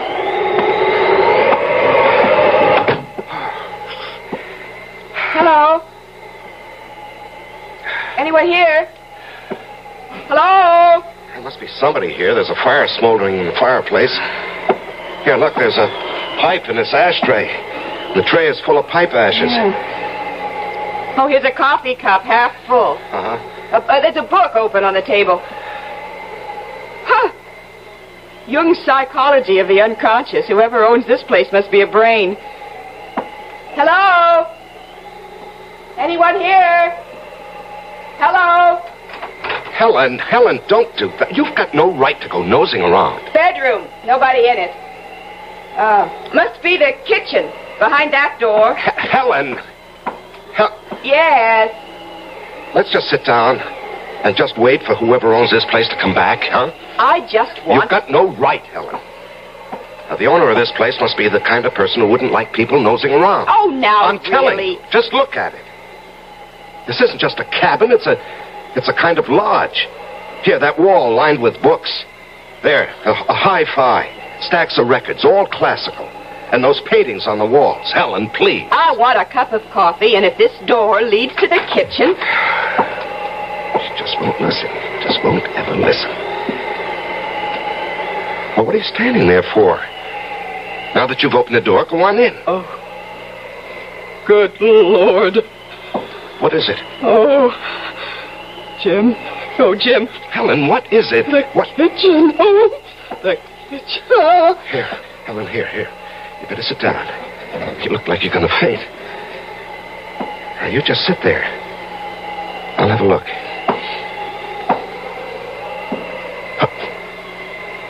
Oh, no. Oh, Helen, come on now. We better get out of here. My God. Oh, Jim. Blood all over. And the axe. Did you see the axe? Yeah, that's the first thing I saw. Come on. Blizzard. We can't stay here. There must have been some hell of a fight in that kitchen, and I'm not waiting for the winner to come back. Oh, you don't suppose... What? The murderer? The murderer they're looking for, that man who slaughtered the Grant family. They said he was holed up somewhere on the mountain. Helen, I don't know, and we're not going to hang around to find out. Now, come on, let's get out of here. Hello. Hello. I'm Jim Crane. This is my wife, Helen. We got caught in a blizzard, and we saw your cabin, and we just came in. We were over at Big Mountain for a skiing weekend, and we started back too late, thanks to my husband. Oh. Yeah, I guess it was my fault. You see, I don't ski. My wife does, but I don't, and, I got into this poker game, and I was winning, and I couldn't quit when I was ahead. You know how it is? You don't have to make any excuses to me, friend. Maybe to her, but not to me. Well, I was just explaining. Like ice in here. Better get that fire going again. You needn't bother on our account. I'm not. Well, what I meant was we were just leaving. Not in that blizzard, you're not, Mrs. Crane. It's Miss Morgan, if you don't mind. I thought you said she's your wife. Well, she keeps her maiden name. You kidding? No, You marry a doll and give her your name and she won't use it? What's the matter, excuse me, Ms. Morgan, you said, eh? What's the matter? Your husband's name isn't good enough for you? It isn't that. Then what is it? I prefer to keep my own name, that's all. A lot of women do these days. Yeah, they call it women's lib. Women's what? Lib. For liberation. You know, they keep their names, their independence, their jobs, everything. Everything, eh? That's too bad. You were my wife, doll. You wouldn't keep your name or your job or, anything. What do you do besides letting her get away with all this? Engineer. I'm an engineer. You drive a train? Oh, no, not that kind of engineer. Hydraulic engineer. Water power. Oh. Cigarette? No, thanks. I don't smoke. You? I don't smoke either. And I thought you... Huh? Nothing. You thought I what? Well, I noticed the pipe in the ashtray, so... Oh, well, yes, I do smoke a pipe now and then. Cigarettes, too. You haven't told us your name. Jake. Jake what? Jake's enough. We need more wood. I'll get it. Let's get out of here. No, we can't. Well, we've got to. He doesn't own this place. He doesn't live here. And from the looks of him, oh, good Lord, what a bruiser. He could be the murderer the sheriff's looking for. The blood on his clothes, it's all over his parka. Helen, we can't be sure it's blood. What else could it be? And what about the cigarettes? There's not one cigarette in that ashtray. There's nothing but pipe ashes. Yeah, that's true, all right. And he's stupid. Totally uninformed. He couldn't be the man who reads these books, listens to that music. He never heard of women's lib. He thought you drove a train. Helen, we can't leave. We could die out there. We can die in here. And I have a feeling we will, if we don't get...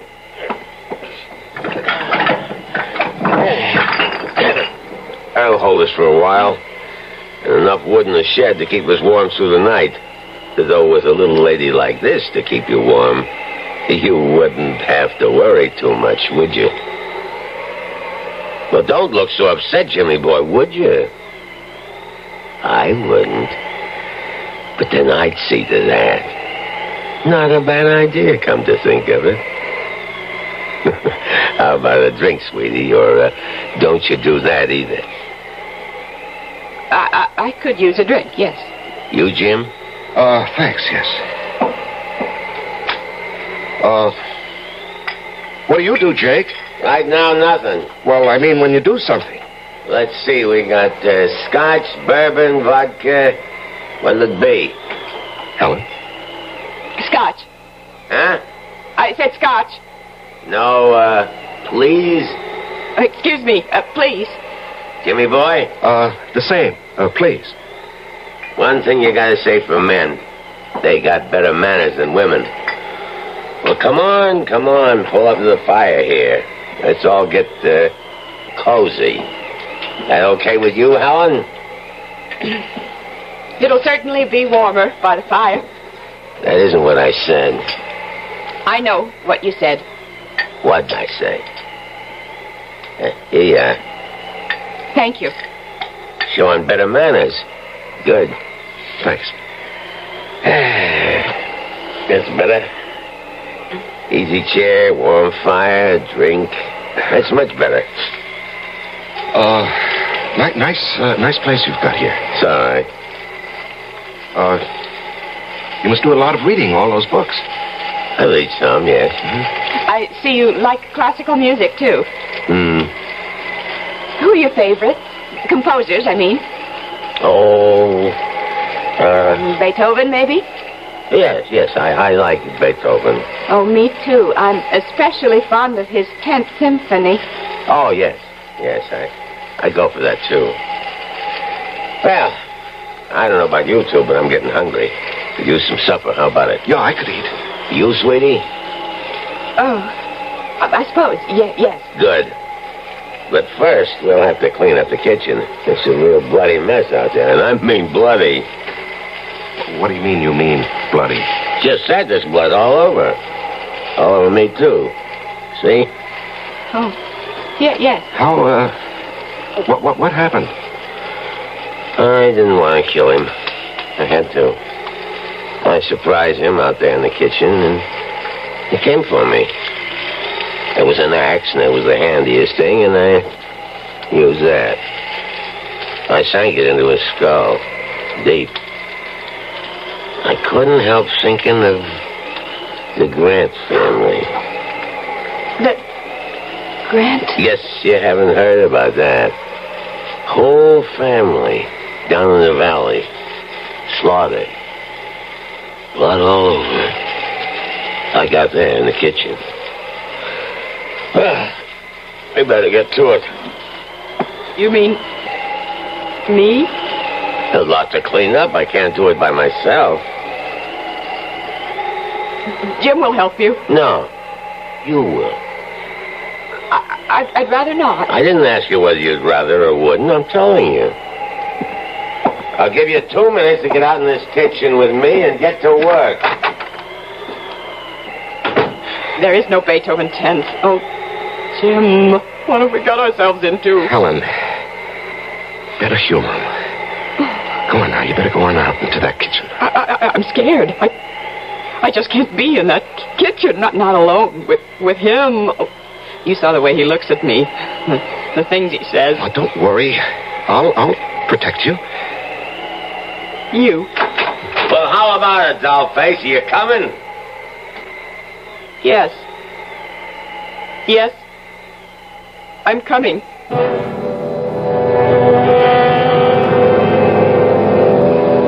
Helen and Jim feel the first stirrings of terror. But worse, much worse, lies ahead for them.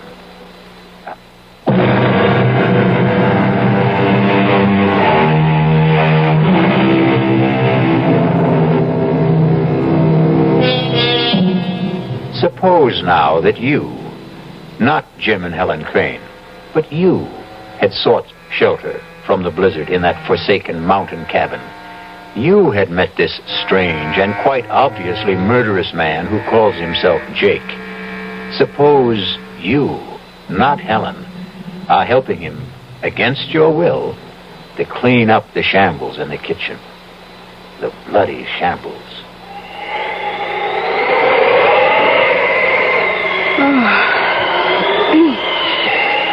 Well, that's it, I guess. The axe needs to be washed. There's blood all over it. Well, go on, wash it. I can't touch it. And not as liberated, wasn't that the word, as you thought? I don't see what that's got to do with it. I kind of got the impression you felt you could do anything a man could do. All right, I'll wash the axe. You start making supper. Well, what are you standing there for? Get busy. I don't know where anything is. Lots of can stuff in that closet, and there's a can over on the wall. Think you know how to use it? I'll try. Spunky, aren't you? Spunky. You know there was a killer in this kitchen this afternoon, and I was the one who used this axe. You know that, but you got the nerve to stand up to me. Maybe too much nerve. There's beans and spaghetti, stew, and that's about it. What do you want? You decide. I figure you're good at deciding things. That's what's wrong between you and your hubby. How do you know there's something wrong? No sweat. 5 minutes with the two of you, and anybody could see you're too pushy. And him, he's too much the other way. Yep, like I said, you're too spunky. Somebody ought to take a little of it out of you. Get your hands off me. Oh, come on now. Now let me go. Oh, stop it. Stop it. Hey, what's going on here? Oh. What's going on? Well, you might say I was, starting to do what you should do, Jimmy boy. Well, don't try that again. You do. And you won't do any more than you're doing right now. Oh, no? Oh, no? Oh, Jim, please. It's all right now. No harm done. I'm not hurt or anything. What's the big deal, Jimmy boy? Little kiss between friends. What's to get psyched up about? Come on, chum. Let's you and me have a friendly drink while Ellen gets supper ready. No, I don't want to. Come on. You know how to use that can opener, sweetie? I'll manage. That's my girl. Scotch, right? Yeah. Oh, I see you tried to use a phone. Don't look so surprised. You put it back the wrong way around. The phone's dead. I could have told you that. The wires are down, I guess. No. I cut the wires. You cut? I see. Well, you drink, Jimmy boy. Cheers. Oh, and by the way, in case you've got any other ideas about getting help, those guns over the fireplace aren't loaded. And neither is that revolver on the mantel. Jake. Yeah? I'll make a deal with you. What gives you the idea that you're in any position to make a deal? I'm not, but you've got aces back to back. I know that, but I'm still in the game, Jake. You're a good poker player. You're bluffing, but I'd never be able to tell it in your face. Are you going to listen? All ears. Let us go, Helen and me. Let us go, and we won't say a thing, not a thing, to anybody. About what? What? You know. I don't know. Look, I don't want to spell it out. You got no choice. I hold aces back to back, like you said. All right. My wife and I, we have a pretty good idea who you are. You know that, or I wouldn't be telling you. Uh-huh. So, what you're thinking, once these two leave here, they'll contact the sheriff and give him a lead on me. Well, all I want to say is, just give us a break, and we won't say a word to anybody. Thanks. I appreciate that. And in return, you just let us go. Who's holding you? Well, you know what I mean. We can't go now, not with that blizzard out there. I mean, tomorrow or the next day, whenever the plow comes through and clears the road. I want you to let us live. What for? Answer me that, Jimmy boy. What for? Well, that's a crazy question. Yeah? Let me tell you something. Tell me. You in love with your wife? You can't answer that, huh? She in love with you? Can't answer that either, huh? Can you? How long you been married? You can answer that. 3 years. What happened, Jimmy? What happened between the time 3 years ago you two couldn't wait to get married, I'll bet, and now, when you can't wait to get divorced? You are thinking about divorce, aren't you? Well, we don't get along, that's for sure, but... For what?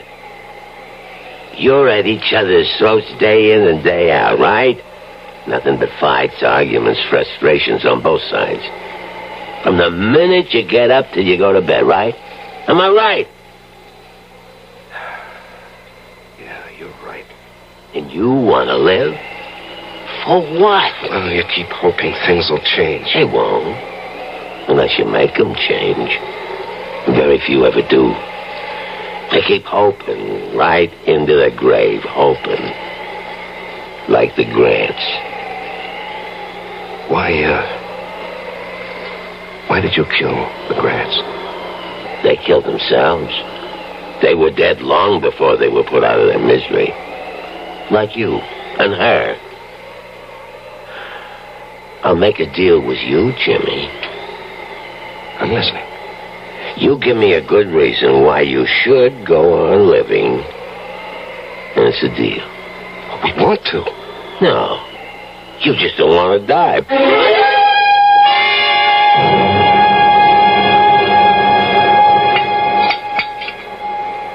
Now, it wasn't a bad meal, sweetie. You're real talented with a can opener. Thank you. Storm's getting worse. Yeah, we're really snowed in now. Drifts above the windowsills. Better build this fire up, and then I guess we'll hit the sack. Where do you want to sleep, sweetie? Come on now. You shouldn't have any trouble making up your mind. Oh, I haven't. I'll sleep with my husband, as usual. As usual? What kind of a crack is that? Now, cool it, Jimmy boy. Well, I won't have my wife insulted. I don't care how big you are, Jake, or how tough or cold-blooded. I won't have you insulted. Jim, now stop it. This is no time for gallantry. You're no match for him. He'd kill you. Besides, you took me the wrong way. All I meant was... Well, come on now, be honest. How long has it been since you two did sleep together as husband and wife? That's no business of yours. Long time, huh? Well, the minute I laid eyes on you, the way you acted toward each other, looked at each other, the way you talked, anybody could see you hated each other. We don't hate each other. You love each other? You see, that's what I mean. You two. You don't hate, you don't love. You don't nothing. And you ask me, that's a nutty way to live. So how about it, sweetie? How about what? There's a nice big double bed in that bedroom, and it's going to be a cold night. And me, I sure appreciate it. I warn you, Jake. Oh, Jim! I'll sleep out here on the couch. Come here, sweetie. What? Oh. Let old Jake see if he can change your mind. God, hey, now, Get what your are you doing? hands off her. Me, you dirty... Jim! You shouldn't... little treat. Hit me, would you?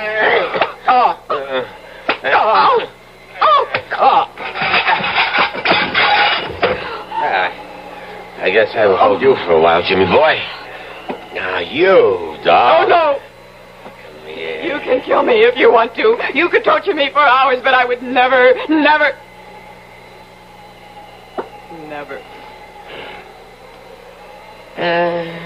Suit yourself. No, I think about it.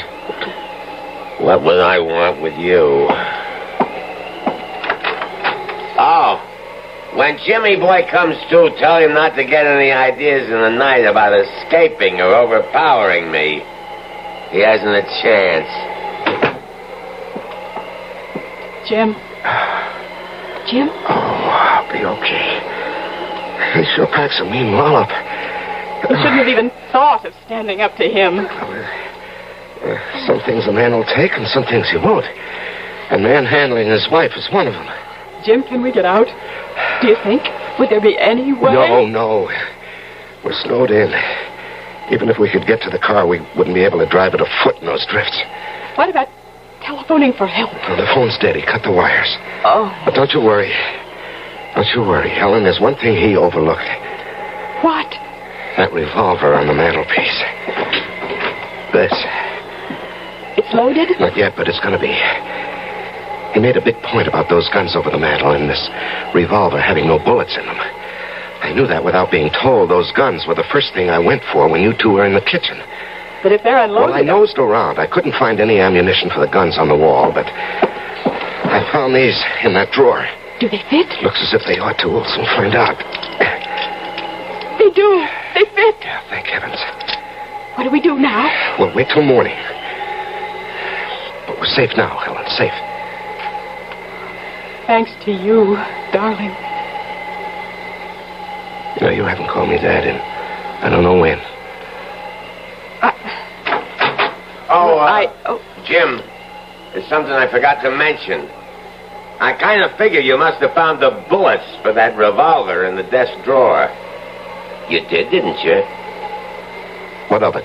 Don't bother loading that gun. It doesn't work. The trigger's broken. Night.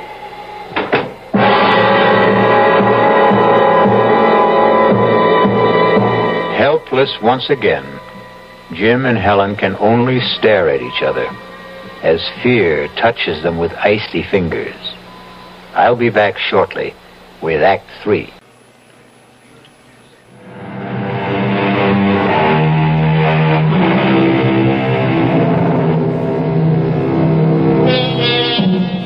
Terror's icy fingers grip Helen and Jim Crane as they face all but certain death at the hands of Jake. Curious, though, isn't it? Even strange that their fear, shared in common, brings them closer to each other than ever before in the 3 years of their marriage. Strange. Curious. Jim? Oh, I didn't know you were awake. I've hardly slept. I'm sorry. I've done the best I could with this fire through the night to keep the room warm. I know. I watched you get up out of that chair again and again. Thank you, Jim. What? You did it mostly for me. For my comfort. Thank you. Oh, nonsense. I need a little warmth, too, you know. You don't get much, do you? From me. Could be I don't rate much. I think you do. And why do you withhold it? I only just found out. Found out? It wasn't the cold that kept me awake through the night. It was thinking about Jake and us. Yeah, well, we'll manage a way out of this. I don't know how, but we will. I wasn't thinking about that. I was thinking about something he said last night. He said, we don't hate each other, we don't love, we don't nothing. And then he said, you ask me, that's a nutty way to live. Well, it is, isn't it? If what he said was true about us, but it isn't. It is. Not for me.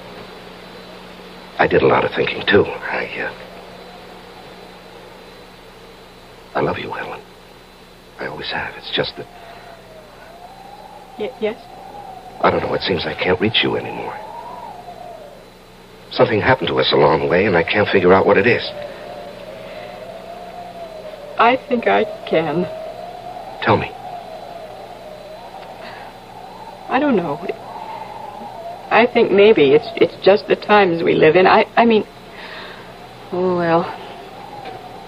Take women's lib. I don't see anything wrong with women's lib. The fact is, I'm all for it if it doesn't go too far. It did with me, I think. Oh, I don't know. I do. I wanted to be... I still want to be my own person. Myself. Me.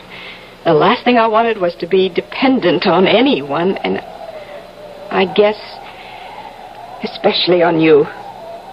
But last night, oh, Jim, I was scared. And when you fought for me, when you, you just went for him like a raging animal, Jim, and you did it for me. I know you wouldn't have done it for yourself, or maybe for anyone, but you did it for me. Oh, Jim, I needed you. I really did need you. Well, maybe the simple truth is that we need each other. I don't mean just you and me, but everybody. I mean, we're all in the same boat, aren't we? Same world. We are dependent on each other, so why do we fight it? I'm not fighting it anymore. I made up my mind to that during the night. Jim, I love you. You are a wonderful husband, only I just never gave you the chance to be. Oh, Helen, sweetheart. Oh, I do love you. Oh, Jim, I do. Oh, I do. Oh, dearest. Well, look what's going on here. When did you two scrappers become lovebirds? Never mind. That fire needs building up. Get some wood, Jim. It's out back in the shed. Okay. So, you think you've fallen in love with your husband all over again, eh? You were listening. You overheard. Laugh myself sick. I don't see anything funny about it. You wouldn't. You believe it. So does he. Fact is, the two of you are in the same boat, and no, you better row together or else. Or else what? You'll find out, sweetie. What will you take to let us go? Kind of putting the cart before the horse, aren't you? Go where? The blizzard has stopped. But those drifts out there must be 6 to 8 feet high. They must plow that road. They have to keep it open. A plow is sure to come through, if not today, tomorrow. Could be. Well, then. Well, then what? Don't kill us. Let us go. Why should I? I'll give you anything you want. I'll do anything you want. How do you know what I want? What makes you so sure you can supply it? You've made that plain enough. Jake, I beg you, let us live. At least, let Jim live. And I'll do anything. Anything. Oh, Jim! Oh, what happened? Jim. Oh, I was bringing an armful of wood, and I stepped on a log. Oh, twisted my ankle. Here, let me give you a hand. Just lean on me. Now, take it easy. Jim, dear. Easy now, easy. Yeah, sit right there. Get that shoe off. Let him get it off himself. He's no cripple. You get out in the kitchen and scare up some breakfast. You heard me. Pain. See if you can stand on it. Stand? Try it. I can't. I'm helpless. Yeah. Real helpless.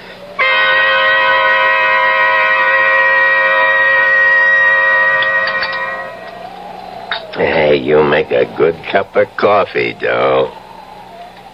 Thank you. I'll get another cold compress for your ankle, Jim. He's all right. I said he's okay. Let him worry about his ankle. You and me have some unfinished business. What is this? Helen, what is this? It's the only way. What only way? What are you talking about? Jim, I made a deal with him. A deal? I said I'd do anything if he'd let us go. Are you out of your mind? He's going to kill us. Now, you know that. You're crazy. He'll get what he wants, and then he'll kill us. No. Yes. No, because I'm going to kill him with this kitchen knife. All I want is to get close enough to him. No, you can't do that. It isn't in you to do that. It's got to be. There isn't any other way. What's keeping you? I'm coming. And leave the knife, doll. These petitions are awful thin. You ought to know that by now. Put the knife down, I said. Stay where you are, Helen. She made a deal. And she's going through with it. Over my dead body. No, you fool. Over your live body. Over my live? He said he'd spare you. Spare me? He said us. She lied. She made the bargain to save you. Helen, you would... I love you. I love you, Jim. I told you that. I love you. And I love you, Helen, a lot too much to let you go through with anything like this. What you figure you can do about it, huh? You can't even stand, not on that bad ankle you can't. Oh, yes, I can. Jimmy, boy, not you. Now, down. No. I can't. I can't go through with it. Oh, yes, you can. Leave her alone. Leave her alone. Oh, please, I can't. Stop it, you hear me? Stop it. Jim. You... How did you... I don't know, Helen. I somehow grabbed the poker and made it across the floor and hit him with it. I don't know how I did it. Oh, I've got to sit down and get off this. Oh, here. Oh, lean on me. All right, now. Easy. Yeah, thanks. Better have a look at him, Helen, see if he's breathing. I may have killed him. He's breathing. His head's bleeding. Where you hit him. All right, get something to tie him up with. See if there's some rope around. And snap it up. He's coming to. Oh, yes. It's the phone. He said he cut the wires. He couldn't have. It was a bluff. Hello? Sheriff? It's the sheriff in Big Indian. Who? Professor Moran. No. There is a man here. I'm afraid he's hurt. Me? My name's Helen Crane. My husband and I got caught in last night's blizzard, and we managed to get to this cabin, and we found... Well, there was blood all over the kitchen, and an axe. Helen, look out. Jake, it's all right. All right. The poker. Helen, the poker. Hit him again. No, you've got it all wrong. All wrong. Helen, hit him. Sheriff! Give me that phone. Hello, Ed. Yes, it's Jake. No, it's okay. Everything's okay. No, I'm not worried at all. I knew you'd check as soon as they got the service back on. What? Oh, that. Bobcat. Yeah, Bobcat. Surprised him in the kitchen. Killed him with a wood axe. Handiest thing. Yeah, I guess so. Prowling for food, sure. Oh, well, a nice young couple. No, I'm very much alive. I'll explain when I see you. The plow. When? Good. No, we're okay. Plenty of wood, plenty of food. Thanks, Ed. So long. You... Professor Moran? Yes. Why? I don't get it. We thought you were the killer they're looking for. Yes, I know. Why didn't you tell us who you were? Why didn't you explain about the blood in the kitchen? Well, more important, why did you act the way you did? You acted the part of the killer. Yes. Why did I act the part? Well, you were guinea pigs, I'm afraid. Guinea pigs? Yes, I'm head of the Department of Psychology at City University. I sized you two up the minute I saw you. Your marriage was headed for the rocks, and like most couples, you didn't know it. No, I guess we didn't. Like any other young marrieds in this day and age, you'd lost contact with each other. We're going separate ways. Well, I set out to bring you back together, and as I said before, people in the same boat have to pull together. All I did was put you both in the same boat by making you face a common danger. A danger that never existed. Well, I'm hanged. You carried things pretty far, Professor Moran. Too far, my dear, much too far. You'll find aspirin in the medicine cabinet. Bring me a couple, would you? On second thought, bring the bottle. And so terror turns to surprise and relief. Pretty shrewd fellow, Professor Moran, wouldn't you say? I mean, realizing that Jim and Helen were headed for divorce, that took keen insight into human nature. But then, he was, after all, a trained psychologist. I'll be back in just a moment.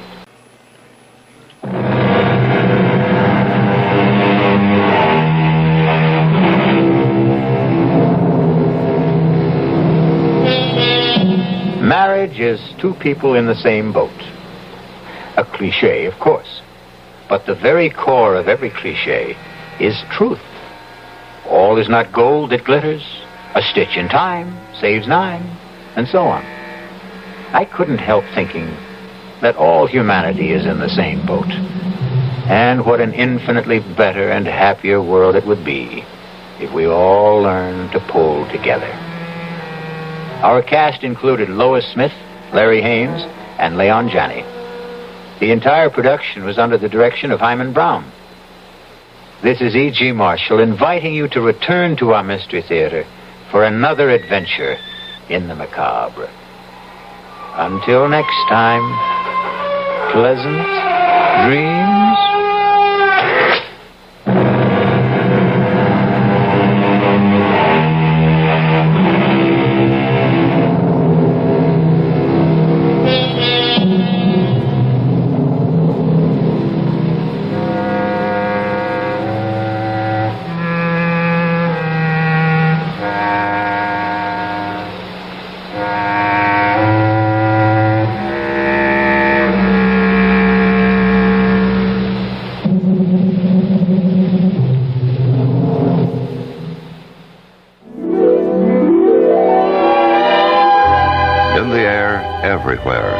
This is your friend in music. KIXI, Stereo 96, Seattle.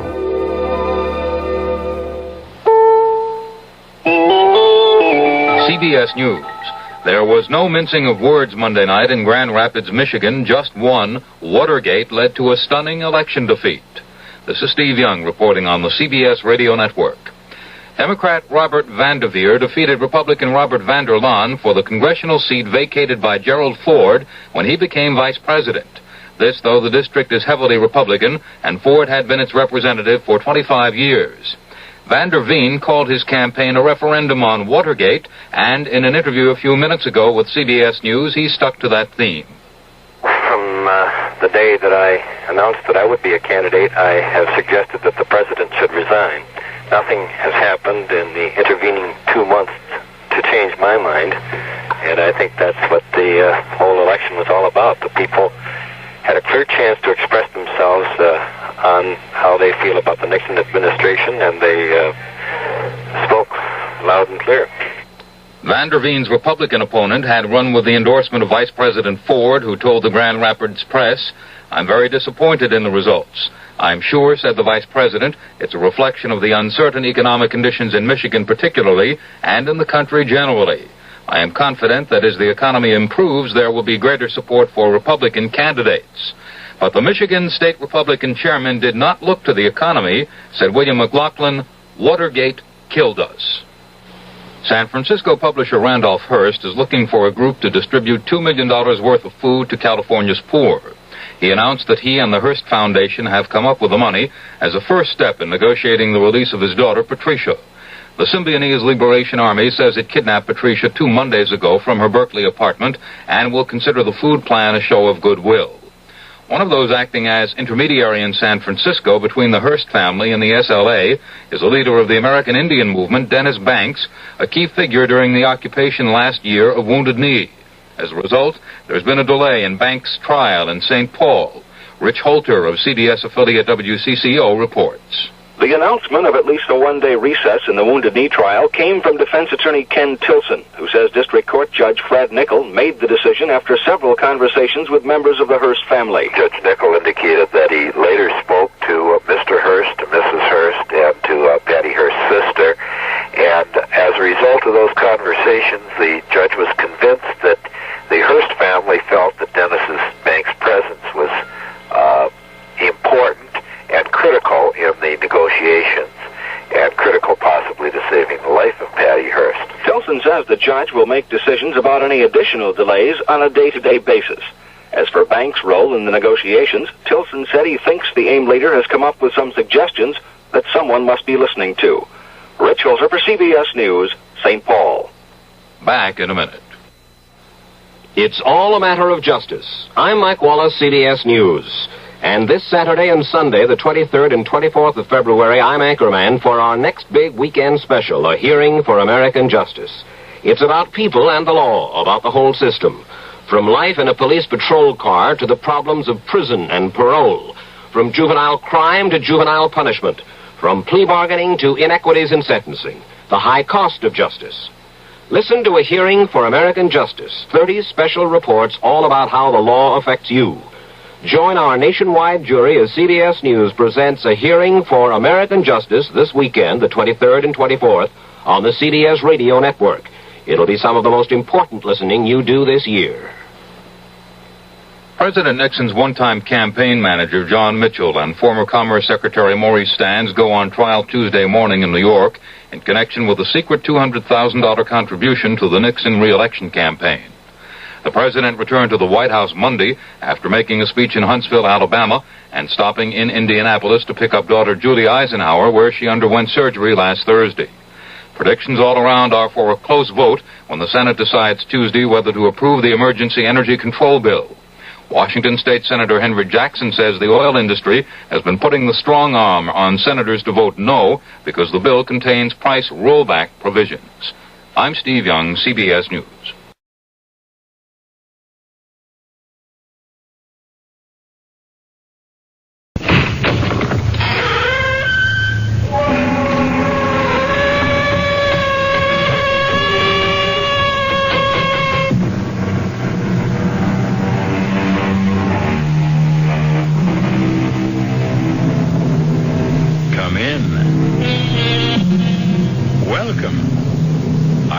Marshall. Welcome to the world of eerie imagination. The fear you can hear. Vendetta. The very word itself invokes dread. But to live on the island of Corsica, home of the vendetta, is to be steeped in the tradition of violent massacres and the fatalistic expectation of ferocious vengeance as a way of life. At least it would have been so just 100 years ago when these famous words were first written. It was a hand. A man's hand. It seemed to have a life of its own.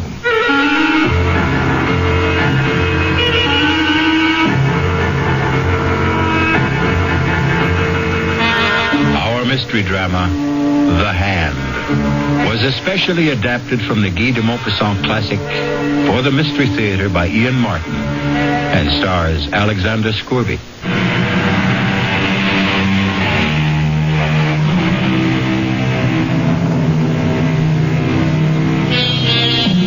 At the time of the bizarre and terrifying affair of The Hand, Henri Donnet was a police magistrate in Ajaccio, a charming little white city nestled on the edge of a beautiful gulf, shut in by lofty mountains. Most of the cases he had to investigate or prosecute there were cases of vendetta. But these were Corsican against Corsican. This affair of The Hand was alien against what? Something far more alien, perhaps supernatural. That was not until later, of course. For now, the only alien presence was a neighbor of Henri's, a Sir John Rowell, lately come to the island to settle down, and an object of great speculation among the native population. Well, there goes my new neighbor again. Does he go hunting at twilight? No, Bernard. At least as a magistrate, I hope not. Well, what's he shooting at then? I don't know, Marguerite. We have no sharks. The wolves and other predators stay in the mountains, and he's not been here long enough to start a vendetta. Oh, I am not sure. Listen to that. Oh, no call for alarm, Doctor. I'm quite sure your services will not be needed. It is the same pattern night and morning. Well, Henri, then what is he shooting at? A target, I suppose. He's keeping his eye sharp. But for what? Ah, now, that is the question. Have you seen him? He is immense and very powerful. And he doesn't encourage visitors. He has 2 huge Alsatian hounds that look ready for the kill at a word. You are chief magistrate and in a far better position to judge him than any already. What do you make of him? I don't know. His papers are in order. I have no reason to have any professional interest in him. Well, has he no one to share his loneliness? He has a manservant he brought with him from Marseille. No one else. There was a woman listed on the ship's manifest as his wife. Oh, his wife. Well, I never knew. Well, then, but no one seems to know that. In the months he's been here, no one has seen hide nor hair of her. I've watched these evenings myself, and I've never seen her move from the house. If, indeed, she is inside it. So you see, Marguerite, very soon, both as friend and policeman, I'm going to have to satisfy your curiosity and my own about the mysterious Sir John Rowell. For a while, however, I had to content myself with having a close watch set over the man. None of my people could find anything suspicious enough in his actions for us to make any move. But as the strange rumors about him continued and increased, I resolved to see the stranger face to face for myself. I made a point of going hunting every day in the neighborhood of his place. It took me a little while, but at last, one day... So, bien, Fernand, hold the point. You flushed him, huh? Got him right under the Englishman's nose. Go fetch him, Fernand. Fernand, hold. Hold him. Whiskey! Down, boy, down! That's it. Good dog. Hold. Here, Whiskey, here. My apologies, sir. You're a bird, I believe? No, not at all. I shot him right from under you. Sorry. I didn't know you were there. Nor I you. Allow me. I'm John Rowell. Yes, I know, Sir John. I am your neighbor up there on the hill. Henri Donnet. Pleasure. Damn fine shot. Sir John, will you accept the game as an apology for shooting over your field? That's very generous. I'll accept on one condition. And what's that, Sir John? That you let me return the compliment and ask you to join me in a glass of ale. Good. I will be only too glad to accept.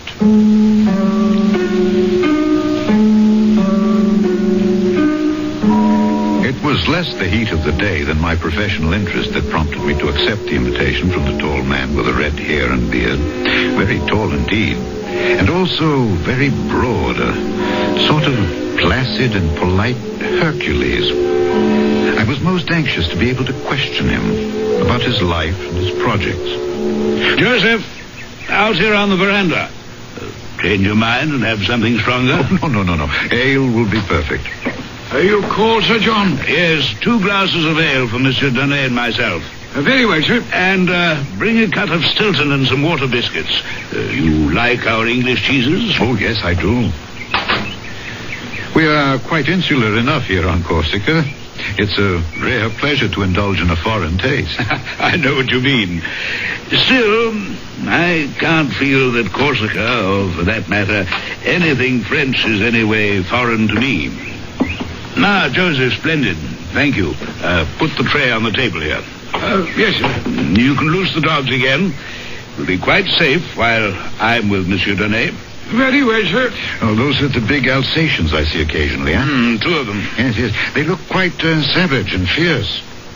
Do you think perhaps my dog will... Oh, have no fear.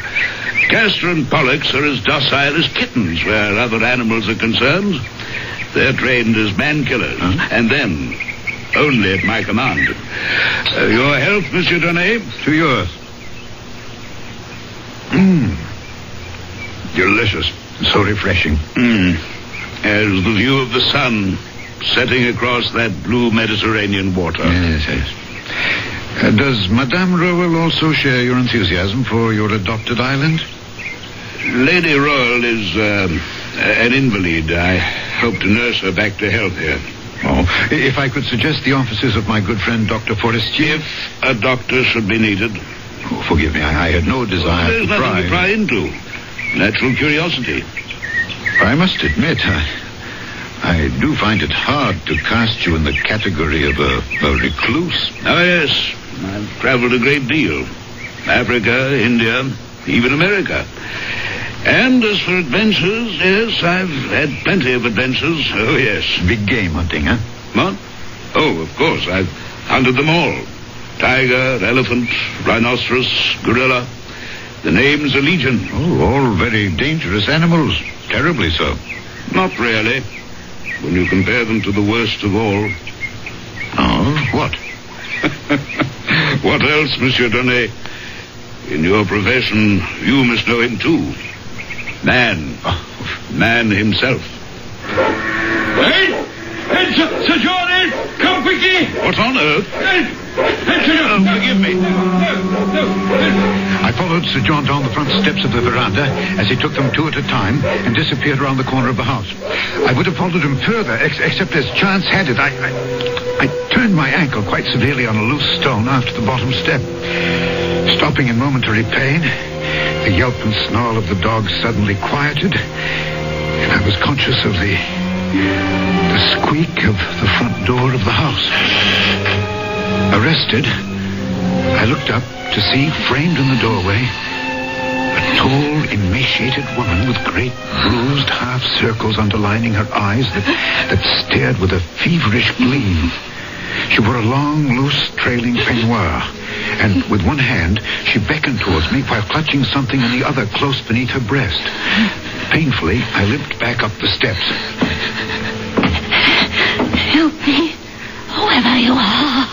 Help me. Lady Roll? Whoever I am, this side of the grave, help me. But how?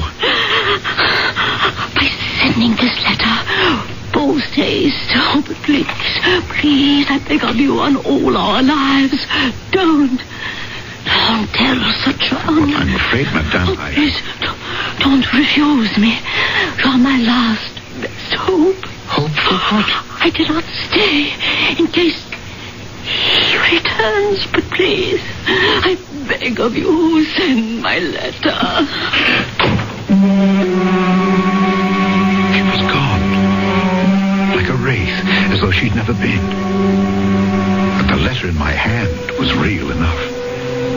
Before I had time to read the person to whom it was addressed, I found myself involuntarily concealing it in my pocket before Sir John, returning, could see it. Nor could I stop to ponder why my impulse had been to accept the lady's part rather than that of my charming and seemingly outgoing host. Why I chose to conceal its existence rather than reveal it. My dear Monsieur Donnet, pray forgive me. I'm most sorry we had to be interrupted. Oh, forgive me for not following you, but I turned my ankle. What happened? Oh, the curse of trying to maintain privacy. The curiosity seeker. A farmer from back in the hills named Deschamps, who passes by here on his daily route, for some unearthly reason came skulking round the back of the house and was cornered by the dogs. But what would he have expected to find here? Heaven knows. I've no secrets worth anyone's concern but my own, as I hope you believe. Or is your presence here today more than just a seeming accident? Are you concealing something from me, sir? I was aware that he wore about his loins an American-style gun belt, and that low on each hip, concealed by the flare of his coattails, were two matched pistols with mother-of-pearl handles, on one of which his right hand rested lightly. The letter in my pocket seemed to burn through the lining as I tried to judge whether it caressed that handle by accident or design.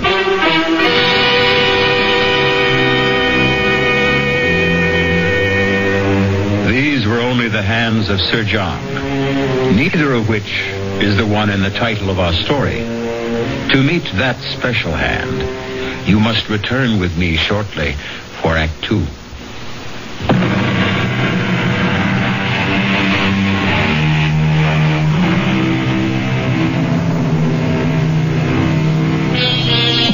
The huge red-haired and bearded Englishman towers over the small, dapper Frenchman.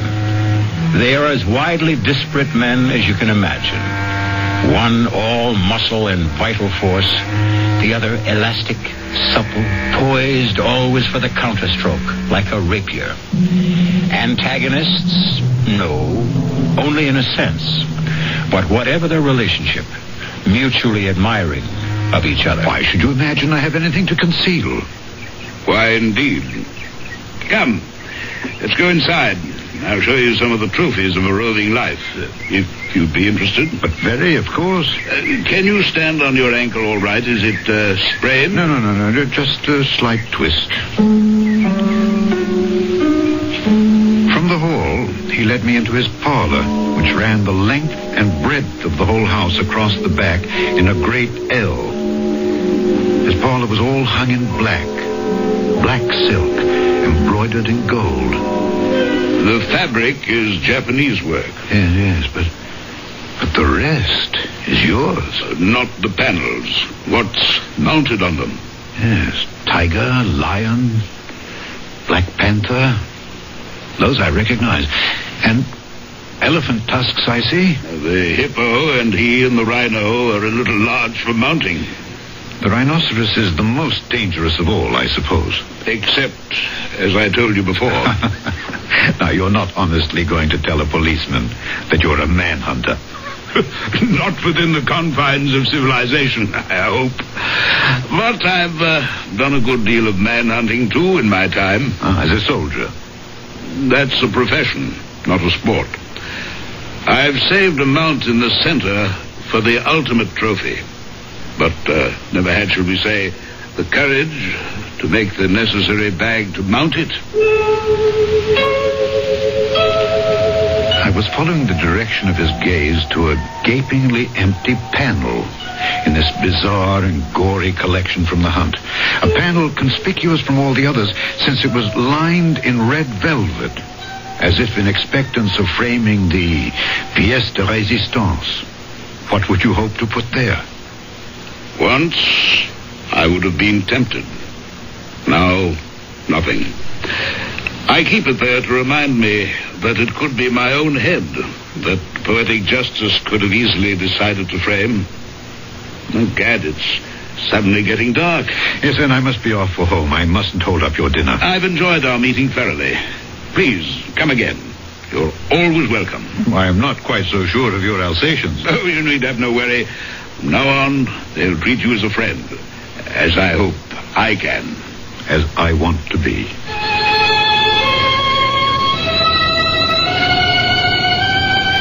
We shook hands, mine disappearing inside his huge one, my conscience stinging at me as I fought a battle between Donnet the man and Donnet the policeman. Climbing the hill back to my villa with Fernand frisking along beside me, I tried to tell myself I was only being practical, that I was giving myself time to make my decision. A decision that was tipped by the testimony I received from Michel Deschamps as I questioned him at the barracks the following morning. Michel, why did you go so near to his house? Well, everybody is curious about him and... Everybody doesn't go near enough to have two dogs attack him. Well, everybody does not have a milk route which takes him twice a day by the Englishman's house to see her. What, to see her? Well, it is at dawn, you know. Just before the sun comes up in the half-light and I am passing by in my cart. Naturally, I'm looking at the house when I pass. Naturally, I would myself. So, you see, at that hour, nobody is stirring. Even the dogs are not yet awake. And then I see by the upstairs window a woman. The first few days, I'm not sure. I crossed myself. She's not some witch or somebody who wants to steal my soul. Why would she be a witch? Because... at any rate, in that light, she looked so... I was afraid to answer. To answer what? Her signal to come near to her. She kept beckoning as if there was something she must ask me to do. Finally, yesterday morning, I could stand it no longer. I had to go see what she wanted to ask. Was that so wrong? No, of course not, Michel. I would have done the same. But the dogs stopped you, huh? Yes. In a way, I'm sorry. Don't feel that you let her down. But from now on, mind your own business. Oh, I accept your instruction. I will follow what you advocate. What I advocate, by all means. Not what I do. I don't understand you. Sometimes, even a magistrate has to admit, I do not understand myself. But that is not for you to worry about.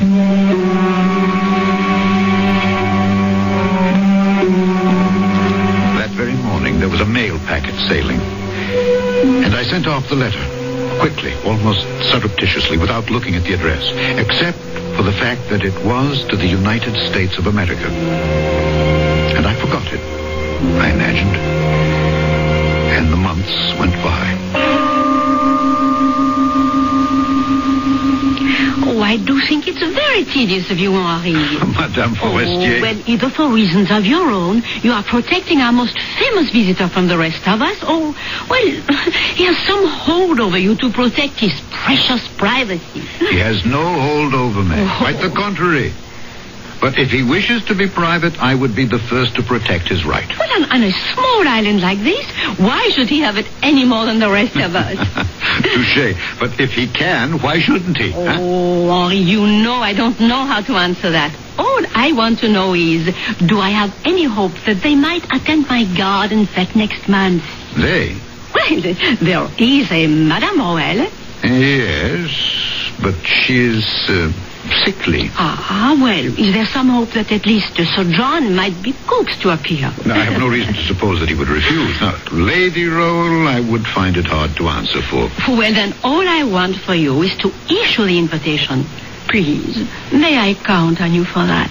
Marguerite. We're all old friends. Need you ask? I had my doubts about Sir John, and more particularly his lady, attending any local garden fete. But I could scarcely, in my wildest imaginings, have foreseen how extravagantly and tragically it would be impossible. As I approached the house in the hollow below me, I was in a first-class mood because, in addition to a packet from the mail ship for my host, I also bought a bottle of sherry to share with him that, in my opinion, was one of a kind. He met me at the veranda. Well, this is an unexpected pleasure. We had a mail ship in today. I brought you a parcel. Me? Yes. And I thought I'd outstrip the mail. Vain hope. A parcel, you say? This. What on earth? It might be a gun from its shape, but it scarcely weighs enough. Shall we go to the parlor while I open my surprise parcel? As we moved into that parlor, I was super conscious of my host's reaction to the parcel he bore in his hands. Although there was no superscription from the sender, I had an infallible feeling that he sensed exactly where it had come from. That somehow I was accidentally part of a climax in the life of this strange and vital man. We've talked about my trophies, Monsieur Donnet. Yes. The ones I've mounted, the others too clumsy and large to render that way. Yes. And the third and different class, so far I've had no right nor courage to mount. What are you saying, Sir John? There is no reason for my receiving this parcel that I can conceive, except one. That I've found no refuge here. I've been betrayed. Only my wife could have done that. And who else is there to have aided her determination to destroy me? You're asking me? Yes. You're the only link we have to the world beyond this house. Sir John, believe me, I had no wish to betray you. I'm sure of that. The day we met, your wife, while you were calming the dogs, your wife asked me to send a letter for her. To Richard Roll? Well, I must admit I did not read the address. I did notice that it was to the United States of America. I meant no harm. He meant no harm. Like Pandora, who naively opened a chest to loose pestilence and all the evils of the world to plague mankind, he meant no harm. It seemed a simple and reasonable request. So you acceded. No doubt she also asked you to conceal the fact of the letter from me. Yes, I am afraid she did. Were you sorry for her ravaged looks, her haunted eyes? Did you picture me as some monstrous jailer, condemning her to a life of solitary confinement? Sir John, I can only defend my action by telling you that at the time she did engage my sympathy. I told you I believe that my wife was not in the best of health. Yes, but... the fault perhaps was all mine. I should have told you that she is insane. Oh, I'm so sorry. A little late for that. Done. You may have sealed her death warrant. Perhaps even mine. Good God, what do you mean? This parcel from America. Would you like to see what evil out of hell your acceding to that simple and reasonable request has set loose? Sir John, you have involved yourself in this on a personal level. Now I want to involve you on a professional one. As police magistrate, I want you as witness when I open this gift from America. The outer wrapping. Now what do you see? A box. And within it? Something wrapped in canvas. You wrinkle your nose against the smell? Yes, it's very strong. And very familiar? Yes, formaldehyde. Which is used to preserve flesh from mortifying. There's a drawstring on the canvas, which I'm opening. And I'm about to show you my present from the other side of the world. You sound as if you know what it is. I only wish to God I thought I didn't. I echoed the same wish. But it didn't change the contents. It was a hand. A man's hand. Not a skeleton hand, all bright and clean, but a hand black and desiccated, with traces of blood upon the bones at the point where they had been severed as with the blow of an axe about the middle of the forearm. The fingers, extraordinarily long, were attached to enormous tendons still held in their places by strips of skin. Flayed as it was, that hand was something hideous. It made one think involuntarily of savage vengeance. And in spite of the putrescent look of death and dissolution it had, it seemed to have a life of its own.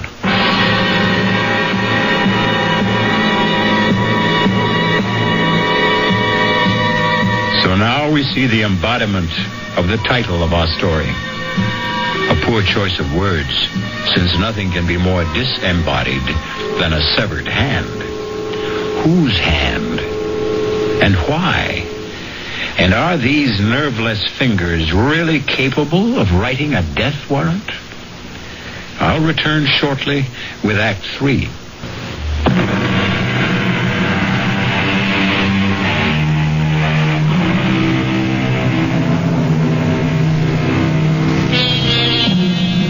In sick horror, his stomach churning with revulsion, Monsieur Donnet looks at the loathsome object spilled on the desk between him and Sir John. In macabre fascination, his eyes seem riveted to the severed hand. It is only by a supreme effort of will that he is at last able to drag them away and up to Sir John's grim and haunted face. What is it? The hand of a thief. But why? Why is it sent to you? So that there'll be no mistake in my mind who sends it. You said before, Richard Roll. A relation? My twin brother. Younger by less than an hour. As the firstborn, I acceded to the title. The barony was mine, and the living that went with it. Richard had nothing, except my bounty. Our whole life was a gigantic struggle for supremacy. He, because I denied it him. I, because I had to hold it. If you had everything and he had nothing, what chance did he stand against you? I'm English, and I believe in fair play. I couldn't share the title, but I made sure the living was shared equally. I'm not ill-favored, and I'm exceptionally powerful and large. But Richard was taller by 2 inches, stronger by far, and a wild and darkly handsome man that stirred women to a passion beyond their senses. Until Claire. Madame Roll? My wife, yes. whatever her true name should be now. When we were married, my brother Richard emigrated to the States. And you have never seen him since? Oh, yes, I've seen him. I'd hoped for the last time. Will you forgive me now? There's been too much talk, and I must find a place to hang my latest trophy. To hang it? You can't... I think I've had quite enough interference from you in my affairs, Monsieur Donnet. I must ask you to leave my house. You're no longer welcome.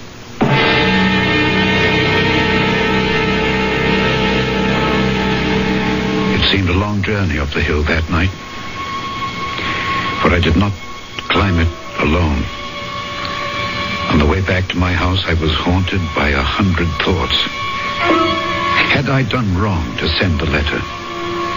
Whose was the severed hand?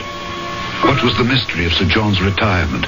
And what motivated the vendetta of his brother against him? Old jealousies? Or was it all as simple as chercher la femme? Certainly, she would not be hard to find. It must be the Lady Role, if a woman was at the heart of it all. Only one thing I could be sure of now, that I should not be seeing him again. But I was badly mistaken about that. Well, Joseph, what brings you here? Begging your honour's pardon, but Sir John asks if it would be convenient for you to wait on him this evening. Of course, when? If it would suit your honour, now would be fine. It suits me.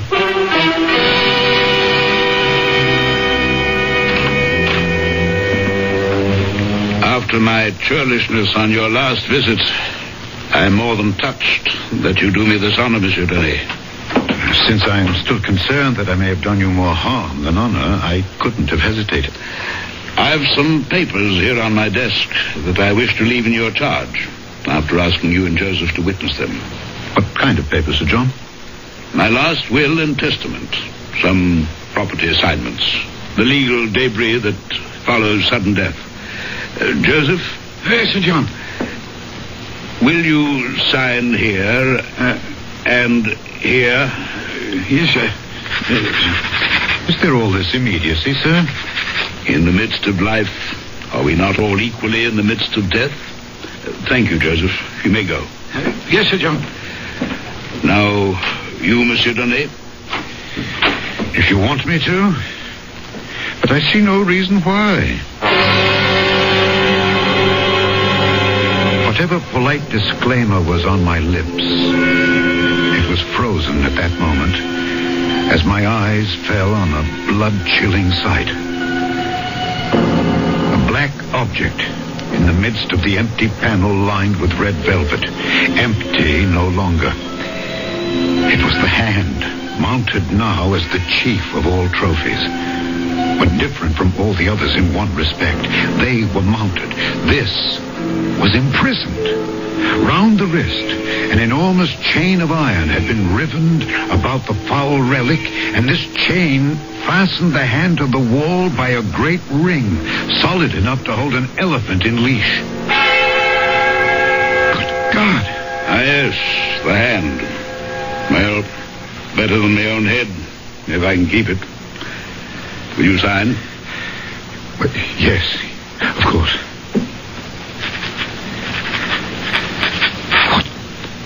What is it? That hand? That was part of my best enemy. It was cut off with a saber. Good thing for me, I can tell you. It's huge. Enormously powerful. The man must have been very strong. And so far, I've proved stronger. I put the chain on the hand to hold it. The chain is no use now. The hand can't get away. The chain is necessary. This hand always tries to get away.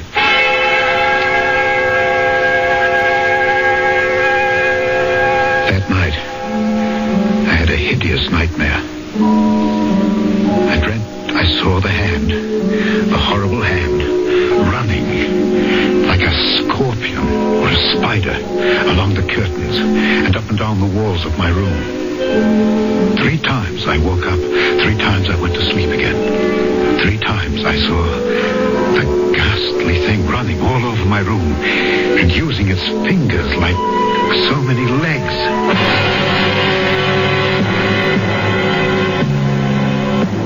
The next morning, I was awakened by the news that Sir John Roll had been murdered during the night.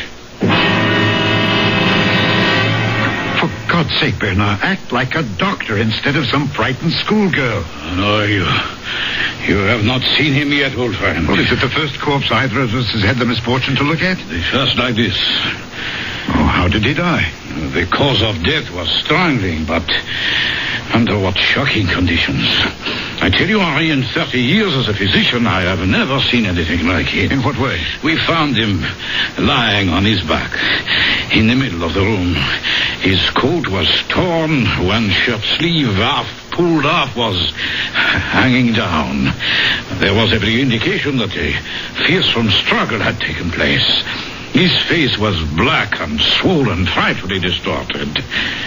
But the most noticeable and terrifying thing was his expression. His expression? Absolute, hideous fear. And small wonder. For in the welter of blood that was coagulated about his throat, 5 separate wounds pierced through it as though driven by points of iron. Only 5? It was as if he had been strangled by a skeleton. But that is odd. What? What you just said. Only 5. Well, of course, how stupid of me. There was only evidence of one hand having done the strangling. That makes it even more bizarre. Is there anything even faintly normal about this whole affair?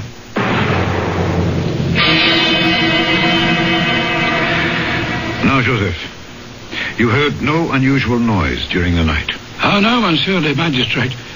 You sleep where? Well, here in that little room off the kitchen there. And there was no sound from the dogs all night long? Oh, no, sir.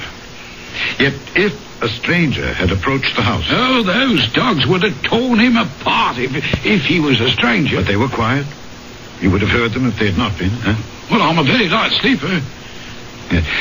Did you sleep late this morning? No. I'm awake before cocks crow, you see. So many things to be done. Water to be drawn, the fire to be laid. Yes. And that's what you were busy with when Lady Rowell left the house? Well, I was already preparing breakfast for Sir John and a tray to bring up to... You see, that's why I was so surprised when she walked into the kitchen fully dressed. And what did you say to that? Well, it's not my place to ask. I just said, what do you want? And? Well, she said she didn't want anything. Just that she was feeling better. And if Sir John should ask about her, she was off for a little walk along the beach. Oh, that didn't strike you as peculiar? Oh, it most certainly did. And did she go towards the beach? Well, I would have thought so. I didn't actually check on it. Why? You're not aware that she's disappeared? Oh, no, sir. We'll leave that for a moment. All right, then what did you do then? Well, once I had everything simmering like for breakfast, I went up to Sir John's room to assist him in his toilet. You were in this habit? Every morning, regular as clockwork. Continue. Well, he wasn't there, sir. His bed hadn't been slept in. Turned down just the way I left it the night before. So, I became alarmed.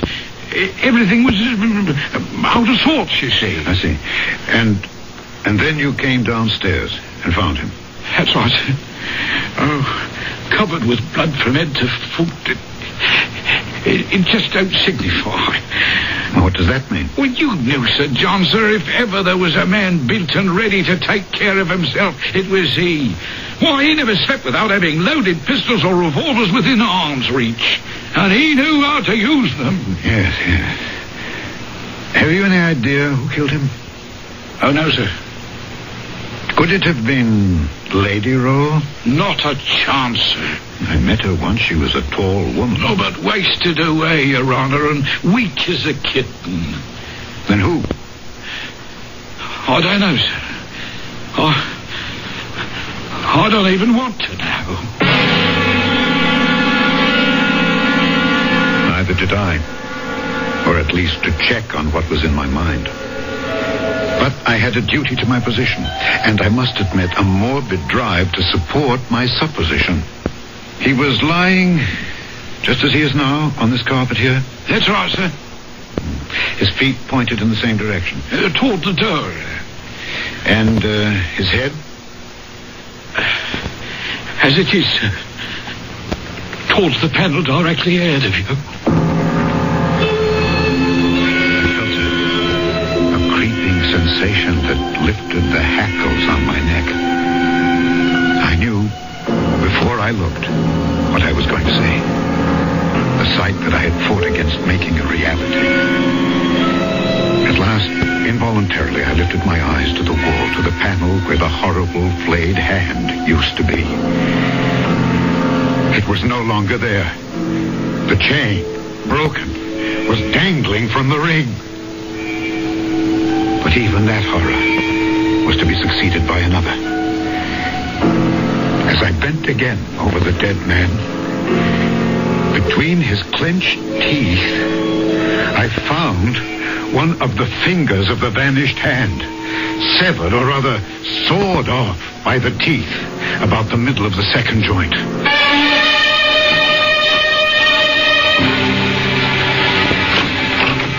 Henri, forgive us for violating the sacred precincts of your police office, but the axle of my carriage is broken and we are here to beg you to carry us home. If you're ready to go.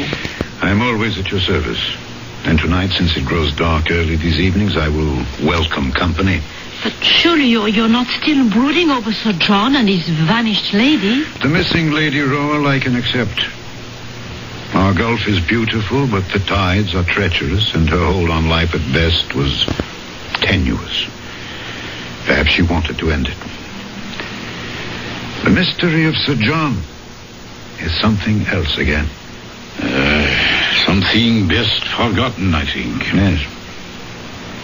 But it doesn't seem to want to be. Let me show you. Marguerite, forgive me. If you feel faint, close your eyes. Yes. Bernard, you remember you said he might have been strangled by a skeleton? Yes. Yeah. Might he have been strangled by this? Good Lord. So that is the famous hand, huh? Yes, if it were possible, such a hand could have made the wounds on his throat, but... Where did you find this? It was discovered last night, in the cemetery, on the tomb of Sir John Rawle. And mark one thing well. What? The index finger is missing. The one we found in the corpse's mouth.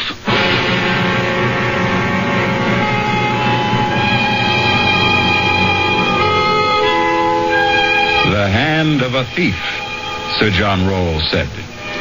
His brother Richard? What is so? What did he steal? His wealth? His reputation? His wife? And if his brother, in some gargantuan and titanic duel, struck off his hand, and Richard sought vengeance, which of his hands was the instrument that brought an end to the intense and private vendetta? De Maupassant doesn't tell us. Wisely, he leaves that to us to decide for ourselves. I'll be back shortly.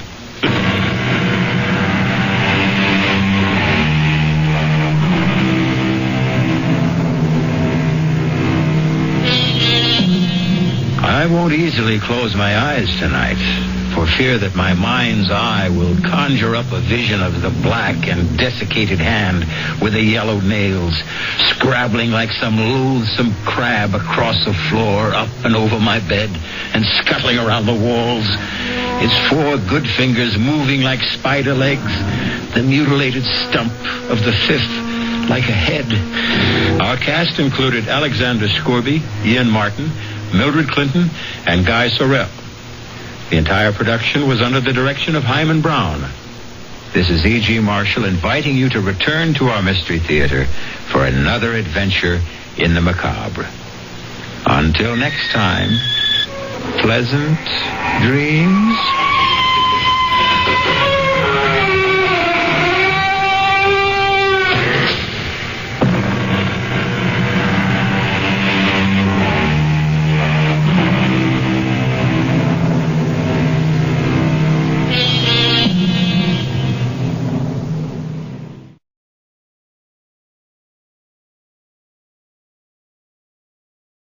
CBS Radio Mystery Theater presents...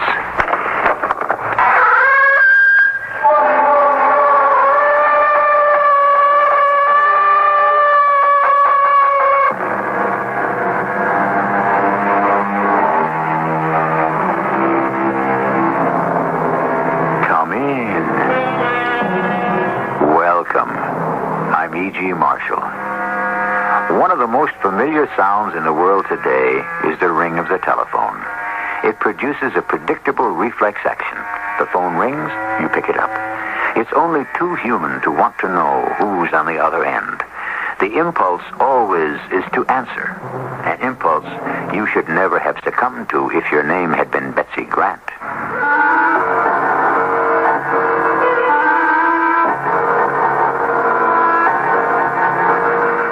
Mystery drama, The Sound of Terror, was written especially for the Mystery Theater by Ian Martin and stars Patricia Elliott. I'll be back shortly with Act One.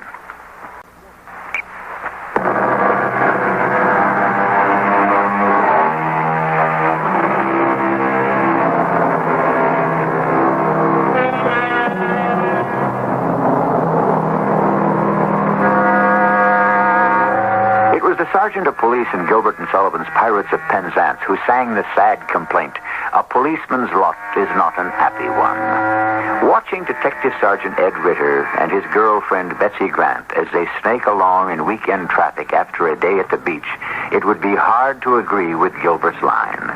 This is one happy policeman, relaxed and obviously very much in love. And so is Betsy, her eyes locked on his strong young face as he talks while he drives. Oh, boy, what a day. You know, in spite of all the traffic, I feel great. How about you, Betty? Yeah, honey, I'm so relaxed. I don't know if I'm asleep or awake. Well, I better get you straight home if you're that tired. Oh, I'm not tired. Just full of sun, salt, and sea air. And happiness. And love. In a world of my own. Our own. The other one doesn't even exist. Uh-oh. I'm sorry you brought that up. What? The other world. I mean this one. I gotta check in, see what's going on. And the commissioner himself has ordered all leaves canceled. All off-duty personnel to report as soon as possible. That is all personnel. Uniform or plainclothes. Now, this announcement will be repeated shortly. At the moment, we have a 10-4-0 at Blyer and Spain Streets. Cars 103, 216, and 180 are ordered there. Please contact Central and each other and coordinate. Repeat, there is a 10-4-0 at Blyer and Spain. What is it, Ed? The 10-4-0? No, I know what that is. Disturbance of the peace. What's the other? Search me, hon. I'll tell you something, though. It's something big if the commissioner is sticking his nose in. You better call him. Yeah, I know. That's just what I'm doing. Shouldn't you pull over and park? What, in this traffic? I'm practically parked already. 28th Precinct, Captain Ryder. Jerry, it's Ed Ritter. Where are you?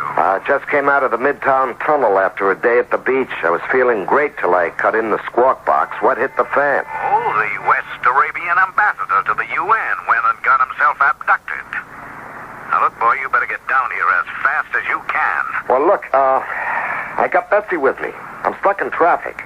It'll take me half to 3/4 of an hour to run her home. Buddy boy, maybe you're not reading me. I want you here 5 minutes ago. Now, you drop your gal and let her take a cab or a bus and get down here yesterday. That is an order. Okay, Jerry. I read you.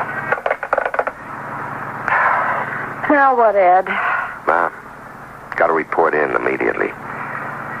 Honey, it looks like you're going to have to grab a cab home. I'll give you some money. Oh, I don't need a cab. Just drop me at 9th Avenue and I'll take a bus. You will take a cab. I'm not taking any more chances with you than I have to. Ed, I'm a big girl, a city girl. I can take care of myself. What's got you so uptight? I'm going to turn on the siren, honey. I got to move. Someone kidnapped the West Arabian ambassador to the UN. Oh, what's his name? Who? The ambassador. Oh, I'm not sure. Mohammed Hassim or something, isn't it? Something like that. Why? Well, I don't know. It just seemed a thing to ask. Who do you suppose kidnapped him? Search me, darling. Got a guess? I'd say some terrorist group. We're not going to have that here. Look, we've all been holding our breath it wouldn't start here the way it has in the rest of the world. That couldn't happen to us. Oh, really? Why not? I can think of a heck of a lot of ways we're so much more careless than other countries. Well, listen, that isn't anything for you to worry about, Bessie. All I care about is that you take care of yourself. You don't have to worry about me, Ed. That's what I like to do best. You're my girl. All the way. You know that. You know, I don't know what we're waiting for to get married. Family. Your folks, my folks, they all want to be a part of it. Well, couldn't they wait till after? Let's take care of the family first. After is for us. Okay, baby. Hey, come on, I gotta move. Hey, kiss goodbye. Uh-huh. Kiss forever. I love you. But if I don't get you out and head for the precinct, I won't be able to afford to marry you. Go on, Sergeant. Answer your bugle call. Yeah. Now, listen, you go straight home. I want you to take a cab, not a bus. All right. Whichever comes first. I'll wait by this covered bus stop right by the phone booth. Oh, here's a bus. I've got to run. Hey, I said a cab. Why waste money?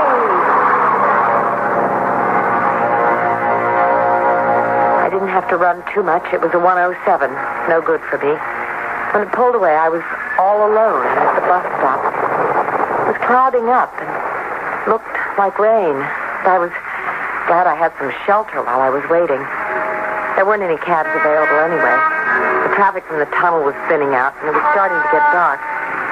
I don't know just at what point I found myself feeling lonely, but what made me realize it was when the phone started ringing. How do you feel when a phone rings and no one answers? I know how I do. Sure, I know it was a public phone, but it's sort of a reflex. After like the 6th ring, I couldn't help myself. I picked it up, and this voice said, Ahmed, it is Kleber. They came through with the ransom. It is on its way to the pickup. Tonio is there. Now, do we pick it up even though Hassim is dead? Ahmed? Who is this? Ahmed. I must head on. What had I gotten myself into? Even in the act of hanging up, I'd seen a man in the building across the street on the 2nd floor pull the shade up to stare at me and then rip it down as if to conceal his face. At the same moment, I spotted a cab and hailed it. I clambered in, desperately shouting my address, for the man was already on his way across the street. As the cab pulled away, I remembered that the phone started ringing again. My cab driver was in no hurry. I'm kind of late, driver. Could we speed it up? What do you want? I should drive through a red light and get a ticket? No, but as soon as you get the light, would you please hurry? I don't like tickets. Well, please make it as fast as you can. I looked back. The man had gone into the booth and was answering the phone. Just as the light changed and we began to move, he came running out and towards us. The light, it just changed. I got eyes, lady. There's no sweat. These here lights are timed for 35 miles an hour all the way north. What's the rush? I want to get home. So do I. But I got a lot longer to sweat it out than you. I looked back. The man had stopped, frustrated, under a streetlight. I could see his face clearly. I I didn't like it then, and I would have reason to like it even less later. As we pulled away, he ran back towards the cars parked along the curb. My hacky had the lights timed now and was bowling along smoothly. At 42nd, we ran into snags, and by the time we cleared traffic, the hacky was in communication again. Hey, lady. Yes? I figured you earlier for just some nervous dame in a hurry, but you in trouble? What do you mean? Well, I don't mean to stick my nose in, but it kind of looks like somebody might be tailing you. Where? The little brown foreign job. You had 2 cars behind on the left. You recognize it? I don't know. You want I should lose it? Maybe just on general principle. I can't see who's driving, but do you really think he's following me? Listen, I drive a hack in New York. You learn a lot about human nature and all. The good and the bad. You ask me a question, I give you an answer. From the experience I got rolled up, yeah. I don't want him to follow me home. I'll lose him for you.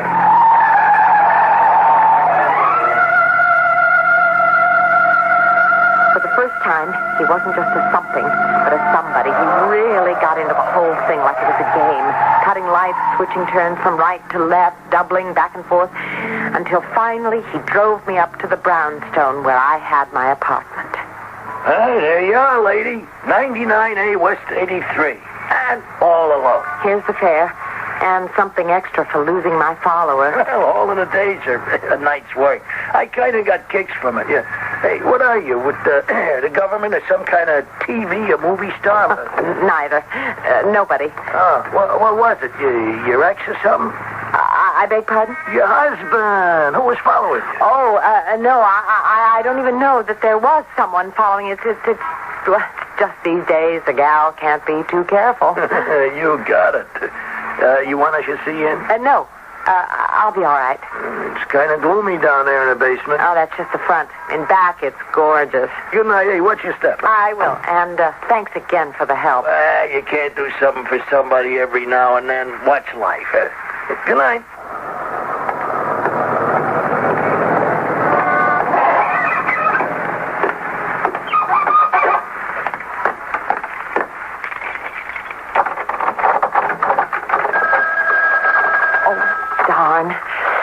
Why does this key always stick? Oh, I'm coming.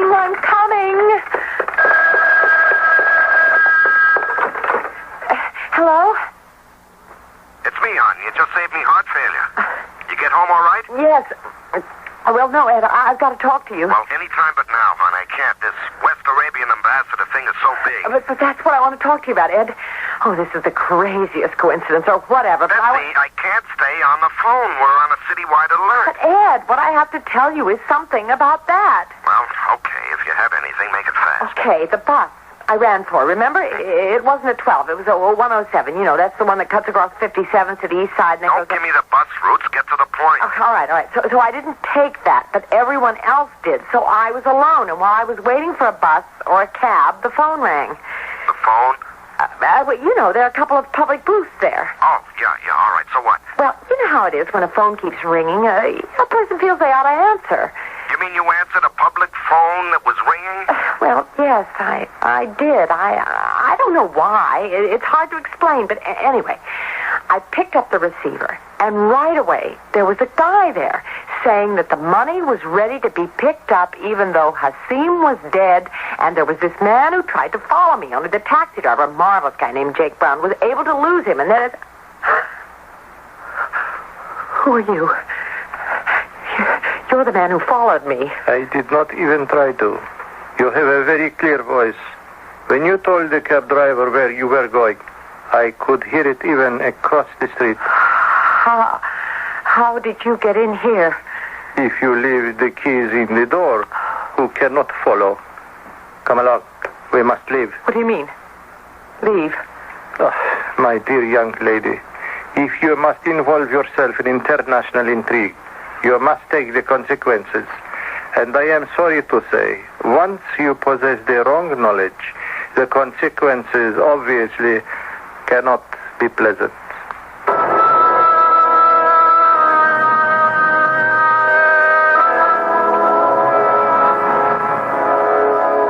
A little knowledge is a dangerous thing, and it seems that inadvertently, Betsy Grant, responding to a very human and reasonable compulsion by the simple act of answering a telephone, has gained an amount of information that is dangerous, particularly to a man named Ahmed, who is responsible for many deaths in the past.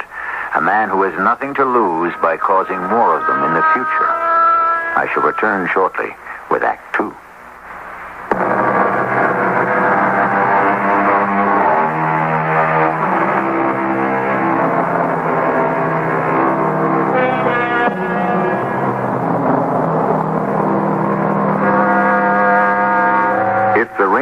Unanswered telephone is so frustrating. There is another sound made by Alexander Graham Bell's invention that is even more frustrating. The busy signal, which has been caused by a sudden interruption in service. It can become unbearable. Worse than that, in the case of Detective Sergeant Ed Ritter, terrifying, for he knows intuitively that it was human intervention that broke the connection on his phone call to Betsy. Ed, where are you? Come on, we're on assignment. I'm trying to reach Betsy. I thought she called you. Yeah, she did. Well, so okay. I told you no long conversations. I'd be waiting in the car. Jerry, everything's changed since then. I got a lead. I got to call Betsy back. Call her back? What'd she do? Hang up on you? Here, listen. Okay, so it's a busy signal. You can't hang around till she gets off the phone talking to her mother or some girlfriend. No. It isn't like that, Jerry. But you see, Betsy was talking to me, and someone broke the connection. Ed, buddy, look, you're my best friend. I love you like a brother. But right now, we got no time for personal stuff. We got a big case to break. This has to do with the case, Jerry. I told you I had a lead. What, for Betsy? Yeah. How? Well, when I dropped her after you told me to get straight to the precinct, she was waiting for a bus, you see, and this phone began to ring. What phone? A coin phone right by the bus stop. So? So Betsy answered it. What? She answered the public phone that was ringing? Was she expecting a call? No, it was just... Well, you know, a phone rings, keeps ringing. If nobody else picks up, you do it. Not me. What for? Well, it's human nature. Someone maybe is in trouble, needs help. I don't know. Okay. So she picks up the phone, and this voice on the other end starts right in and says, okay, the dough is ready to be picked up. Do they go ahead even if Hasim is dead or what? Hey, wait a minute. Hasim? You sure she said Hasim? Yeah. That's the guy who was abducted. Well, what do you think I'm trying to tell you? Well, what are we wasting time talking? Get Betsy on the phone. I can't. Don't you hear me? There's nothing but a busy signal. Try her again. No, Jerry. I'm not messing around anymore. Something's wrong. Now, I'm going over to Betsy's apartment and see for myself what. All right, I'm going with you. Did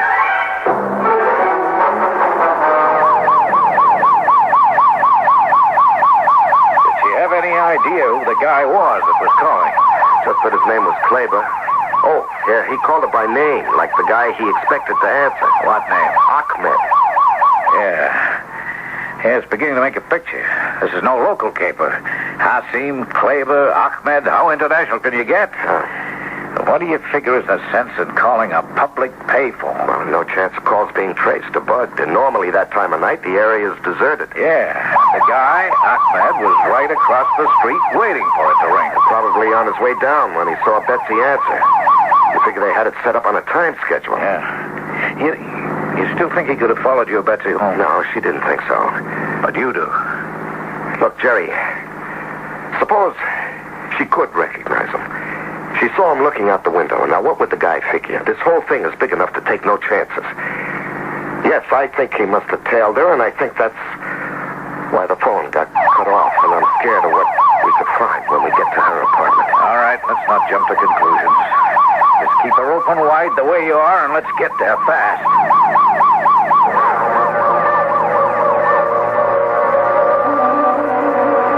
Which is her apartment? Basement, right down the steps. All right, hold up. Let's move easy. You cover me, I'll try the door. Oh, I'll take it, you cover. No, sir, I'm saving you for Betsy. Cover me, that's an order. All right, we'll start legit. I'm ringing the doorbell. Police, open up. Don't try anything. We're armed. Oh, we're too late. How's the door? Locked. Stand back. It ain't the first door I kicked in. Watch it! Now, just keep me covered. Let me. I know where the lights are and things. Okay, just take it easy. The living room. I'm going to get the light. Stay low. Yeah, check behind the couch. Yeah, for sure. Kitchen door's open. No one there. At the bedroom? Yeah. Doesn't look like there'll be anyone there either. Now, take it easy, Ed. You know, I can feel it in my bones. They got her. Look at the phone. It's off the hook. This is her handbag. She never would have left that behind. Let's look in the bedroom first before we jump to conclusions. Hey, why? You don't think maybe... Now, easy, Ed, easy. Come on. Where's the light switch? I don't know. I guess... Forget it. I found it. There's no problem here. All neat and tidy. Yeah, let me make sure. Under the bed. Closet. Yeah. Bathroom. Well, at least they didn't total her. They must have taken her with them. Where? I don't know. Betsy give you no notion about that? No, none. So it's up to us to find out. Let's get back to that phone. We got to get out an APB. Now, don't touch that phone again. There may be fingerprints. So what are we going to do about Betsy? Don't panic. We got a lot to work on. Hold it. I got to answer it. It may be them about Betsy. We'll answer it. You got a clean handkerchief? Yeah. Here, lend it to me. Here you are. Thanks. Huh? Oh, yes, Storch. This is Lieutenant Reimer. What's on your mind? Yeah? Yeah? Oh, how do you read it? Okay, hold him. I want to question him myself. It doesn't look too hot, but you never can tell. No, there's nothing to send, except we're going to have to put out an APB on Ed Ritter's girlfriend. Yeah, it looks like she was snatched.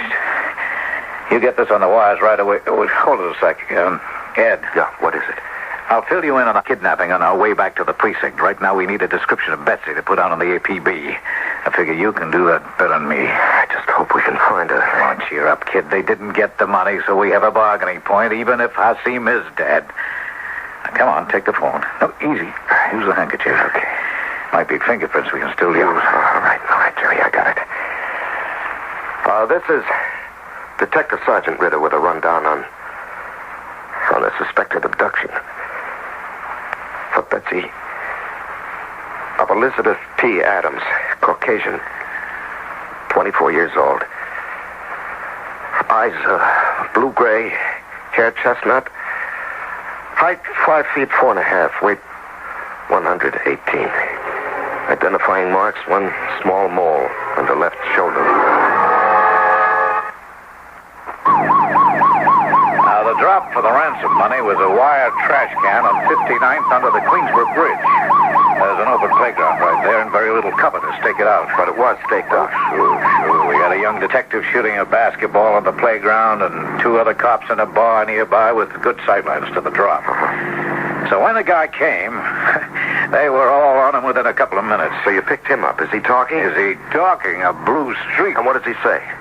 Nothing that's much help to us. His name is H. Harrison Trimble. He graduated from Harvard, 1936. I don't care about his name. Has he given us any leads? Oh, Ed, he's a derelict, a bum, a wino. He fell backwards into this, an accident. Are you sure? Well, I'm not sure of anything until I prove it out all the way. I just didn't want you to get your hopes up. No, I don't think Mr. Trimble is the answer. Tell you the truth, I think Mr. Trimble is the fly in the ointment. The accident that blew most of our chances. What do you mean? Well, the ransom was $3 million. It was deposited in the trash can in 3 plain brown paper bags. Now, Trimble resides in the shadow of the bridge. I mean, he chooses to make it his home, rent-free. And he lives on other people's leavings. I don't suppose in all his years of poking through trash cans he could even have dreamed ever of turning up $3 million. But when he did, his reflex was to take it on the lam. Yeah, but our boy stopped him. That's right. So, if that's the way it is, there's nothing he can tell us. That's the way it looks, Ed. So we're no nearer Betsy and Hasim than we were to start out with, huh? Oh, I wouldn't say that. What do you mean, Jerry? Well, we know where your girlfriend answered the phone call. She looked across the street and she saw a guy who may or may not have had anything to do with all this. I've given orders to have that block checked out. Why didn't I think of that first? Maybe because you're still a sergeant and I'm a lieutenant. And she's not my girlfriend. I can be a little more gotta get down there right away. Easy, chum. It's being taken care of. They don't need us. And I'll level with you, Ed. I think it's too late. Those birds are too smart. They'll skip the coop. I think we better concentrate on Mr. Trimble and make sure he's what he seems to be.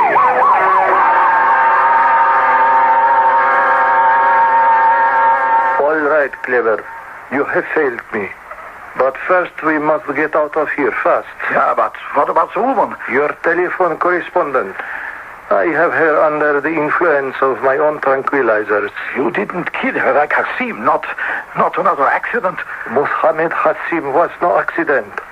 I never intended him to live. But the woman, she is safe only as long as I may have need of her. You know, we must revise our plans. Come, there is no more time to waste.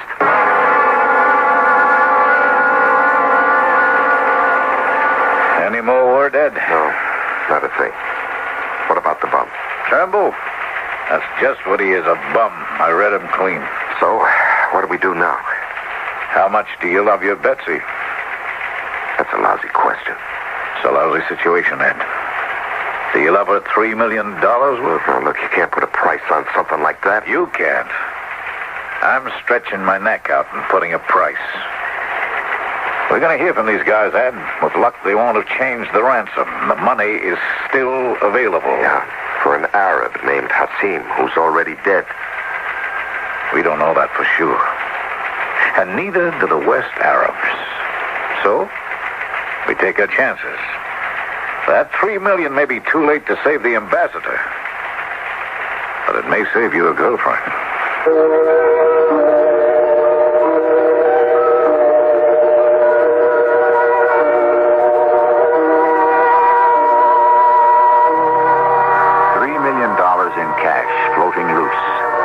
Arabian UN ambassador who is dead, or not dead, a girl who answered a telephone and inadvertently got herself embroiled in international terrorism. Where do we go from here? That, of course, must be saved up till I return shortly with Act 3.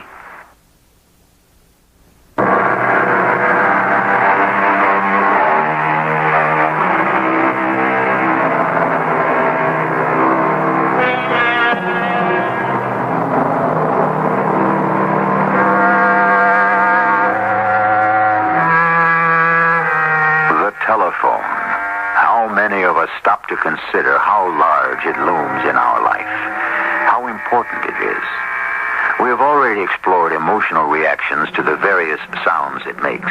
Now we are examining its most devastating power, the power not to make any sound while we wait helpless, hoping against hope, for it to summon us to hear whatever news we need to survive, bad or good. This is the worst suspense, when it fails to ring at all. I don't know if I can stand it much longer, Jerry. Come on, we both done army time. We know there's nothing harder than waiting. You know, every time the phone rings, I want to jump and answer it. Yeah, after the first few calls, you could lose that urge. People call the precinct about the craziest things. But if Ahmed calls in? Oh, that comes straight through to this phone here. Why? Because that's the contact Betsy will give him. Yeah, if she's still alive. Oh, now, why wouldn't she be? She could be the only bargaining point they have left.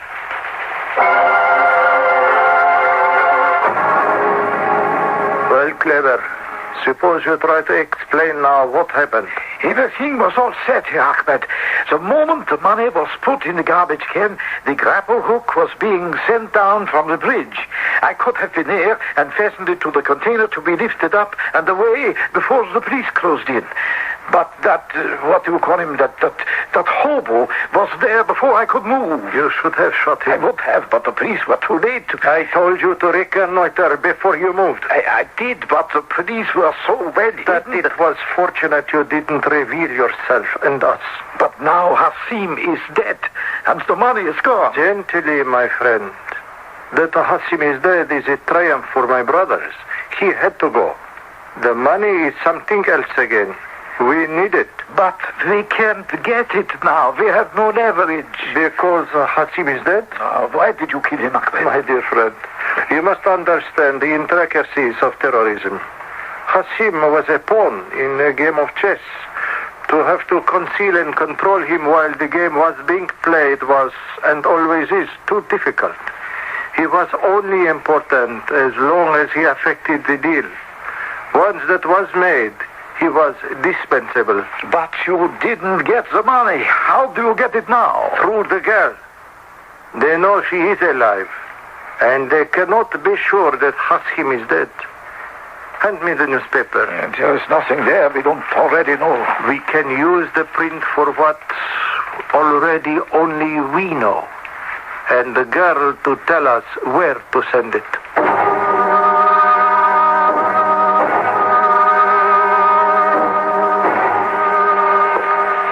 This just came in the mail for you, Ed. What is it? Oh, you better see for yourself. I got a notion it isn't personal. You want to read it to me? To whom it may concern. We have Ambassador Hassim in our power. The ransom was not paid. If it is refused us again, he will die. Also, the woman called Elizabeth Grant. Instructions will be sent through her phone how to deliver the $3 million. You will wait for them and comply, or all will be dead. A fanatic. Yeah, at this point, so am I. Try and stay cool, Ed. They're going to need it to deal with this kind of guy. How do I know that Betsy's even alive anymore?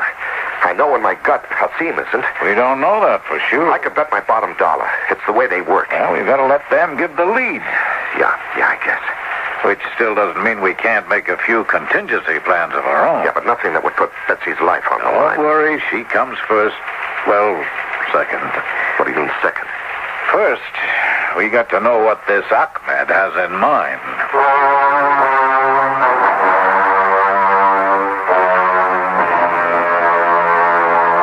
Are you quite comfortable, Miss Grant? You know I'm not tied up like this.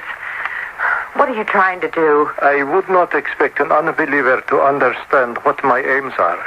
But I know what I want. And you will do it or join Ahmed Hassim. You mean you would kill me? For our sacred cause and with the blessing of Allah, I shall use the sword to cut down anyone who stands in our path. What is it that you want me to do? I want you first to make clear to your policeman friend that the slightest attempt to try to controvert our instructions will mean your death. If you're trying to get a ransom of $3 million, no one's going to pay that for me. They will be paying it for Ahmed Hassim. But he's dead. We know that. No one else can be sure. We are going to make them be sure he is alive. I don't understand. You will, when we make the tape. And you will follow instructions to the letter, or you will regret it. What do you expect me to do? Very simply, to interview Ahmed Hassim, or what appears to be Hassim. You see, I have a hobby. I have made a tape of every word he has spoken at the UN and other places. By clipping these tapes and taking the words out of context as if answers to questions, they will serve my purpose. They will raise Hassim from the grave and win us money for the cause. So, we had better get to work, Miss Grant.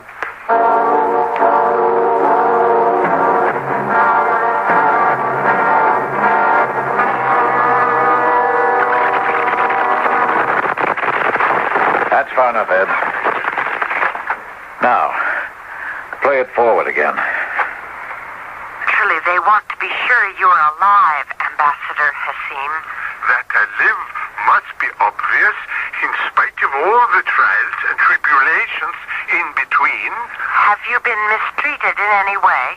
On the whole, I think, giving the wide gulf between opinions, reasonably fairly. But you wish to be free. I beg, I implore my countrymen to rise to my aid. Ed, you've heard Ambassador Hassim. I'm sure you can tell by his speech how alive he is. And I'm begging you for my life, too. I hope you can persuade the West Arabians to still pay the ransom for our exchange. Remember, when we were kids and you were always king of the hill? Well, never mind that. 1940, what was it? 6, I guess. It's so long ago. I hope you don't forget. Please, Ed, please get us out of this. The odds are 100 to 1 against us if you don't. The men who hold us mean business. Please, contact the West Arabians. Let them hear this tape and wait for the instructions. Cut it off. Well, what do you think? I think we contact the Arabs and go sit in Betsy's apartment with or without them for instructions.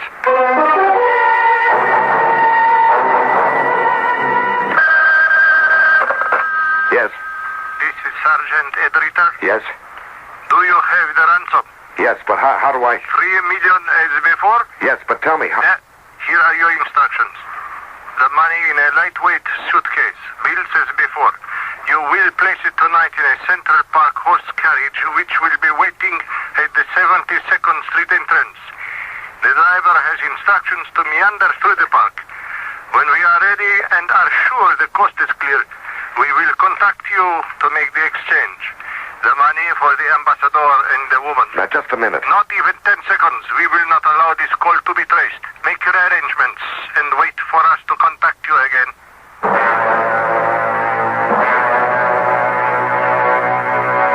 What do we do now? Sit and wait again. For what? For the switch, the new drop. Oh, it'll be here any moment. What do you mean? Oh, face it, Ed. We have limited facilities, but we know the opposition always pulls a switch. But we got them tabbed now. Have we? What? You want Ambassador Hassim and the woman? Deliver the money as I tell you and we free them. In the Bronx, there is a Milk Strong sign and below it an abandoned factory. Drop the money by the sign that says, milk is for love and wholesomeness. When you do, Hassim and the woman will be set free. Do we answer that or just wait? Who knows?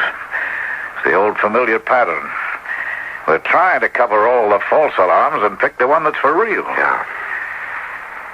You know, I've been thinking about that. Like how? Well, you heard the tape. Anything about it bother you? Well, sure, that was discussed. Hassim's voice on the tape sounded like it had been cut out of public speeches and made to sound like answers to questions made up after the questions were asked. Yeah, that was my reaction, too. So how does that help us? Well, it seems like one big distraction to grab off the dough and run. Yeah, that's how I feel. Only worse than that, without any return. All right, easy, kid. Easy. When the girl I want to marry can be as dead as I think Hassim is long before we make the payoff. Unless we arrange our own. Ed, how? Well, I've been thinking about a lot of things. Remember on the tape, Betsy said, King of the Hill? Yeah, sure, the old kid game. Yeah, except when we played it, it was one special place. Yeah, where? Well, Betsy and me, we both came from the Washington Heights district. Now, there's a park there we used to hang around. You mean near where the drop is supposed to? No, nowhere near there. Let me hear that tape again. Sure. It must be obvious, in spite of all the trials and tribulations in between. Have you been mistreated in any way? On the whole, I think giving the wide gulf between opinions... No, that's not the part I meant. Yeah, well, where? Run it fast forward a moment. Now. Remember, when we were kids and you were always king of the hill? Well, never mind that. 1940, what was it? 6, I guess. It's so long ago. I hope you don't forget. Please, Ed, please get us out of this. You know, that's been bothering me ever since I first heard it. She gave us a tip-off. What do you mean? King of the Hill. King of the Hill. That could only mean Fort Washington Avenue. And that malarkey about 46? Stop and think. 46 is 32 years ago. Betsy wasn't even born then.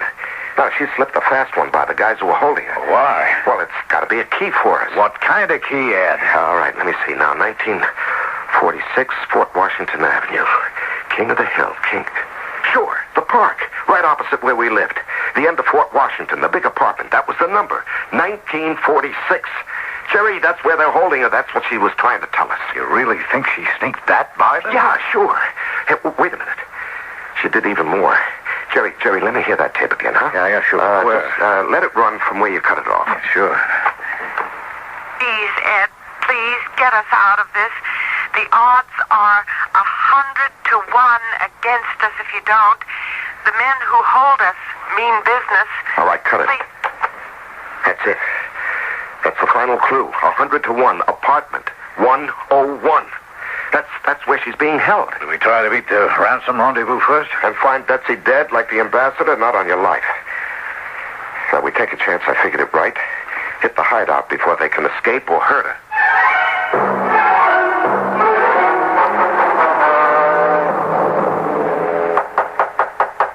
Yes? I have a telegram for a Mr. Ahmed Fatullah.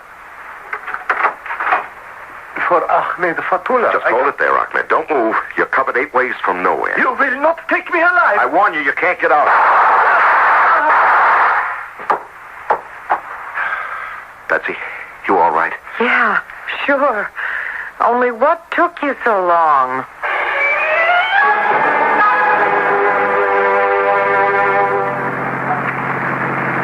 Hey, where are you going, Ed? This isn't the way home. That's right. The Lincoln Tunnel leads straight out of New York. That's right. Well, where are we heading? Anywhere will do. Elkton, Maryland, if there's nowhere closer, just so long as when we get back, we're married. But we haven't told our families. Well, they're just going to have to catch up. What's kind of a rush? Not after that last 24 hours. It's time, wouldn't you say, Betsy, that you had a permanent bodyguard?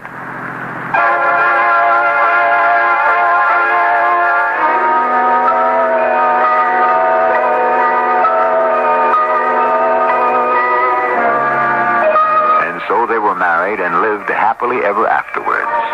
I wonder if they ever changed their phone number, at least if it was Betsy's. But then, I doubt if it ever caused them such severe problems again. Except, do you imagine Betsy hesitates to answer it every time it rings? I'll be back shortly.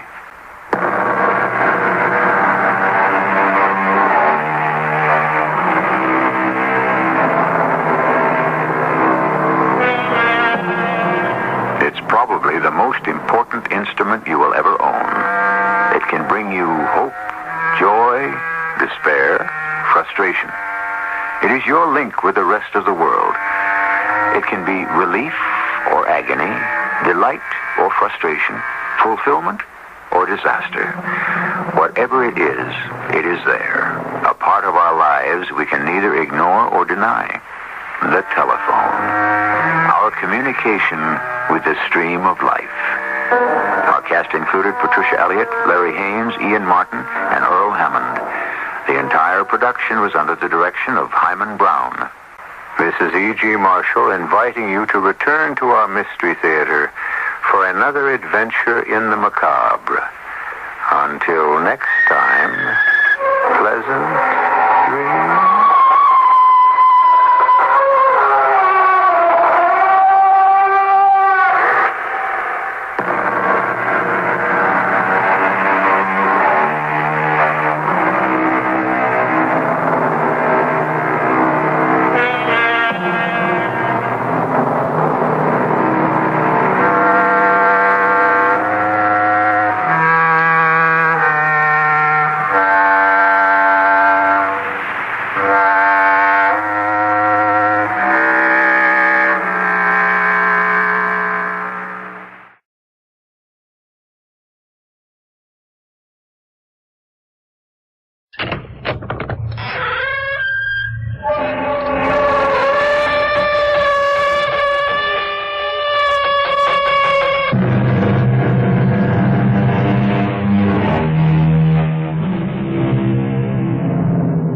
Come in. Welcome. I'm E.G. Marshall.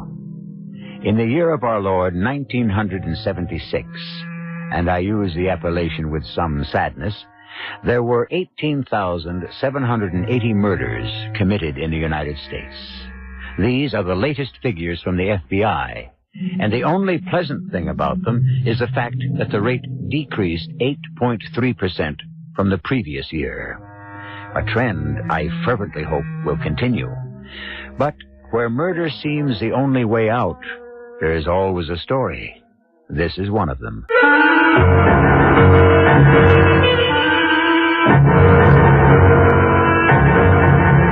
Our mystery drama, A Better Mousetrap, was written especially for the Mystery Theater by Ian Martin and stars John Beale.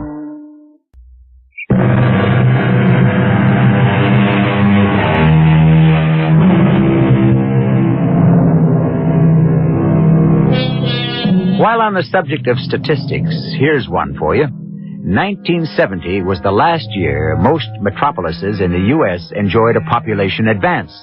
Ever since then, the amount of people in the cities has been declining. Where have they gone? Mostly to the suburbs. Here's Ralph Lester, a typical suburbanite. He moved out of New York before 1970. At the time, it seemed a great idea. A garden, a house, a family, good schools. How has it worked out for him?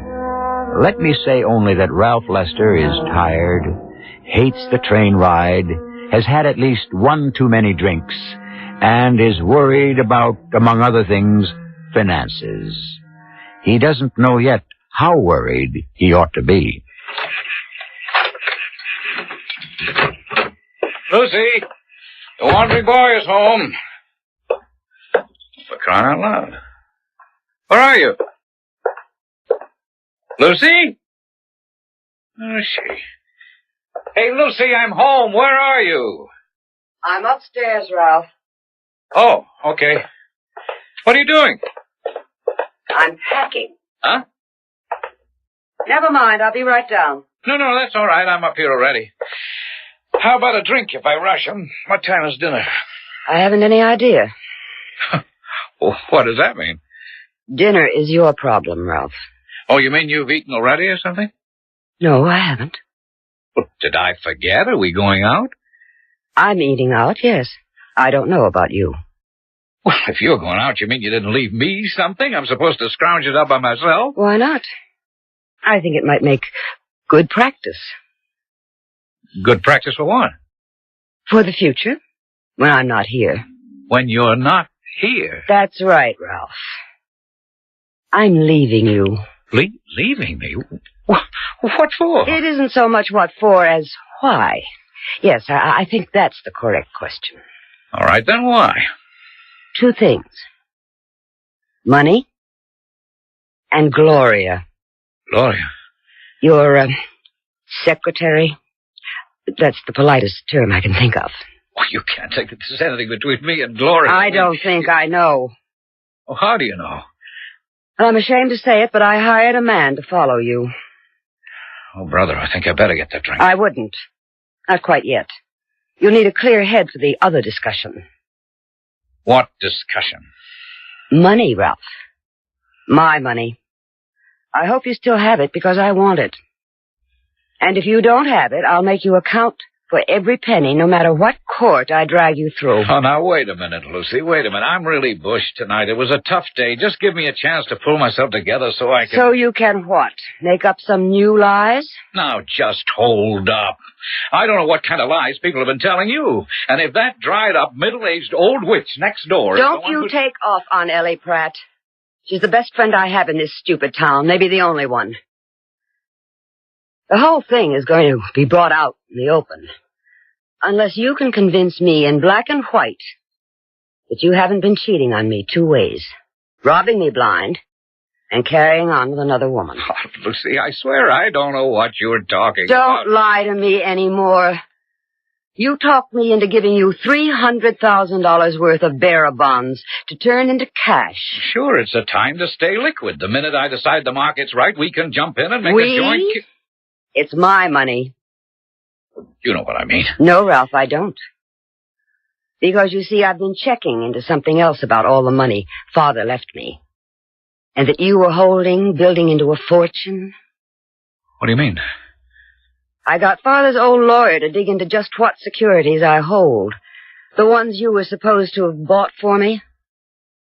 What happened to those securities, Ralph? Where are they? You know the firm is holding them for you in your account. Mr. Stearns couldn't find any record of them. Oh, for heaven's sakes, Lucy, the old man is senile. I have all the proof and the documentation.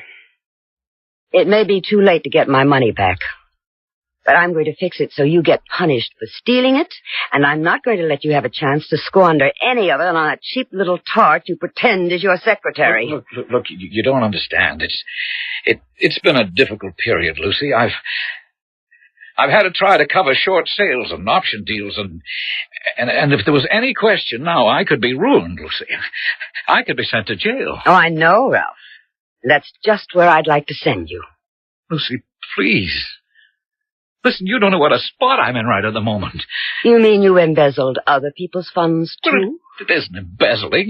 You don't understand business and the market. It's just that sometimes you have to manipulate.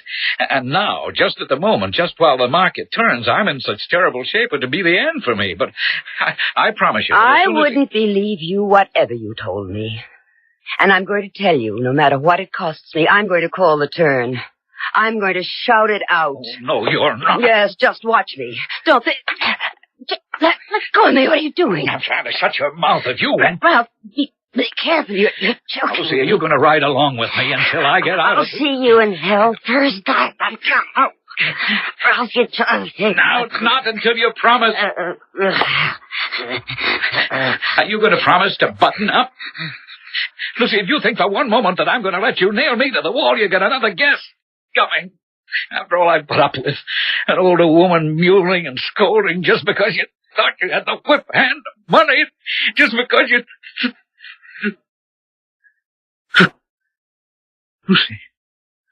Lucy, I'm sorry.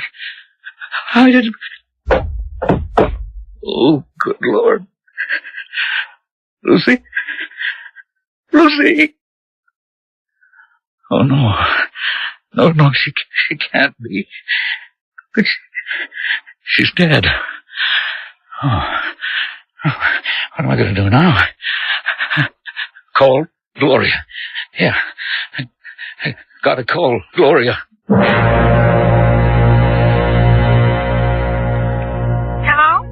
Hello? Gloria? Yeah, Ralphie. Hey, you sound kind of funny. What is it? She's dead. Who? My wife, Lucy. Gee, that's terrible. Well, honey, I'm sorry, but, honey bun, it solves a lot of trouble for us, doesn't it? No, not a bit. Only makes it worse. What do you mean? Oh, Gloria, she didn't just up and die for herself to make it convenient for us. Well, then what?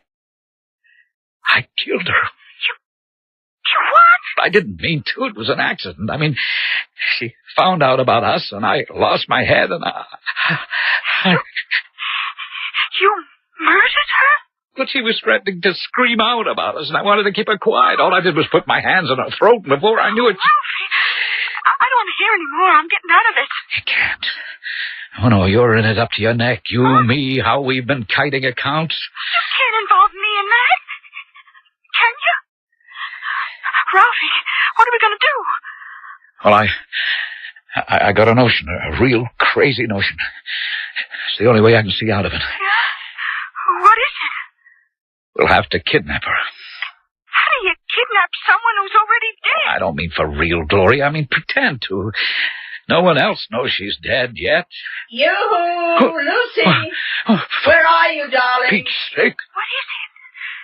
Ralph? That silly old Snoop L.A. Pratt from next door. I gotta hang up. Nobody home?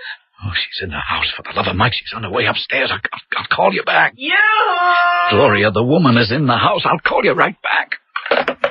I know you're there. I hope I'm not interrupting anything. Oh, brother. That you, Ellie? In the flesh, not a picture. Can I come up? Oh, no. I'll be right down. Don't slip on the soap. Soap. Yeah. And you'll never know how tempted I am to invite you up here to the bathroom and drown you, Ellie.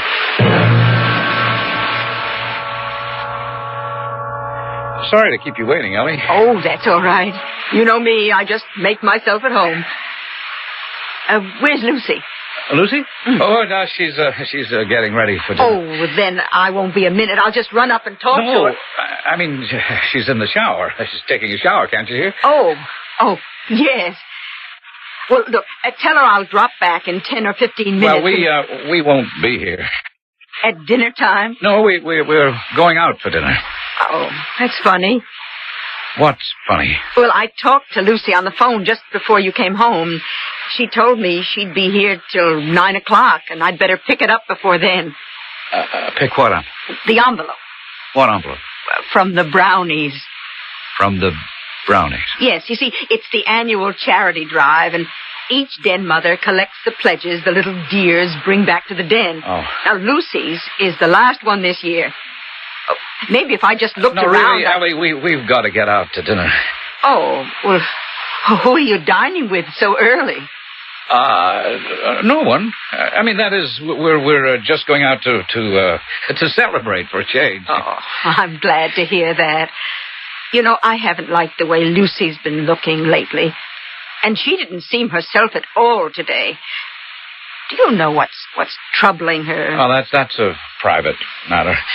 But I can promise you nothing's troubling Lucy now. Oh, good. I wish I did have the envelope, though. I peeked about, but it doesn't seem to be down here. Maybe if I just ran up and called to her Ellie, through the door... I promise you, I'll get the envelope and deliver it to you. Well, I really must run. It was just... My, Lucy does take a long shower, doesn't she? Huh? Oh, well, she was working in the garden all day. Really? I didn't see her out there. Well, most of the day. Now, Ellie, I have to change, too, and I... Oh, of course. You don't have to treat me as anything else but family. I'll let myself out. No, I'll do it. I want to lock the door anyway. Lock the door? Yes, we'll be going out through the garage. Ralph, are you all right? You look a bit drawn. Oh, I'm fine. I'm fine. Oh, now, how did he get out, that fool cat? Oh, now, don't you talk to poor Ginger like that. He's Lucy's best baby, aren't you, darling? What's he mewling about? Oh, Ellie, will you put him down? The poor baby's just looking for his supper. I'm surprised Lucy hasn't fed him. Oh, she probably forgot. It's not like her. There isn't anything wrong between you and Lucy, Ralph. Oh, what could be wrong? Oh, I don't know. She hasn't seemed herself lately, and you seem so nervous tonight. I'm just tired. Look, Ellie, I don't want to keep Lucy waiting. Yeah, of course. I'll run along. Now, tell Lucy I'll drop by first thing in the morning to pick up the envelope. No, there's no need. I'll drop it in your mailbox on my way to the train. Oh, shut up. I don't need any trouble from you. What am I going to do? What am I going to do?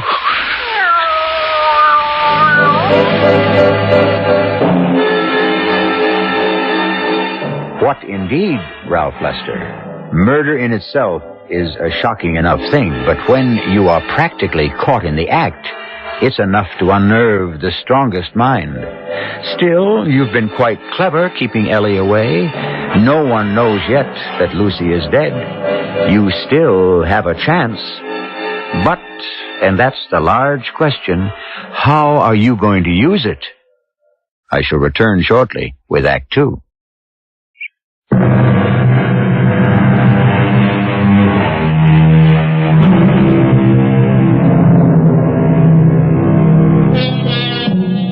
We left Ralph Lester in sheer panic, wondering what on earth he could do.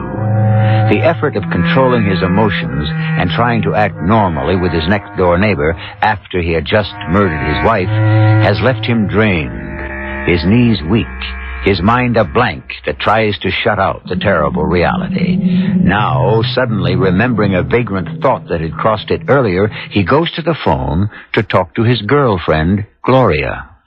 Gloria, it's our only chance. I didn't know, Ralphie.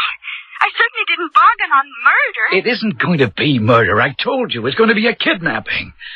Only the victim will never turn up. You think you can make the police believe that?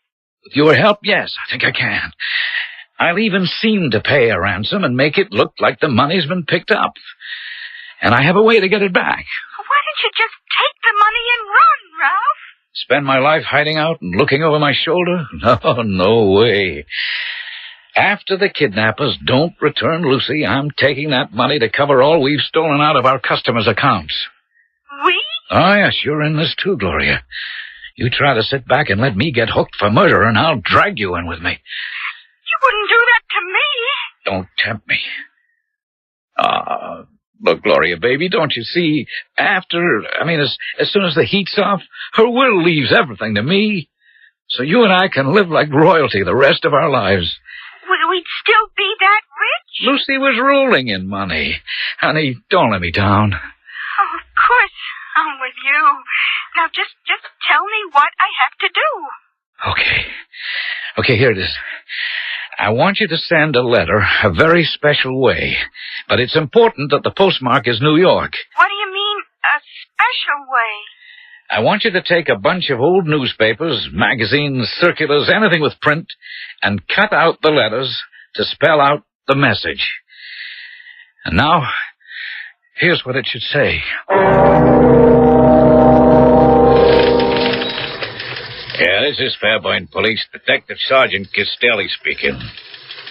Yes, sir. Could I have the name and address, please? That's Ralph Lester. Lest. Yeah. Check. And, you just got home. You're quite sure your wife is missing? Just for the record, you got back at what time? 12:05. All right. Now, try not to worry, sir. Your wife may have been scared and run to the neighbors. Yes, sir. We'll be there right away. You, want me to use the siren, Lieutenant? No, Sergeant Castelli. No sense waking up the whole community this time of night. You think this is just a false alarm, huh? A break-in? Nope. The wife, who knows? Could be some domestic squabble. Oh, the guy sounded cold-sober, Lieutenant. And I figure you must think there's more to it than that since you hiked along. Ralph Lester's an important citizen in this town, Ricky. He pays enough taxes he could expect VIP treatment. Yeah, rich neighborhood. Yep. He's a big stockbroker in New York. And his wife was the daughter of A.B. Trumbull. Cosmetic business. Millions. It could just be she was snatched. Kidnapped? Huh? I thought you figured she just walked out. I don't figure nothing till I get all the facts. Or as many of them as I can. Better take Long Point Road. We make better time. And, Mr. Lester, when you got back from the movie, you found that the house had been broken into. And your wife was missing, huh? Yeah, that's right, Lieutenant. What movie did you see? It was at the Fine Arts Theater. Mm-hmm. And you went alone, huh? Well, it was the last night the film was going to be showing. But you and Mrs. Lester had dinner together, huh? In a manner of speaking. Sir? Well, you see, we started to go out because I thought Lucy was looking tired. But on the way to the restaurant, she decided she didn't feel up to dining out. So I just got some roast beef and coleslaw and that sort of thing, and we came back home to eat. I was a little worried about Lucy. Yes, sir. And then you went out to the movie by yourself, huh? Well, she didn't want me to miss the film. She'd been to it earlier in the week, as a matter of fact, with a friend of hers. Oh. A friend? Mrs. Eleanor Pratt. She lives next door. Well, then perhaps she might have seen something. Oh, I doubt it. They broke in on the side of the house away from her. And besides, there's quite a bit of vegetation screening us from each other. Oh, we'll check that out later. Can you think of any reason why your wife might have been kidnapped? Well, not really, except that, of course, her father was a very prominent man. But he's been dead for many years, hasn't he? Yes, nearly 7 years now. But, of course, my wife was his sole heir. So you're more or less convinced that that's what happened? I beg pardon? I mean, there isn't any possibility that the break-in and your wife's disappearance are not connected. I don't follow you. You don't think Mrs. Lester could have just left by herself? Walked out? Oh, why? I mean, we've been married for nearly 20 years. We were happy. I'm sorry, sir. My job is to ask questions.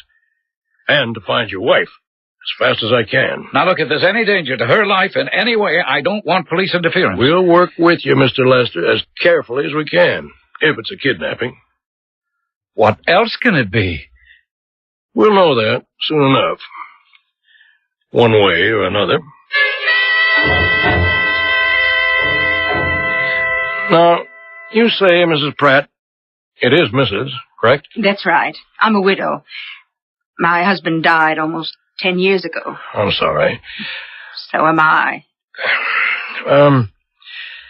Mrs. Lester didn't say anything to you by any chance about going away? No. Why should she? Well, I thought you were the best of friends. We are, but I didn't mean that. I meant, why would she want to go away? Oh, any number of reasons. Mr. and Mrs. Lester didn't have any marital problems, did they? Well, I never heard of it. Lucy never said anything at all like that to me. I didn't say that they had. It's just something we always ask. She's a little older than him, isn't she? Yes, nearer my age. When was the last time you saw Mrs. Lester? Oh, the day before yesterday. Oh. I did run over just before dinner tonight to pick up something from her, but I didn't get it, and I couldn't see her. Why not? Well, you see, she was taking a shower, and Ralph and she were getting ready to go out. Ralph seemed to be a bit nervous and in kind of a hurry, so I didn't stay. Mm-hmm. What was it you were going to pick up? Oh, just some money for the Girl Scouts. But Ralph promised to drop it by tomorrow morning. You think Lucy was kidnapped? All the evidence points that way. But if she was, we'll all know soon enough. Or at least Mr. Lester will. Thank you, Mrs. Pratt. I don't think we'll have to bother you again.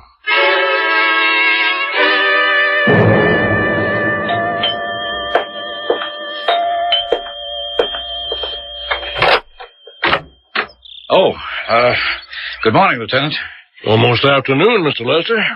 Heard anything? No. They didn't contact you by phone? Who? The kidnappers. No contact. You wouldn't be keeping quiet about it if they had. Why? It isn't a good idea, Mr. Lester. The police can help. No, I wouldn't take any chances on risking my wife's life. I can understand that. Nothing through the mail? No. If this is a kidnapping, don't try to handle it yourself. Please. You need help. Professional help. We won't endanger your wife's life in any way. What we'll try to do is to protect it. Just help us do our duty. Okay, Lieutenant, up to a point. As soon as I know anything, I'll let you know. And now, if you'll excuse me, I couldn't go into New York today, and I'm trying to handle my business by phone. Oh, that's probably a customer now. See you. I'll be around.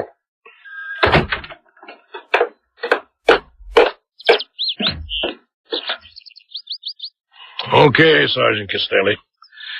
No news yet. Where to now, Lute? Let's take a short hop next door to Mrs. Pratt.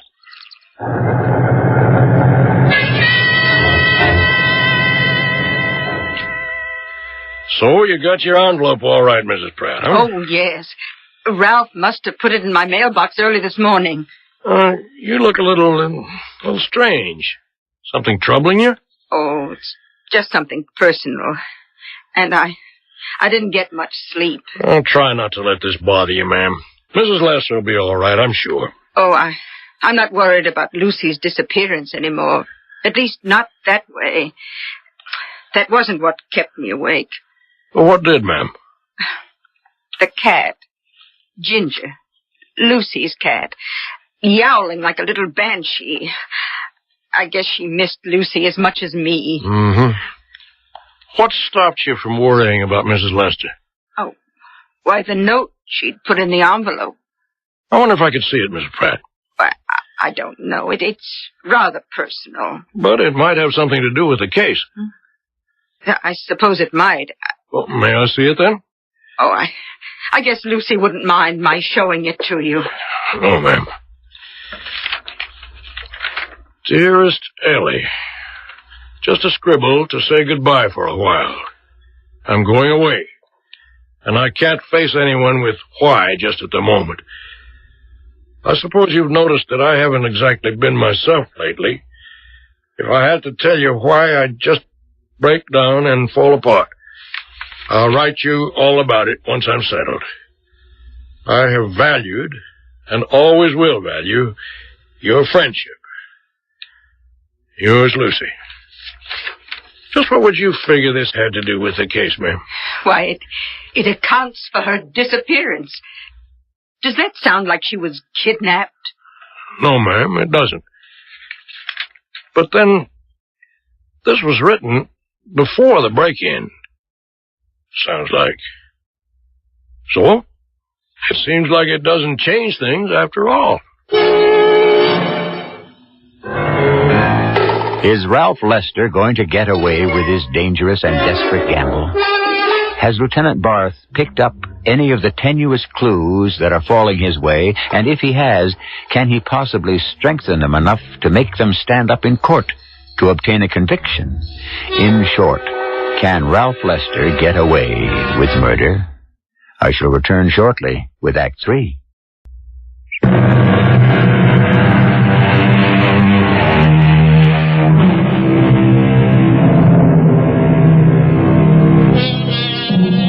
There is a very simple and totally laid out suspense to this story. Can a man who has committed a murder cover his tracks by making it seem to be a kidnapping from which the victim never returned? In the first act, we witnessed the crime. In the second act, we watched the investigation. Now in the third, we are watching, or listening, if you will, to the big question. Can Ralph Lester get away with murder?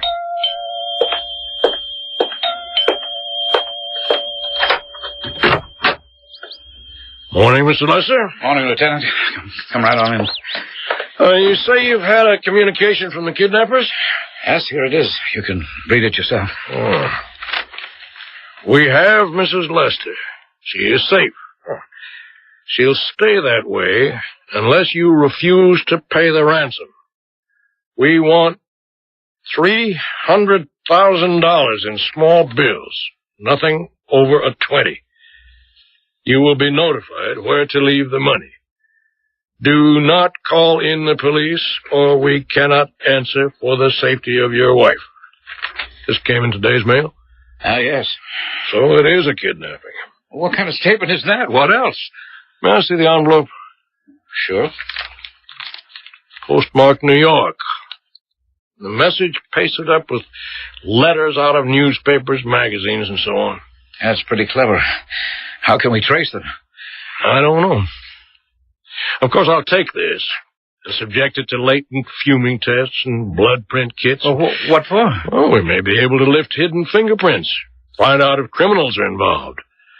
And now we can set up an overseas team. Now, let's get this straight, Lieutenant. I don't want anyone interfering in my wife's safe return. We don't want any danger to her either. But there are things that can be done to monitor her. No, sir, I want the police out of this entirely. You'll pay the ransom? I'm already making arrangements for that. How can you be 100% sure that this message isn't a phony? What? I never thought of that. Well, then let us work with you. No, I'm afraid to. All I care about is Lucy's safe return. We'll maintain a low profile. Low enough not to interfere with that. The thing is, with kidnappers, you can't trust them. Lieutenant, tell me something. Do you have some idea that my wife wasn't kidnapped? Why? I don't know. Just your attitude. Let's put it, Mr. Lester, that I'm afraid you want to handle too much of this by yourself. And it's tricky business. Now, if someone's holding your wife, you're going to be contacted, probably by phone. You going to try to handle it from there on in? I mean, the drop-off and the exchange. Well, that's what this note told me to do. Well, supposing you pay the ransom and you don't get your wife back. If you don't work with us, who's to know what happened? Oh. Okay, I'll work with you. Check. Well, the normal thing is you'll get a phone call. We'll try to trace it. But I'd guess no chance. Whatever they tell you, we'll take it from there, okay? And what we wait for is a phone call.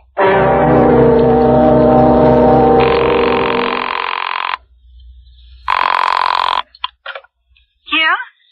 This is Ralph, Gloria. Oh, yeah. Hi. Now, look, I'm calling from a payphone. I gotta give you some instructions, and you gotta listen close. Are you with me? Oh, sure, honey. All right, then listen. At exactly 8 p.m. this evening, I want you to go to a public phone booth and call me at my place here in Connecticut. Have enough change to put the call through from your side. Now, look, you know that sexy whisper you have? You mean like when I say, are you my big, strong baby who's going to make his mama happy? Yeah, that's it. I want you to use just that tone. Call me at exactly 8. And here's what you say.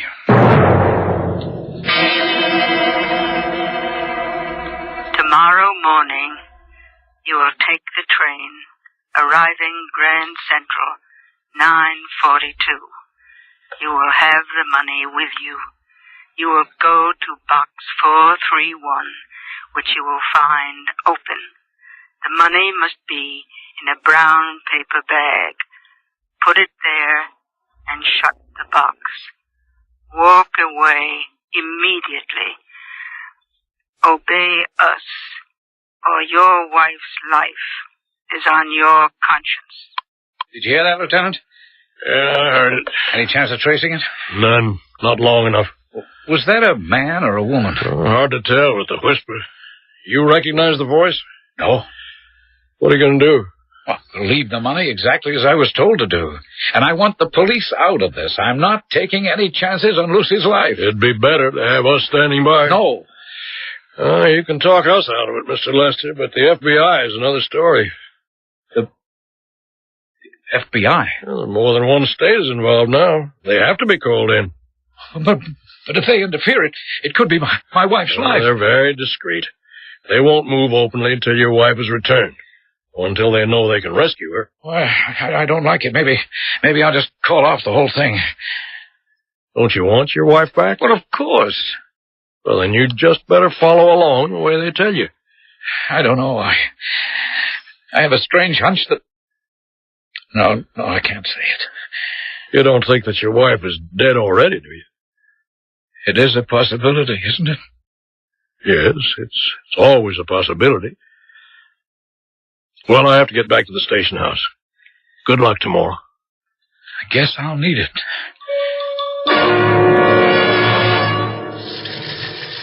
Hey, but what happened, Lieutenant? Come on back in my office out of this racket.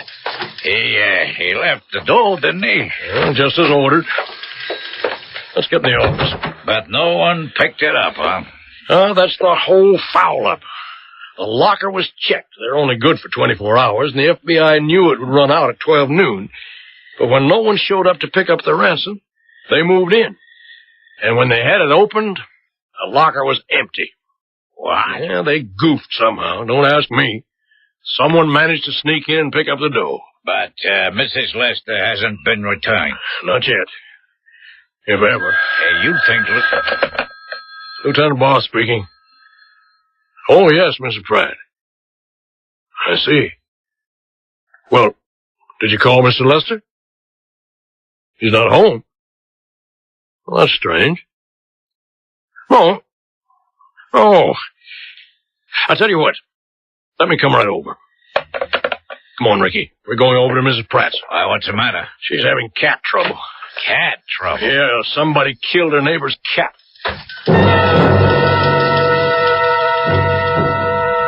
And you say you heard the cat all last night till about 1 this morning? That's right, Lieutenant. Crying as if his heart would break. Crying? Oh, he was really howling up a storm. Poor little thing. Like he was a mourner at a wake. Where was the cat making all this noise? Oh, you can see right out the window. It was bright moonlight last night, and there he was, sitting on the old well, just howling. You mean the one right out in back of Mr. Lester's place there? That's right. I remember years ago when we all depended on it for water, before the Farmdale hydraulic put the pipes in. And that's where the cat was yowling? Yes. I thought he'd never stop. But he did? Yes. Just as I thought I'd have to go out and do something about it. Poor little pussycat, mourning Lucy not being here. And then, this afternoon, you found the cat's body? Yes. In the bushes between your property and Mr. Lester's? Yes. Strangled? Yes.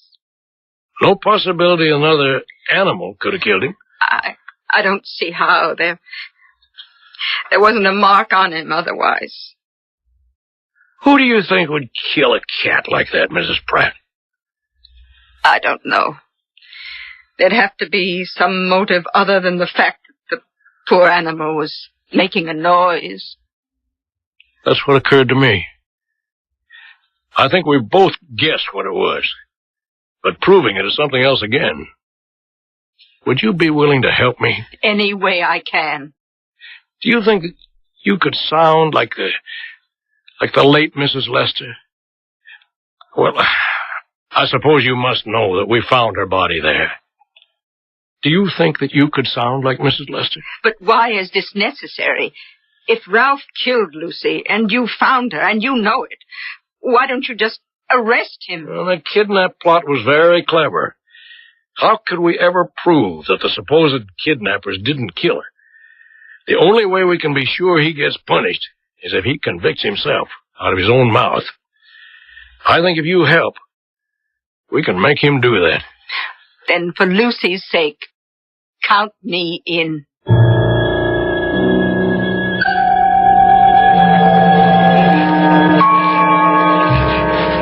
Lieutenant, I really don't understand the purpose of all this. I was fond of Ginger, but in my present position, I can't worry too much about the accidental death of a cat. I was just wondering why you didn't hear him caterwauling last night. I didn't even know he was out. I was dead to the world after what I've been through.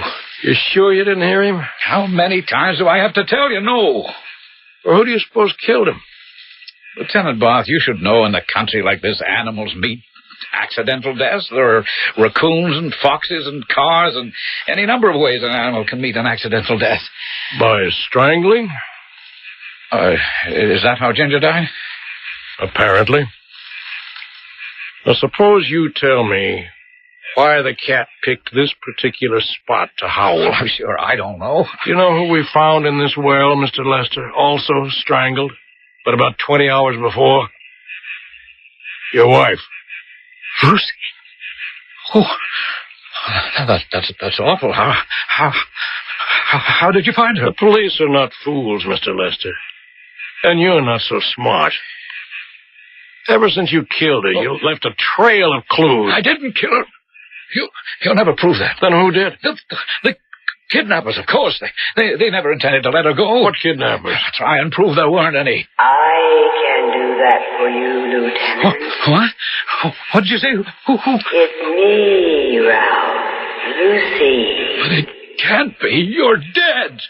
How can you be so sure? Because I killed you. I killed you myself. You were dead before I threw you in the well.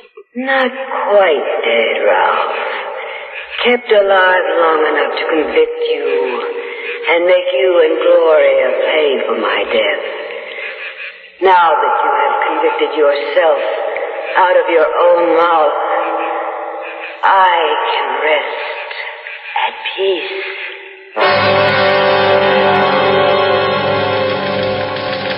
Yeah, but Lieutenant, I still don't see why it was all necessary. We knew the guy killed her. Well, too many loose ends, Ricky. This one I wanted to nail for sure. With all the witnesses we had last night, we got him dead to rights, huh? There's only one thing. What's that? The so-called ransom. Now, we know he had the dough. The FBI watched him put it in the locker. But who picked it up? Mr. Lester. It was simple.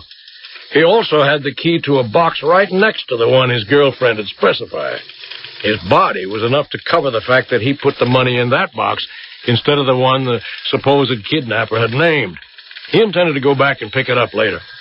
Only time ran out on him now. Thanks to an interested neighbor and a poor little cat who mourned his mistress. Too much, but not wisely. I'm kind of sorry for the cat. Yeah, so am I. Except that if it hadn't been for him and Mrs. Pratt, he might have got away with it. Yeah, it's a lucky thing the cat was let out of the bag.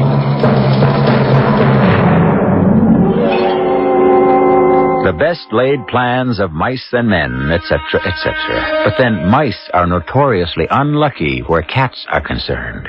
And any man that marries an older woman for her money is scarcely a lion. Ralph Lester was a mouse who tried to roar, but didn't quite have the native ability or cleverness. He ended up in his own mousetrap, and deservedly so. I'll be back shortly.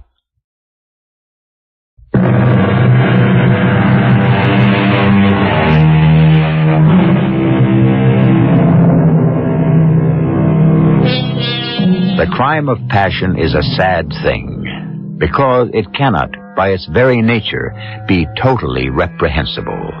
But when human nature has taken its course to the ultimate end, any concealment or attempt to escape consequences is indefensible.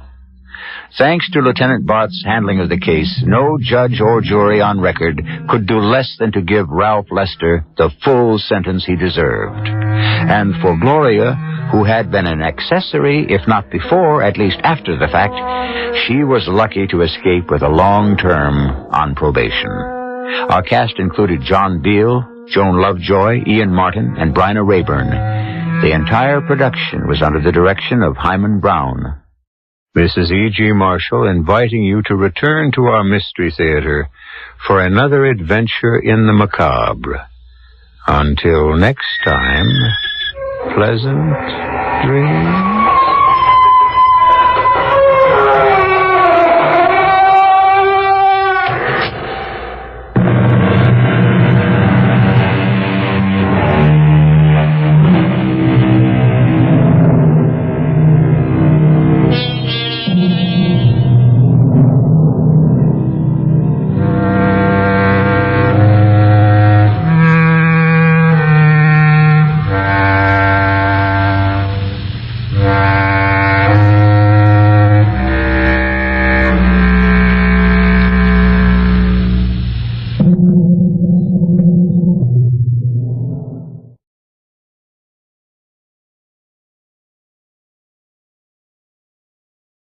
The CBS Radio Mystery Theater presents...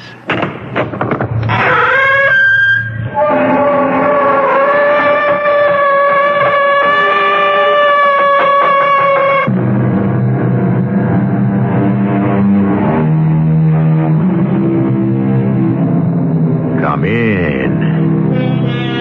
Welcome. I'm E.G. Marshall. There's an old Scottish song that goes... Oh, it's nice to get up in the morning, but it's nicer to lie in bed. Of course, when you get up in the morning depends very much on what you have to do during the day ahead. And if what you have to do, for example, is concerned with murder, then you had better get up very early indeed. Or perhaps you'd better not go to bed at all.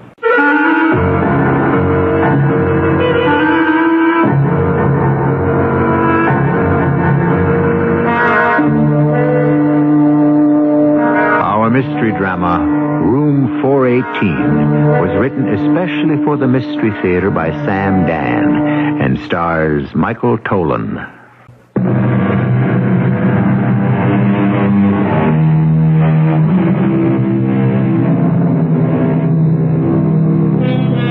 And the best and the worst of this is that neither of us is to blame. If you have forgotten my kisses, I have forgotten your name. Now, There's a poet who lays it on the line. None of this sloppy sentimentality about love that is eternal, undying, everlasting. No, sir. Like everything else, love comes, love goes. It has its day or its night, and then, well, forever was yesterday. Of course, there are those people who have better memories than others.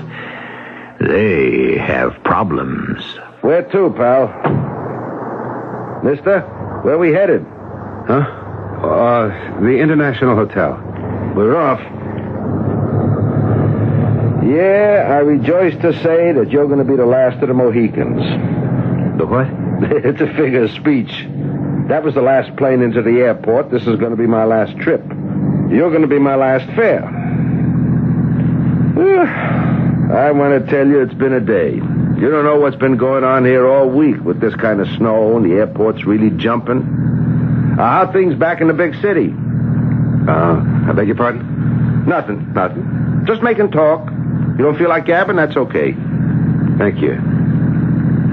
Hey, didn't you ride with me before?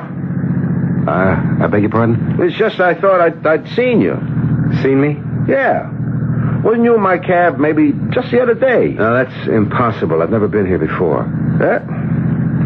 Must have been two other guys. Yeah. Oh, hey, let me ask you something. You on the American plan? Excuse me? All the restaurants near the slopes. They're jammed. Best bet's to eat at the hotel. Does it say American plan on your reservation? I haven't thought about it. I don't have a reservation. What did you say? You don't have a reservation? No. Then what are you going to the International Hotel for? I would assume they have some sort of accommodation. Why are we stopping? Pal, it's a $10 ride out there, plus the tip. And? You're throwing your money away. Oh, surely they must have something. Take it from me, they got nothing. You want to get a night's sleep? Your best bet is to stretch out in the lounge back at the airport. Let's go on. I'll take a chance. There's always an empty room somewhere. Not this weekend. Well, don't worry about it. Why should I worry? I got a place to sleep.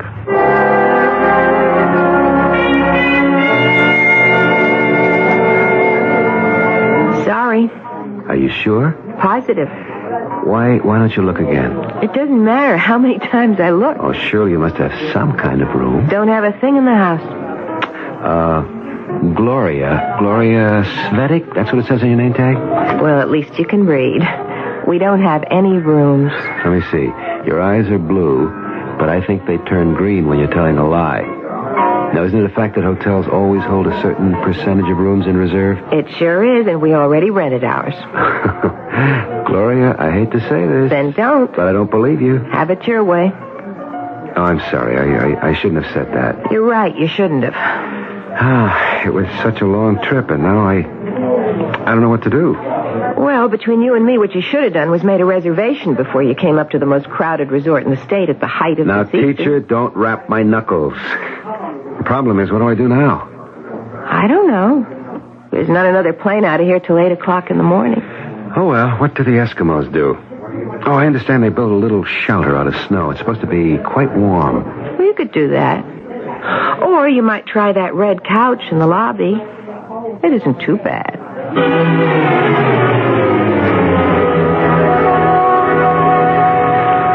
Hi. Huh? Oh, it's you. Were you asleep? Well, not exactly. You want a cup of coffee? Thanks. What time is it? 12:15. Oh, it's going to be a long night. You know, you look familiar. Do I? I am sure I've seen you before, and it was recent. Where? Up here. No, that couldn't be. Why not? This is my first trip. Well, I guess I could be wrong, but I like to think I never forget a face. If we'd met before, I'm sure I'd remember. What made you come up to this place just like that? No, it was just one of those spur-of-the-moment things. Are you a spur-of-the-moment person? I suppose you could say that. It just about sums me up. Really? Yeah, and I suppose that's one of the things that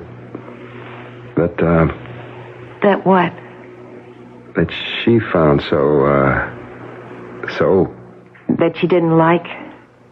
Yeah. But that's something I really shouldn't talk about. Oh, sure. But between you and me, if you was to walk in here with her, I'm assuming you're referring to your wife or your girlfriend, I would know it. You'd know what? I would know there's something about you that she didn't like. How would you know? Hotel people know. You can tell a lot about a person just by the way they walk across the lobby. Tone of their voice when they ask for the key. A million things. You'd be surprised how people give themselves away. Really? Have I given myself away? Yeah. You gave away certain things. Did I? Definitely. To begin with, you're spoiled. Oh, am I? Mm-hmm. You're spoiled by a lot of women. What makes you say that? Because you're so handsome. You think I'm handsome? Sure. Listen, you're the kind of fellow who relies on his good looks to get him through. All your life, people have kind of petted you and coddled you and made things easy. I had no idea what I was getting into. Listen, we live in a world where good-looking people are always being catered to, so... After a while, a fellow like you, he begins to believe maybe he's leading a charmed life. Yeah, maybe. After a while. You begin to believe nothing really bad could ever happen. Everything will turn out okay in the end. Somebody's going to come along and you can sweep them off their feet. Hey, now you may be pushing it just a little bit. Am I? Isn't that why you came barging in here without a reservation? Didn't you think that would turn out okay in the end also? Well, I must admit you got me pegged. I thought I could sweet-talk my way into a room, especially if there was a girl behind the desk. But it seems I didn't score. Maybe you did score. Just a little. Not the bullseye, but somewhere on the target. Really? There might be a room. An empty room. You mean it just opened up? No, it's been empty a while. Gloria, do you mean that all this time you've been telling me you have no space, you actually did have a vacant room? I didn't say the room was vacant. I said it was empty. Oh, there's a difference? Well, sure. When you got a vacant room, it means it hasn't been rented out to anybody. When you got an empty room, it means there's nobody in it. I still don't see the difference. Look, last night, this woman, she checked in, and, well, nobody's seen her since. What do you mean? Nobody's seen her. She hasn't been around here all day. Where could she have gone? Well, nowhere except the slope, and she'd have to show her hotel pass to get on the lift. Well, maybe nobody remembers seeing her. No, she never went there. She never picked up her pass. It's still at the desk. And she never checked in with the dining room head waiter to get assigned to a table either. And into the bargain, the maid says the bed hasn't been slept in. Well, what could have happened? Well, I think she skipped. Why? I think she was scared. Oh, how do you know? Well, to start, she gave a phony name when she registered. How could you tell? Experience. You know by the way they pronounce it, by the way they hesitate while they write it. What name did she give you? Elizabeth Faraday. Elizabeth Faraday. Well, you know her? No. She's one scared cookie, this Elizabeth Faraday, or whatever her name was. Anyway, here's what I'm getting at. She didn't use the room last night, and she hasn't been seen around all day. Here it is past midnight. So, do you want to rent me the room? Oh, can't do it. It's legally hers. She paid for it. What I mean is, the room's going to waste, and you need a place to sleep. I understand. But if she comes back, which I don't think she ever will, but if she does, you got to get out of there. I know. So what do you got to lose? Here's the spare key. Go ahead. It's room 418. Well, what if she comes back and makes a fuss? Won't the manager hold you responsible? Don't worry, he can't fire me. I got too much on him. By the way, what's your name? George. George Andrews. George Andrews, huh? Yeah. Well, I guess that's as good a name as any. What do you mean? Forget it. What are you doing up here, George? Well, I came up to go skiing, naturally. Naturally. Where's your luggage? My luggage? Oh, yeah. I left at the airport. I was in such a hurry to get a cab and get here. Sure. No, I mean it. It's probably still at the baggage claim. First thing in the morning, I'll get out. Look, it's your business. I admit, I didn't come up here to ski. You did? No, I came here because I'm looking for someone, and Well, she... Oh, say no more. You figure you'll run into her in a place like this, huh? Yeah, that's it. I'm hoping to. Well, good luck. Thanks. And have a good night's sleep. I really appreciate this. Thank you again. Oh, don't thank me. Thank those big blue eyes.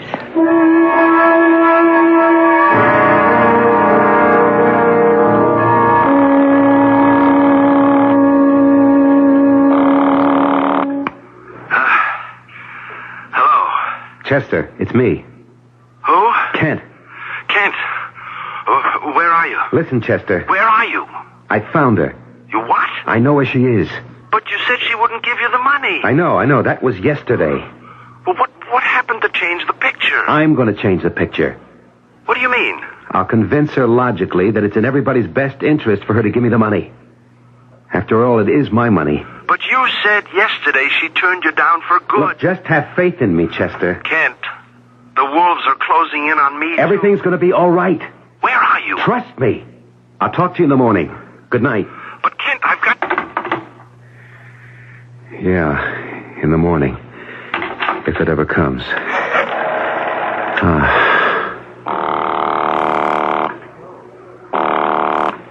Desk. Hello. I hope I didn't wake you. How could you wake me? I'm on duty. What I really wanted to know, what time is it? You don't want to know what time it is. I do, really. It's 1:15. Oh. Yeah. Why don't you turn to Channel 8? That's radio music. Very nice. That'll put you to sleep, all right? Well, thanks. Good night. Good night, George.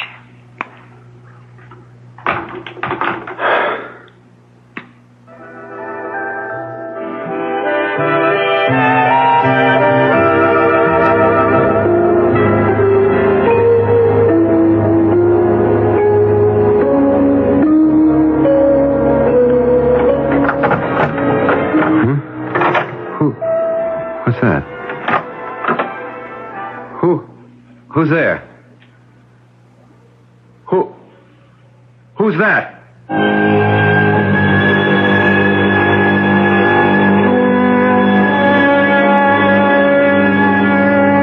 All right.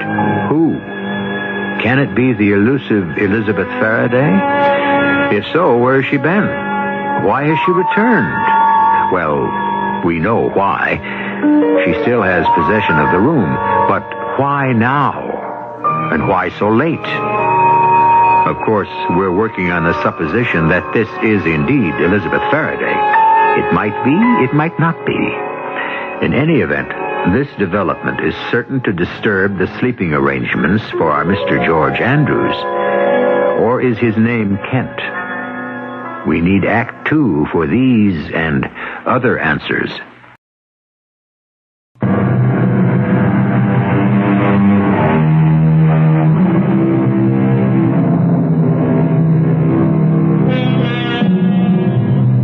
I was a stranger, and ye took me in.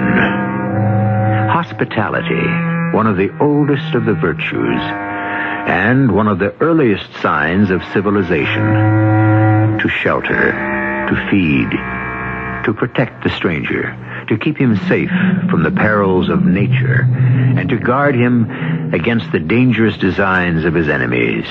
Ah, yes. What could be a more noble and generous act? It's too bad you have to be so careful about doing it these days. Who's that? It's me, Kent. Elizabeth. Yes, Elizabeth. What do you want, Kent? Please, Elizabeth, don't be sharp with me. Don't be sharp with you. After what you did to me? I'm sorry, Liza. And don't call me Liza. I hate it. I'm sorry. It makes me sound like a dizzy, flighty little kook. I'm sorry. And stop saying you're sorry. Liza, Elizabeth. What do you want? I want to tell you that well, I have to use that word. I'm sorry. Are you? Yes. That really does me a lot of good, doesn't it? Elizabeth, you have to believe me. No. I'm in a position now where I don't have to do anything. Elizabeth. Why did you come back here? Why? I couldn't believe what had happened. Why is it so hard to believe? Because murder. What about murder, Kent? I'm not the kind of man who would commit murder. You're not? No.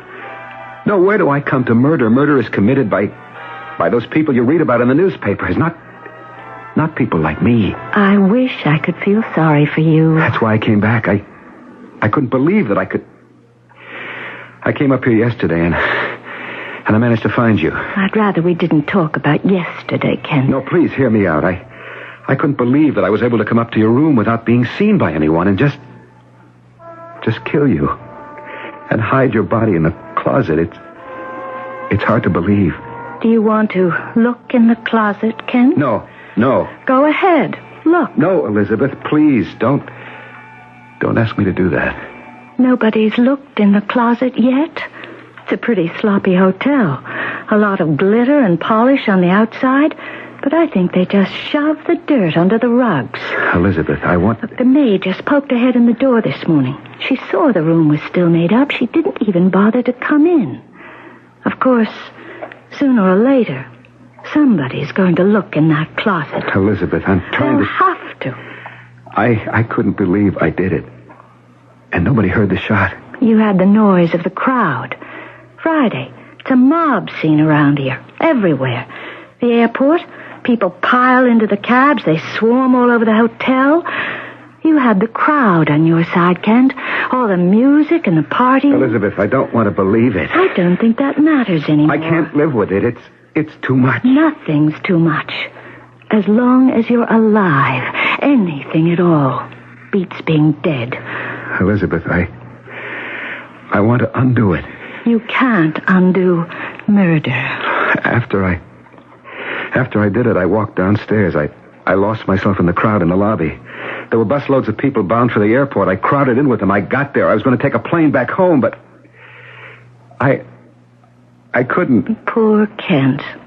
You should have gone back to the city. I'm telling you, I couldn't. You should have gotten rid of the gun. I know.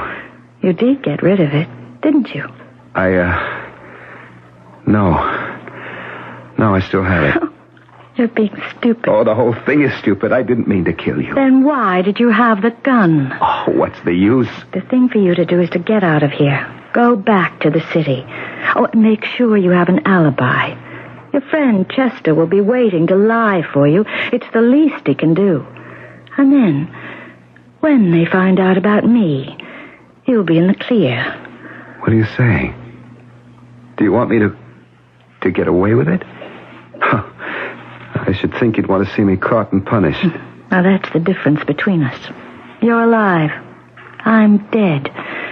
So many of the things that seem important to you, like revenge, no longer have any meaning for me.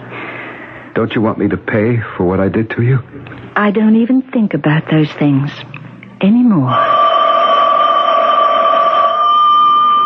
Are you going to answer it? Yeah. Hello? Good morning, George. Oh, yes, it is morning. It finally came. It always does. It's 6:30. 6:30? Well, didn't you tell me you came up here to look for a certain person? Oh, yes, that's right, I did. Well, everybody gets up early. Breakfast at 7, they're off to the slope by 8 o'clock. Yeah. So, unless you're down here early, you might miss her. Well, thank you very much.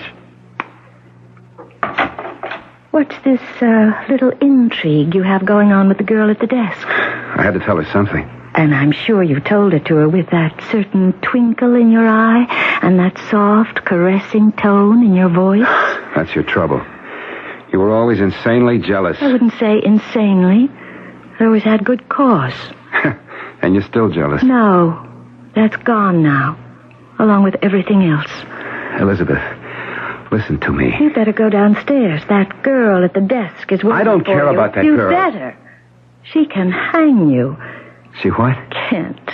Oh, poor Kent. You don't realize it yet. When they find out I'm dead... Don't say that. Not just dead, but murdered, you're going to need an alibi. You'll have to prove you weren't here. But once your picture gets into the paper... I don't care. You'd better. Or they may have to bring you up here to identify what used to be my body. Don't talk like that. If she wants to remember you were here all the time... Elizabeth, you're going to listen to what I have to say. Go down and have breakfast with her. I'm not hungry. You owe it to her, Kent. She's a smart girl. She knows there could never be anything serious. Not with someone like you. But you fascinate her. And she likes to toy with the idea. Elizabeth, I came here so that we could understand something. I understand everything. It's one of the few advantages of my present state. Go downstairs for breakfast. Suppose I do that and I come back and you'll be gone. I'll still be here. Unless someone looks in the closet. Don't say that. And there's no danger of anyone doing that. Till just about noontime. I told you, the service here leaves a lot to be desired. Elizabeth. Go downstairs, Kent, before she becomes curious and comes up here.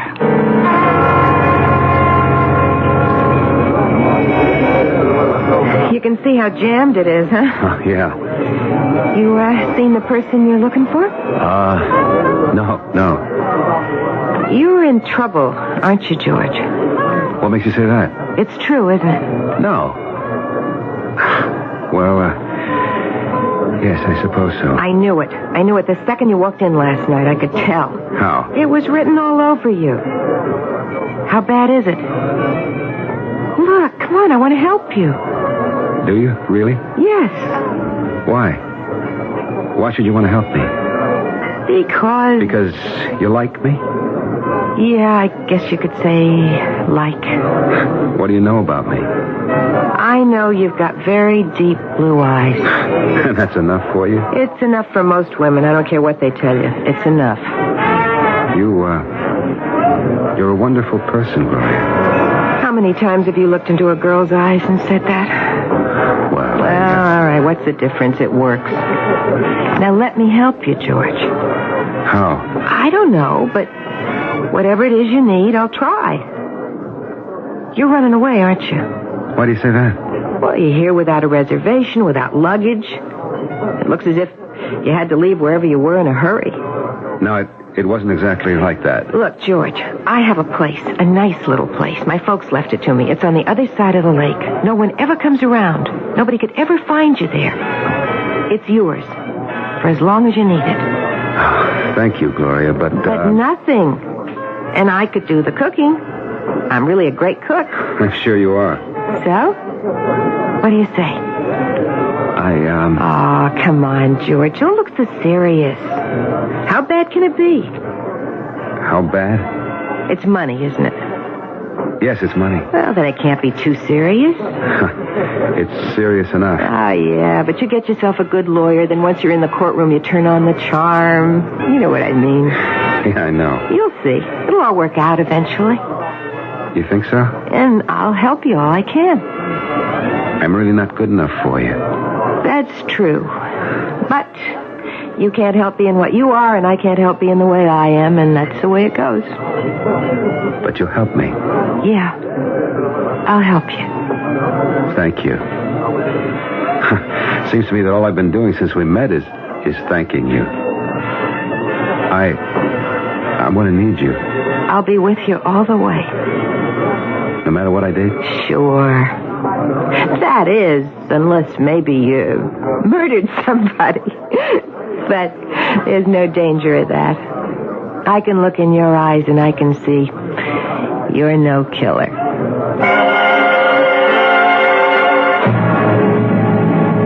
So much for woman's intuition. What do you think of our hero, or more accurately, our central character now? Well, leaving morality and ethics out of it, you always have to have at least grudging admiration for a master in any field. Obviously, our boy has written the book on how to attract women. Yes, indeed. It seems he can always bring them around. even after they're dead. The late wife, the new girlfriend. Do we have here what the French would call a ménage à trois? You can never tell what we have until you've lived through Act 3.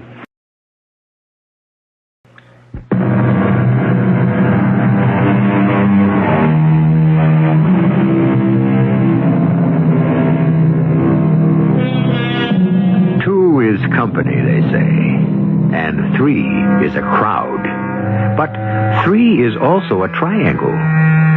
Triangles in geometry are usually neat in shape, with properties that follow strict mathematical rules. On the other hand, there are those triangles which exist among human beings, in which case there are no holds barred. We have a pretty good triangle going for us here, and while it might completely mystify Mr. Euclid, it would pose no problem at all to Mr. Freud. Look, you didn't kill someone, did you, George? No, of course not. Good. So, do you want to come out to my place? It's wonderful of you to offer, Gloria. Look, I know that you're in a jam, and you're kind of upset. And maybe you can't think too clearly. No, I'm all right. Which is another reason why you should get away. In the condition you're in, you might say or do something that, well... Maybe you're right. Then you come? Yes. I'm finished here now, so come with me. We'll get in my car. What, now? Like they say, there's no time like the present. No, wait. Why? There's something I have to do. What? It's important. It's very important. Well, okay. No, I just have to do this one thing. Hurry back, honey. I'll be waiting.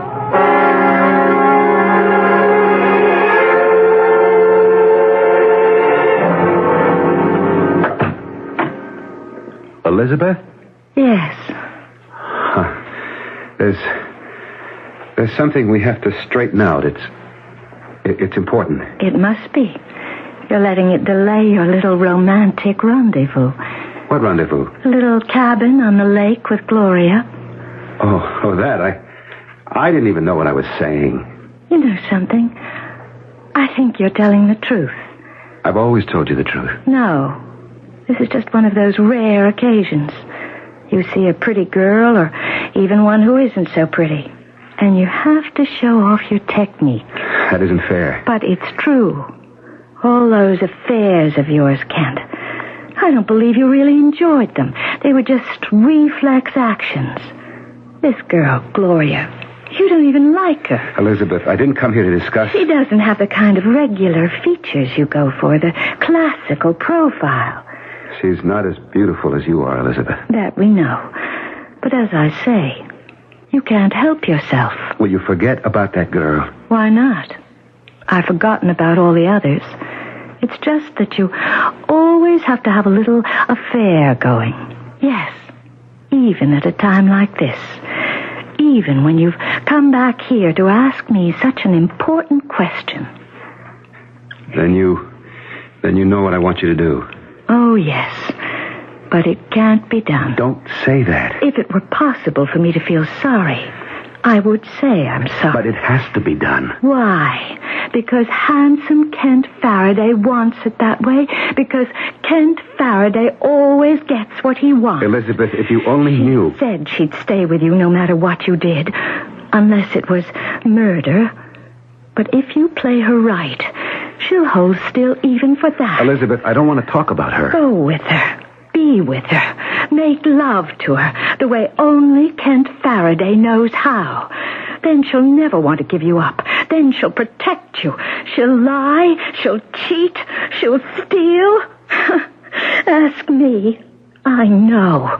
Go to her now, before it's too late. I want to talk about you and me. There is no more you and me. If they discover the murder now, she'll drop you. You see, she won't have a chance to find out what she'd been missing. That's her now. Answer it. I want to talk to you. You're keeping her waiting.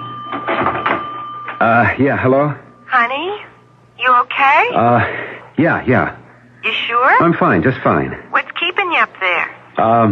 I'll be down soon. Just between between you and me, it's such a great day. And are we going to enjoy it? You bet. Honey, What is it? did anyone ever tell you how blue your eyes are? Yeah. Yeah, I'll see you right away. Blue eyes, you're just wasting your time here with me. Elizabeth. And you're also risking your life. Listen to me, will you? We have to undo it. Why do you persist in such a ridiculous... It has to be. I didn't want to kill you. You did. I'm dead. And I'm gone. No, it isn't true. Isn't it? Just open the closet door. You'll see me. I'm still propped up against the wall, just as you left me. Elizabeth. I have 2 bullet holes in my breast. Please. Did you have to shoot me twice? I didn't know what I was doing. Yes, you did. But you don't believe I'm dead. If you're dead, how can I talk to you? How is it I can see you? My being dead doesn't mean you can no longer see me or that you can't talk to me. Not at all. Elizabeth, after I pulled the trigger, I prayed. No. After you pulled the trigger, you pulled it again. Remember? I prayed on my knees. I prayed with all my heart. Poor Kent. I prayed, give me another chance, a second chance. Did you? Just give me a chance to come here and see her again, talk to her again. Why should she die because I was greedy and stupid? There is no second chance. There has to be. You would do it again, the same way. Oh, no. No, that isn't true. You still need the money, don't you? Well, yes. You'd still have to come to me for it, and I'd still refuse. You see, you'd have to kill me. That's why you're not getting a second chance. I wouldn't kill you. You mean you'd go back? You'd face the music? Maybe even spend a year or 2 in jail? I wouldn't have to. The case against you is pretty strong. I know, but I'd have the money to pay off. Where would you get it? Where, Kent? You'd give it to me? Oh, no. I refused.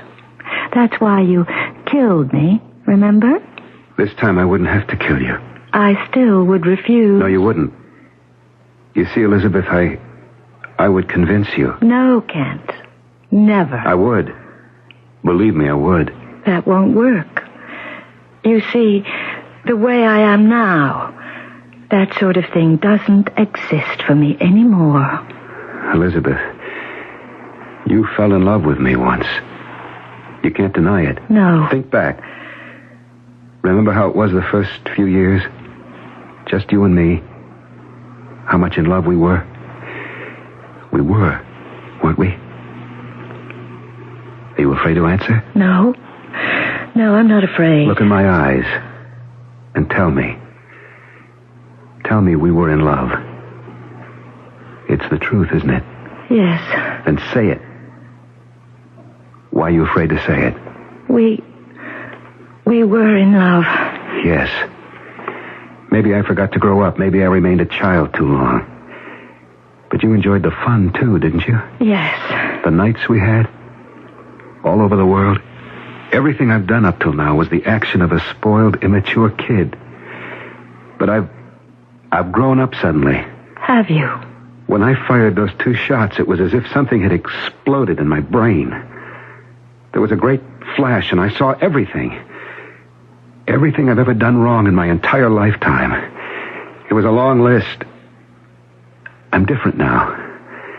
I'm the man you always wanted me to be. Are you? Yes, darling. Yes. How do you account for Gloria downstairs? Oh, you said it yourself. It was a reflex action. She means absolutely nothing to me. None of them ever meant anything to me. You know that, darling. From now on, everything's going to be wonderful. Is it? I love you so much. And you love me. You do. Huh. You're angry. You have every right to be. I deserve every bit of that anger, but, dearest, that's in the past. It's gone. The bad things are gone. Are they, Kent? Really? Yes. And I'll tell you something. Our love will be better, greater, stronger, because it will have weathered this awful storm. And that's why I've come to ask you for money. Money? I've come to you for money before, Elizabeth. I've squandered your inheritance. And I know you're down to the last of it. I wouldn't ask if it were just another get-rich-quick scheme. No, it's different this time. Different? I want to wipe the slate clean. Start all over. I'll take a teaching job. Will you? Yes. It's really all I ever wanted to do. It was the happiest time of our life. Wasn't it? Yes, it was. Those days will come back again. We can bring them back. Can we, Kent? We'll not only bring them back, but we'll keep them for ourselves, always. Hello? Blue Eyes? Yeah. I'm waiting. You're going to be much longer? No. Well, hurry up. The day's getting away. Yeah, sure thing. Look, darling, if you write out a check, I can take it downstairs to the desk and have it go out in the morning mail. Kent? And that way Chester can pay everyone off. Kent, who was on the phone? That was the airport. The, airport? Yeah, they wanted to tell me they had space available for this afternoon if I needed it. Look, I send Chester the check, special delivery, and he... Oh, does Gloria work at the airport now? What? Oh, Kent, for a moment, just for a split second, I believed you. Elizabeth. I'm dead. I should know better. You're not dead. You're standing here. You're talking to me. Despite it all, I believed you. It's a line I heard before, yet I believed you. Look, don't you understand? If I don't get that money, I'll go to jail. I understand. I understood it the first time. When you shot me. I have to have the money. Even if I wanted to give it to you, I couldn't. I don't have any more. What? You said it yourself. You said you squandered my inheritance. Something has to be left. Nothing. I won't go to jail. I would die there. I'm sorry.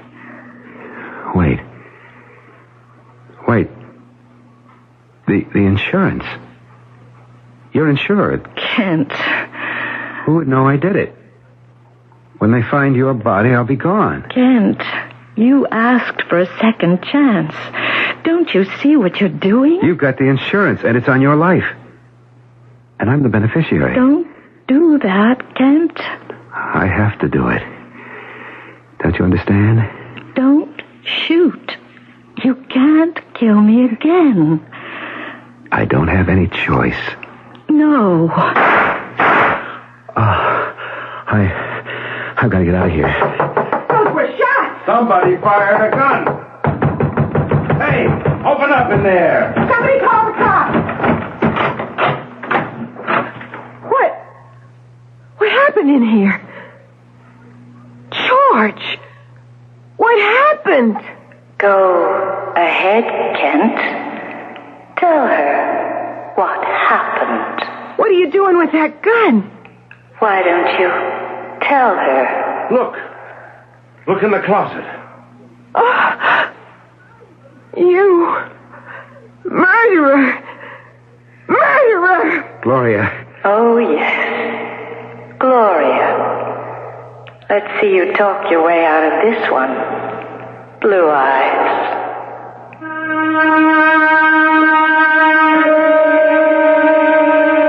Well, he tried to, and he was very sincere and earnest, and he was really speaking from the bottom of his heart. But I don't think the jury was really listening. I suppose it all goes back to that old saying, while there's life, there's hope, which in this case would mean that while a woman's alive, you always have a chance to fool her. But once she's dead, well, she's just too smart for you. I'll be back shortly.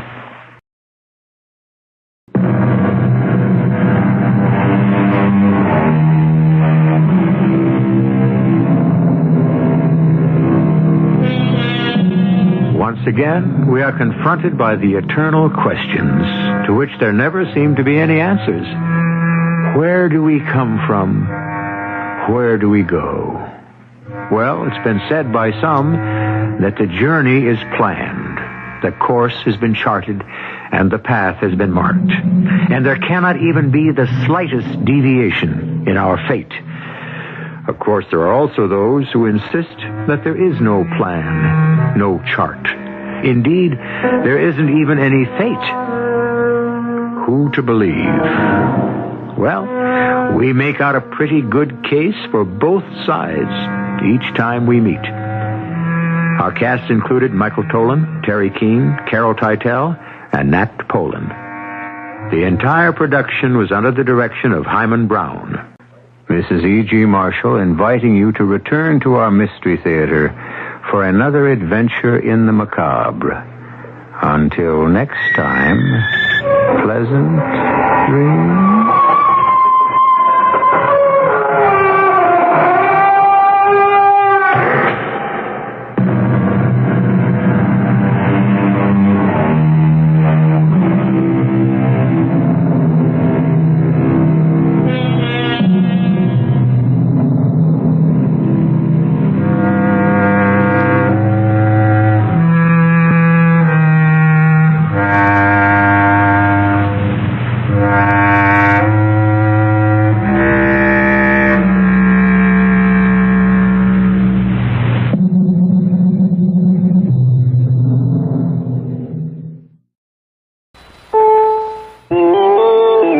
CBS News. Voters in a third city have defeated a local ordinance forbidding discrimination against homosexuals.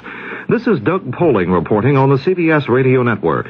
This time, a gay rights law went down to defeat in Wichita, Kansas. A report from Len Stiesel of station KFH. 44% of Wichita's eligible voters went to the polls, with the outcome 82% voting to repeal the ordinance and 17% to keep it.